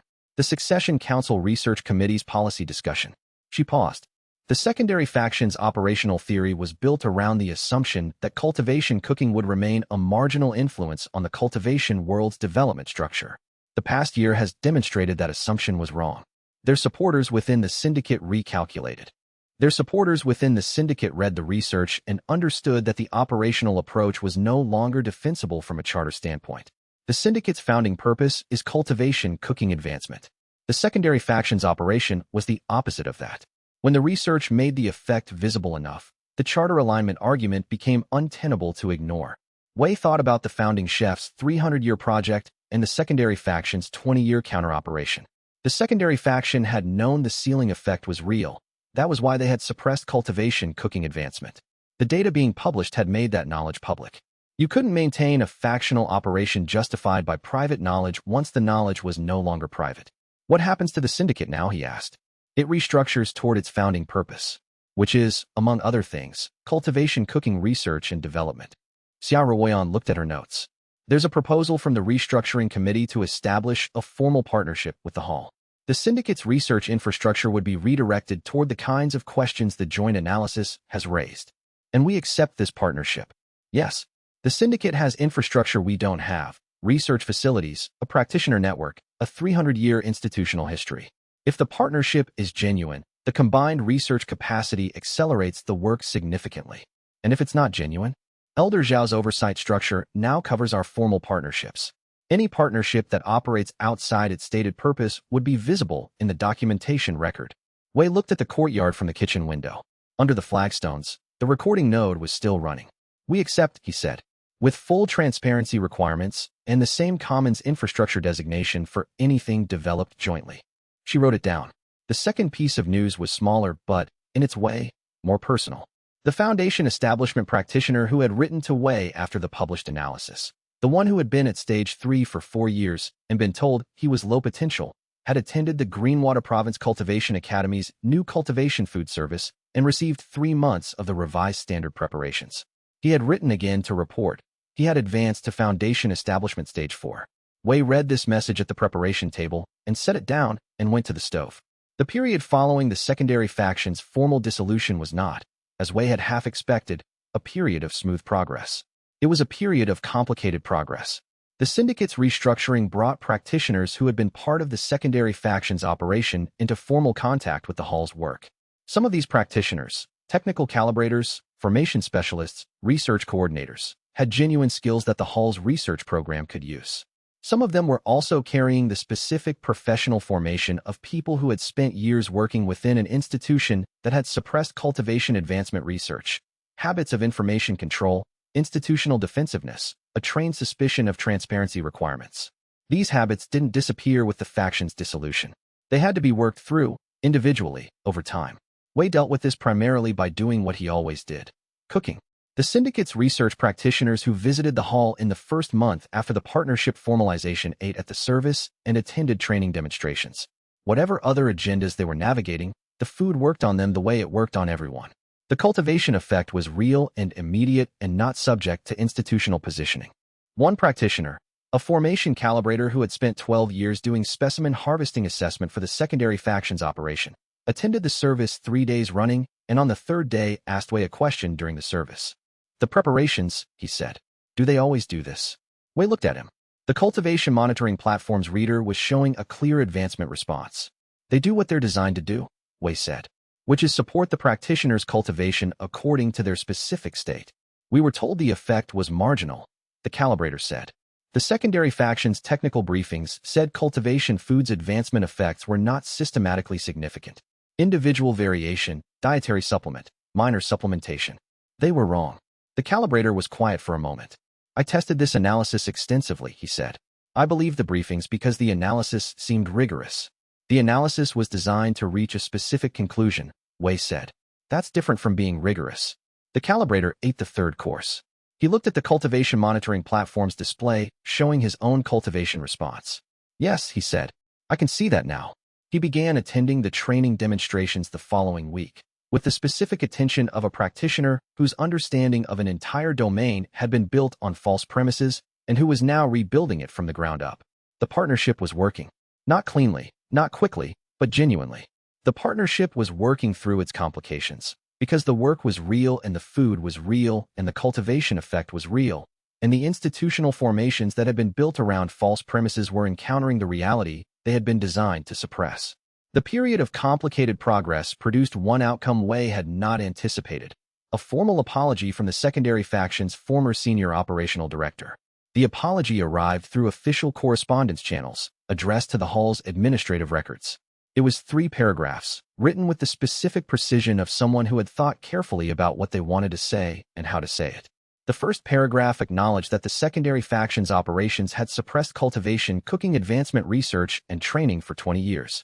The second paragraph acknowledged that the cultivation sealing data now published demonstrated the environmental harm this suppression had caused, the fraction of sealing improvement that had not occurred because of their operational choices.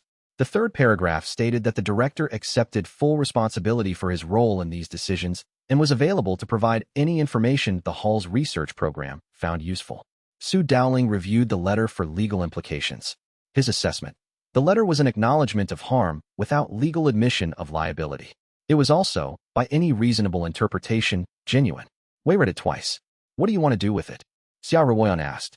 Wei thought about the founding chef's letter to the future practitioner who would read the last archive section. The trust extended across centuries to someone who would not exist until long after the founding chef was gone. The trust had worked. The practitioner had arrived. The work had continued. The secondary faction's director had spent 20 years doing the opposite, preventing the work from continuing. And now he was writing a formal apology and offering to help. Accept the apology and accept the offer, Wei said. If he has information useful to the research program, we want it. The cultivation world's ceiling has been declining partly because of what his faction did. If he can provide data that helps understand the scope of the damage and the rate of recovery, that's useful. It sets a precedent, Xianxia said. Practitioners who were part of the suppression, providing information to the research program. If the information is accurate and the cooperation is genuine, it's useful data. The research program is about what happened, not about who gets blamed for it. Wei looked at the letter. The founding chef built the monitoring infrastructure to answer the question. The answer includes what the suppression did to the ceiling.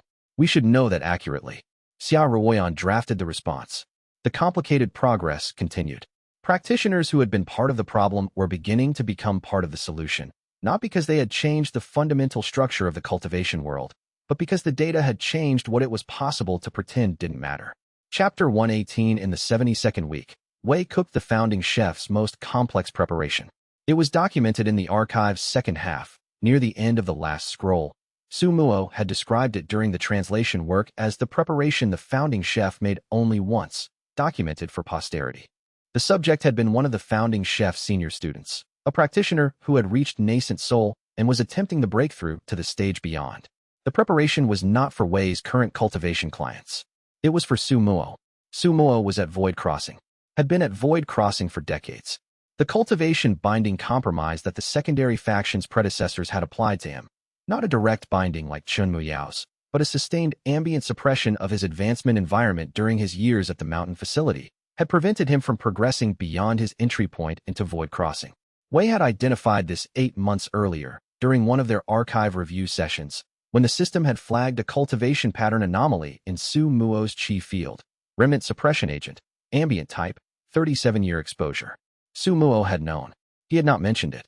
When Wei asked, directly, in the archive room during a morning review session, Su Muo had said, the suppression was secondary compared to the work. I identified it approximately 2 years into my residency. I had no treatment access. I decided to continue working.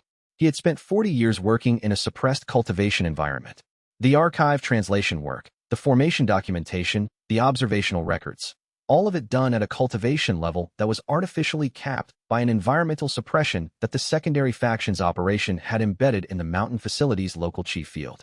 The founding chef's preparation, the one made once, for a student at nascent soul attempting to advance, was specific, a multi-stage preparation for clearing extended ambient cultivation suppression in a practitioner at high cultivation level. The preparation required Tier 6 ingredients at specific Qi signature combinations. It required extended Qi synchronization between practitioner and recipient. It required, at several points, precise interventions that only nascent soul stage 3 cultivation allowed. Wei had spent 3 months preparing for it. The morning of the preparation, the kitchen was empty except for Wei and Su Muo. The service had been transferred to the senior staff for the day. The formation network was running at its baseline operation. The jade cauldron was at its mount. Su Muo sat at the service table across from the preparation station and waited with the particular composure of a practitioner who had spent 4 decades being patient about things that mattered. The preparation took 4 hours and 12 minutes. Wei cooked with the complete attention he had been developing for 72 weeks, the inside-out cooking that the phantom chef student had identified, the preparation insight capability that was becoming more reliable, the extended Qi field awareness of nascent soul stage 3. The system assessed the completed preparation, quality 94. Su Muo ate slowly, each course with the full attention of the blind taster, the practitioner who had spent 40 years assessing cultivation food with more precision than any measurement instrument available. When the 4th and final course was complete, he was quiet for a long time. Wei waited. The suppression is clearing, Su Muo said. Yes. The preparation addresses the ambient type specifically. The clearing will continue over the next 2 weeks as the preparation integrates. And then we assess whether the advancement pathway is open. Su Muo was quiet again. The founding chef made this preparation for his students 60 years before my family line was established in the cultivation world. He could not have known this specific preparation would be needed for this specific situation. He designed a preparation for practitioners with extended ambient suppression damage. You have extended ambient suppression damage. Wei cleaned the preparation station. He was thorough, Su Muo agreed. 2 weeks later, Su Muo advanced from void crossing to the next stage, his first advancement in 4 decades. He reported it to Wei with the same tone he used to report everything, precisely, without drama, as a statement of observed fact. Wei noted it in the archive record, next to the preparation documentation. The founding chef's preparation had worked for the practitioner it had been designed for, 60 years before that practitioner existed, in the hands of a cook who had been 3 years old when Su Muo began his 40-year wait at the mountain facility. The work connected across centuries when it needed to. The preparation for Su Muo had required 3 months of preparation in the sense of developing the practitioner who would attempt it. Wei had identified the ambient suppression damage in Su Muo 8 months before the preparation day. He had spent those 8 months tracking its specific Qi signature, understanding its mechanism through the formation communication capability, consulting the archive's documentation of ambient suppression types, and practicing the general preparation category, multi-stage Qi integration at high cultivation interaction level, through preparations for other practitioners with less severe versions of the same issue. The 3 months of direct preparation had involved sourcing and aging the specific Tier 7 specimens the preparation required, developing the preparation's Qi integration sequence through 5 trial runs on prepared cultivation medium rather than a live patient, and practicing the formation communication guided calibration until it was reliable rather than intermittent. By the preparation's morning, Wei had run the sequence 17 times in practice. He knew where the difficult transitions were. He knew what the formation would tell him at each stage. He knew what the preparation insight would show him about Su Muo's specific cultivation state and how to adjust in real time. He was still not certain it would work.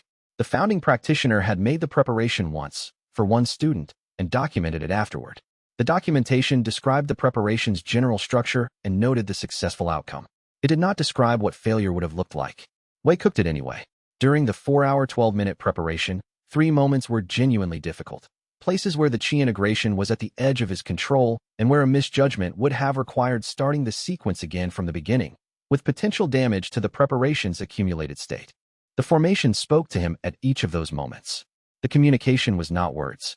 It was a Qi density shift, a specific pattern that Wei had learned to read as the formation's indication of the correct path. At the first difficult transition, the formation's pattern said, slower. At the second, hold. At the third, the most difficult, trust. He trusted. The preparation completed at quality 94. He had been aiming for 90. The founding chef's preparation had been documented with a quality assessment of approximately 92.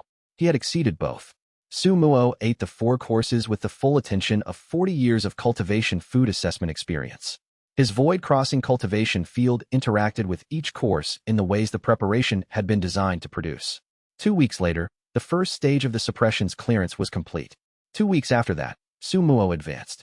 The preparation had worked, because Wei had prepared for it for 3 months, because the archive had documented the approach, because the formation had communicated the difficult transitions, and because Su Muo had spent 40 years of patient work making himself the practitioner that the preparation needed him to be. Gao Wenba had designed for all of it. Su Muo had advanced for the first time in 4 decades, because Gao Wenba had designed a preparation for this specific situation 300 years before it arose, and because the practitioner who cooked it had spent 3 months preparing to cook it correctly. The weeks after Su Muo's advancement produced a change in the archive room that was subtle but observable. Su Muo had been working with what the ambient suppression had constrained for 40 years. The constraint had been so long-standing that it had become part of his baseline. The equivalent of a practitioner who had been training with a chronic injury for decades and had adapted their technique around it without consciously distinguishing the adaptation from their natural style. After the suppression cleared and his cultivation advanced, the adaptation began to unwind. The translation work became faster. Su Muo himself noted this. With characteristic matter-of-factness, the translation rate has increased approximately 20%. Some of this is the cultivation advancement's effect on pattern recognition capacity. Some of it is that I was unconsciously working around limitations I no longer have. Which limitations? Formation reading at the depth required to interpret the courtyard node's data in the most complex notation formats. I have been doing this work at approximately 85% of my optimal capacity for 40 years. Wei looked at him. At 15% reduced capacity, Su Muo continued. The translation is correct but takes longer and misses some embedded information in the lower-level notation layers. He paused. There is more in the courtyard node's data than I have been finding. How much more? The lower-level notation layers contain information about the formation architecture's interaction with the cultivation environment that the primary-level data doesn't show directly. It requires full formation reading capacity to interpret. He looked at the translation. I estimate the complete dataset is 15 to 20% more informative than what I have translated so far. How long to retranslate the sections you've already processed? 6 months. The retranslation will not change the primary findings. The cultivation ceiling correlation is robust in the primary level data, but the additional information will allow more specific analysis of the formation environment interaction mechanism. Wei thought about this. 6 months of retranslation work, producing a dataset that was 15 to 20% more informative. For research that was building toward a definitive answer to the founding chef's question, that additional information was worth the time.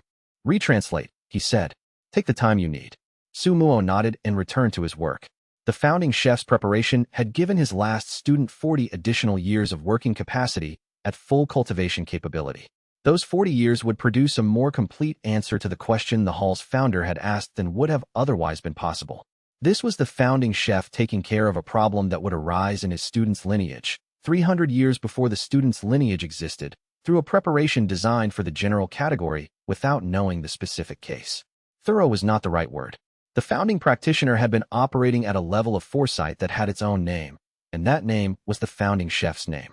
Chapter 119, The Hall of Heaven Feeding's first anniversary of restored operation was in the 74th week. Wei had not planned a ceremony. Xia Ruoyan had planned one without telling him. With the organizational efficiency she brought to everything, and informed him with 3 days' notice. The ceremony was simple, a full day of open service, all preparations available to any practitioner who came, at no charge. 341 practitioners attended, roughly the same number as the Regional Cultivation Summit, but different people and differently intentioned. This was not a policy conversation. This was practitioners coming to eat. Wei cooked for 8 hours. He cooked through 3 full service cycles, morning, midday, evening. The preparations ranged from the foundational tier, 1 work that the training program used as its baseline, to a tier 5 menu that ran as a separate service for core formation and above practitioners. Luo Sari provided a diagnostic service at a 3rd station, assessing practitioners who wanted to understand their specific cultivation barriers. Su Muo sat in the archive room for most of the day. He emerged at the end of the evening service and ate the preparation Wei had set aside for him. Plain rice, Su Muo said, looking at the bowl. With the secondary meridian support oil, Wei said. You're still in the integration period. Oh.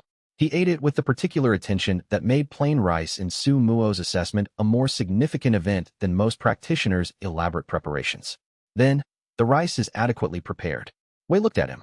The oil's qi integration timing is precise, and the secondary support effect is consistent. Su Muo set down the bowl. Adequately prepared means the preparation does exactly what it needs to do. Nothing excessive. Nothing missing. I know what adequately prepared means, Wei said. You didn't, when you first cooked for me. Su Muo picked up the bowl again. Now you do. Wei looked at the kitchen, the jade cauldron, the formation network, the preparation stations where the assistants were cleaning after the long service day, the courtyard visible through the window where the recording node was still running. He had been cooking here for 74 weeks. The hall's founder had cooked here for 50 years. He had approximately 70 more to go before he could consider himself established in the founding chef's time frame. The founding chef's question, he said to Su Muo. Yes. The preliminary answer is yes. Cultivation cooking raises the ceiling.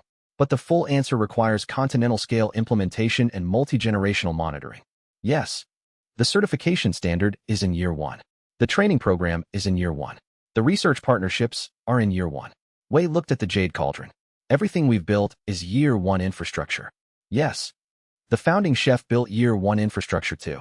Then he spent 30 years watching it operate and documenting what he learned. Then he built year 2 infrastructure. Su Muo was quiet for a moment. The archive's last section, the one I haven't translated yet, is his year 2 documentation. What he learned in the second phase of his work that the first phase didn't anticipate. How long until you translate it? 3 months. Then we'll know what phase 2 looks like. We will. Su Muo finished his rice. He was writing to you, you know? The last section. He didn't know who would read it. But the things he chose to document, the assumptions he chose to explain, the decisions he chose to justify, they're all addressed to someone who had completed the first phase and was ready to begin the second. Wei thought about the founding chef, writing in his last decade, explaining decisions to a practitioner 3 centuries away. He trusted the system to find the right person, Wei said. Yes. Did he trust correctly? Su Muo considered this with the gravity of a question that deserved actual consideration. The kitchen has been running for 74 weeks, he said.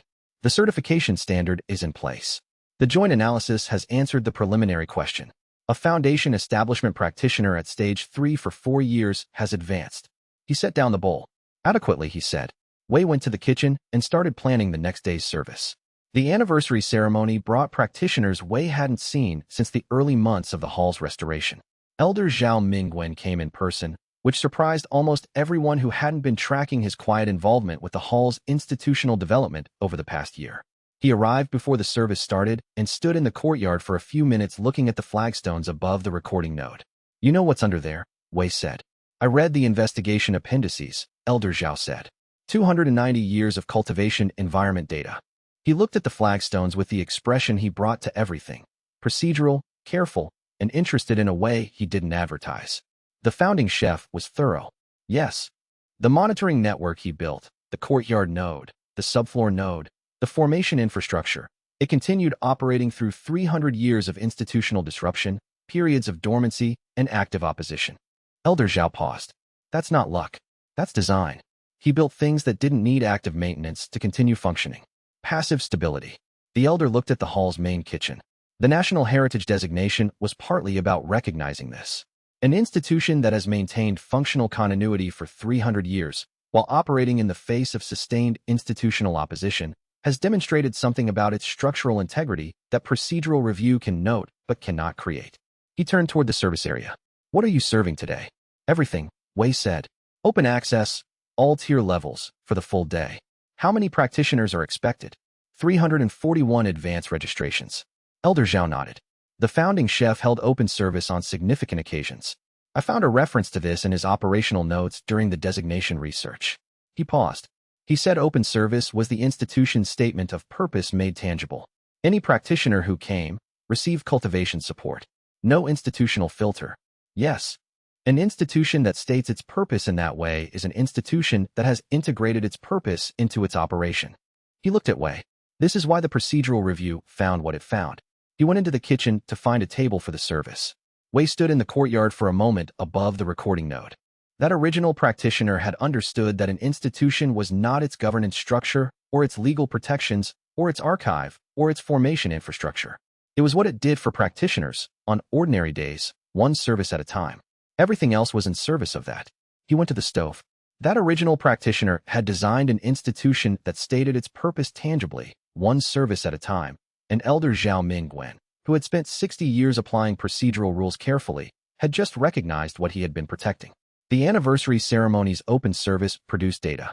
Wei had arranged for the platform's monitoring records to be captured for all 341 practitioners who attended, with their consent, as part of the ceremony registration. The data would contribute to the research study's expanding dataset. A day of open service, with a wide range of practitioners at different cultivation levels eating a full range of preparations, providing a large-scale cross-sectional view of the preparation's effects. Huafeng had organized the data collection with the efficiency of someone who had been managing operational complexity for 14 months. By the end of the evening service, every data point had been logged, cross-referenced with the practitioner's cultivation state at arrival, and queued for the research archive. The day's results, which Xia Ruoyan reviewed 3 days later, were consistent with the research study's longer-term findings, advancement effects across all preparation tiers, with the most significant effects in the practitioners who had been receiving the hall's service for multiple months. But there was a subset of the anniversary day's data that Xia Ruoyan flagged specifically. 43 practitioners who had eaten at the hall's service before it was fully operational, during the transition period when the formation was being restored and the Jade Cauldron was being integrated, and who were now returning for the anniversary day. Their advancement data over the intervening year showed something the cross-sectional data couldn't show: the long-term effect of sustained access to the hall's preparations, measured against their cultivation state a full year earlier.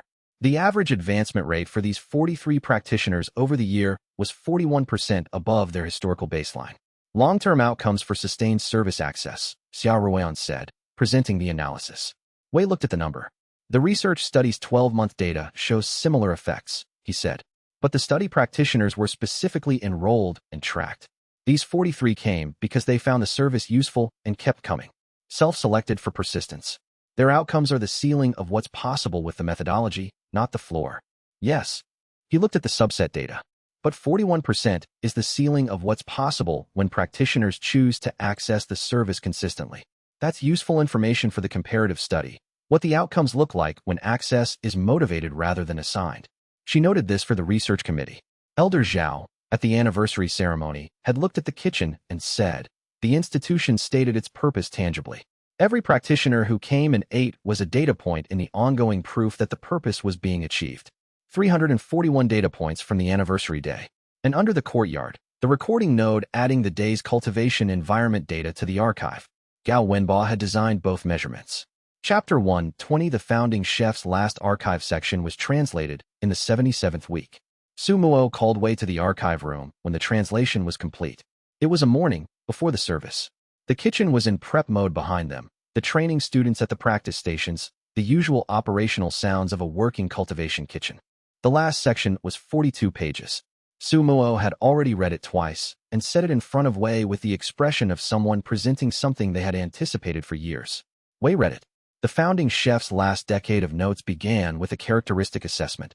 The first phase is complete. The hall is established. The archive is complete. The monitoring infrastructure is operational. What follows is what I learned in building these things that I did not know when I began. The first thing he had learned. The work created the practitioner as much as the practitioner created the work. I am not the same cook I was when I began. The work changed what I understood about cultivation, about cooking, and about the relationship between a practitioner and the world they cook in. I expect the practitioner who reads this to have had a similar experience. If not, read it again after another year of cooking. The second thing, the scale of the project was not fixed. I designed for the cultivation world as I understood it. The practitioner who reads this will understand it differently. The work will need to be extended in directions I cannot anticipate. This is correct. Design the next phase for the world you understand, not the world I understood. The third thing, the question would evolve. I have been asking whether cultivation cooking can raise the ceiling. The practitioner who has answered this question, which I believe you will need to ask the next question. I believe the next question is, once the ceiling is rising, what do practitioners do with the higher ceiling? The answer to that question is what the cultivation world's next century will be about. Wei set down the document. He looked at the archive room, Su Muo sitting with his tea, the translated scrolls on every surface, the preservation formation in the walls that Su Kaiyun had built, the 290 years of monitoring data that had answered the founding chef's question. He thought about the next question. Once the ceiling was rising, what did practitioners do with the space above them? He didn't know the answer. The founding chef didn't know the answer. Nobody in the cultivation world knew the answer, because the question hadn't been live long enough for anyone to be asking it seriously. But it was going to become live. The certification standard was in year 1. The research partnerships were in year 1. The training program was in year 1. In 5 years, in 10 years, in 20, the ceiling would be visibly rising, and practitioners would start reaching levels that hadn't been routinely accessible before, and the question of what to do with the new space would become the cultivation world's central preoccupation. The founding practitioner had built the infrastructure to produce that question. Wei Liang's work was to begin answering it. He went to the kitchen. The service was starting. Practitioners arriving for the morning's preparations, the formation humming overhead, the jade cauldron at its mount, the training students taking their stations. Gao Wenbo had written to him across 3 centuries, trusting that the cultivation world would produce someone who could use what he had built. Wei was here. The kitchen was open. The work continued. And whatever the next 100 years would bring, it would bring them to a kitchen that was running, and a practitioner who was cooking, and a question that was finally, carefully, beginning to be answered.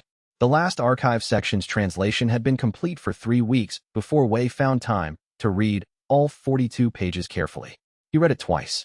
Once quickly, to understand the shape of the founding chef's final notes. Once slowly, with the attention he brought to preparation specifications, looking for what was said, and what was implied, and what was left for the reader to derive. The founding chef's observation that he was writing to a specific kind of practitioner, someone who had completed the first phase and was ready for the second, carried a weight that Wei felt differently on the second reading than on the first. The first time, he had read it as historical context, information about who the hall's founder had imagined as the archive's eventual reader. The second time, he read it as a description of himself.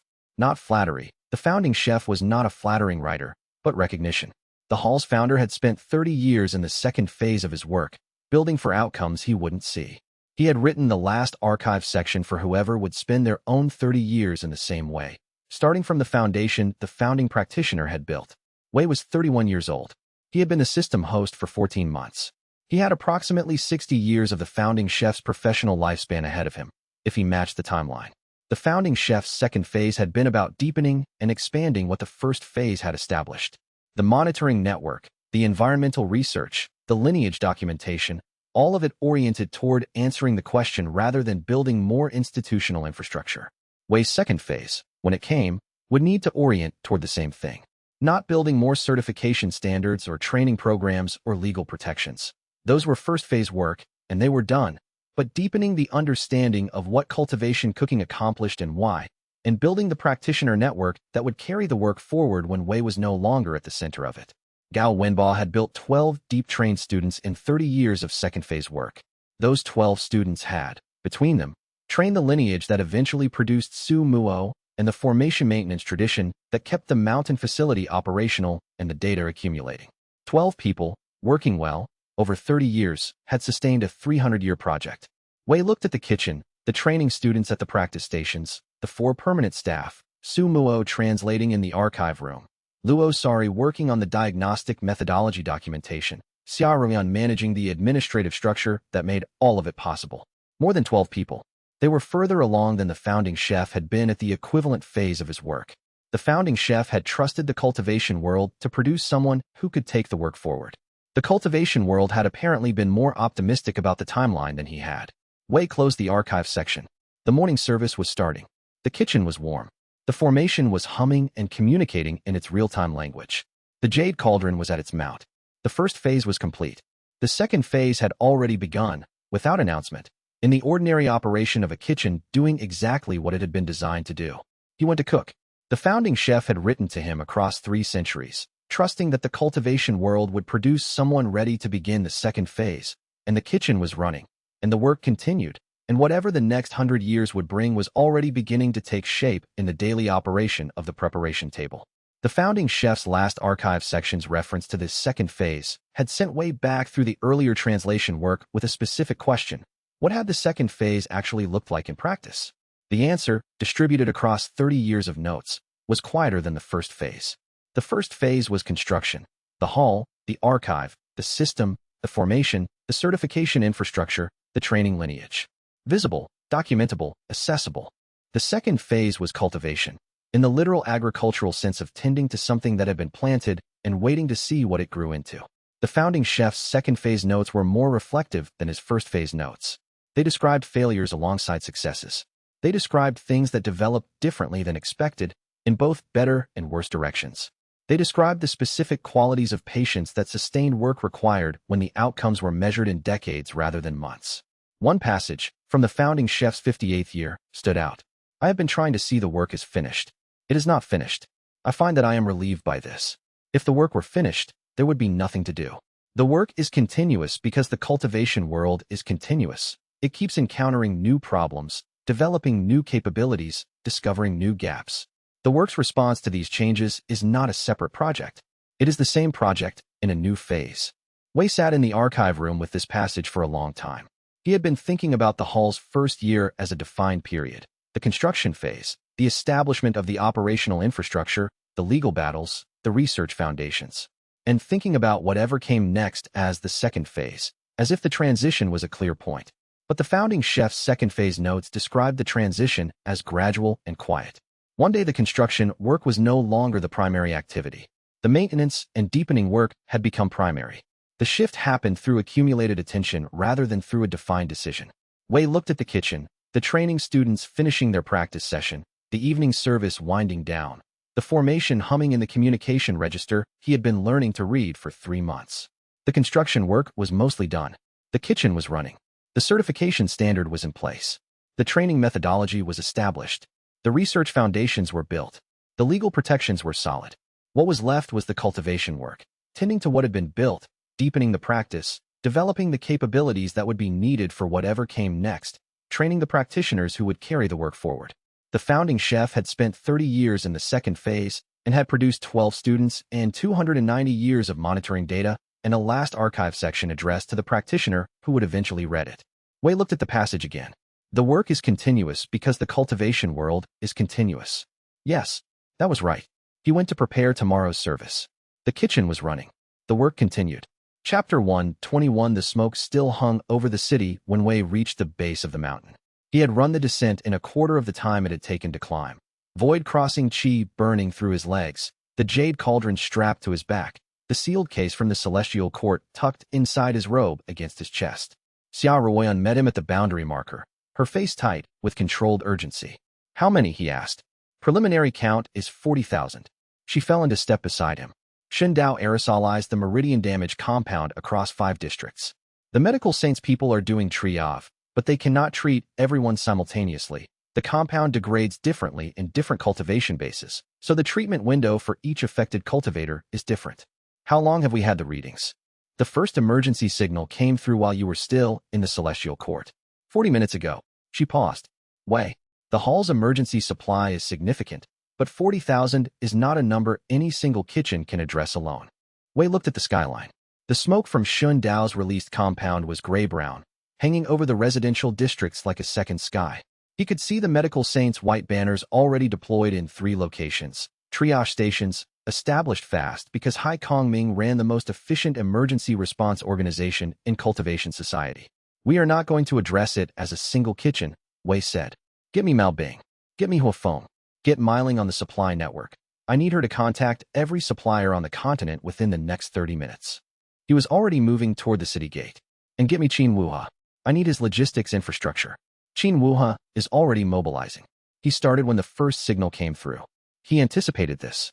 He has been anticipating a large-scale attack for weeks. He had contingency plans.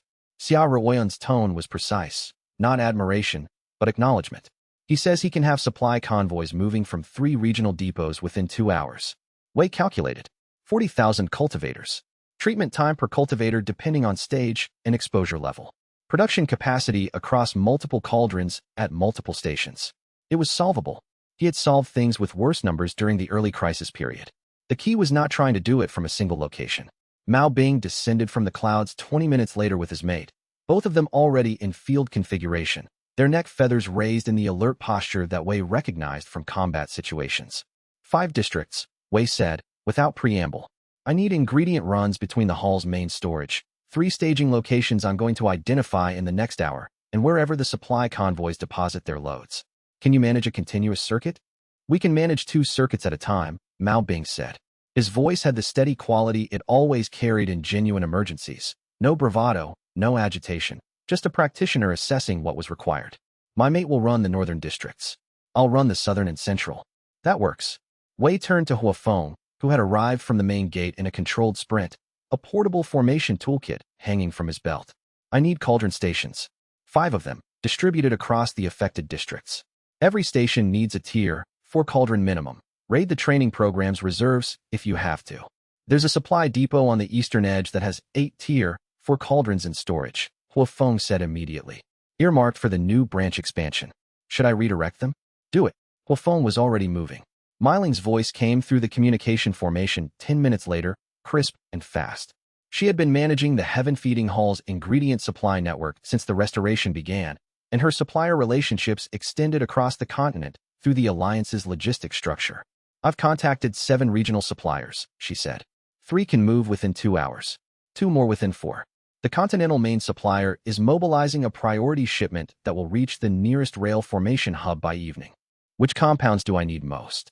Wei was walking the first of the affected districts now, observing the triage work, reading the cultivation disruption patterns in the people the medical saints practitioners were treating. The suppression compounds. Whatever Shindao used, it targets meridian flow, not the cultivation base itself, but the channels. The treatments need to clear the blocking agents before the meridians contract around them. Luo Sari's voice came on the formation. She had joined the medical saints diagnostics team at the first triage station. Wei, the compound is faster acting in higher cultivation bases.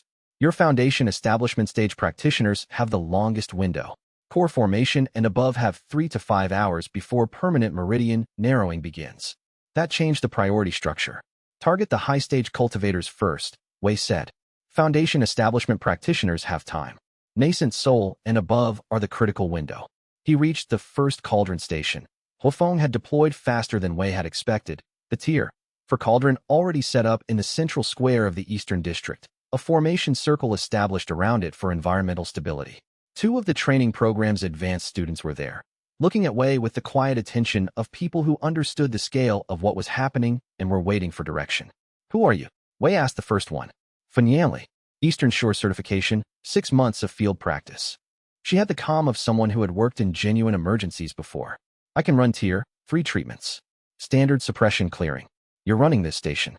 Third student from the second cohort. Ditching, yes? You're with her. Tier 2 support work. Wei was already moving to the cauldron. Watch what I do for the first 10 preparations. Then you're on your own. He cooked. He cooked the way Gao Wenba's notes described emergency response cooking, fast, broad spectrum, prioritizing the most critical patterns, each preparation a compressed version of the full treatment sequence. It was not the refined precision work of a normal service day. It was cultivation cuisine at operational scale, designed to treat the maximum number of practitioners within the available window. The first nascent soul cultivator to eat at Fanyanli Station had been in the compound-affected area for 40 minutes. Wei read the cultivation disruption through the jade cauldron's grading function. The blocking agent was already integrating with the meridian walls. The treatment took 11 minutes from preparation to completion. The blocking agent cleared. The cultivator's meridians were intact. Fanyanli watched the process with the focused attention of a practitioner filing information for later use. I understand the component sequence, she said. I can replicate it. Do it. I'm moving to the next station. He moved through the city as the mobile operation expanded. Huafeng's cauldron stations came online one by one. Mao Bing and his mate maintained the ingredient circuits, arriving with loaded supply packs at each station on a schedule that maintained continuous production. Qin Wuha's logistics network fed the supply lines from the depot end. By the 4th hour, 5 stations were running. By the 7th hour, 1,200 cultivators had been treated. By the end of the first day, the operation had been running for 20 hours and 9,000 practitioners had received treatment. Wei worked through the full period, sleeping for 3 hours in the early morning at the main hall station, then returning to the circuit. From a rooftop 3 blocks east, a figure watched the operation. Shindao had not left the city. He had expected Wei to be overwhelmed, had designed the mass release specifically for that purpose. A problem too large to solve, a crisis that would consume the hall's resources and reputation and Wei's attention for the remainder of his cultivation career. Instead, Wei was cooking with a smile. Not the grim smile of a practitioner working through pain. The focused, grounded smile of a practitioner doing exactly the work they had been built to do, at the scale the work had always been capable of reaching. Dao had spent 30 years building a plan to break this man. He was watching the plan fail in real time, station by station, treatment by treatment, one recovered practitioner at a time. Hook. Dao descended from the rooftop, his jaw tight, and began walking toward the one location in the city where the operation had not yet reached, where he still had a formation active. Chapter 122. On the second day of the mass healing operation, Wei detached from the main circuit. Hai Kongming met him at the 4th Cauldron Station at the 3rd-hour mark, arriving with 2 of the Medical Saints senior practitioners for a coordination briefing. The operation was running. The 12 certified practitioners Wei had deployed across the 5 districts were maintaining production. The supply lines were holding. The treatment window for the highest stage cultivators had been met. The operation can run without you on circuit, Hai Kongming said. His assessment was clinical and accurate. You're the highest capability cook we have, but at this point the production bottleneck is distribution, not preparation quality. Fanyanli Station is running at a rate I didn't think was achievable at Tier 3 certification level. She's good, Wei said. It was the simple truth. What are you going to do? Wei had been tracking something through ingredient sense for the past 6 hours. The sense had developed during his void crossing advancement, extended far beyond its original range, now capable of reading cultivation signatures across significant distances, identifying the quality and movement of qi in ways that translated, in the part of his mind that thought in culinary terms, as flavor signatures. Every cultivator had a distinct signature. Every source of qi had its own character. Dao's signature was distinctive. He had been consuming his own life force as fuel for the ongoing meridian damage formations for days, the formations that were maintaining the compound in the air, preventing it from fully dissipating, extending the exposure window. The self-consumption created a specific oxidization pattern in his life force qi, something Wei could read at range the way a trained palate reads smoke character in a reduction. Dao is still in the city, Wei said. He's running formations. I'm going to find him. Hai Kongming was quiet for a moment. The healing operation still needs. Qin Wuhe can coordinate the logistics. You can direct the medical triage. Fanyanli can manage the production at the main stations. Wei met the medical practitioner's eyes. The operation is running. What it needs to finish is for the source of the compound to stop being renewed. If you neutralize his formations, the compound will dissipate naturally within 6 hours. Luo Sari's analysis confirmed it. The compound doesn't persist without the formation support. He has to maintain active qi input to keep it aerosolized. Stop him, and the remaining exposure resolves itself. Hai Kongming nodded. Go. The 3rd medical saint practitioner who had come with Hai Kongming, a younger diagnostician Wei had not met before, whose cultivation sense had been active throughout the briefing, said, hesitantly, I've heard of ingredient sense being used for ingredient detection. Can it really track a practitioner? Every qi signature is an ingredient in the sense that matters, Wei said. A practitioner consuming their own life force as fuel creates a transformation residue in the ambient qi.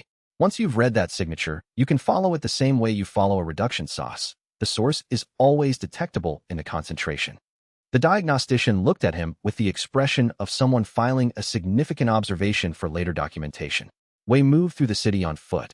He used ingredient sense not as a weapon but as a reading instrument, feeling the qi signatures in the streets the way he read an ingredient's character before deciding what preparation it called for.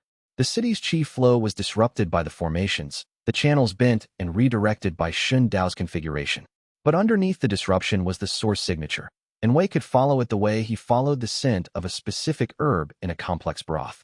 The residential districts were still active with the healing operation, cauldron steam rising from Huafeng stations, the white medical saint banners at the triage points, the steady movement of Mao Bing overhead on his ingredient circuit. The industrial district, by contrast, was empty. Everyone with emergency capacity had been directed to the residential areas, which was exactly what Dao had intended. Dao was in the industrial district, in an old formation facility that had been inactive for a decade. He had commandeered it during the chaos of the first day, when the medical saints' emergency response had drawn every cultivation authority's attention to the residential districts. Wei arrived to find the building's perimeter formation already active, a sealing array that would prevent qi from entering or leaving. Standard defensive configuration for a practitioner who did not want to be disturbed. He pressed his hand against the formation wall and sent his void crossing qi through it, not to break it, but to read it. The formation was well built. Dao had been a cultivation practitioner for decades. He knew formation work. Wei found the structural node and applied precisely the amount of pressure required to deactivate it. The formation fell. He walked in. Inside, the facility was dense with formation equipment, crystalline nodes, chi channels, an array that spread across the full floor area, fed by Shun Dao's own cultivation output. Shun Dao stood at the center, older looking than Wei had expected. His cultivation chi clearly diminished from the self-consumption he had been running. "You came yourself," Shun Dao said. His voice was level, certain, without emphasis, the voice of a man who had nothing left to fear. "I tracked you through ingredient sense. Your life force has a specific oxidization pattern when you're consuming it as fuel." Wei stopped 15 meters away. "You've been running this for 3 days. How much do you have left?" Shun Dao's expression shifted, the faintest acknowledgement that the question was accurate in a way he had not expected. "Enough," he said. "Enough to do what exactly?" Wei looked at the formation spread across the floor. "The healing operation has treated 12,000 practitioners in 2 days. The compound will be gone within a week regardless of what you maintain. You have accomplished a delay, not a victory. I have demonstrated that you cannot protect everyone." Shun Dao's voice carried the weight of a conviction he had held for a long time. That your system, your methodology, your beautiful alliance, all of it can be overwhelmed. All I had to do was make the crisis large enough. The crisis is not defeating us. Not today, but you will spend the next year recovering resources and managing political fallout and dealing with the consequences of 40,000 sick cultivators. You will not be building anything new. You will be repairing. Something hard moved behind his eyes. "That is a kind of victory, Wei Liang." Wei considered this. "You wanted to be the one who fed the world," he said. "That's what this was about, from the beginning." Shun Dao said nothing. "The Pill Tower's cultivation enhancement market. That was your version of what I'm doing. Practitioners who couldn't advance naturally, buying the advancement through your products. You were feeding them. I was solving the same problem you are. You were selling the solution at a price that required their dependence." Wei's voice was not accusatory. He was describing what he observed. "The food I cook gives a practitioner what they need and sends them home able to use it themselves. Your pills required them to keep coming back. That's not feeding someone. That's keeping them hungry." Shun Dao's jaw tightened. The formation array pulsed once, and then the main broadcast formation activated.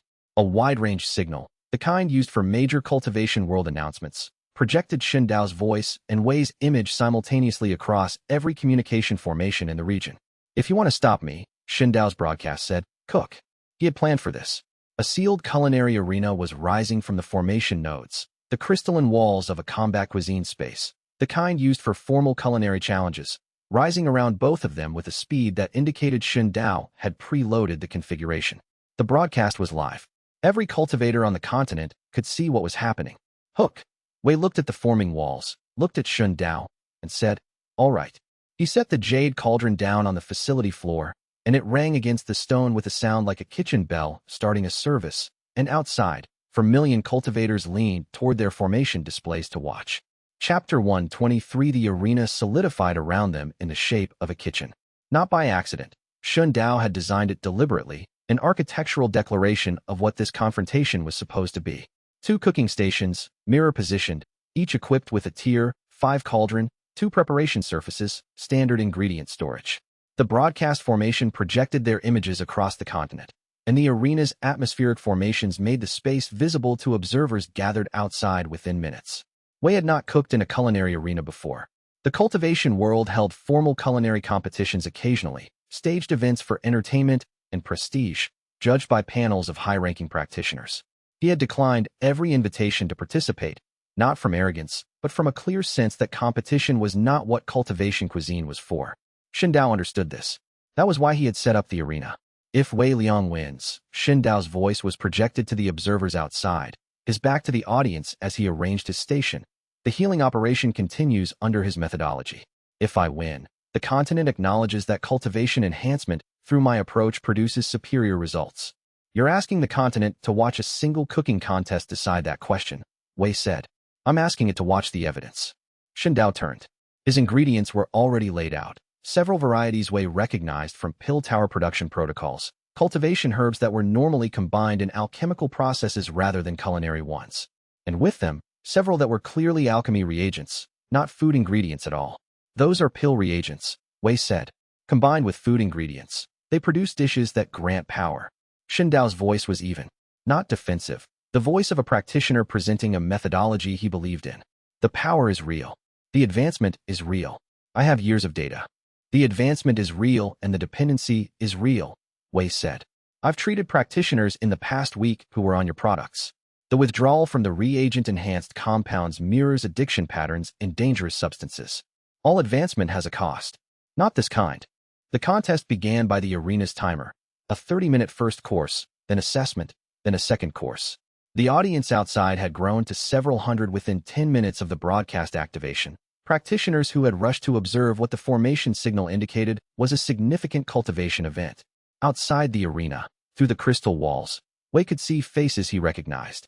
Qin Wuha at the front of the crowd, his logistics administrator's expression unreadable. Several practitioners who had been treated at the hall stations over the past 2 days, their cultivation qi still carrying the traces of the treatment preparations. One of the medical saint's senior practitioners, watching with the careful attention of someone who was already preparing documentation. The broadcast formation captured both stations simultaneously. Whatever happened in the next hour would be visible to the entire cultivation world. Wei had not competed publicly before. He had no performance instinct for this, no interest in how the work looked from the outside. He had only the work itself, which was the same in an arena as it was in the kitchen, read what needs to be done, determine what preparation addresses it, execute with full attention. He set the jade cauldron on the station and began his ingredient assessment. Shun Dao cooked with the focused efficiency of long experience, his moves through high-pressure production worn into muscle memory. His technique was different from cultivation cuisine, faster, more chemical in its approach, the way alchemy differed from cooking. He combined his ingredients with practiced sequence, his hands moving through the preparation with the conviction of someone who knew exactly what each step would produce. The dish he produced in the first course smelled sharp, not unpleasant, but with an edge that Wei's ingredient sense read as the characteristic of the reagent compounds. A cultivation enhancement dish with a chemical backbone rather than a natural cultivation resource backbone. A volunteer taster from the observers outside entered the arena at the arena formation's designated port. He was a mid-core formation cultivator, young, healthy, not stagnated at any particular threshold. He ate Shindao's dish. The response was visible within 30 seconds, a surge in his cultivation qi that the arena's diagnostic formations captured and displayed on the broadcast. His cultivation metrics moved fast, accelerating in a way that would normally require months of careful cultivation practice. In 40 seconds, he had moved to late core formation stage. In 50 seconds, he was at peak core formation. The observers outside made sounds of stunned reaction. A core formation breakthrough in under a minute. The broadcast numbers were clear. At 60 seconds, the taster collapsed. He fell forward from his seat, his cultivation qi destabilized, his meridians showing the arrhythmic pulsing pattern that Luo Sari's diagnostics had been documenting for 2 days in Shun Dao's compound victims. His stage had advanced, but the advancement was structurally unsound. The qi was there, but the foundation that should support it was not. He had broken through 2 ranks and was now screaming from the pain of a cultivation base that could not hold what it had been forced into. 2 of the medical saints practitioners rushed in through the arena port and began emergency stabilization. Through the crystal walls, Wei watched the crowd's reaction change. The initial stunned admiration at the speed of the breakthrough had fractured at the collapse. Practitioners who had come to the arena expecting to see a demonstration of power were now watching a young man being treated for cultivation damage by emergency physicians, his face pale, and his qi signature the chaotic signature of advancement trauma. A woman near the front of the crowd, nascent soul stage, middle-aged, the cultivation bearing of a practitioner who had worked seriously for decades, turned to the person beside her and said something Wei could not hear. But her expression said it plainly. She had seen something like this before. She recognized what forced advancement at an unsustainable rate looked like in its aftermath. The broadcast continued. Wei watched this without speaking. He looked at Shun Dao. 2 ranks in 60 seconds, Shun Dao said. No other methodology produces that. No other methodology produces the aftermath, either. The aftermath can be managed. The advancement is real. The advancement is alone. He has no cultivation foundation to repay. Wei turned to his station. I'm going to cook something different. Watch the taster's recovery time. Compare it to what you just showed the continent. He began his preparation. The work was different in an arena than in the kitchen, not the technique, which was identical, but the weight of attention. The kitchen's attention was forward-looking. What does this practitioner need? How do I serve that need? The arena's attention was also from outside, from the hundreds of observers, from the broadcast formation projecting the preparation to the continent. Wei had no experience performing. He had to translate the performance condition back into kitchen condition, which he did by focusing on the taster. This specific practitioner, this specific damage pattern, this specific treatment sequence. Everything else was incidental. He worked quickly, but not fast. Precision over speed. The Jade Cauldron's response told him when each component was ready, told him when the cultivation chi integration was complete, told him when the treatment sequence was built. He had done this type of remediation preparation dozens of times in the past 4 days. The scale was different. The work was the same. The repair preparation required 6 components in a specific order, the same order he had worked out on the operation's first day, when Luo Sari's initial diagnostic had identified the compound's mechanism. He worked through the sequence without shortcutting any step. In a competition, the instinct was to move fast. In the kitchen, the instinct was to move correctly.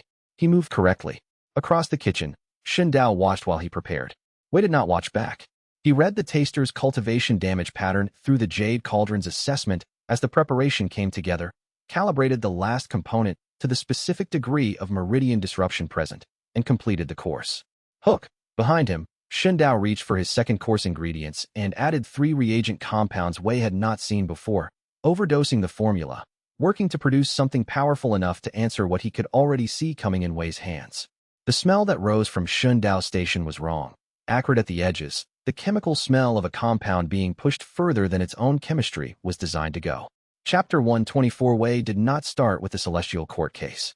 He thought about it. The sealed case inside his robe, the unlabeled recipe the immortal judge had handed him with Swimming's words. The first divine chef left this with us in trust.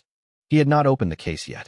He had been carrying it since the descent from the mountain, waiting for the moment when he understood what it was for. The moment felt close. But first he needed to understand what Xindao's dish had done to the taster, and he needed to answer it with something that could be executed with ingredients he had on hand. He read the arena's ingredient storage through Ingredient Sense. Standard competition stock, the kind of high-quality cultivation ingredients kept for formal culinary events, sufficient for Tier 5 and Tier 6 preparations. He could work with this. He had worked with worse. He prepared the first course as a diagnostic, not attempting to match Xindao's speed or the visual drama of a rapid breakthrough, but producing a Tier 5 cultivation cuisine sequence that addressed the specific pattern of reagent-induced advancement damage he had been reading in the taster's collapsed form. The taster was stabilized by the time Wei's first course was ready. He was conscious, in pain, his cultivation base a wreckage of forced advancement that would take weeks of careful work to properly consolidate.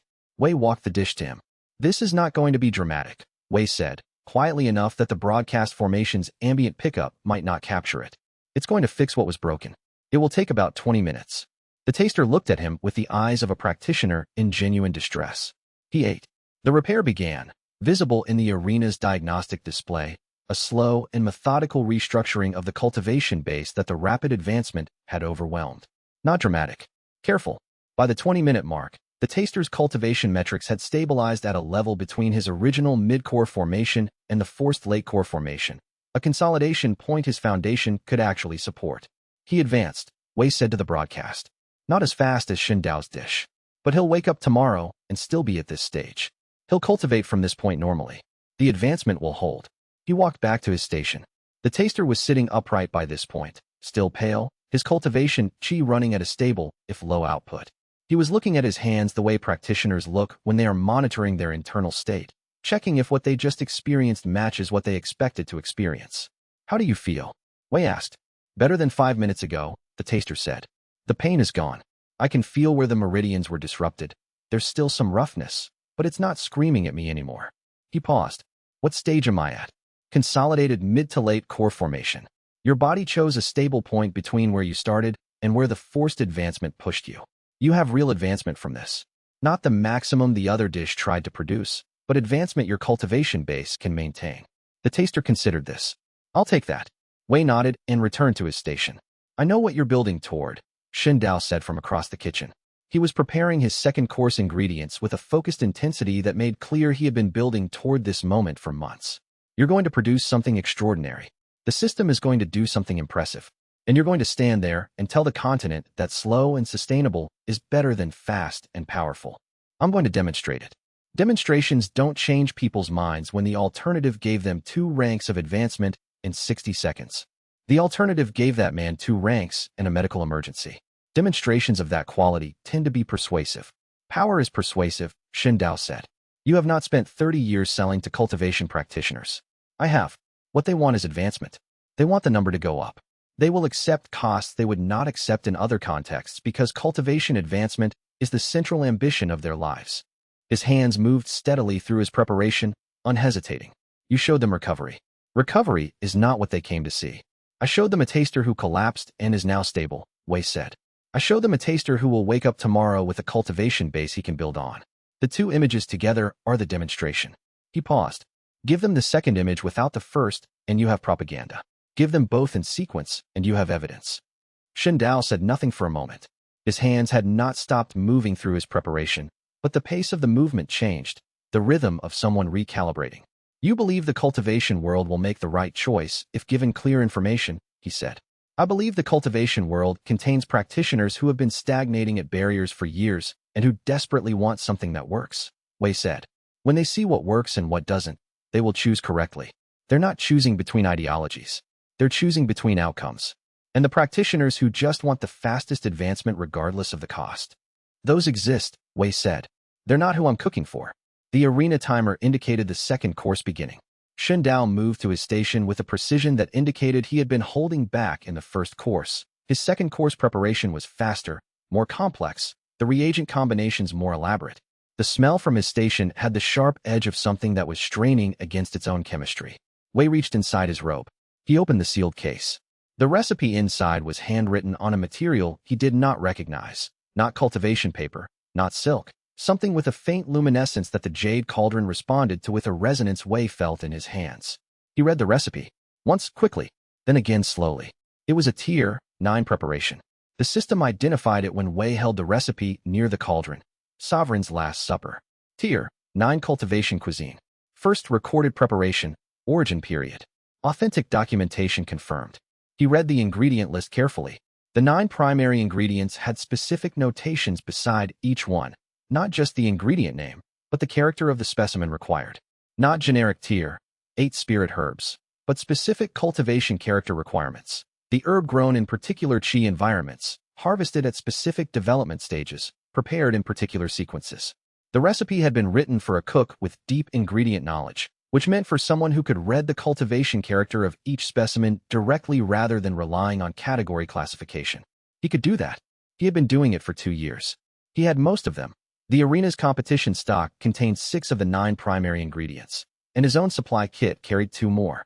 But the 9th, starfire pepper seeds, which he had used in the early months of the hall's operation, in the opening menus that had established the kitchen's identity, was not in the arena's standard stock. He read the recipe's notation for the starfire pepper seeds specifically. The notation indicated they were not optional. They were the integration element of the preparation, the component that connected the other 8 ingredients' cultivation effects into a unified transformation. Without the seeds, the other 8 ingredients would produce a Tier 7 preparation at best. With them, the combination produced the Tier 9 outcome the recipe described. He looked through the ingredient storage again, checked the competition reserve, checked his own supply pack for anything that might substitute. Not present. No acceptable substitute. He looked at the broadcast formation display. Several hundred observers outside, watching. Among them, in the crowd near the arena's east wall, he looked for familiar cultivation signatures, the ones he knew from the hall. Huofeng, Wei said to the formation. Formation broadcast.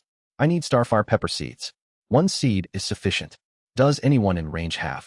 Hook. Huofeng's voice came through the communication formation at the same moment, cutting over Wei's words. I have 1. I pocketed it during the harvest in the early months. You thought we'd used them all. I still have it.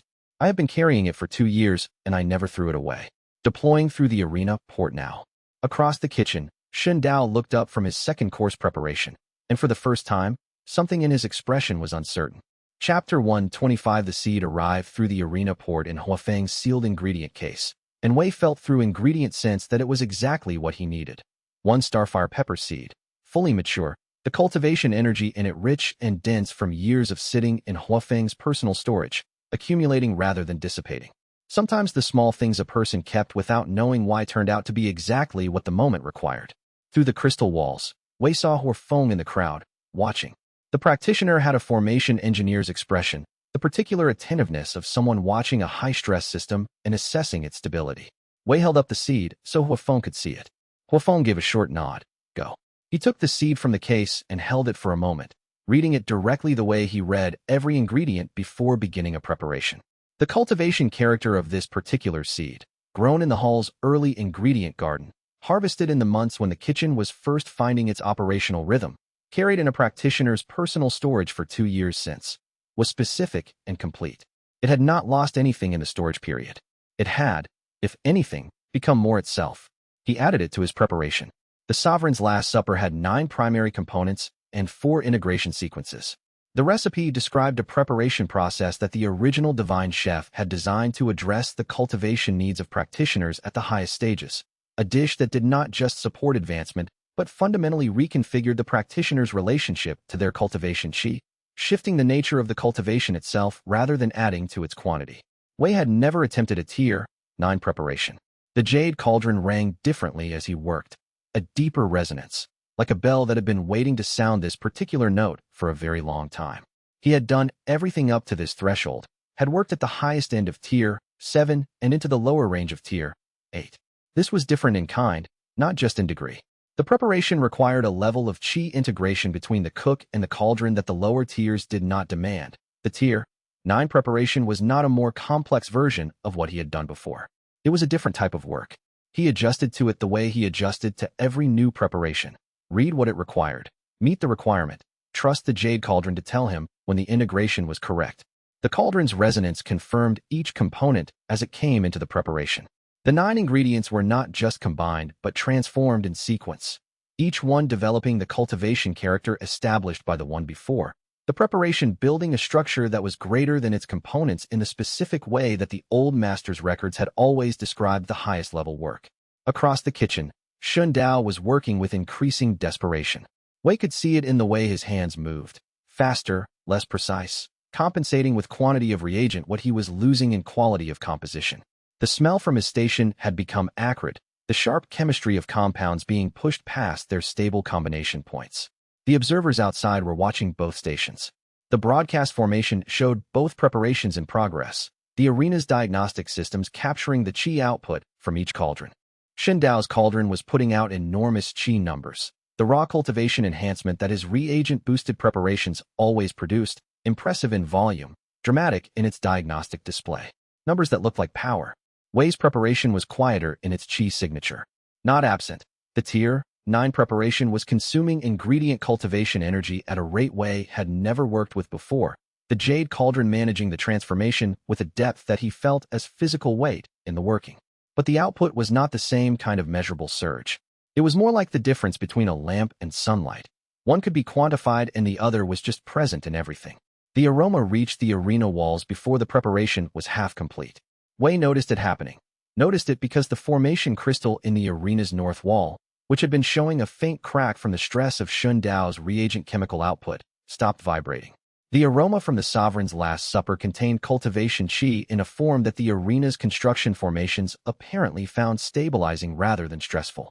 He was working at a speed he had never maintained before, not because he was rushing, but because the integration between him and the jade cauldron was now so complete that the information about each ingredient's readiness arrived the instant it was ready, without the small translation delay that had always existed between his cultivation sense and his physical movement.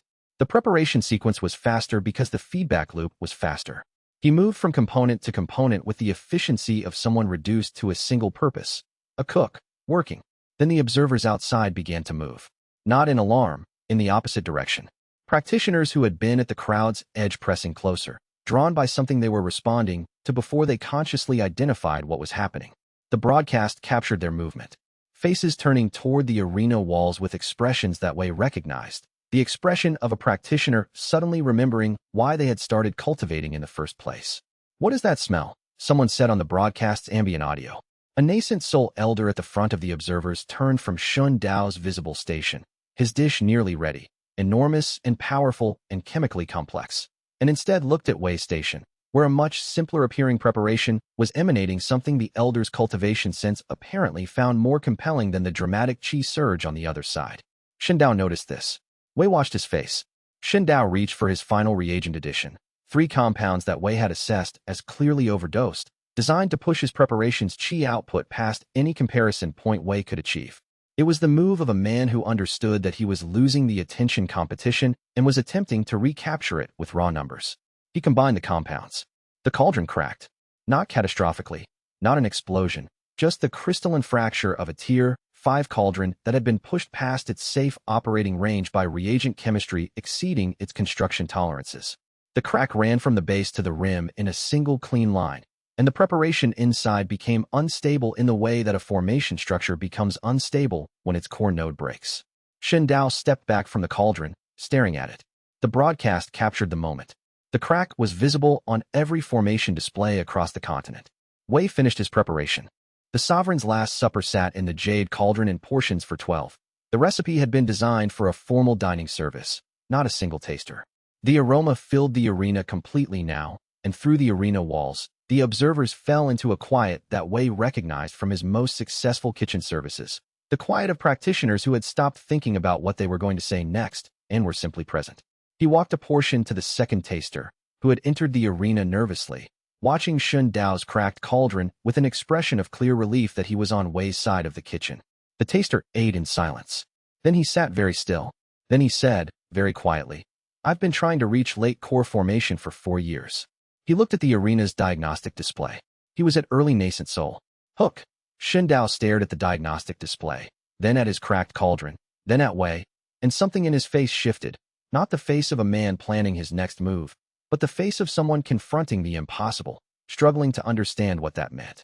His next move was already in his hands. He reached for the reagent supply, and his hand was shaking. Chapter 126. Wei served the remaining portions through the arena port. He served them himself, not because he needed to, but because a preparation at this level deserved the cook's full attention through the serving sequence. He carried each portion to the table at the arena port, set it down with the same care that he used in the hall's service room, and waited while each practitioner received what the preparation had to give. 12 servings, 12 practitioners from the observers outside. He did not select for cultivation stage. He took the first 12 who indicated willingness, a cross-section of the crowd that included a foundation establishment junior, 2 core formation practitioners, several nascent soul cultivators, and 1 late void crossing elder who entered with the careful skepticism of an elder who had seen enough public demonstrations to know how to watch for the trick. The broadcast captured each reaction. Not uniformly dramatic. 2 of the practitioners showed significant advancement. The blocked nascent soul practitioner, who had been stagnating at a bottleneck, was the most visible case, moving 2 stages in a clean, stable advancement that the diagnostic displayed as structurally sound. 3 others showed meaningful cultivation improvement without a full stage breakthrough. The remaining 7 showed what Wei would categorize as cultivation optimization. Their chi signatures better organized, their meridian flow cleaner, their cultivation base better positioned for future advancement. No one collapsed. No one screamed. No one required emergency medical attention. The late void crossing elder sat in extended stillness after eating, eyes closed, his cultivation sense clearly engaged in reading what had changed in him. Then he opened his eyes and said to the broadcast, "I have been at peak void crossing for 30 years. I am now aware of the threshold to soul transformation in a way I have not been before. I cannot say yet whether I will cross it, but I can say that I can see it, and I could not see it this morning." The Foundation Establishment Junior, the youngest person in the tasting group, who had volunteered first, possibly from the confidence of someone who did not yet know enough to be cautious, was sitting quietly at the far end of the tasting table with the expression of someone who has just had a very large and entirely unexpected experience. "What happened for you?" Wei asked him. The junior looked up. "I'm not sure how to describe it." He paused. "I've been in cultivation practice for 4 years. I've never had a clear sense of what the path ahead looks like. I can see the next stage. I've been told what core formation involves, but it's always been conceptual. A description of something I haven't experienced." He paused again. "After eating your dish, I can feel the pathway. Not the stage itself. I'm nowhere near that threshold yet. But the direction. Like knowing which way to walk even without being able to see the destination." Wei thought about those foundational notes, which described the highest level preparation work as not just supporting advancement, but illuminating path. The practitioner's understanding of their own cultivation deepening in a way that made the long-term work more clear. The broadcast was still live. The continent was still watching. Shindao Station was quiet. His cracked cauldron sat unusable. His reagent ingredients were spread across his preparation surface in the arrangement of a preparation that would not be completed. He had not moved to fix anything or attempt a third preparation. He was standing at the far edge of his station, looking at nothing in particular, his cultivation chi depleted from 3 days of life force self-consumption. He looked old, actually old, the kind of age that becomes visible when the cultivation energy sustaining a practitioner's appearance is no longer sufficient to maintain it. He was not the commanding elder of the pill tower that he had been in every interaction Wei had had with him. He was an old practitioner who was tired. Wei walked across the kitchen. He had not planned this. He had been planning to wait for the arena formation to dissolve and let the broadcast conclude naturally. But something in Xun Dao's stillness required a response. The way a preparation that has gone wrong still requires attention before you walk away from it. He went to the main hall supply pack that had been included in his arena kit and found what he was looking for. Basic white rice, good water, simple salt. No cultivation ingredients. No spirit herbs. No tier anything. He cooked congee at the side burner of his station. 5 minutes. Plain preparation, honest ingredients. The kind of thing a practitioner cooks when someone is cold and tired and needs something that will stay down. The broadcast formation was still running. The continent was watching Wei cook plain rice congee at a side burner in a culinary arena where a tier 9 dish had just been served. He did not acknowledge the broadcast. He watched the rice and the water and the timing. The same attention he gave to everything in the kitchen. When the congee was ready, he tasted it. Season it once. Taste it again. It was good. Not because of what was in it. There was nothing in it except what rice and water and salt were, but because it had been made with attention and care and the specific intention of feeding someone who needed to eat. He carried it to Xun Dao. You've been running on poison for 30 years, Wei said. Your own compounds, your own reagents, consuming your own life force to maintain an operation that was always going to end like this. He held out the bowl. Eat something real. Xun Dao looked at the bowl of congee. Then he looked at Wei. His expression had the quality of a practitioner confronting something he had not prepared a response for. This will not heal anything, he said. No, it will feed you. Those are different things. You're trying to make a point for the broadcast. The broadcast can draw its own conclusions. Wei kept the bowl extended. I'm giving you something to eat because you're an old man who is hungry and hasn't had a real meal in days. Xun Dao stared at the bowl for a long moment. The broadcast captured it. The continent watched an old man stand in a broken kitchen looking at a bowl of plain congee. He took the bowl. He ate slowly, standing at his broken station, with no performance and no audience acknowledgement. He ate the way a tired person eats, mechanically at first, then with more attention as the body recognized something honest. He did not break through. He did not heal dramatically. He did not have a visible cultivation response at all. He just ate. When the bowl was empty, he set it down. He looked at Wei with the expression of someone who had exhausted every available counterargument. I wanted to be the one who fed the world, he said. That's what you said. Yes, I did want that. He set the bowl on his preparation surface. I forgot what feeding meant. The broadcast formation was still running. The continent was watching an old man sit on the floor of an arena eating plain rice congee from a bowl his opponent had cooked for him. Wei did not comment. He did not turn to address the broadcast. He was not performing. He was in a kitchen, which happened to have an audience, and there was a person in the kitchen who needed something, and he had given them what they needed. Outside, in the crowd, the conversations had changed. Wei could hear fragments through the crystal walls. Not the triumphant declarations he might have expected after a competition victory. Something quieter, more complicated, the sound of practitioners trying to understand what they had just witnessed and not yet having the language for it. Hook. He sat down on the arena floor, among his unused ingredients and his cracked cauldron, and Wei stood in the kitchen looking at him and understood that the battle had ended, that there was no remaining action to take, that sometimes the work was not a victory, but simply a stopping. Chapter 127 The arena formation dissolved at the broadcast's natural conclusion. The observers who had gathered over the course of the contest did not immediately disperse. They remained in the courtyard outside the formation facility, several hundred practitioners from across the city, many of them still processing what they had witnessed. The rapid advancement and collapse of Xun Dao's tasters, the deliberate and careful recovery Wei had produced, the tier 9 dish and its quiet aftermath, and then the most unexpected moment of all, Wei cooking plain rice congee at a side burner and carrying it to his defeated opponent. Wei heard fragments of conversation as he walked through the dispersing crowd. Did he really just? The congee was unenhanced. I was running diagnostics on the broadcast feed. No cultivation chi input whatsoever. That's what makes it a pause. I don't know what that makes it. Xun Dao was taken into custody by Continental Council representatives who had been positioned outside the arena since the broadcast began. Qin Wuhe had notified the council when the culinary arena went active, correctly identifying it as a deliberate broadcast event that would require a formal response from cultivation governance. The formal handoff happened in the building's exterior courtyard, visible to the remaining observers. Xianxia walked out of the formation facility without assistance. He could still walk, still carry himself with the bearing of a man who had spent his life at high status, even diminished. The council's representative read the formal charges. Coordinated release of meridian damage compounds affecting 43,000 cultivators. Unauthorized formation deployment in residential districts. Sustained self-funded life force weaponization. The charges were comprehensive because Qin Wuhe had spent several months quietly preparing the legal documentation, anticipating the moment when the documentation would be needed. Xianxia said nothing during the reading of the charges.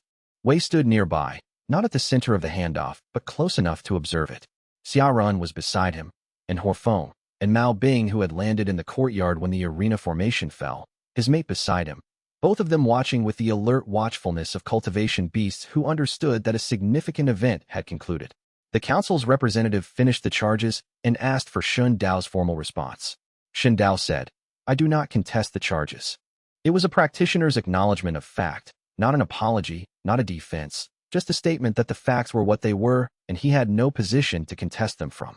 Wei had heard that tone in his consultation room before, from practitioners who had finally stopped fighting what they knew was true and were ready to deal with reality. The council's disposition was announced, stripped of all pill tower titles and institutional positions, stripped of formal cultivation governance credentials, confined to supervised retirement under council monitoring for the remainder of his natural life. Not execution. The council was clear that his voluntary surrender and the context of the culinary broadcast had factored into the determination. Not imprisonment. A small retirement, with a small kitchen, under council supervision. The representative finished the formal disposition. Then Xianxia turned.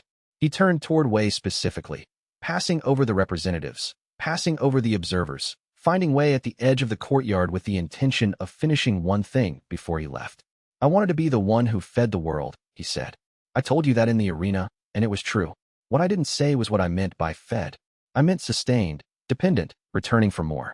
I thought that was the only kind of feeding that built real institutional power." Wei said nothing. He was listening. "You built something different." Xianxia looked at the sky, the same sky that still showed faint traces of the dissipating compound in the western districts. "I spent 30 years trying to prevent it from existing. That was the correct instinct, for my model. If your model works, mine fails. They cannot coexist. They have coexisted.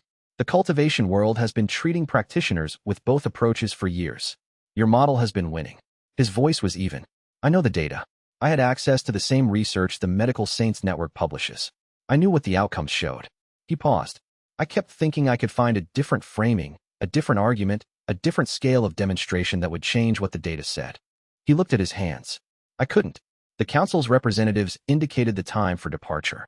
Xianxia walked with them without looking back. One of the observers near Wei, an elder from the Western Regional Cultivation Council, turned to Wei and said, "He admitted defeat." "He admitted something more important," Wei said. "He admitted the model was wrong. That takes more."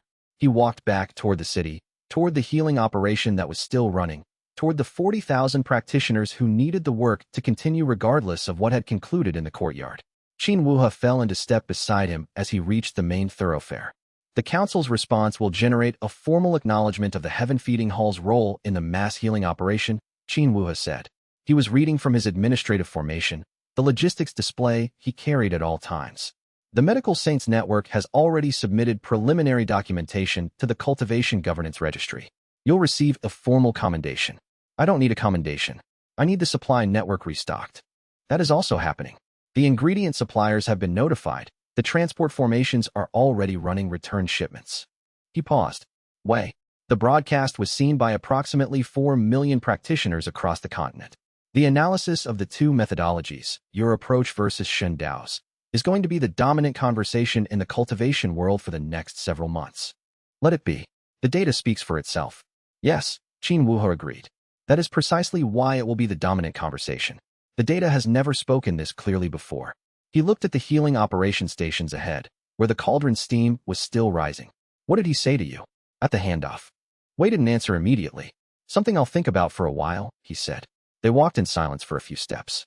Then Qin Wuhe said, "The broadcast is already generating inquiries to the hall's correspondence address."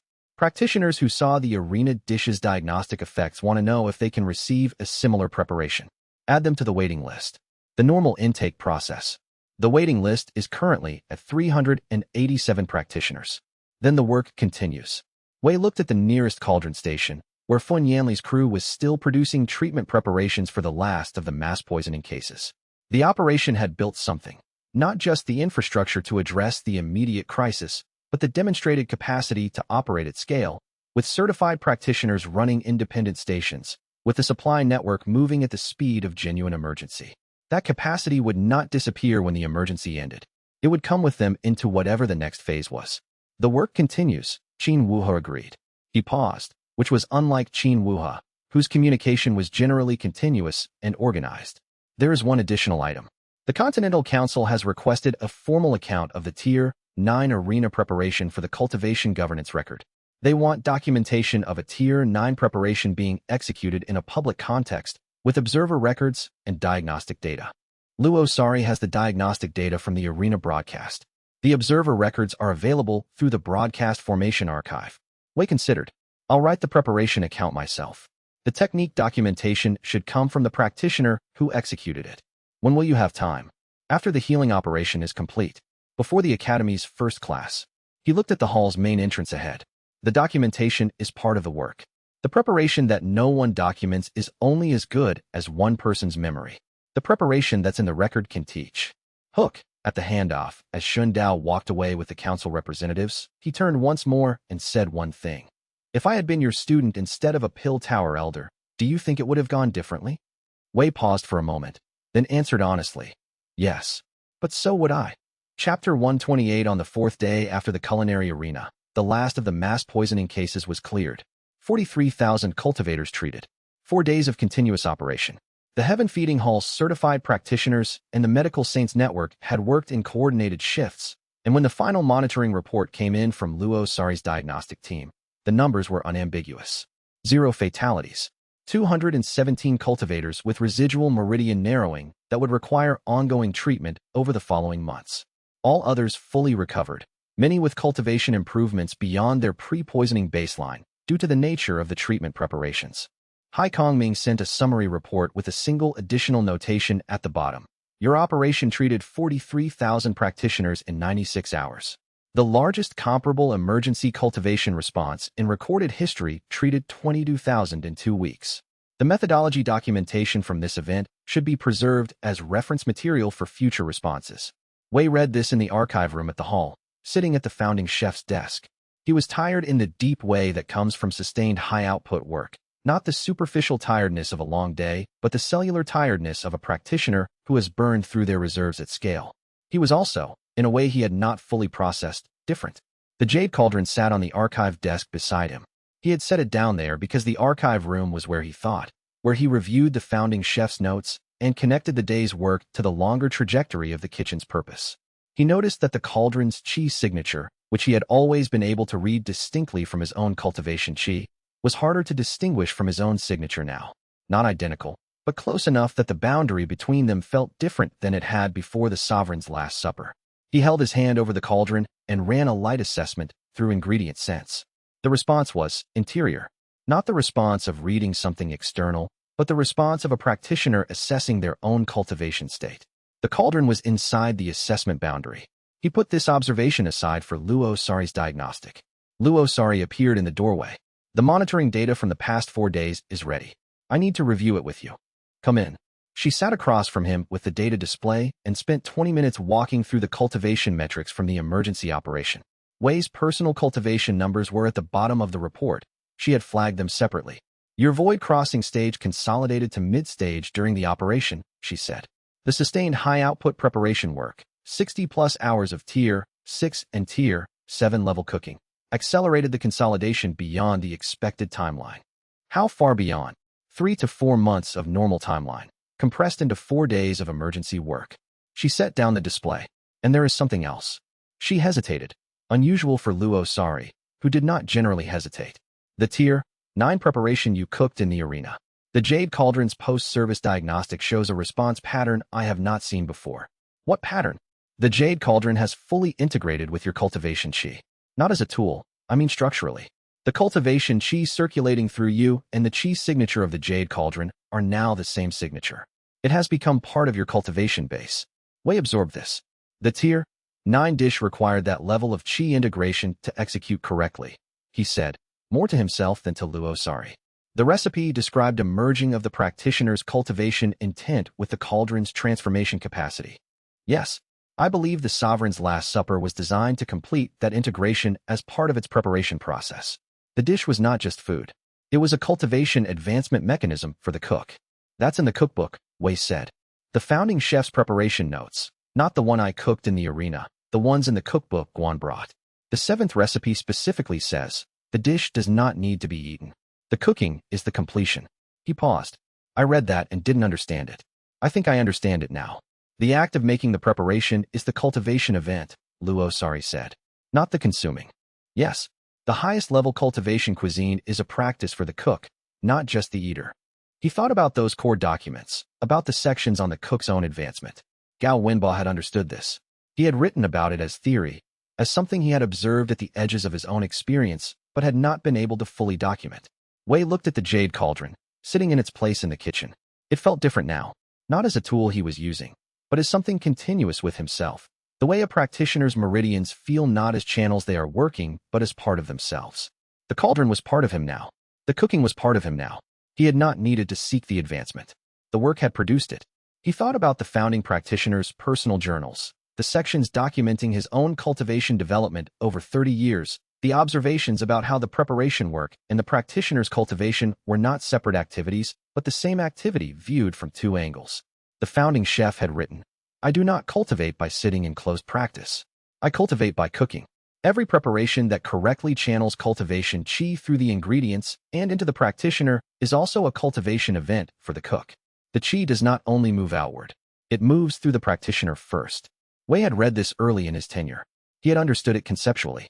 He understood it differently now, from the inside, from the specific experience of having cooked a Tier 9 preparation and emerged from the experience changed in his cultivation base.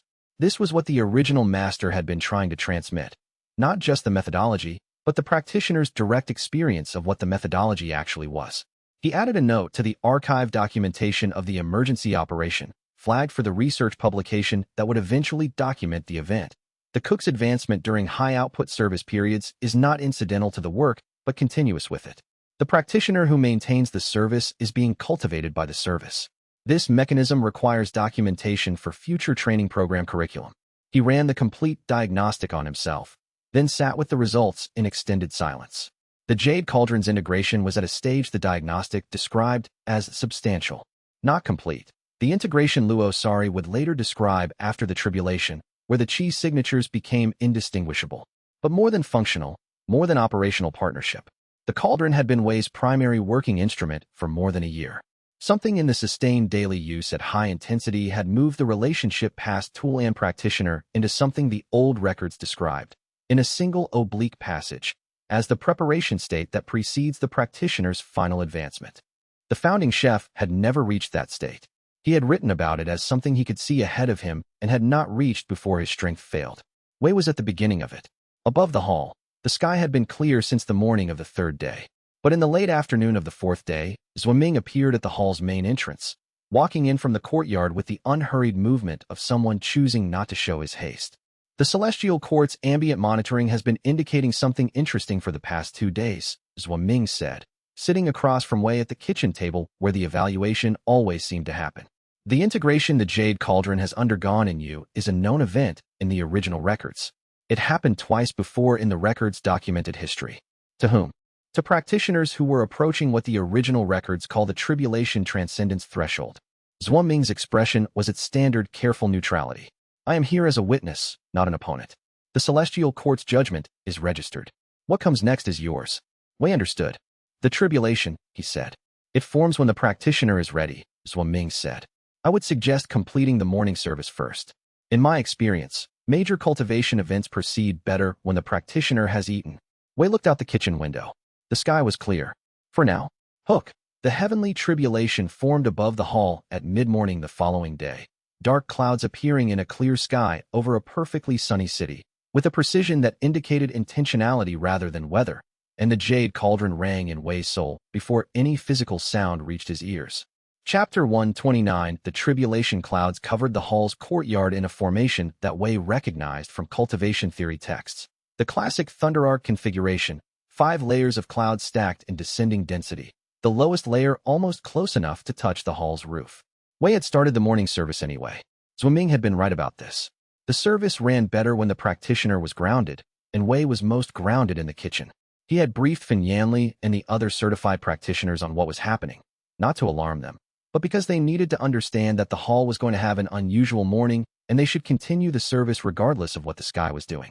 What should we do if? One of the training program students began.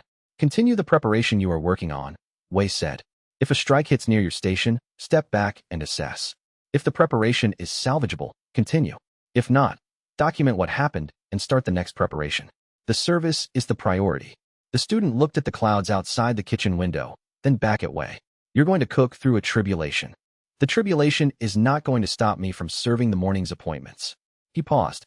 Also, yes, this is the tribulation a cultivation cuisine practitioner at this stage receives. It is designed to work with the practice, not against it.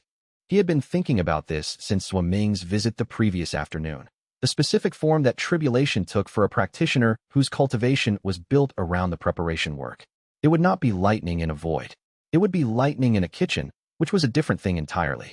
Outside, the kitchen's courtyard had been cleared by Mao Bing's suggestion. The crane had understood cultivation tribulations better than the practitioners had, from a species perspective, and had organized the courtyard evacuation with the efficiency of a spirit beast who had seen this kind of event before and knew the relevant safety protocols. The practitioners who had appointments that morning had not been turned away. They were in the service rooms, waiting. Wei had explained the situation to each one individually, and each one had decided to remain. Several had said, with varying degrees of articulation, that they wanted to see what happened. The first strike came during the third preparation. Not at Wei, at the jade cauldron. The bolt descended through the kitchen's ventilation opening. A precision strike that hit the jade cauldron's rim and ran through it in a circuit of white gold light, testing the integration that had formed between the cauldron and Wei's cultivation chi. The formation rang like a struck bell. The kitchen staff not in Wei's immediate area did not see the strike. It was over in a second. Wei felt it as a verification. The tribulation was checking whether the jade cauldron was genuinely part of his cultivation base, or merely a tool he carried. The cauldron's response, through Wei's own chi, resonating in his meridians, was clear. The second strike came 9 minutes later, and this one hit Wei directly. It was not what he had expected. The tribulation lightning struck while he was in the middle of a Tier 6 preparation, and instead of interrupting the preparation, the lightning ran through Wei and through the cauldron simultaneously, and the cultivation chi the strike contained, raw heaven chi, unprocessed, the kind that had not been touched by any cultivator's formation work, poured into the preparation. The dish changed. The ingredients had been absorbing the cultivation chi Wei channeled through the cauldron in normal preparation work. They now absorbed raw heaven chi at a concentration that made normal cultivation ingredients look like ordinary vegetables. Wei kept cooking. The preparation completed. The dish was something the system's grading function struggled to assess. The grades for cultivation content, chi density, and advancement potential all ran to numbers that exceeded the standard scale parameters. He set it aside for the tasters. The third strike came during the next preparation, following the same pattern. Wei cooking, lightning descending, heaven chi pouring into the work, the dish transforming into something the system couldn't fully categorize. Zhuoming was in the kitchen doorway watching with the look of an immortal witnessing something he had known was coming, but that was still significant to observe. 5 strikes, he said, between the third and fourth. That is the standard configuration. Each successive strike carries more power. Is there a pattern to the interval? 8 to 12 minutes, historically. The tribulation adjusts to the practitioner's processing speed. Zhuoming paused. You're cooking between strikes. The kitchen is open. Yes, I can see that. Something shifted in Zhuoming's expression, not quite a smile, but an acknowledgement that this was exactly the response he had expected. Cook well. Have you witnessed this form of tribulation before? Once. A pause settled between them. The first divine chef. His tribulation took the same form. Lightning strikes during active preparation, the heaven chi flowing into the dishes. His lasted 7 strikes rather than 5. He looked at the third dish on the serving surface, still glowing with the absorbed heaven chi. He said afterward that the tribulation dishes were the best thing he had ever cooked. He said the heaven qi as an ingredient was unlike anything cultivated in the mortal world. What happened to the dishes? The practitioners who were scheduled that morning ate them. Zhuo Ming's expression held something that was not quite humor, but was in that direction. The advancement records from that day are in the original Divine Chef's personal archive. The Celestial Court has them. 3 practitioners present for the tribulation dishes advanced multiple stages. One of them was at Foundation Establishment and achieved core formation before the morning service ended. Wei processed this. He looked at the 3 dishes currently on the serving surface. 3 practitioners waiting in the service rooms, who had chosen to remain despite the tribulation overhead. I should tell them what they're about to eat, he said. That seems appropriate, Zhuo Ming agreed. Wei went to the service room. The 3 practitioners were sitting at the intake table, their cultivation monitoring going in the background the way it always did. The Foundation Establishment student was reviewing his cultivation theory notes. The nascent soul bottleneck case was looking out the window at the tribulation clouds. The core formation practitioner was eating the preliminary snacks the kitchen always provided before a full service. They all looked up when Wei came in. The preparations I am bringing you are not standard preparations, he said. The tribulation strikes have added raw heaven qi to them. I don't have complete data on what that produces in terms of cultivation effects. It has happened once before in recorded history and the records are incomplete. What I can tell you is that the preparation will support your cultivation in whatever direction your cultivation base is ready to move. He paused. You are welcome to leave and return for a standard appointment another day. If you stay, the service proceeds as scheduled, with the understanding that the outcome may be different from what either of us can predict. None of them left. Good, Wei said. I'll be back in 10 minutes.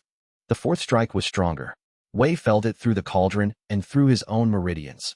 The raw heaven qi was at a concentration that would have been damaging to a practitioner whose cultivation base was not integrated with the jade cauldron's transformation capacity.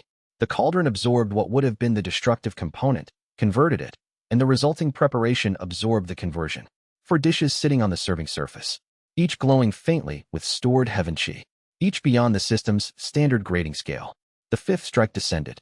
It was a different quality from the first 4, not just stronger in quantity, but different in nature.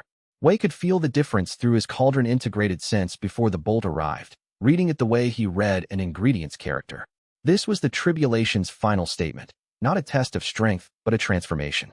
The bolt hit the 5th preparation, a tier 7 foundation dish he had been working on when the tribulation started, and the heaven qi poured through it in a concentration unlike anything the previous strikes had produced. The system attempted to grade the dish. It displayed, ?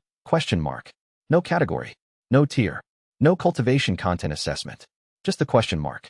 Hook. The tribulation clouds dissolved at the moment the 5th strike concluded, the sky over the hall returning to clear morning sunlight, and in Wei's soul, where the jade cauldron was integrated, something settled into place that he had been building toward without knowing the final form it would take.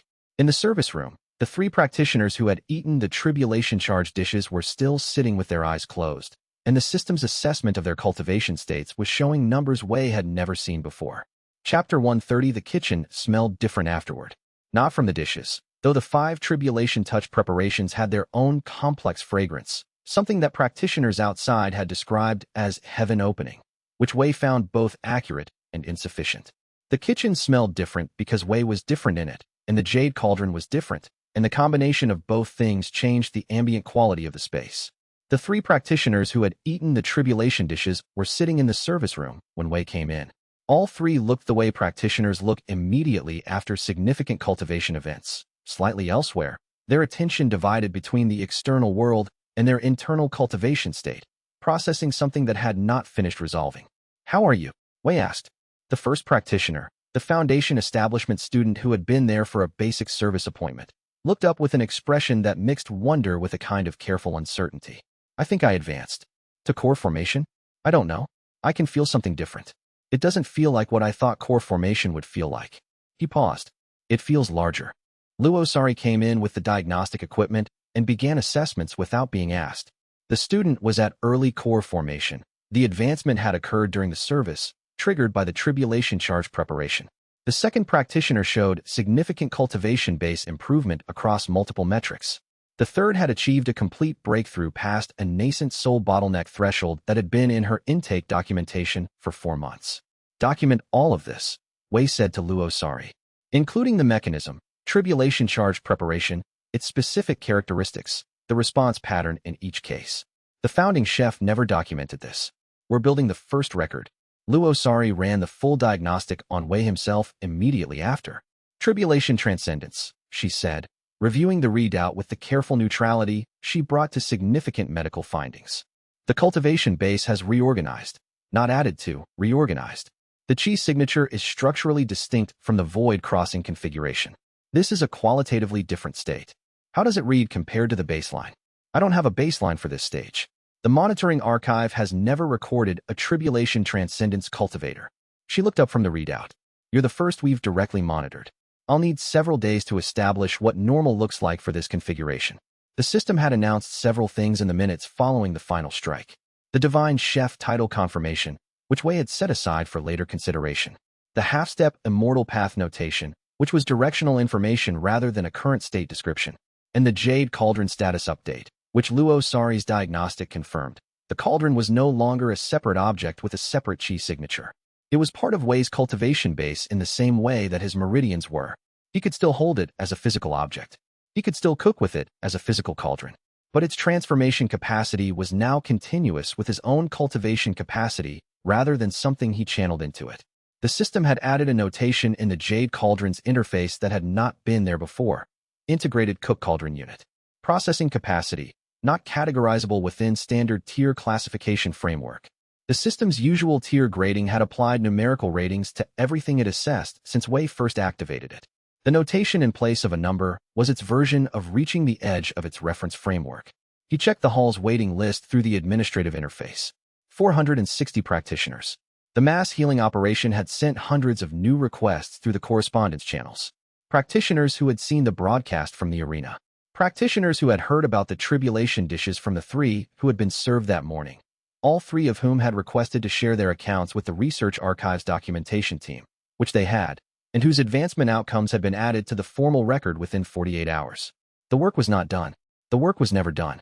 Wei was considering what this meant for the preparation work when Mao Bing landed in the courtyard, calling from the gate. There is someone at the entrance, Mao Bing said. His voice had a quality Wei had not heard from the crane before. Not alarm, not the field emergency tone from the mass healing operation, but something softer. Cautious, almost. I believe you will want to see who. Wei walked to the gate. Fen Yanli intercepted him in the corridor. Wei, the service schedule for tomorrow. Do you want me to hold the tier 7 appointments, or continue the schedule? All of it. He looked at her with the full attention she deserved, because she was asking a real question. The preparation capacity has increased with the advancement. The tier 7 and above cases are now within normal range. Don't postpone them. You're sure? The Jade Cauldron confirmed it during the tribulation. He paused. Run a brief orientation with the kitchen staff before the morning service. They should understand that the preparation work is going to feel different from their observation position. Not more dangerous. Different. The cultivation Qi integration they'll sense in the kitchen is at a higher register now. She nodded, already organizing the information into the operational procedures she would implement. This was why she had been the right choice for the Eastern Shore branch leadership, and why the hall could function without Wei's constant presence. Old Master Guan was standing in the courtyard. He was thinner than Wei remembered. The Celestial Court's life force collateral had taken something from him that had not fully returned, and the time at the mountain boundary showed in his bearing. But he was upright, and his cultivation Qi was present, and his eyes when he looked at Wei carried the particular quality of survival. Marked, settled, grateful. You succeeded, Guan said. The hearing concluded favorably, Wei said. The Celestial Court registered the hall's charter. We received the celestial endorsement. He paused. I am glad to see you standing. The treaty terms were clear. If you succeeded, my life force was returned. If you failed, Guan made a gesture that indicated he had not failed. I spent the past weeks at the Celestial Court boundary in a state that was not precisely living and not precisely otherwise. It was instructive. I had time to think. About what? About what comes next. Guan reached into his robe. About what I have been carrying for 300 years and was waiting for the right moment to deliver. He produced a small book, hand-sized, bound in a material that Wei recognized, the same luminescent material as the recipe inside the sealed case. The same material, which meant the same origin. The first divine chef wrote this by hand, Guan said. He gave it to me in trust when he left for the heaven kitchen. He said to give it to whoever made the Celestial Court remember what a meal was. He held out the book. I witnessed the broadcast of your arena cooking. I watched the judges' faces when you served them the memory of the first meal. He paused. He was right about who would receive this. Wei took the book. He opened it. The first page was blank. Then, as he held it, words appeared in his own handwriting, describing a dish he had not yet made. The recipe was detailed, specific, and used one ingredient Wei had no name for, an ingredient absent from his cultivation experience and from every record he had ever studied. The system identified it when he held the book near the jade cauldron. Ingredient detected: primordial flame fruit. Location: Heaven Kitchen. Status: accessible to half-step immortal or above. He turned to the last page. Hook: a map, a location labeled in characters that translated, in the cultivation geography Wei knew, to a region called the Void Between, marked at a specific coordinate with a symbol that meant only here, where all food began. And below the symbol, in the same handwriting that appeared throughout the cookbook, I have been waiting. Chapter 131. Guan stayed at the hall for a week. Not in the archive room, not in any official capacity, but in the guest quarters that Xia Ruoyan managed with the same precise attention she applied to everything the hall required. He ate in the kitchen with the morning service, quietly, in the way that practitioners who have been eating at the hall for a long time do, aware of the preparation, engaged with it, not requiring explanation. Wei cooked for him specifically on the third evening. Not a cultivation advancement dish. Guan's cultivation was its own matter, and his long period at the celestial court boundary had done something to his qi structure that required careful management rather than intervention. Wei made a restorative sequence. 3 courses, each calibrated to the specific depleted qi pattern Luo Sari's diagnostic had identified, each designed to restore without pushing. Guan ate the 3 courses in the quiet of the kitchen after the evening service, with Wei sitting across from him. Between the first and second courses, Guan looked around the kitchen with the look of someone who had been away from a significant place and was recalibrating the memory to the reality. The founding chef's original preparation stations, he said. You've maintained them. We restored them. The secondary faction had altered some of the station configurations during the suppression period. Su Muo identified the original layout from the archive. He was thorough in that work. Guan paused. I knew him when he was young. Before the suppression, he was already the most careful scholar I had met in 200 years. He looked at the archive room door. I'm glad he advanced. Those foundational records made it possible. The restoration gave him access to the full preparation methodology. Su Muo's own work did the rest. Yes. Guan paused. The founding chef would have been pleased to know that his archive served that purpose specifically. He designed it for students he had not yet met, for situations he could not foresee. Su Muo's situation was exactly the kind he was designing for. A practitioner who had been cut off from proper cultivation support and needed to find a path through documentation rather than through direct instruction.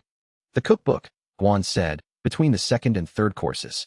He wrote it over the course of his last year at the hall. He had been working toward the Heaven Kitchen journey for a decade, and the cookbook was his method of preserving what he had not been able to transmit to students directly. He looked at the book, which Wei had placed on the kitchen table. He had no students when he ascended. The tradition was very young then. He was writing for whoever would come after. He wrote my handwriting. He had a cultivation sense for the future, not prophecy, but the kind of pattern recognition that practitioners at his level sometimes develop. He knew the kind of practitioner who would eventually reach the threshold. He wrote the recipe in the hand that practitioner would have. Guan paused. I found it somewhat unsettling, the first time I opened it and saw a handwriting I didn't recognize. After 300 years of carrying it, I found it comforting. Wei picked up the book again. The words on the first page were still in his handwriting. The recipe for the unnamed dish requiring the primordial flame fruit, which could only be reached in the void between. He turned past the first page. More recipes, each in his handwriting, each using ingredients that the system tagged with location, Heaven Kitchen, or location, void between. 7 dishes total, written for a preparation sequence that would apparently be his work upon arrival. Wei read through each recipe. The preparation sequences were not simple. They used techniques that extended beyond anything in those old scrolls or in his own current practice. Not unknowable techniques, but techniques that required cultivation capacity he was still developing toward, that required ingredients he had not yet encountered. The cookbook was not a set of recipes he could execute today. It was a preparation curriculum for a journey he had not yet taken. The 7th recipe, the final one in the sequence, used only 2 ingredients. The unnamed dish that the system had labeled simply as ? During the tribulation, and the cook's own cultivation qi at its fullest, most integrated expression. The preparation sequence was 3 sentences long. The third sentence said, the dish does not need to be eaten. It needs to be cooked. The cooking is the completion. Wei had no idea what that meant. He filed it for later. The last page was the map. Su Muo appeared in the kitchen doorway. He had come from the archive room, where he had been working on the new void crossing preparation documentation since his soul transformation. The documentation that the archive had not previously contained because no practitioner associated with the hall had ever reached that stage. May I see it? He asked. Wei held out the book. Su Muo studied the map for an extended period. His soul transformation cultivation sense was active. Wei could see it in the slight distance of his focus, the engagement of a practitioner reading something with their full capacity rather than just their eyes. The void between, Su Muo said. I have been trying to locate this region for 60 years. It is referenced in the oldest cultivation texts as the space between the mortal cultivation world and the true immortal realm. An intermediate space, accessible to practitioners who have reached a specific threshold but not yet completed the immortal transition. Half-step immortal or above, Wei said. Yes. He ascended through the void between. There are accounts, fragmentary, poorly preserved, of the Heaven Kitchen being located there. A cultivation space that operates outside the normal cultivation world's rules. Su Muo set the book down carefully. I never believed I would be in a position to reach it. You're at soul transformation. Yes. Su Muo met Wei's eyes. I am not about to spend 60 years of searching and then miss the discovery because I was too cautious to ask. I want to come with you. He said it with the particular quality of certainty that came from someone suppressed for decades and was still finding, month by month, what running freely actually felt like. The certainty was not arrogance. It was a practitioner who had spent 60 years waiting and was through with waiting. Wei thought about the journey, about the void between, about the map's notation, accessible to half-step immortal or above. Su Muo was at soul transformation, which the cultivation theory text described as the stage immediately preceding half-step immortal. You would need to advance before we could enter the void between properly. Then I will advance. Su Muo said it with the same settled certainty he brought to all the work that mattered. I have the hall's foundational archive, Wei's tier, 9 preparation methodology, and the experience of 30 years of suppressed cultivation finally running freely. I am not concerned about the timeline. Guan, still at the kitchen table with his third course, looked over at Su Muo with an expression that was not quite a smile, but had the warmth of a practitioner recognizing someone he knew well. He has been like this since he was 40, Guan said to Wei. Someone shows him an impossible destination, and he starts planning the route immediately, without first establishing whether the destination is real.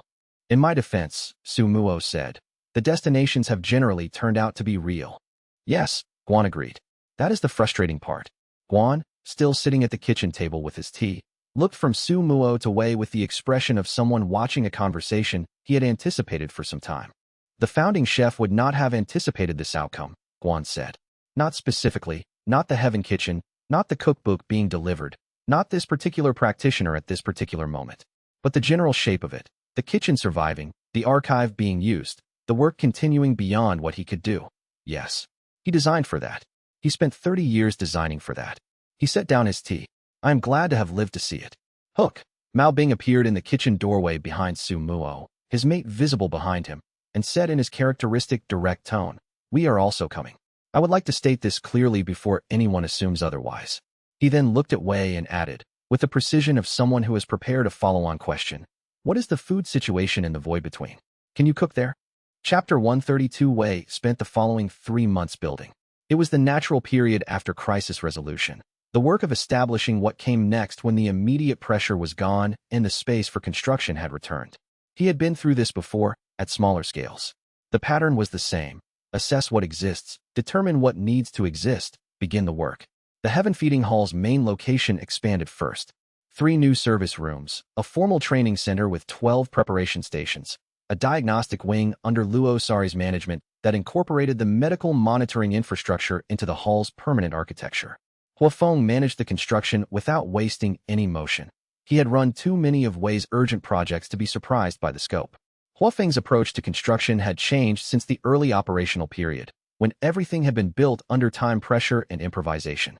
He now brought the same systematic attention to building work that Wei brought to preparation work, pre-assessing each project, identifying the structural priorities, organizing the work sequence so that each phase enabled the next.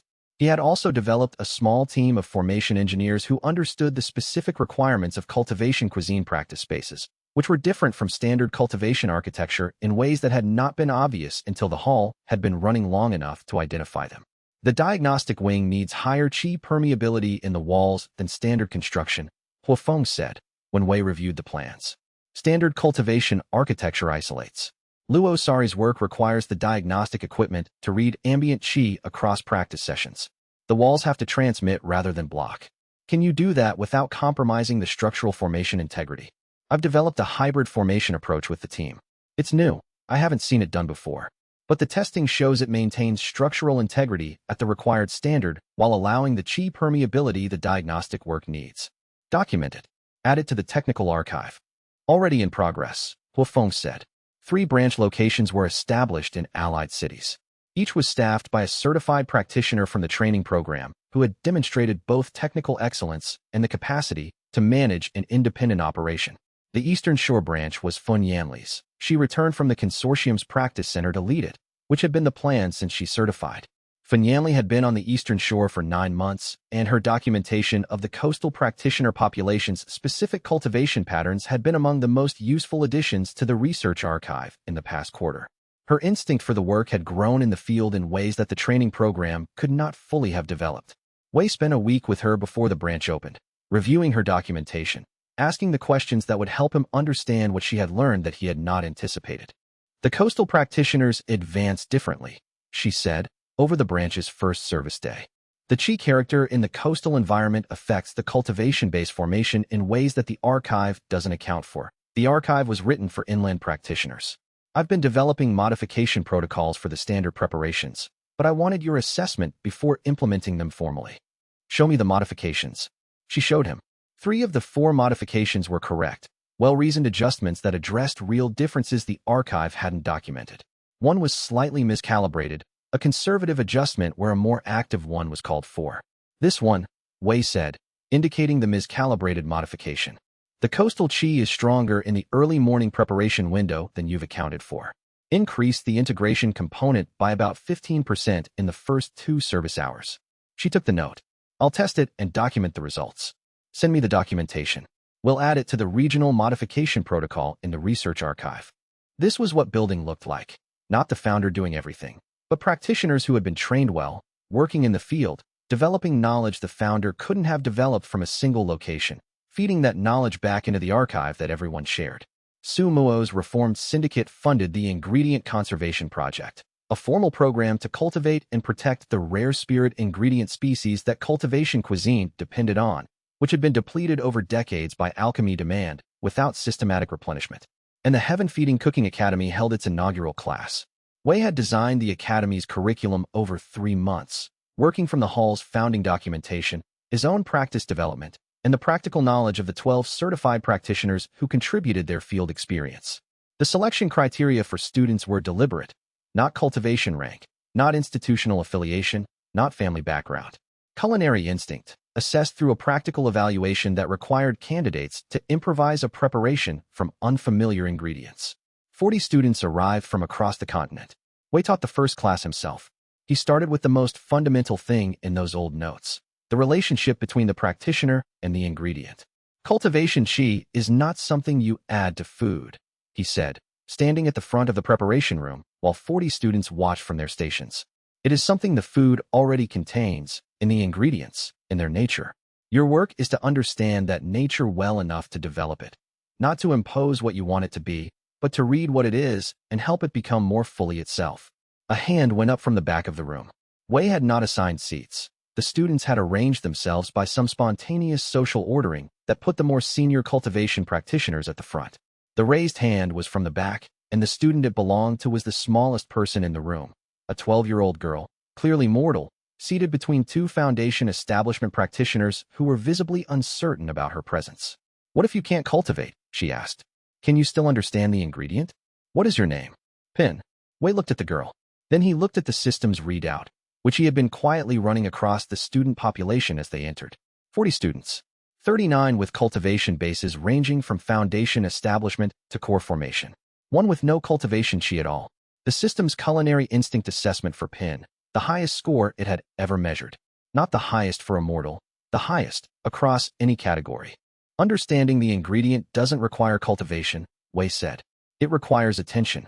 Some practitioners cultivate for 50 years, and never learn to pay the kind of attention that cooking needs. Some people pay it naturally from the beginning. He held her gaze. Stay after the class. I have some additional work for you. The senior practitioners at the front of the room made sounds of uncertain reaction. Wei turned back to the class. The rest of you. Your cultivation is a tool you are going to use in this kitchen. It is not a rank. A core formation practitioner who cannot taste an ingredient is not more capable than a foundation establishment practitioner who can. Wei stayed after the class to speak with Pin. She had completed the ingredient reading exercise with the accuracy of a practitioner twice her age and the additional work he had assigned her. A supplementary analysis of 3 specimens from the preparation kit he kept for advanced assessment work. She had completed before the class ended and left on his desk with a 3-paragraph observation that the most senior faculty member in the room had spent 20 minutes reading and discussing with his colleagues. Your observations on the 3rd specimen, Wei said. The one you described as having a recent water memory. What did you mean? It smells differently when it's been near moving water, Pin said. Not damp, it dried completely. But there's something in the chi character that reads as recently aquatic. Like the way clothing that's been outside all day smells of wind even after you bring it inside. She paused. Was I wrong? The specimen was cultivated in a mountain stream environment for the last 2 months of its growth cycle, then dried and transported. Wei looked at the observation notes. No one else in the class identified that. The cultivation sense assessment picks up the current chi character. The water environment cultivation history leaves a residual that fades below the chi sense threshold within a few weeks. He paused. You didn't use cultivation sense. I never do, Pin said. I know. He filed the observation in the advanced research log. This is going in the archive. I want a record of what you observed and how you observed it. She nodded, already thinking about something else. The practitioner's characteristic of someone who has moved past the current observation and is reaching for the next one. Hook. Duke Xianxia appeared in the academy doorway at the end of the class, with an expression of baffled pride that Wei had never seen on him before, and said, My son Yunshi is in the enrollment queue. He wants to be a chef's apprentice. I tried to talk him out of it. He told me he has wanted to cook since the first time you served him a meal at the hall. He paused. I am here to give my permission. Formally. Then, in the voice of a man who has just committed to something he does not fully understand. Will you teach him what you teach the others, or something more? Chapter 133 The meal Wei prepared for Xiaoruan took him 11 days to design. Not 11 days of continuous work. 11 days of returning to the question each morning before service and adding another element. Testing the component interactions in the Jade Cauldron's integrated space. Adjusting until each element was precisely calibrated to the cultivation pattern he had been reading in her for over a year. It was the most personal dish of his career. Cultivation cuisine was always, in some degree, personal. The preparation required understanding the specific practitioner's needs, the specific blockage pattern, the specific nature of what the cultivation base required to advance. But those preparations were clinical in the sense that the relationship was professional. Wei the practitioner, working for another practitioner. The reading was precise because precision was required. With Xiaoruan, he was working with a cultivation pattern he had read through 12 months of watching her manage the hall's correspondence and administration, and all the work that didn't get recorded in the monitoring data, the conversations she had with suppliers who were being difficult, the way she managed the complex relationships between the hall and its 17 research partners, the precision she brought to every document and every communication and every problem that arrived on her administrative station. Her cultivation pattern was not a blocked pattern. She was not stagnating at a threshold the way the practitioners on the waiting list were stagnating. Her cultivation was developing steadily, correctly, but beneath the correct surface development was a specific chi structure configuration that Wei had been observing for months, a formation that was close to a threshold the monitoring data classified as nascent soul approach. She was 2 years from the threshold on a normal timeline. With the right preparation, the timeline compressed. He cooked the meal in the kitchen on a Thursday evening, after the last service of the day, with only Luo Sari present for diagnostics, and the kitchen otherwise empty. Xiaoruan sat at the kitchen table where they had eaten together dozens of times during the operational year, where they had talked through the correspondence problems and the scheduling complications and the late nights of the crisis period. Xiaoruan had not asked what Wei was cooking or why.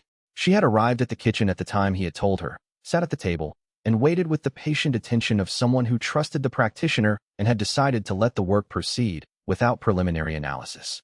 This was, Wei thought, one of the things about her that made the meal possible, that she could simply be present in the kitchen without needing to manage or contextualize what was happening.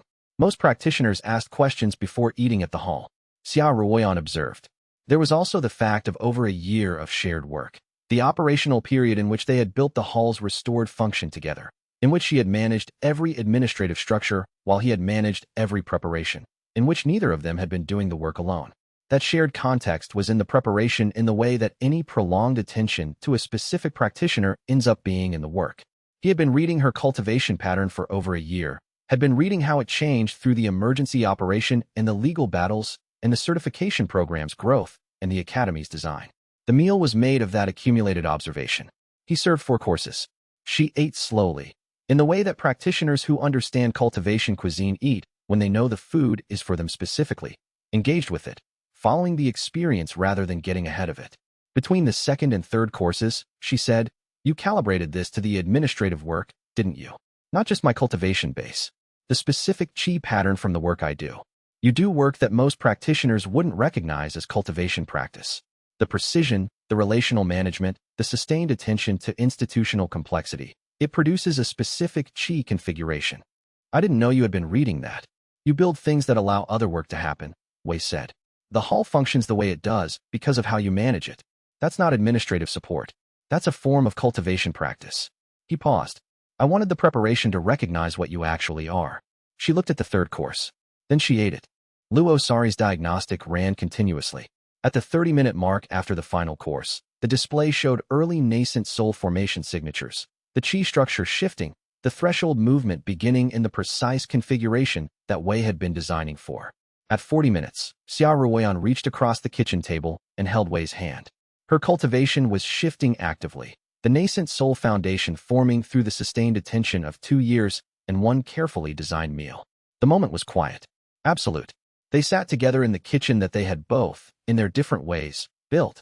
While the cultivation advancement ran its course and the diagnostic recorded it, and the kitchen held them the way good kitchens always hold the work that matters. Luo Sari moved quietly around the edges of the room, running diagnostics without intruding on the space at the table. At the 1-hour mark, she said, very quietly, to no one in particular, "Early nascent soul confirmed. Formation stable. Rate of consolidation is above expected baseline." Then she set down her equipment and went to the kitchen door. "I'll be in the archive room if you need me." She left. They were alone in the kitchen. Gao Wenba's kitchen. The kitchen that the hall's founder had designed and that every generation of practitioners associated with the heaven-feeding hall had maintained through 293 years of administrative pressure, suppression, and challenge. The kitchen where Wei had served his first breakfast to the hall's first restored operation clients, where he had worked through the emergency hours of the mass healing operation, where the Jade Cauldron had rung with the tribulation's final strike. The kitchen where 2 people had built something together, each from their different side of the work. When the formation completed, Xia Ruoyan sat for a long time without speaking. Then she said, "I want to open a branch of the hall on the eastern coast, near the Medical Saints rebuilt island. The coastal practitioners have been underserved since before we began operations, and the eastern branch has established a presence that could extend further with the right leadership." "That is a sound operational assessment," Wei said. "I want to run it myself. It would mean more time away from the main hall's administration." She met his eyes. "I want to know if you'll come with me. Not permanently. I understand you'll be traveling to the void between, but for the establishment period, to help set it up." She met his eyes, and the question in them was not operational at all. Wei set down his tea. Gao Wenba had spent his entire career at the hall, which had no branch on the eastern coast. His students had maintained the hall's single location through generations of pressure, and the single location had been both the strength of the tradition, concentrated, deep, protected, and its limitation. What Xia Ruoyan was proposing was not a branch in the administrative sense. She was proposing to take the work she had built here and establish it independently, in a new location, with her own name on it, not as Wei's extension, but as the next thing that grew from what they had built together. That was exactly what the work was supposed to produce. The founding chef had designed for one person's lifetime of work. Wei had extended it into a practice tradition. Xia Ruoyan was the 3rd generation, not of those original students, but of the kind of practitioners the hall trained and shaped and sent into the world. Hook. Wei looked at Xia Ruoyan across the kitchen table where they had built everything together and understood that she was asking something more than an operational question and answered the question she was actually asking. "Yes. After the heaven kitchen. When I come back." Chapter 134. Mao Bing's mate laid the egg in the courtyard on a Thursday morning, announced by a sound that Wei's ingredient sense read before his ears did. A resonance in the cultivation chi of the courtyard space. warm and significant, and unlike anything the monitoring had previously recorded. Wei was in the kitchen when it happened. He set down the preparation he was working on and went to the courtyard window. The egg was larger than he had expected, the size of a small cultivation cauldron, smooth and white with a faint luminescent quality that pulsed slowly, like breathing. Mao Bing stood over it with his wings half extended, not sheltering it, but present beside it, his mate in the same posture.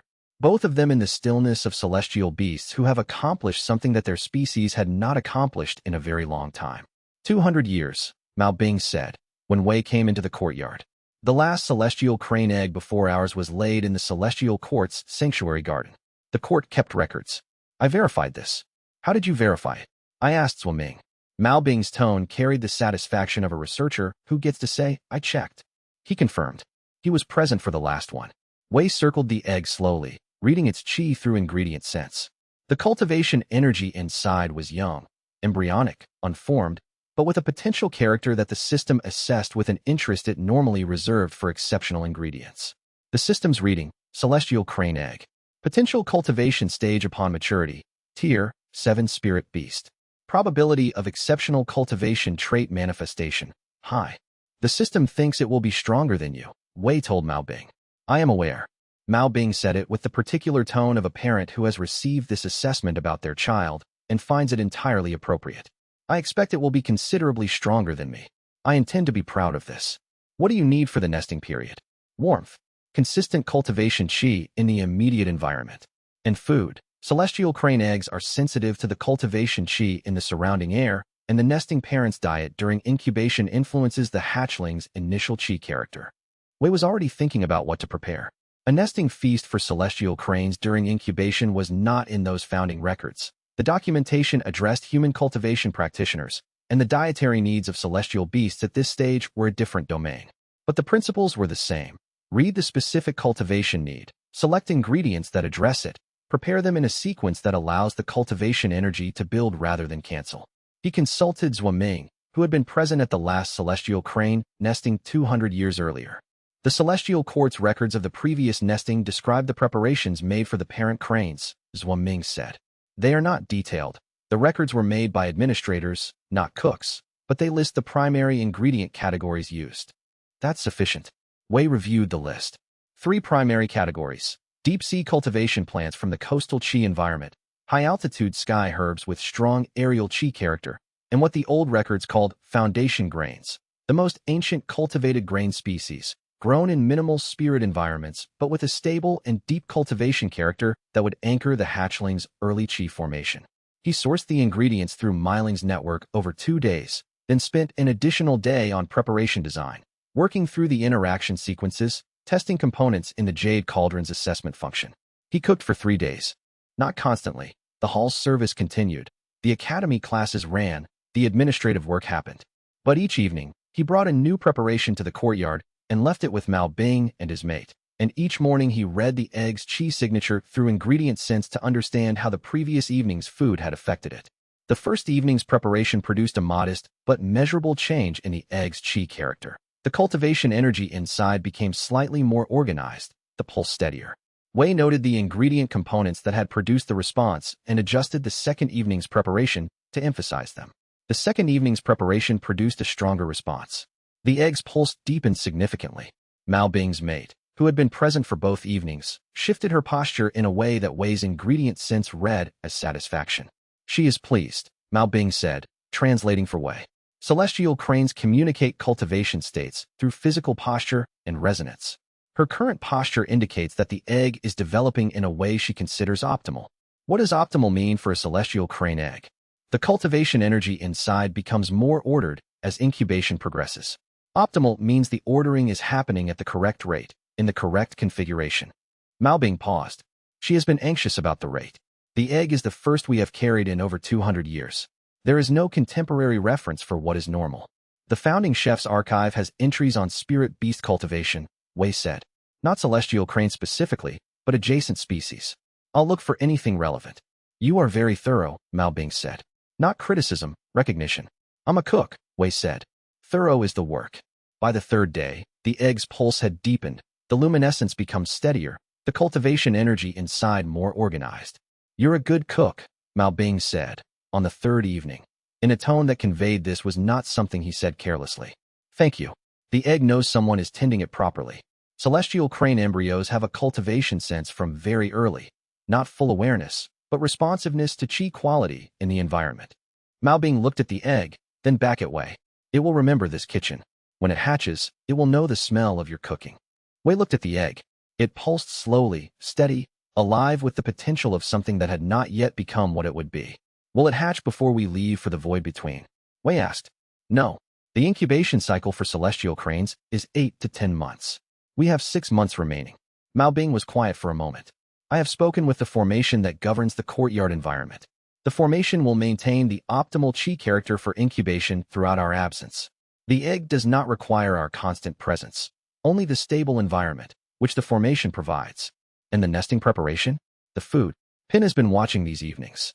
Mao Bing glanced toward the kitchen door, where Wei could now see the shadow of someone listening from the corridor.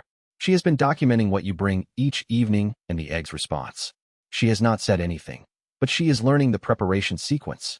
Wei thought about this. Pin learning the nesting preparation sequence. Not because she had been asked, but because she was paying attention, because she watched everything in the kitchen with the same focused observation she brought to her coursework. She'll need to know the ingredient specifications, Wei said. She already asked me for them, Mao Bing said. 2 days ago, I gave her the list. Wei looked at the kitchen door. Pin, he called. The door opened. The 12-year-old academy student appeared, wearing her uniform, holding a small notebook. She looked at Wei with the calm of someone who had been waiting to be acknowledged rather than hiding. I wanted to learn it before you left, she said simply. In case you're away when the egg hatches, or in case you're away for longer than expected. The egg should have someone who knows how to tend it properly, and Mao Bing will be with you. Wei looked at her, then at Mao Bing, who had the expression of a parent who had watched something fall into place the way it was meant to. Show me what you've learned, Wei said. Hook, Mao Bing's mate said, quietly, to the egg, in the low, resonant tone that celestial beasts used for communication that was not meant for human ears, but that Wei's ingredient sense caught anyway. The Heaven Feeding Hall will be your home. The chef who tends this courtyard will be your first teacher of the world. Chapter 135. The Heaven Feeding Cooking Academy held its first formal class session in the 3rd week of operation, and Wei taught every morning. It was more than he had planned to commit. The original academy design had called for Wei to teach the foundational sessions and then pass ongoing instruction to the certified practitioners who had been assigned as academy faculty. But the first 2 weeks had shown him something he had not fully anticipated. The students were not just learning technique. They were learning a practice orientation, a way of understanding what cooking was for, and that orientation could not be transmitted through a lecture series from someone who had received it secondhand.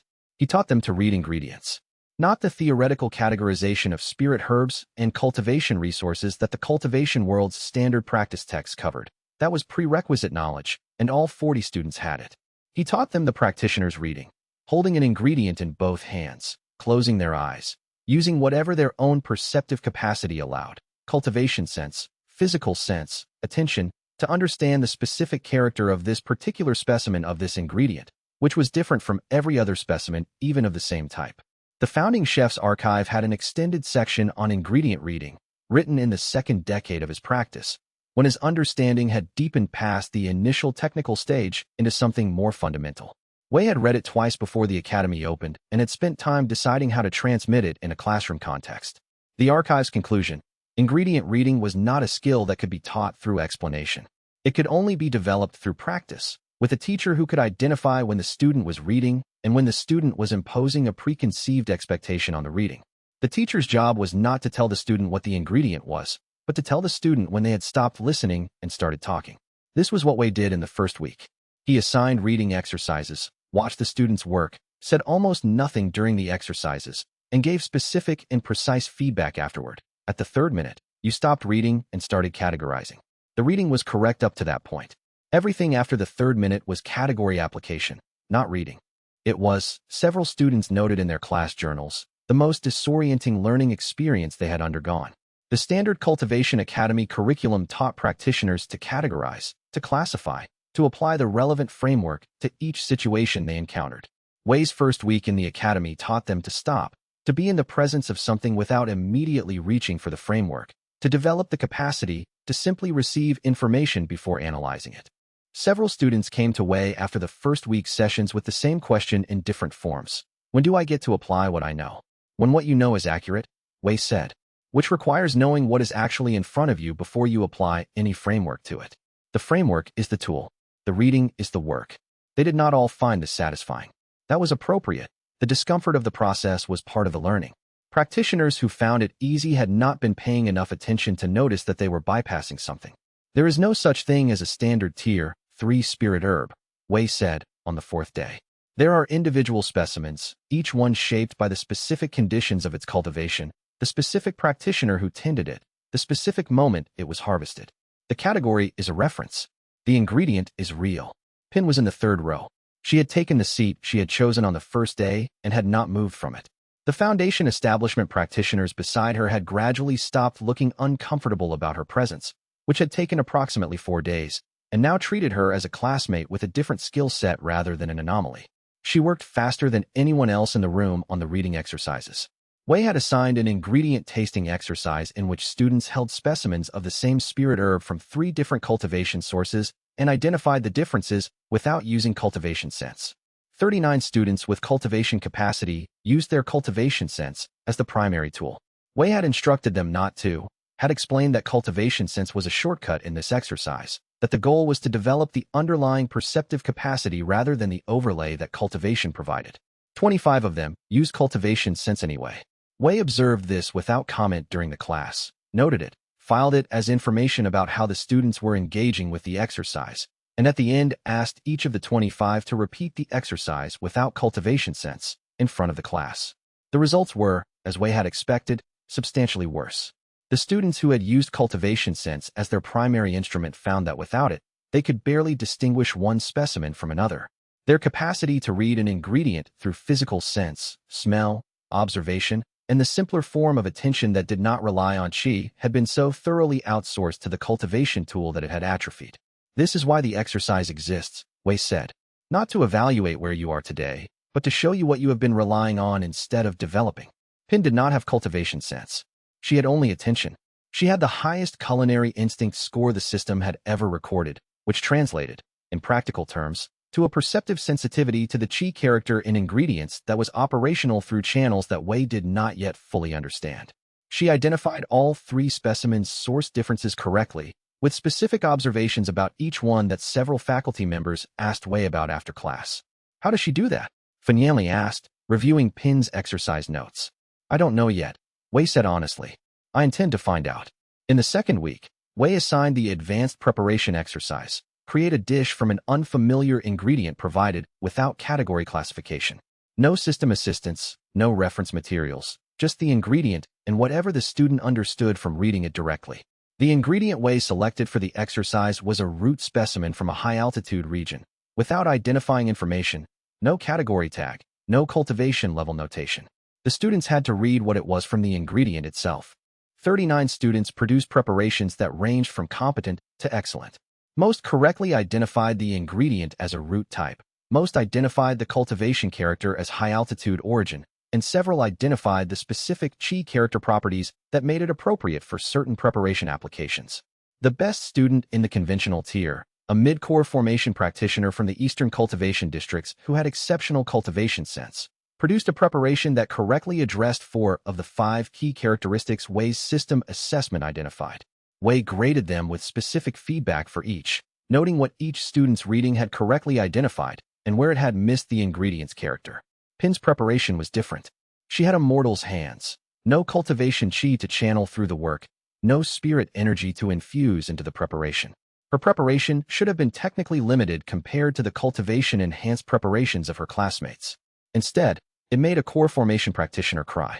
Not from pain, not from cultivation advancement. The practitioner, one of the academy faculty sitting in for the exercise observation, ate Pin's preparation and was simply overcome with memory. He told Wei afterward, in the careful language of a practitioner who was not accustomed to emotional responses to food. It tasted like the first meal my grandmother made after I came back from my first year of cultivation training. I don't know how she did that. My grandmother has been dead for 20 years. Hook. Wei looked at Pin's preparation notes. Simple, precise, utterly different from any cultivation cuisine approach he had seen. and understood that the system's high culinary instinct score was not a measurement of potential, but a recognition of something already present, fully formed, in a 12-year-old mortal girl who cooked from attention alone. Chapter 136. The mortal student did not have an easy first month. Pin's classmates were not malicious. The Academy's selection criteria had filtered for practitioners who were genuinely interested in culinary cultivation, not practitioners who were using the Academy as a status credential. But the cultivation world's hierarchy was built into the way practitioners saw themselves and others. An immortal in a cultivation academy was a category violation that even well-intentioned practitioners struggled to process. She should be in the service staff. Wei overheard in the corridor on the second week, one foundation establishment practitioner to another. She can't cultivate. What's the point? He did not intervene immediately. He waited until the following morning's class, when he assigned the hardest prep task in the curriculum, the full preparation breakdown of a Tier 4 spirit ingredient, from raw specimen to component analysis to appropriate treatment categories. It required fine motor precision, extended attention, and the kind of systematic observation that the cultivation world often assigned to lower-ranked support staff because higher-ranked practitioners found it tedious. Pin, he said, take the station at the front. She came forward without hesitation, took the assigned station, and began. The class watched. She worked through the breakdown task with a speed and precision that made the room quiet, one by one, as practitioners stopped their own work to observe. Her hands moved with an efficiency that was not the efficiency of cultivation-enhanced technique, but the efficiency of muscle memory, her hands moving through the breakdown without waiting for instruction. She completed the task in 11 minutes. The standard completion time for an advanced student was 30 minutes. Wei let the silence sit for a moment. Cultivation makes you stronger, he said to the class. Skill makes you better. They are not the same thing. He looked around the room. Pin's cultivation rank is mortal. Her skill level is advanced. Both of these facts are true simultaneously, and understanding how that's possible is something this academy is designed to teach you. He assigned the rest of the class a similar breakdown task. The results were instructive. Most of the class completed the task in 20 to 40 minutes, with varying accuracy. 3 students failed to complete it in the allotted time, not from lack of effort, but from a systematic approach that was thorough and slow. Wei gave them identical feedback. Your analysis is correct. Your sequencing is wrong. The component analysis should happen simultaneously with the specimen assessment, not after. He demonstrated the combined approach once. Try again tomorrow. For the remainder of the month, Pin was assigned the hardest prep tasks in each class session. She completed them first or fastest, or with the highest accuracy in every session. Her classmates' relationship to her presence shifted, not to admiration exactly, but to the professional acknowledgement that a practitioner gives to someone who is consistently better at the specific work than they are. Wei watched this shift happen without directing it. The cultivation world's hierarchy was real, and he did not pretend otherwise. Cultivation provided genuine advantages in the preparation work, and those advantages were worth having. But hierarchy was not a substitute for competence, and competence was what the kitchen required. The Academy's first cohort was learning, over the course of a single month, to see the difference between rank and skill, and to understand that both mattered but that they measured different things.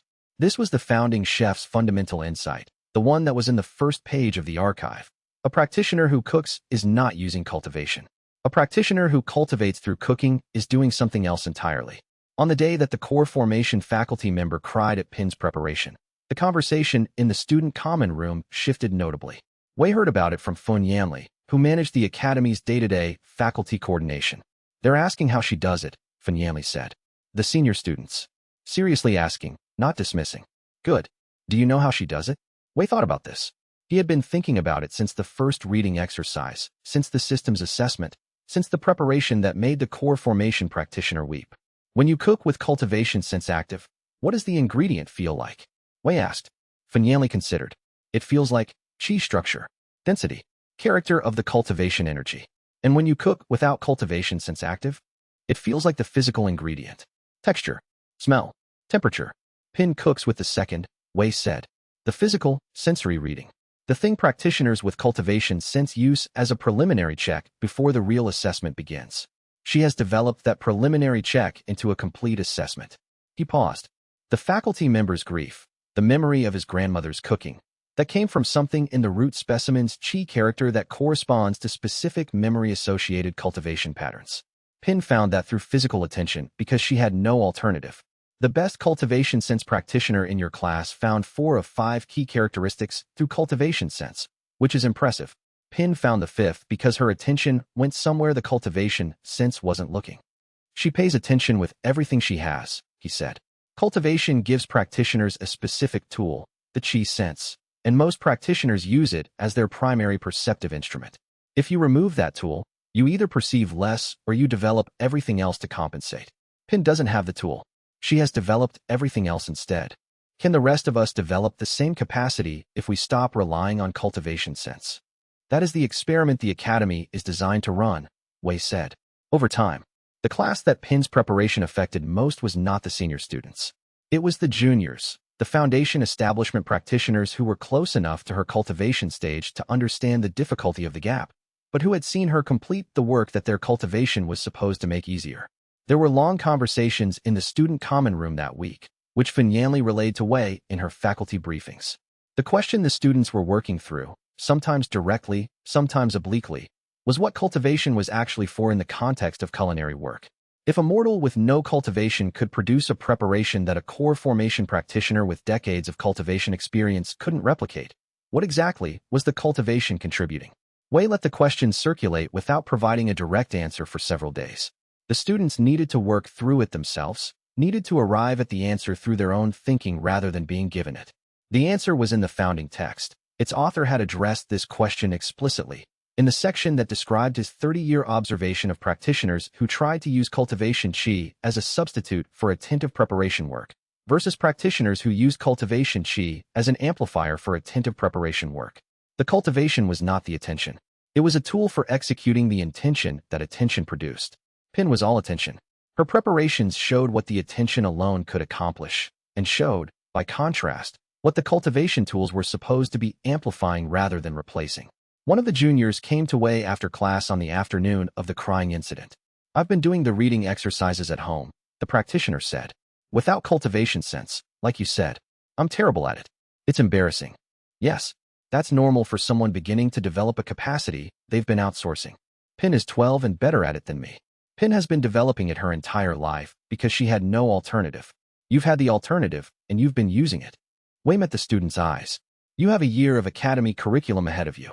Practice the way Pin practices. You'll improve. Hook. Pin appeared in Wei's office after the last class of the week with a preparation wrapped in cloth.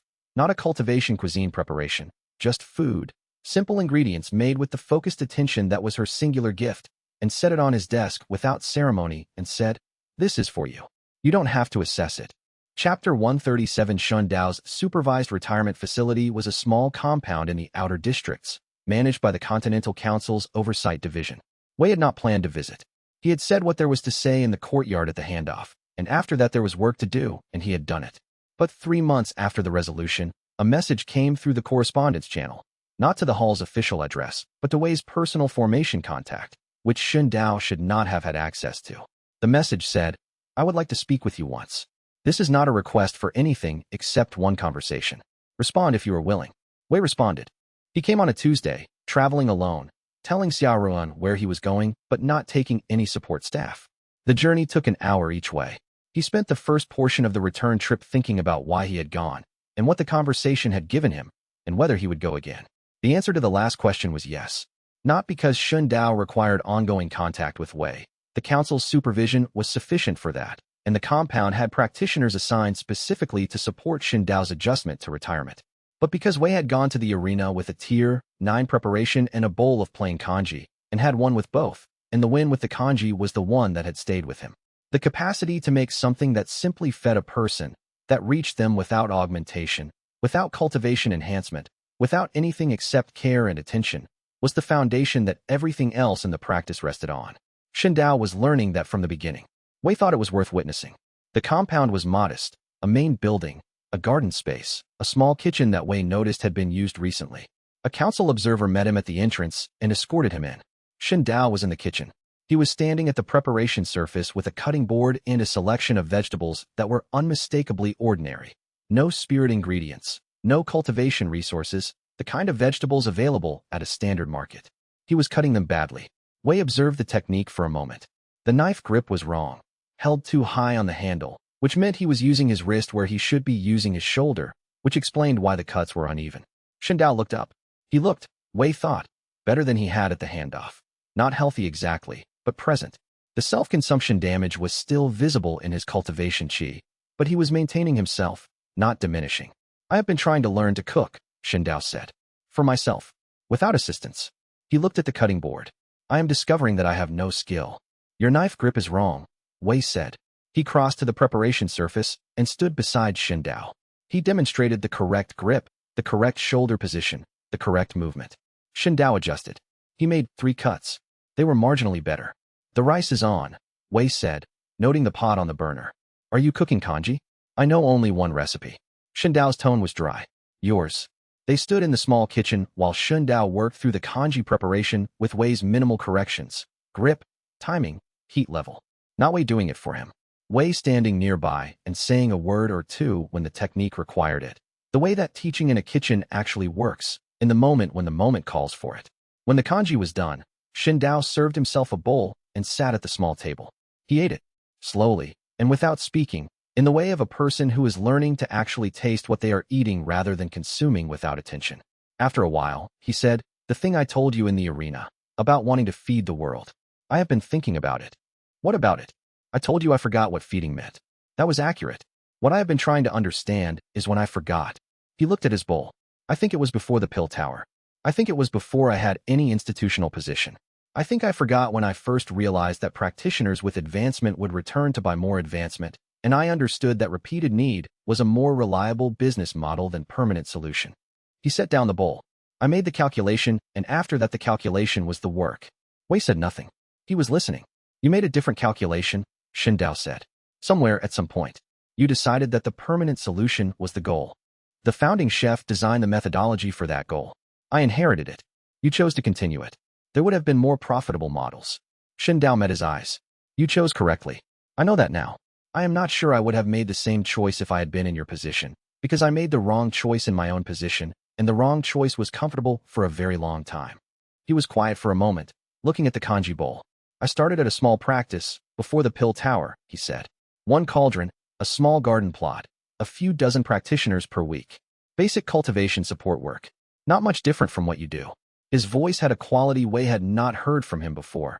Not the hard certainty of a senior cultivator, but something more like remembering. I was good at it. The practitioners I saw made progress. Some of them sent their students to me later. What changed? Someone offered me a position at a pill tower affiliated clinic. Better resources. More practitioners. More reach. He set down the kanji bowl, and I started thinking about scale. How many practitioners could I help if I had better tools, better reach, more institutional support? The pill tower had all of that. So I took the position, and the position required certain products be used, and the products required reuse. And within 5 years, the practitioners I saw every week were practitioners who needed to be there every week because they had been using the products. Wei absorbed this. You knew, he said. Not a question. I knew. Shindao looked at his hands. I told myself the advancement was real, which it was, and that the dependency was a manageable cost, which it was, in the sense that the practitioners were managing it. They were just never resolving it. Wei stood to go. The council observer was in the corridor. I'll come back, Wei said. Not officially. Just to see how the cooking is going. You don't have to. No. But a practitioner learning a new skill benefits from occasional observation. He paused in the doorway. The rice timing needs work. Watch the water absorption rate before you add the grain. You're adding it too early. Shindao looked at his kanji bowl, then at the small kitchen around him. The ordinary surfaces, the ordinary burner, the ordinary ingredients. The kitchen of someone who had been stripped of everything institutional and was learning to feed himself with what was actually available. I understand, I think, what you meant in the arena, Shindao said. About keeping someone hungry. I always knew I was keeping practitioners dependent. I told myself the advancement was worth the cost. He paused. I never once thought about what it would be like to be one of the dependent practitioners. I only thought about the revenue. And now, Shindao looked at his bowl again. Now I cook rice badly in a small kitchen and think about what it would feel like to be doing this without anyone to ask for help. He met Wei's eyes. It is an instructive experience. Wei left him in his small kitchen, learning slowly, in the way that practitioners learn things they come to late, with more attention than they would have given it young, and with a clearer understanding of why the skill matters. Hook. As Wei left, Shindao said from inside the kitchen, without looking up from his bowl, if I had been your student instead of a pill tower elder, do you think it would have gone differently? Wei stopped in the doorway, and after a moment answered honestly, yes. But so would I.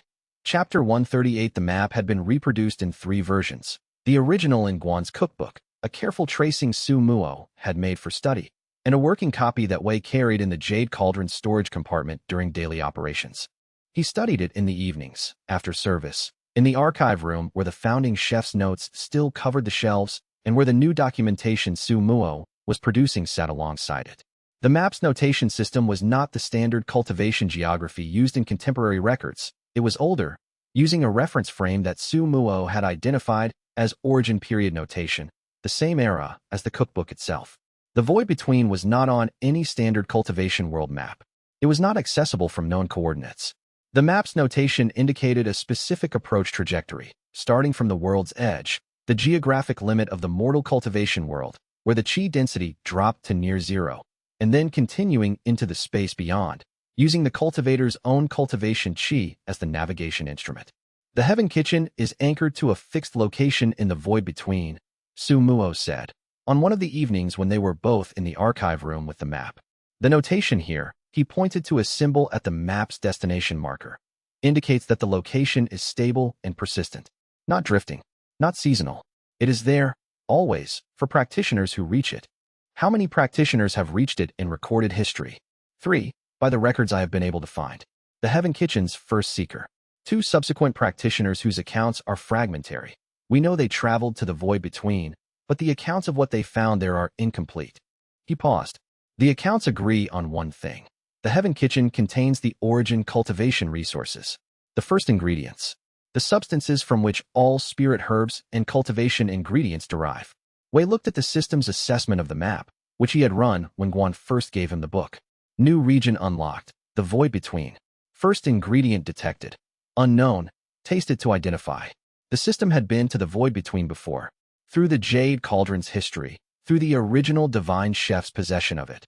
Through whatever the Heaven Kitchen represented in the cultivation world's deepest structure. Wei held the cookbook open to the first recipe and ran the system's assessment on it again, this time with the Jade Cauldron's fully integrated capacity rather than the partial integration he'd had when Guan first gave it to him. The assessment was different now. The system identified not just the ingredients but their relationship to each other, a network of connections the assessment described as origin family derivation. Each of the 7 recipes in the cookbook used ingredients that the system classified as derivation source, Heaven Kitchen. The primordial flame fruit, the first ingredient in the first recipe, was labeled as parent species, starfire genus. The second ingredient, something the cookbook called the first water lotus, was labeled parent species, spirit water cultivation herb family, all variants. The cookbook's recipe requires the primordial flame fruit, Wei said. The system places it at the Heaven Kitchen. If the Heaven Kitchen contains the origin ingredients, then the primordial flame fruit may be the origin version of what became starfire pepper in the mortal cultivation world.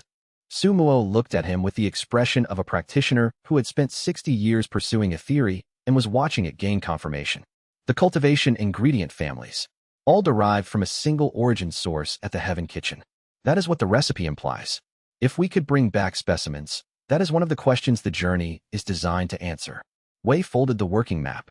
I don't know what we will find there. The cookbook describes a preparation sequence, not a comprehensive account of the space. We will have to learn what we learn when we arrive. The 2 fragmentary accounts, Su Muo said. I've spent the past 2 weeks analyzing what can be extracted from them. One was written by a practitioner who reached the void between boundary but could not enter. Their cultivation was at soul transformation but had not yet reached half-step immortal. The account describes the boundary from the outside.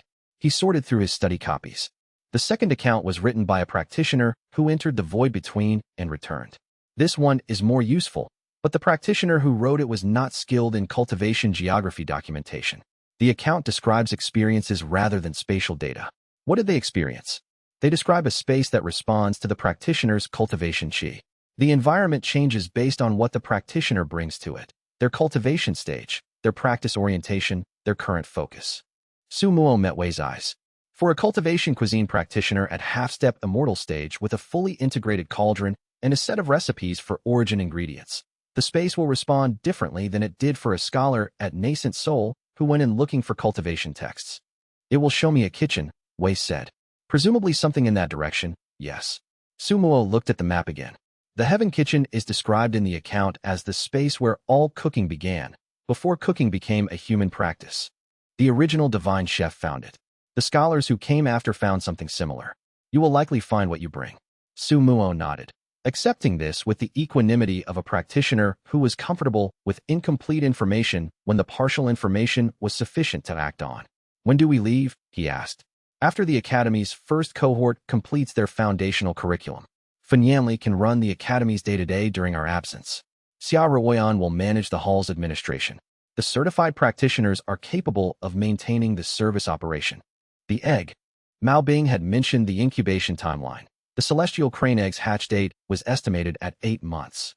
Mao Bing and his mate will be with us, Wei said. The egg is in the courtyard's cultivation environment, which maintains itself. It does not require their constant presence, only the chi-stable environment and the periodic nesting preparation. He paused. Mao Bing will argue to bring the egg. What will you tell him? That the egg stays home, and we will return before it hatches. Su Muo looked at the working map again.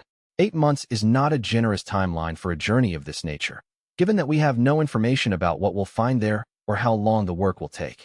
No, but the egg's timeline is the egg's timeline, and we will return when the work at the Heaven Kitchen is complete. Wei folded the working map. If the journey takes longer than 8 months, we will have confidence that Pin and the hall staff can manage the hatching appropriately.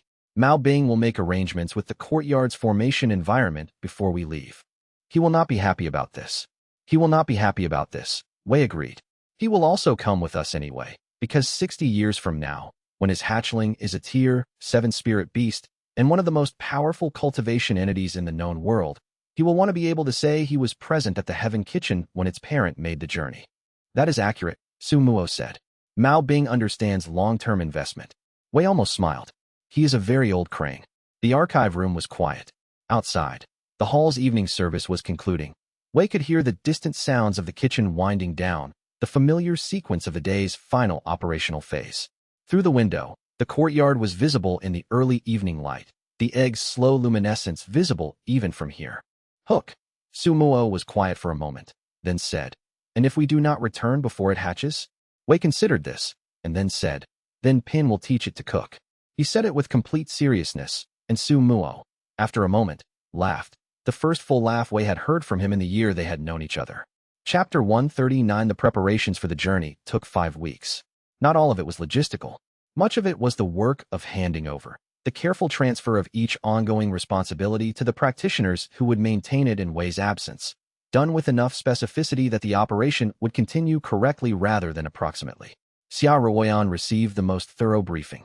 She had been managing the hall's administration alongside Wei for over a year, which meant she knew the operation intimately, but the day-to-day management had always been coordinated with Wei's availability to address the decisions that required his specific assessment. During the journey, those decisions would need to fall to her alone. They spent 3 evenings going through every active correspondence thread, every ongoing institutional relationship, every decision point in the service protocol that required non-standard judgment. Wei was not trying to prepare her for everything. That was not possible. He was trying to ensure she understood the decision framework well enough to apply it to situations neither of them could anticipate. The judgment calls you're most likely to face, Wei said, during the second evening, are the ones where a practitioner's situation falls outside the standard treatment categories. Cases where the intake diagnostic shows a pattern I haven't documented. The question is not whether to serve them. Always serve them. But whether to attempt a preparation within your current capacity or refer to a certified practitioner at a higher tier. What's the decision criterion? When in doubt, serve what you're certain of and document everything. The practitioner comes back better, you've learned something. The practitioner comes back with complications, you've documented what caused them. He paused. The founding chef's archive has 15 years of exactly this process. Decisions made at the edge of known methodology, with careful documentation. That's what built the methodology. You're not making mistakes when you do this. You're building the archive. Xia Ruoyan wrote this down in the briefing notes. She wrote it down because it was important, but Wei thought also because writing it down was her way of taking it seriously. The same care she brought to every document, every correspondence, every piece of information the hall had produced since its restoration. He was leaving the hall in capable hands. The service protocol handles 90% of the decisions automatically, Xia Ruoyan said, reviewing the briefing documentation. The Tier 5 and above service consultations are what require judgment calls. Fanyanli can cover the tier. 5 consultations for the main hall. The branch locations have certified practitioners at Tier 4 capacity minimum. 4 genuine Tier 6 or above need cases. Hold them in consultation status until I return. What if someone has a critical window situation? Hai Kongming has a direct contact formation to the Medical Saints Tier 6 consultation network. Use it. Wei paused. For true emergencies, you have my judgment. I have known you for over a year, and your judgment is correct. Trust it. Xia Ruoyan looked at the briefing documentation, then at Wei. The Eastern Branch, when you return. When I return, he confirmed. Fen Yanli received the academy handover, which was simpler in some ways and more complex in others. The curriculum was fully documented, the faculty assignments were clear, the student assessments were current. What Fen Yanli was receiving was less a set of instructions and more a responsibility to pay the same quality of attention to the students that Wei had been paying. Watch Pin specifically, Wei said. She is going to develop faster than the curriculum is designed for. Don't hold her back because the course sequence assumes a certain pace. When she's ready for the next thing, give her the next thing. And the mortal question? Fen Yanli asked. She can achieve cultivation chi infusion. The advanced curriculum assumes that capacity. The advanced curriculum assumes it because I wrote it before Pin enrolled, Wei said. I will rewrite those sections when I return. For now, let her develop the alternative methodology. Document everything she does that the curriculum doesn't account for. When I come back, we will incorporate it. On the last day before departure, Wei cooked for the entire hall. Every person connected to the Heaven Feeding Hall's operation. The certified practitioners, the academy faculty, the training program students, the kitchen staff, the administration team, the diagnostic team under Luo Sari. 214 people in 4 service sessions across 2 days, each preparation specific to the person receiving it. Not individually tailored the way a private consultation was tailored, but attentive to the range of cultivation patterns present in each group, the food expressing something about who these practitioners were and what they had built together.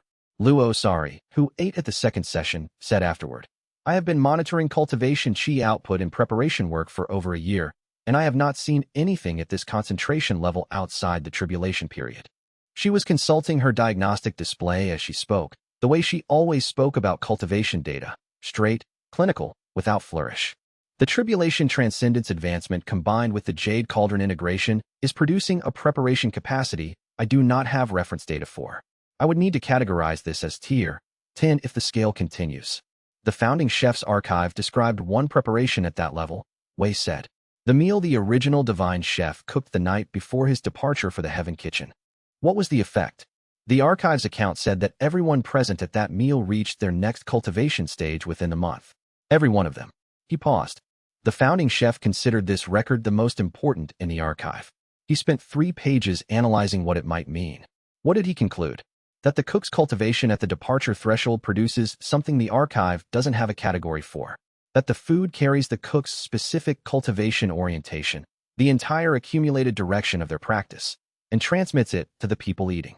He looked at the hall, at the practitioners eating in the service rooms, at the kitchen staff who had eaten in the previous session. It's not just food at that level. It's the cook's answer to the question, what does this work for? Transmitted directly. The morning of departure, Pin was in the kitchen when Wei arrived for the final preparation check. She was wearing her academy uniform, not looking at anything in particular, holding a small wrapped parcel. When she saw Wei, she held it out to him. I made this for the road, she said. I know you'll have provisions. I just wanted you to have something for me. Wei took the parcel and opened it. A rice ball, nori wrapped, slightly irregular in shape in the way of something made by a person's hands rather than formed to template. No spirit ingredients. No cultivation enhancement. Simple rice, simple seasoning, made with the attention that Pin brought to everything she made. He held it near the Jade Cauldron. The system scanned it. The system displayed, perfect. Not a tier rating. Not a cultivation content assessment. Just the single word, in the clean display script that the system used for unambiguous findings. Wei wrapped it carefully in the preservation cloth from his supply pack. It would keep for weeks in proper preservation. Wei held the wrapped rice ball for a moment. He thought about the founding chef, who had maintained the hall's work through 30 years of institutional pressure, who had asked the question that the work was designed to answer. He thought about Su Muo, who had carried that foundational archive through decades of suppression and had found the answer to 60 years of searching in a Thursday morning conversation. He thought about Xia Ruoyan, who had built the administrative foundation that made everything else possible. He thought about Pin, a mortal girl with a rice ball that the system had called perfect. The work was large. It fit in a kitchen. Hook. He looked at Pin, 12 years old, mortal, with the highest culinary instinct score the system had ever measured, and said, "Take care of the kitchen while I'm away. And when Mao Bing's egg hatches, introduce yourself. It will remember you." Pin nodded with the seriousness of a practitioner being given an important responsibility, which she was. Chapter 140, They stood at the world's edge at dawn. The world's edge was not dramatic in the way that cultivation geography texts implied. It was not a cliff or a wall or a sudden absence. It was a gradual thinning of chi density, the spirit energy of the cultivation world becoming less present underfoot and in the air, until the final 100 meters where it was nearly absent entirely, and then the boundary itself, which was visible not as a line, but as a change in the quality of light. Beyond the boundary, the void between stretched. It was beautiful in the way that Gao Wenba described the highest cultivation resources as beautiful, not aesthetically in the simple sense, but beautiful in the way that something is beautiful when it is fully and correctly what it is. The void between was the space between the mortal cultivation world and the immortal realm, and it had the character of both and neither, a space that existed in the potential between one state and the next. Wei stood at the boundary with the jade cauldron, the cookbook, and Pin's rice ball. Beside him, Xiaoruan, who had insisted on accompanying them to the boundary even though her role in the journey ended here, at the world's edge. Su Muo, whose 60 years of seeking the void between had concluded in a Thursday morning conversation in the archive room. Huo Feng, who had been asked to come for his formation expertise and had agreed immediately without asking about the dangers. Mao Bing and his mate, who had been told the egg was staying home and had accepted this with the dignity of practitioners who understood the priority of the mission over personal preference. Xia Ruoyan had been quiet during the approach to the boundary. At the final marker, she stopped walking and Wei stopped beside her. "The eastern branch will be operational before you return," she said. "I want you to know that. When you come back, there will be more to come back to than when you left. I know. I'm saying it because," she paused, "I want you to have something to look forward to. Not the hall as it is. The hall as it will be when you've been away for a time and return to find it larger and better than it was." She met his eyes. "You built something. Go see what's at the other end of the map. When you come back, the building will still be happening. The work doesn't stop." Wei looked at her, at this practitioner who had managed the administrative structure of everything he had built, who had held the correspondence and the relationships and the institutional complexity together while he cooked, who had achieved nascent soul advancement through the work of building rather than through solitary cultivation practice. "The eastern branch," he said. "The eastern branch. When you come back." He looked back once at the continent below the world's edge, the heaven-feeding hall with smoke rising from its kitchens, because the morning service was beginning and Yanli was running it, and the smell of cultivation cuisine in the morning air was one of those things that once established becomes continuous. The academy's practice wing, where the first cohort students were beginning their morning exercises. Xindao's small retirement kitchen in the outer districts, where an old man was learning to cut vegetables correctly. Mao Bing's egg in the courtyard, pulsing with the slow breath of something becoming. He turned. The void between stretched before him, beautiful and impossible and entirely consistent with the map, the notation placing the heaven kitchen at a specific trajectory from the boundary that the jade cauldron's integration confirmed with a resonance Wei felt as orientation rather than compass reading. The system chimed. The display read, "New region unlocked, the void between. Practitioner status updated, half-step immortal. New rank available, true immortal. First ingredient detected. Unknown, tasted to identify." Something in the void between was already cooking. He could smell it. Barely, at the very edge of what ingredient sense could read across the boundary, but present. Not a scent he recognized from any ingredient in the mortal cultivation world's catalog. Something older. Something that the cookbook's first recipe had been built around. Su Muo stepped up beside him. "Ready?" "Yes. I have been waiting 60 years for this," Su Muo said. "I find I have no appropriate words." "The archive will have words when we return," Wei said. "We will document everything." Mao Bing came to stand on Wei's other side. His mate took the wing-spread posture that meant prepared for flight across an unfamiliar terrain. Both of them looking forward, not back. Huo Feng finished the final equipment check and nodded. "Formation gear is ready. If there are formation structures in the void between, I can analyze them." Wei looked at the boundary. The heaven-feeding hall had been built by a practitioner who asked a question that took 30 years to answer. The question had been answered.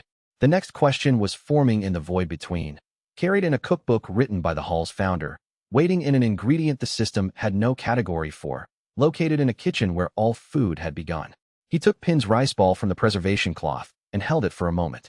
Something a 12-year-old mortal girl had made with no cultivation chi and perfect attention.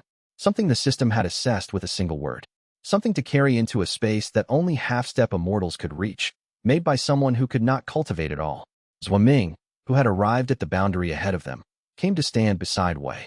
He looked at the rice ball in Wei's hands with an expression that Wei had learned to read, not the careful, diplomatic neutrality he wore in official functions, but the expression of an immortal who has lived long enough to recognize significance when it arrives in small forms.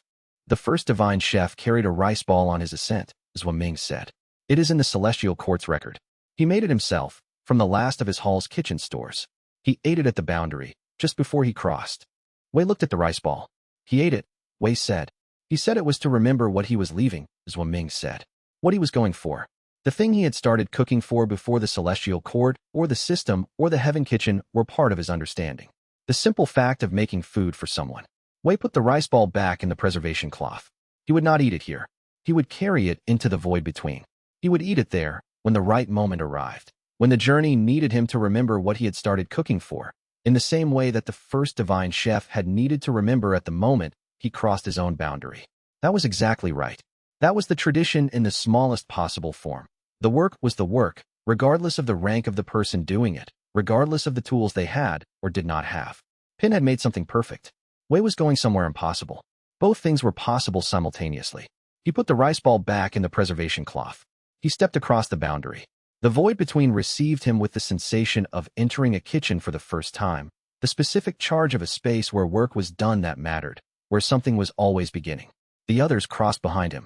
Su Mo first, then Horfeng, then Mao Bing and his mate in a wing sweep that carried them over the boundary in one motion.